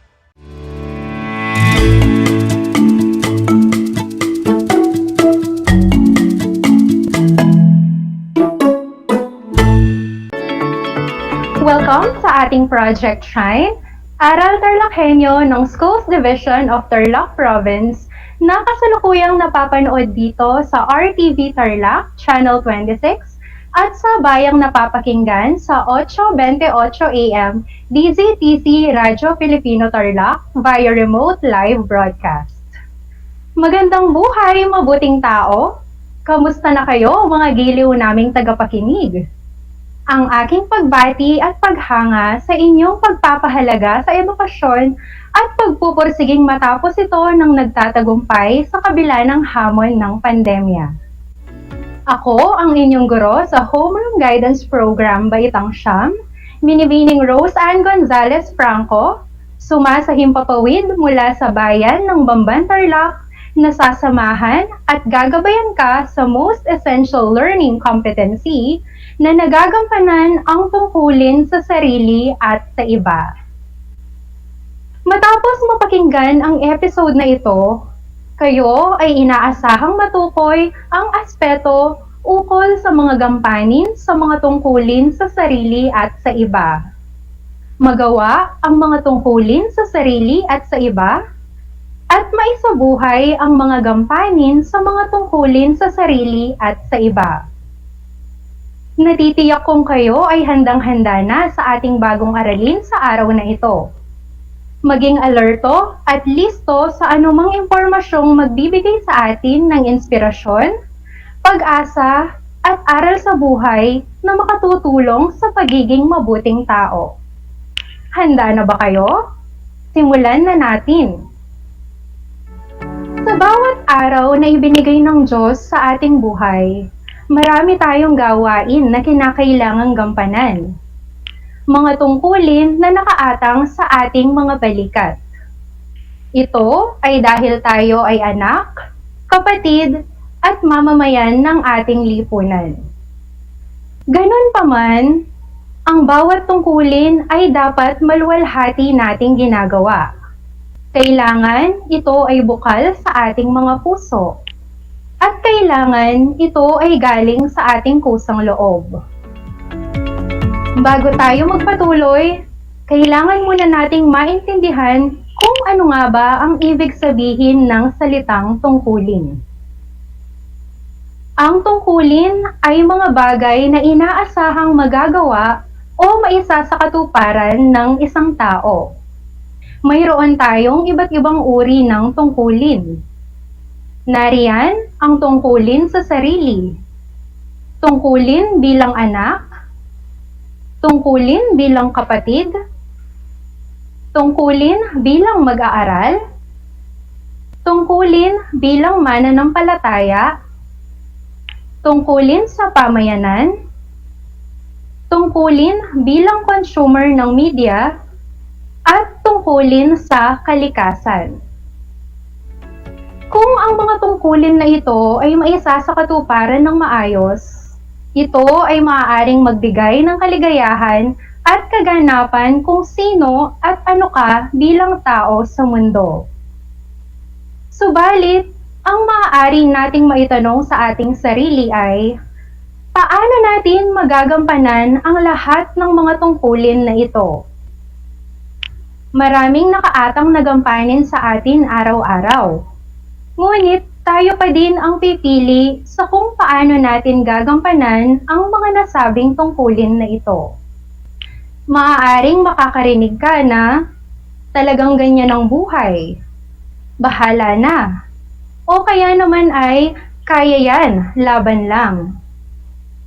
Ito ay ang mga salita na maaari nating isaalang-alang, pero habang tayo ay tumatanda, ay dumarami rin ang mga ito, kaya naman hindi natin maiwasan na isipin na hindi natin kaya. Subalit, kasama sa pagiging moral ng tao ang pagtupad ng tungkulin. Ito ay moral na gawain dahil ang moral ang siyang nagpapanatili ng ating buhay pamayanan. Magkakaroon ng malaking epekto sa ating sarili at sa ating mga ugnayan kung hindi natin matutupad ang mga tungkulin natin sa buhay. Isa-isahin natin ang mga nasabing tungkulin at alamin natin ang mga dapat isaalang-alang sa pagsasagawa ng mga ito. Una, ang tungkulin sa sarili. Ang lahat ay dapat na magsimula sa sarili. Mahirap maglaan ng responsibilidad sa iba kung hindi mo ito alam simulan sa iyong sarili. Bilang isang teenager, may mga dapat kang bigyang pansin upang matupad mo ang iyong mga tungkulin sa iyong sarili. Nariyan ang pagsasaalang-alang sa mga pagbabagong pisikal at emosyonal bilang binata at dalaga. Mula sa artikulo sa website na Buhay OFW, ang panahon ng pagdadalaga o pagbibinata ay ang panahon kung saan maraming pagbabago ang maaaring maranasan ng isang bata anuman ang kanyang kasarian. Sa mga lalaki, ang ilan sa mga ito ay ang pagbabago ng tangkad, boses, laki ng katawan, at pagtubo ng buhok sa iba't ibang parte ng katawan tulad ng kilikili, balbas, at bigote. Sa mga babae naman, ang ilan sa mga pagbabago ay sa hugis ng katawan, paglaki ng dibdib, at ang pagkakaroon ng buwa ng dalaw. Kasabay ng pagbabago sa pisikal na anyo ay ang pagbabago rin sa balanse sa hormones ng katawan, na siyang nagiging dahilan ng pabago-bagong emosyon.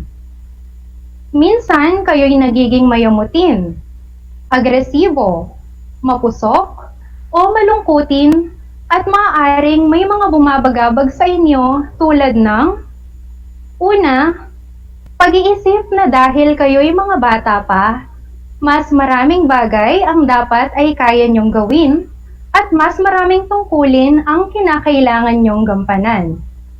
Ikalawa, pagnanais na magkaroon ng sariling pagkakakilanlan. At ang ikatlo, pagtuklas ng sexualidad. Sa kabila ng lahat ng ito, kailangan ninyong tandaan na hindi dapat na magmadali sa pagtanda at subukang akuin ang mabibigat na responsibilidad. Sa halip, dapat ninyong isaisip na ang tunay na kaakibat ng pagdadalaga o pagbibinata ay ang pakikiisa sa ibang gawain bukod sa kung ano ang inyong nakasanayan noong kayo'y bata pa. Pagpapaunlad ng inyong kakayahan at ang pagbabago ng ugaling hindi katanggap-tanggap. Ikalawa, huwag mong hayaang mawalan ka ng tiwala sa iyong sarili. Sa blog site na kim.wordpress, ang ibig sabihin ng tiwala sa sarili ay ang paniniwalang makakamit at magagawa ang mga bagay na hindi kailangang sukatin kung ano lang sa tingin mo ang magagawa mo. Madaming maiiba kung ikaw ay magtitiwala sa sarili mong kakayahan na makamit ang iyong mga pangarap. Ngunit, Paano ka nga ba magkakaroon ng tiwala sa iyong sarili? Una, maging positibo. Ang pagkakaroon ng self-confidence ay estado ng iyong pag-iisip. Kung ano ang iyong nasa isip na kaya mong gawin, yun ang magbibigay sa'yo ng tiwala sa sarili. Kaya naman makakatulong at makakabuti talaga na positibo ang iyong pananaw sa mga bagay-bagay. Ikalawa, kilalanin ang sarili ng lubusan. Natatakot tayong gawin ang isang bagay dahil hindi natin alam kung kaya ba natin itong gawin. Ang takot na ito ay nagmumula sa kawalan ng self-confidence. At ang solusyon dito ay ang pagkilala sa sarili, ang pag-alam sa ating kalakasan at kahinaan. Ikatlo, alamin ang iyong mga gusto at ayaw. May mga bagay na kahit anong pilit mo ay hindi mo magugustuhan. At may mga bagay naman na unang subok mo pa lang ay gusto mo na at naging bahagi na agad ng iyong sistema. Mahalagang malaman mo ito dahil makakatulong ito sa pagkawala ng iyong takot at pagbuo ng iyong self-confidence. At ang ika-4, tuklasin ang iyong talento. Mahalagang matukoy mo ito habang ikaw ay bata pa, sapagkat ito ay may malaking bahagi ng iyong kalakasan. Susunod na paraan upang magampanan mo ang tungkulin sa iyong sarili ay paunlarin ang iyong mga natatanging talento at kakayahan. Makikita sa Module 6 ng ESP Grade 7 na likas ang mga talento at kakayahan, ngunit kailangang paunlarin ang mga ito sa pamamagitan ng pagsasanay. Practice makes perfect, sabi nga nila. Ngunit bukod dito, mahalaga rin na tayo ay may interes o hilig sa ating larangang pinasok. Dapat na tayo ay masaya sa ating ginagawa upang magkaroon tayo ng inspirasyon o motibasyon na lampasan o higitan pa ang ating natural na kakayahan. Ito ay upang maging mas maunlad tayo tungo sa paglilingkod sa kapwa at pakikibahagi sa pamayanan. At panghuli ay ang makabuluhang paggamit ng iyong hilig. Napapahanay naman sa Module 3 ng ESP Grade 7 na kung may mga panahon na kahit pagod ka na, patuloy mo pa rin ginagawa ang isang bagay kaya't di mo napapansin ang paglipas ng oras, indikasyon ito ng iyong hilig. Mahalaga ang pagtuklas mo sa mga ito, pati ang mga tuon ng atensyon sa bawat isa. Palatandaan ito ng mga uri ng gawain, kurso, o trabaho na magbibigay sa iyo ng kasiyahan o kaganapan. Kung alam mo ang iyong mga hilig, makikilala mo ang mga konkretong paraan kung paano mo pauunlarin ang mga ito. Matapos nating talakayin kung paano magagampanan ang tungkulin natin sa ating sarili, ngayon naman ay talakayin natin kung paano magagampanan ang ating tungkulin sa ating kapwa. Unahin na natin ang tungkulin bilang anak. Pamilya natin ang may pinakamalaking impluwensya sa ating buhay. Tayo ay nasa sapat ng edad upang makibahagi sa pamilya at tahanan. Simulan ang pagtupad sa tungkulin mo sa mga bagay na maliliit at kaya mo na. Dahil ikaw ay isa pa lamang mag-aaral, inaasahan sa iyo bilang isang mabuting anak ang mag-aral ng mabuti at makapagtapos ng pag-aaral. Mahalaga din na makabuo ka ng magandang ugnayan sa iyong mga magulang. Maging bukas ka sa kanila, lalo na sa mga pagsubok na iyong kinakaharap. Tungkulin na sila ay mahalin, igalang, at pagkatiwalaan. Isa pang tungkulin natin sa kapwa ay bilang isang kapatid. Bilang isang kapatid, ikaw ay inaasahan na mahalin at tulungan sila. Hindi dapat hinahayaan na ang isang di pagkakaunawaan ay magtagal, kaya dapat itong ayusin sa lalong madaling panahon. Ang mabuting pakikitungo sa iyong kapatid ay makatutulong upang matuto kang makitungo ng maayos sa iyong kapwa. Kaya bilang kapatid, inaasahan na sila ay iyong mahalin, unawain, at tulungan sa mga bagay na nangangailangan sila at kaya mo. Samahan sila sa lahat ng oras na mayroon ka at pagsikapan na i-enjoy ang panahon na kayo ay mga bata pa at magkakasama. Kasunod naman ay ang tungkulin bilang mag-aaral. Bilang mag-aaral, natututo ka ng mga bagay-bagay na makakatulong sa iyo upang maintindihan ang mas malawak na mundo na iyong ginagalawan. At nadaragdagan ang iyong mga karanasan. Maaari mong gamiting gabay ang mga sumusunod. Una, mag-aral ng mabuti. Magkaroon ng masidhing pagnanais na matuto. Ikalawa, pagsumikapang pataasin ang marka. Gamitin ang kakayahan sa komunikasyon ng buong husay at pagyamanin ang mga kakayahan sa pag-iisip. At ikatlo, makilahok sa mga gawain sa paaralan. Ito ay mahalaga din sapagkat dito malilinang ang iyong pakikipagkapwa. Dumako naman tayo sa tungkulin sa pamayanan o bilang mamamayan.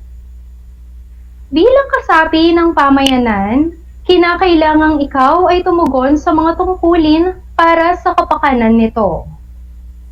Dapat panatilihin ang pagiging malinis sa iyong paligid. Maaari mo itong simulan sa inyong tahanan.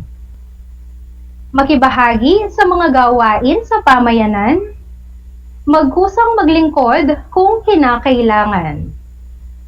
Sumunod sa mga alituntunin o batas ng inyong pamayanan. Kung ang mga ito ay magagampanan mo, mararamdaman mong ikaw ay bahagi ng inyong pamayanan at mapapaangat nito ang halaga mo bilang isang tao. Susunod ay ang tungkulin bilang mananampalataya. Ang pananampalataya ay paraan natin upang makipag-ugnayan sa ating may likha. Kung tayo ay may pananampalataya sa lahat ng ating mga gawain, magagampanan natin ang mga ito ng puno ng tiwala at kahusayan. Ang simpleng pag-alay ng panalangin araw-araw ay isa ng malaking bagay. Ang panalangin ay paraan na ng pagpuri, pasasalamat, paghingi ng kapatawaran, at higit sa lahat ay ang pag-aalay ng lahat ng gawain sa buhay. Pagbisita sa simbahan at pakikinig ng misa. Pakikisama sa mga Bible study or fellowship at pakikilahok sa mga church activity ay mga paraan din upang magampanan ang tungkulin bilang isang mananampalataya. Dumako naman tayo sa tungkulin bilang consumer ng media. Sa panahon ngayon, halos lahat ng kabataan ay gadget na ang hawak. At malaki ang impluwensya ng media sa pagdedesisyon sa mga gawain ng mga kabataan ngayon. Higit ano paman, dapat isaalang-alang ang tamang oras ng paggamit ng gadget at dapat laging alalahanin na di lahat ng nakikita sa media ay totoo at dapat gayahin. Kaya dapat isaalang-alang ang mabuting pagpapasya. Maraming bagay tayong matututunan, subalit dapat maging mapanuri pa rin tayo sa mga bagay-bagay na ating nakikita at nababasa. Bilang panghuli, ang ating tungkulin sa kalikasan. Lahat tayo ay mulat na sa pagbabago na nagaganap sa ating kapaligiran. Maaari nating sabihin na ito ay dala ng pagbabagong pisikal ng daigdig. Subalit tayo pa din ang may malaking dulot sa pagbabagong ito. Bilang tagapangalaga ng kalikasan, kailangan mong simulan na gampanan ito sa pamamagitan ng mga maliliit na gawain o hakbang tulad ng pagsesegregate ng basura, hindi pagsusunog ng basura, pagtatanim sa inyong bakuran o pag-aalaga ng mga halaman, magtipid sa kuryente, alisin ang mga saksakan ng mga bagay na hindi ginagamit, makilahok at makipagtulungan sa mga organisasyon sa inyong pamayanan sa mga programang pangkalikasan. Maaari ding maging paraan ang media upang makatulong sa paghihikayat o pagbibigay ng impormasyon sa mga kaganapan sa kalikasan. Mula sa awiting pananagutan na may linyang walang sino man ang nabubuhay para sa sarili lamang, tayong lahat ay may pananagutan sa isa't isa. Ito ay nagpapaalala sa atin ng kahalagahan ng pagtugon natin sa mga tungkulin bilang nilalang ng Diyos. Ang pagiging mapanagutan ay nagpapakita lamang ng ating tunay na pagkatao. Ito ay dapat nalikas sa atin bilang tao. Kaya habang maaga, simulan mo ng gampanan ang mga tungkulin na nakaatang sa iyo. Dapat maihanda mo ang iyong sarili sa mas malawak na tungkulin na iyong haharapin sa hinaharap. Anuman ang aksyon na iyong gagawin sa ngayon ay magiging pundasyon mo sa pagbuo ng iyong pagkatao at paghubog ng iyong maganda at maayos na hinaharap. Mahalagang tandaan, mga bata, ang mga sumusunod na konsepto mula sa ating aralin ngayong araw. Ang tungkulin ay mga bagay na inaasahang magagawa o maisa sa katuparan ng isang tao. At mayroon tayong tungkulin sa ating sarili, gayon din sa ating kapwa na magagampanan sa iba't ibang pamamaraan. Isang talakayan na naman ang malapit ng matapos.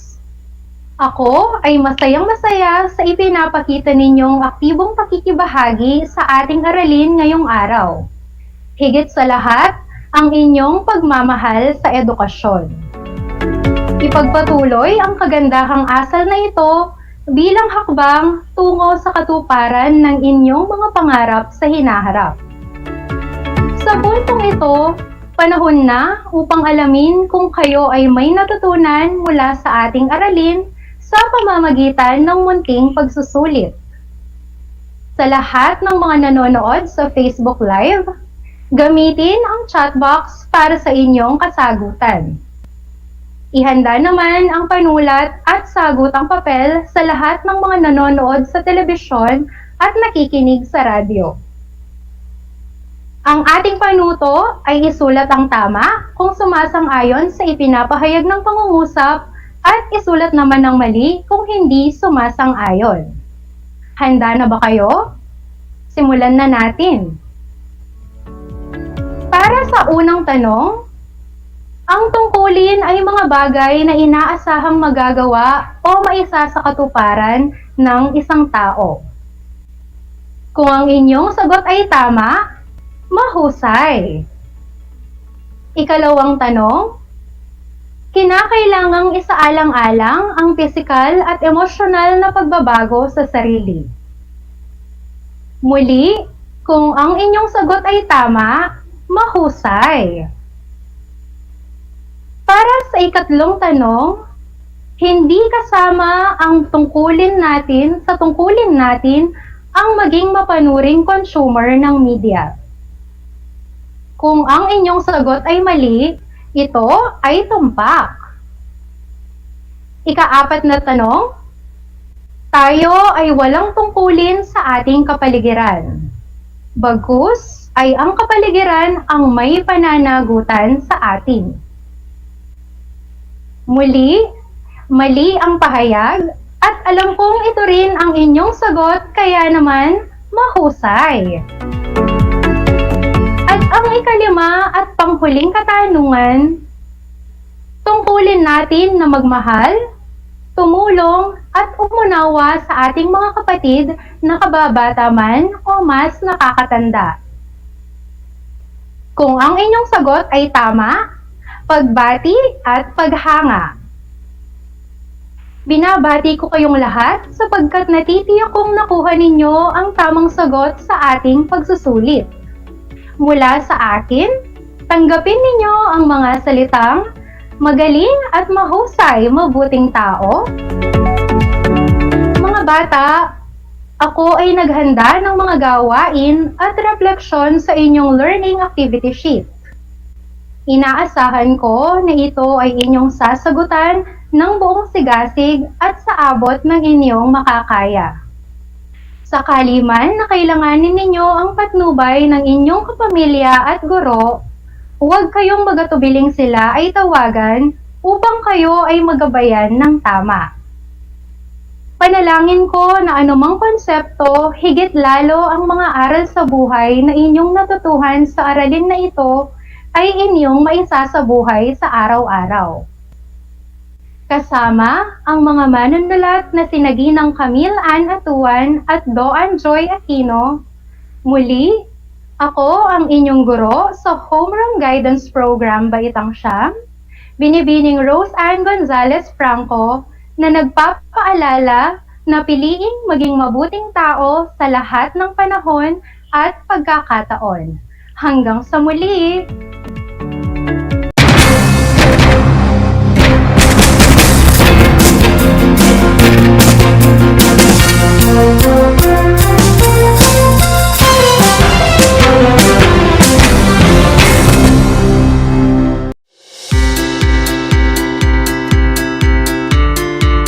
Upang matugunan ang mga kinakaharap na pagsubok ng mga guro at mag-aaral sa gitna ng kasalukuyang pandemya, nagsanib tulong sina Congressman Charlie Cojuangco ng unang distrito ng Tarlac, DEPED Region 3 Regional Director Dr. May B. Eclar at Tarlac Schools Division Superintendent Dr. Ronaldo Pozon para sa isang napapanahong proyekto na tinaguriang Project Shine, Aral TarlakHenyo. Ang mga mag-aaral ng Grade 4 at Grade 5, ganon din ang Grades 8 and 9 sa buong probinsya ng Tarlac, kasalukuyang sumasailalim sa radio-based instruction. Katuwang ang himpilang DZTZ 828 kHz AM at RTV Tarlac, Channel 26. Ang Tarlac po nangunguna po ngayon pagdating po sa radio-based instruction. Marami pong humahanga sa atin. I'm very happy this station, itong DCTC, could reach the whole of Region 3. Hindi natin alam, we are contributing. We are creating a very big dent in the history of Philippine education. And I am proud. I am here in Tarlac. This is the noble cause of education in which you and I, without you knowing it, we are bound to do.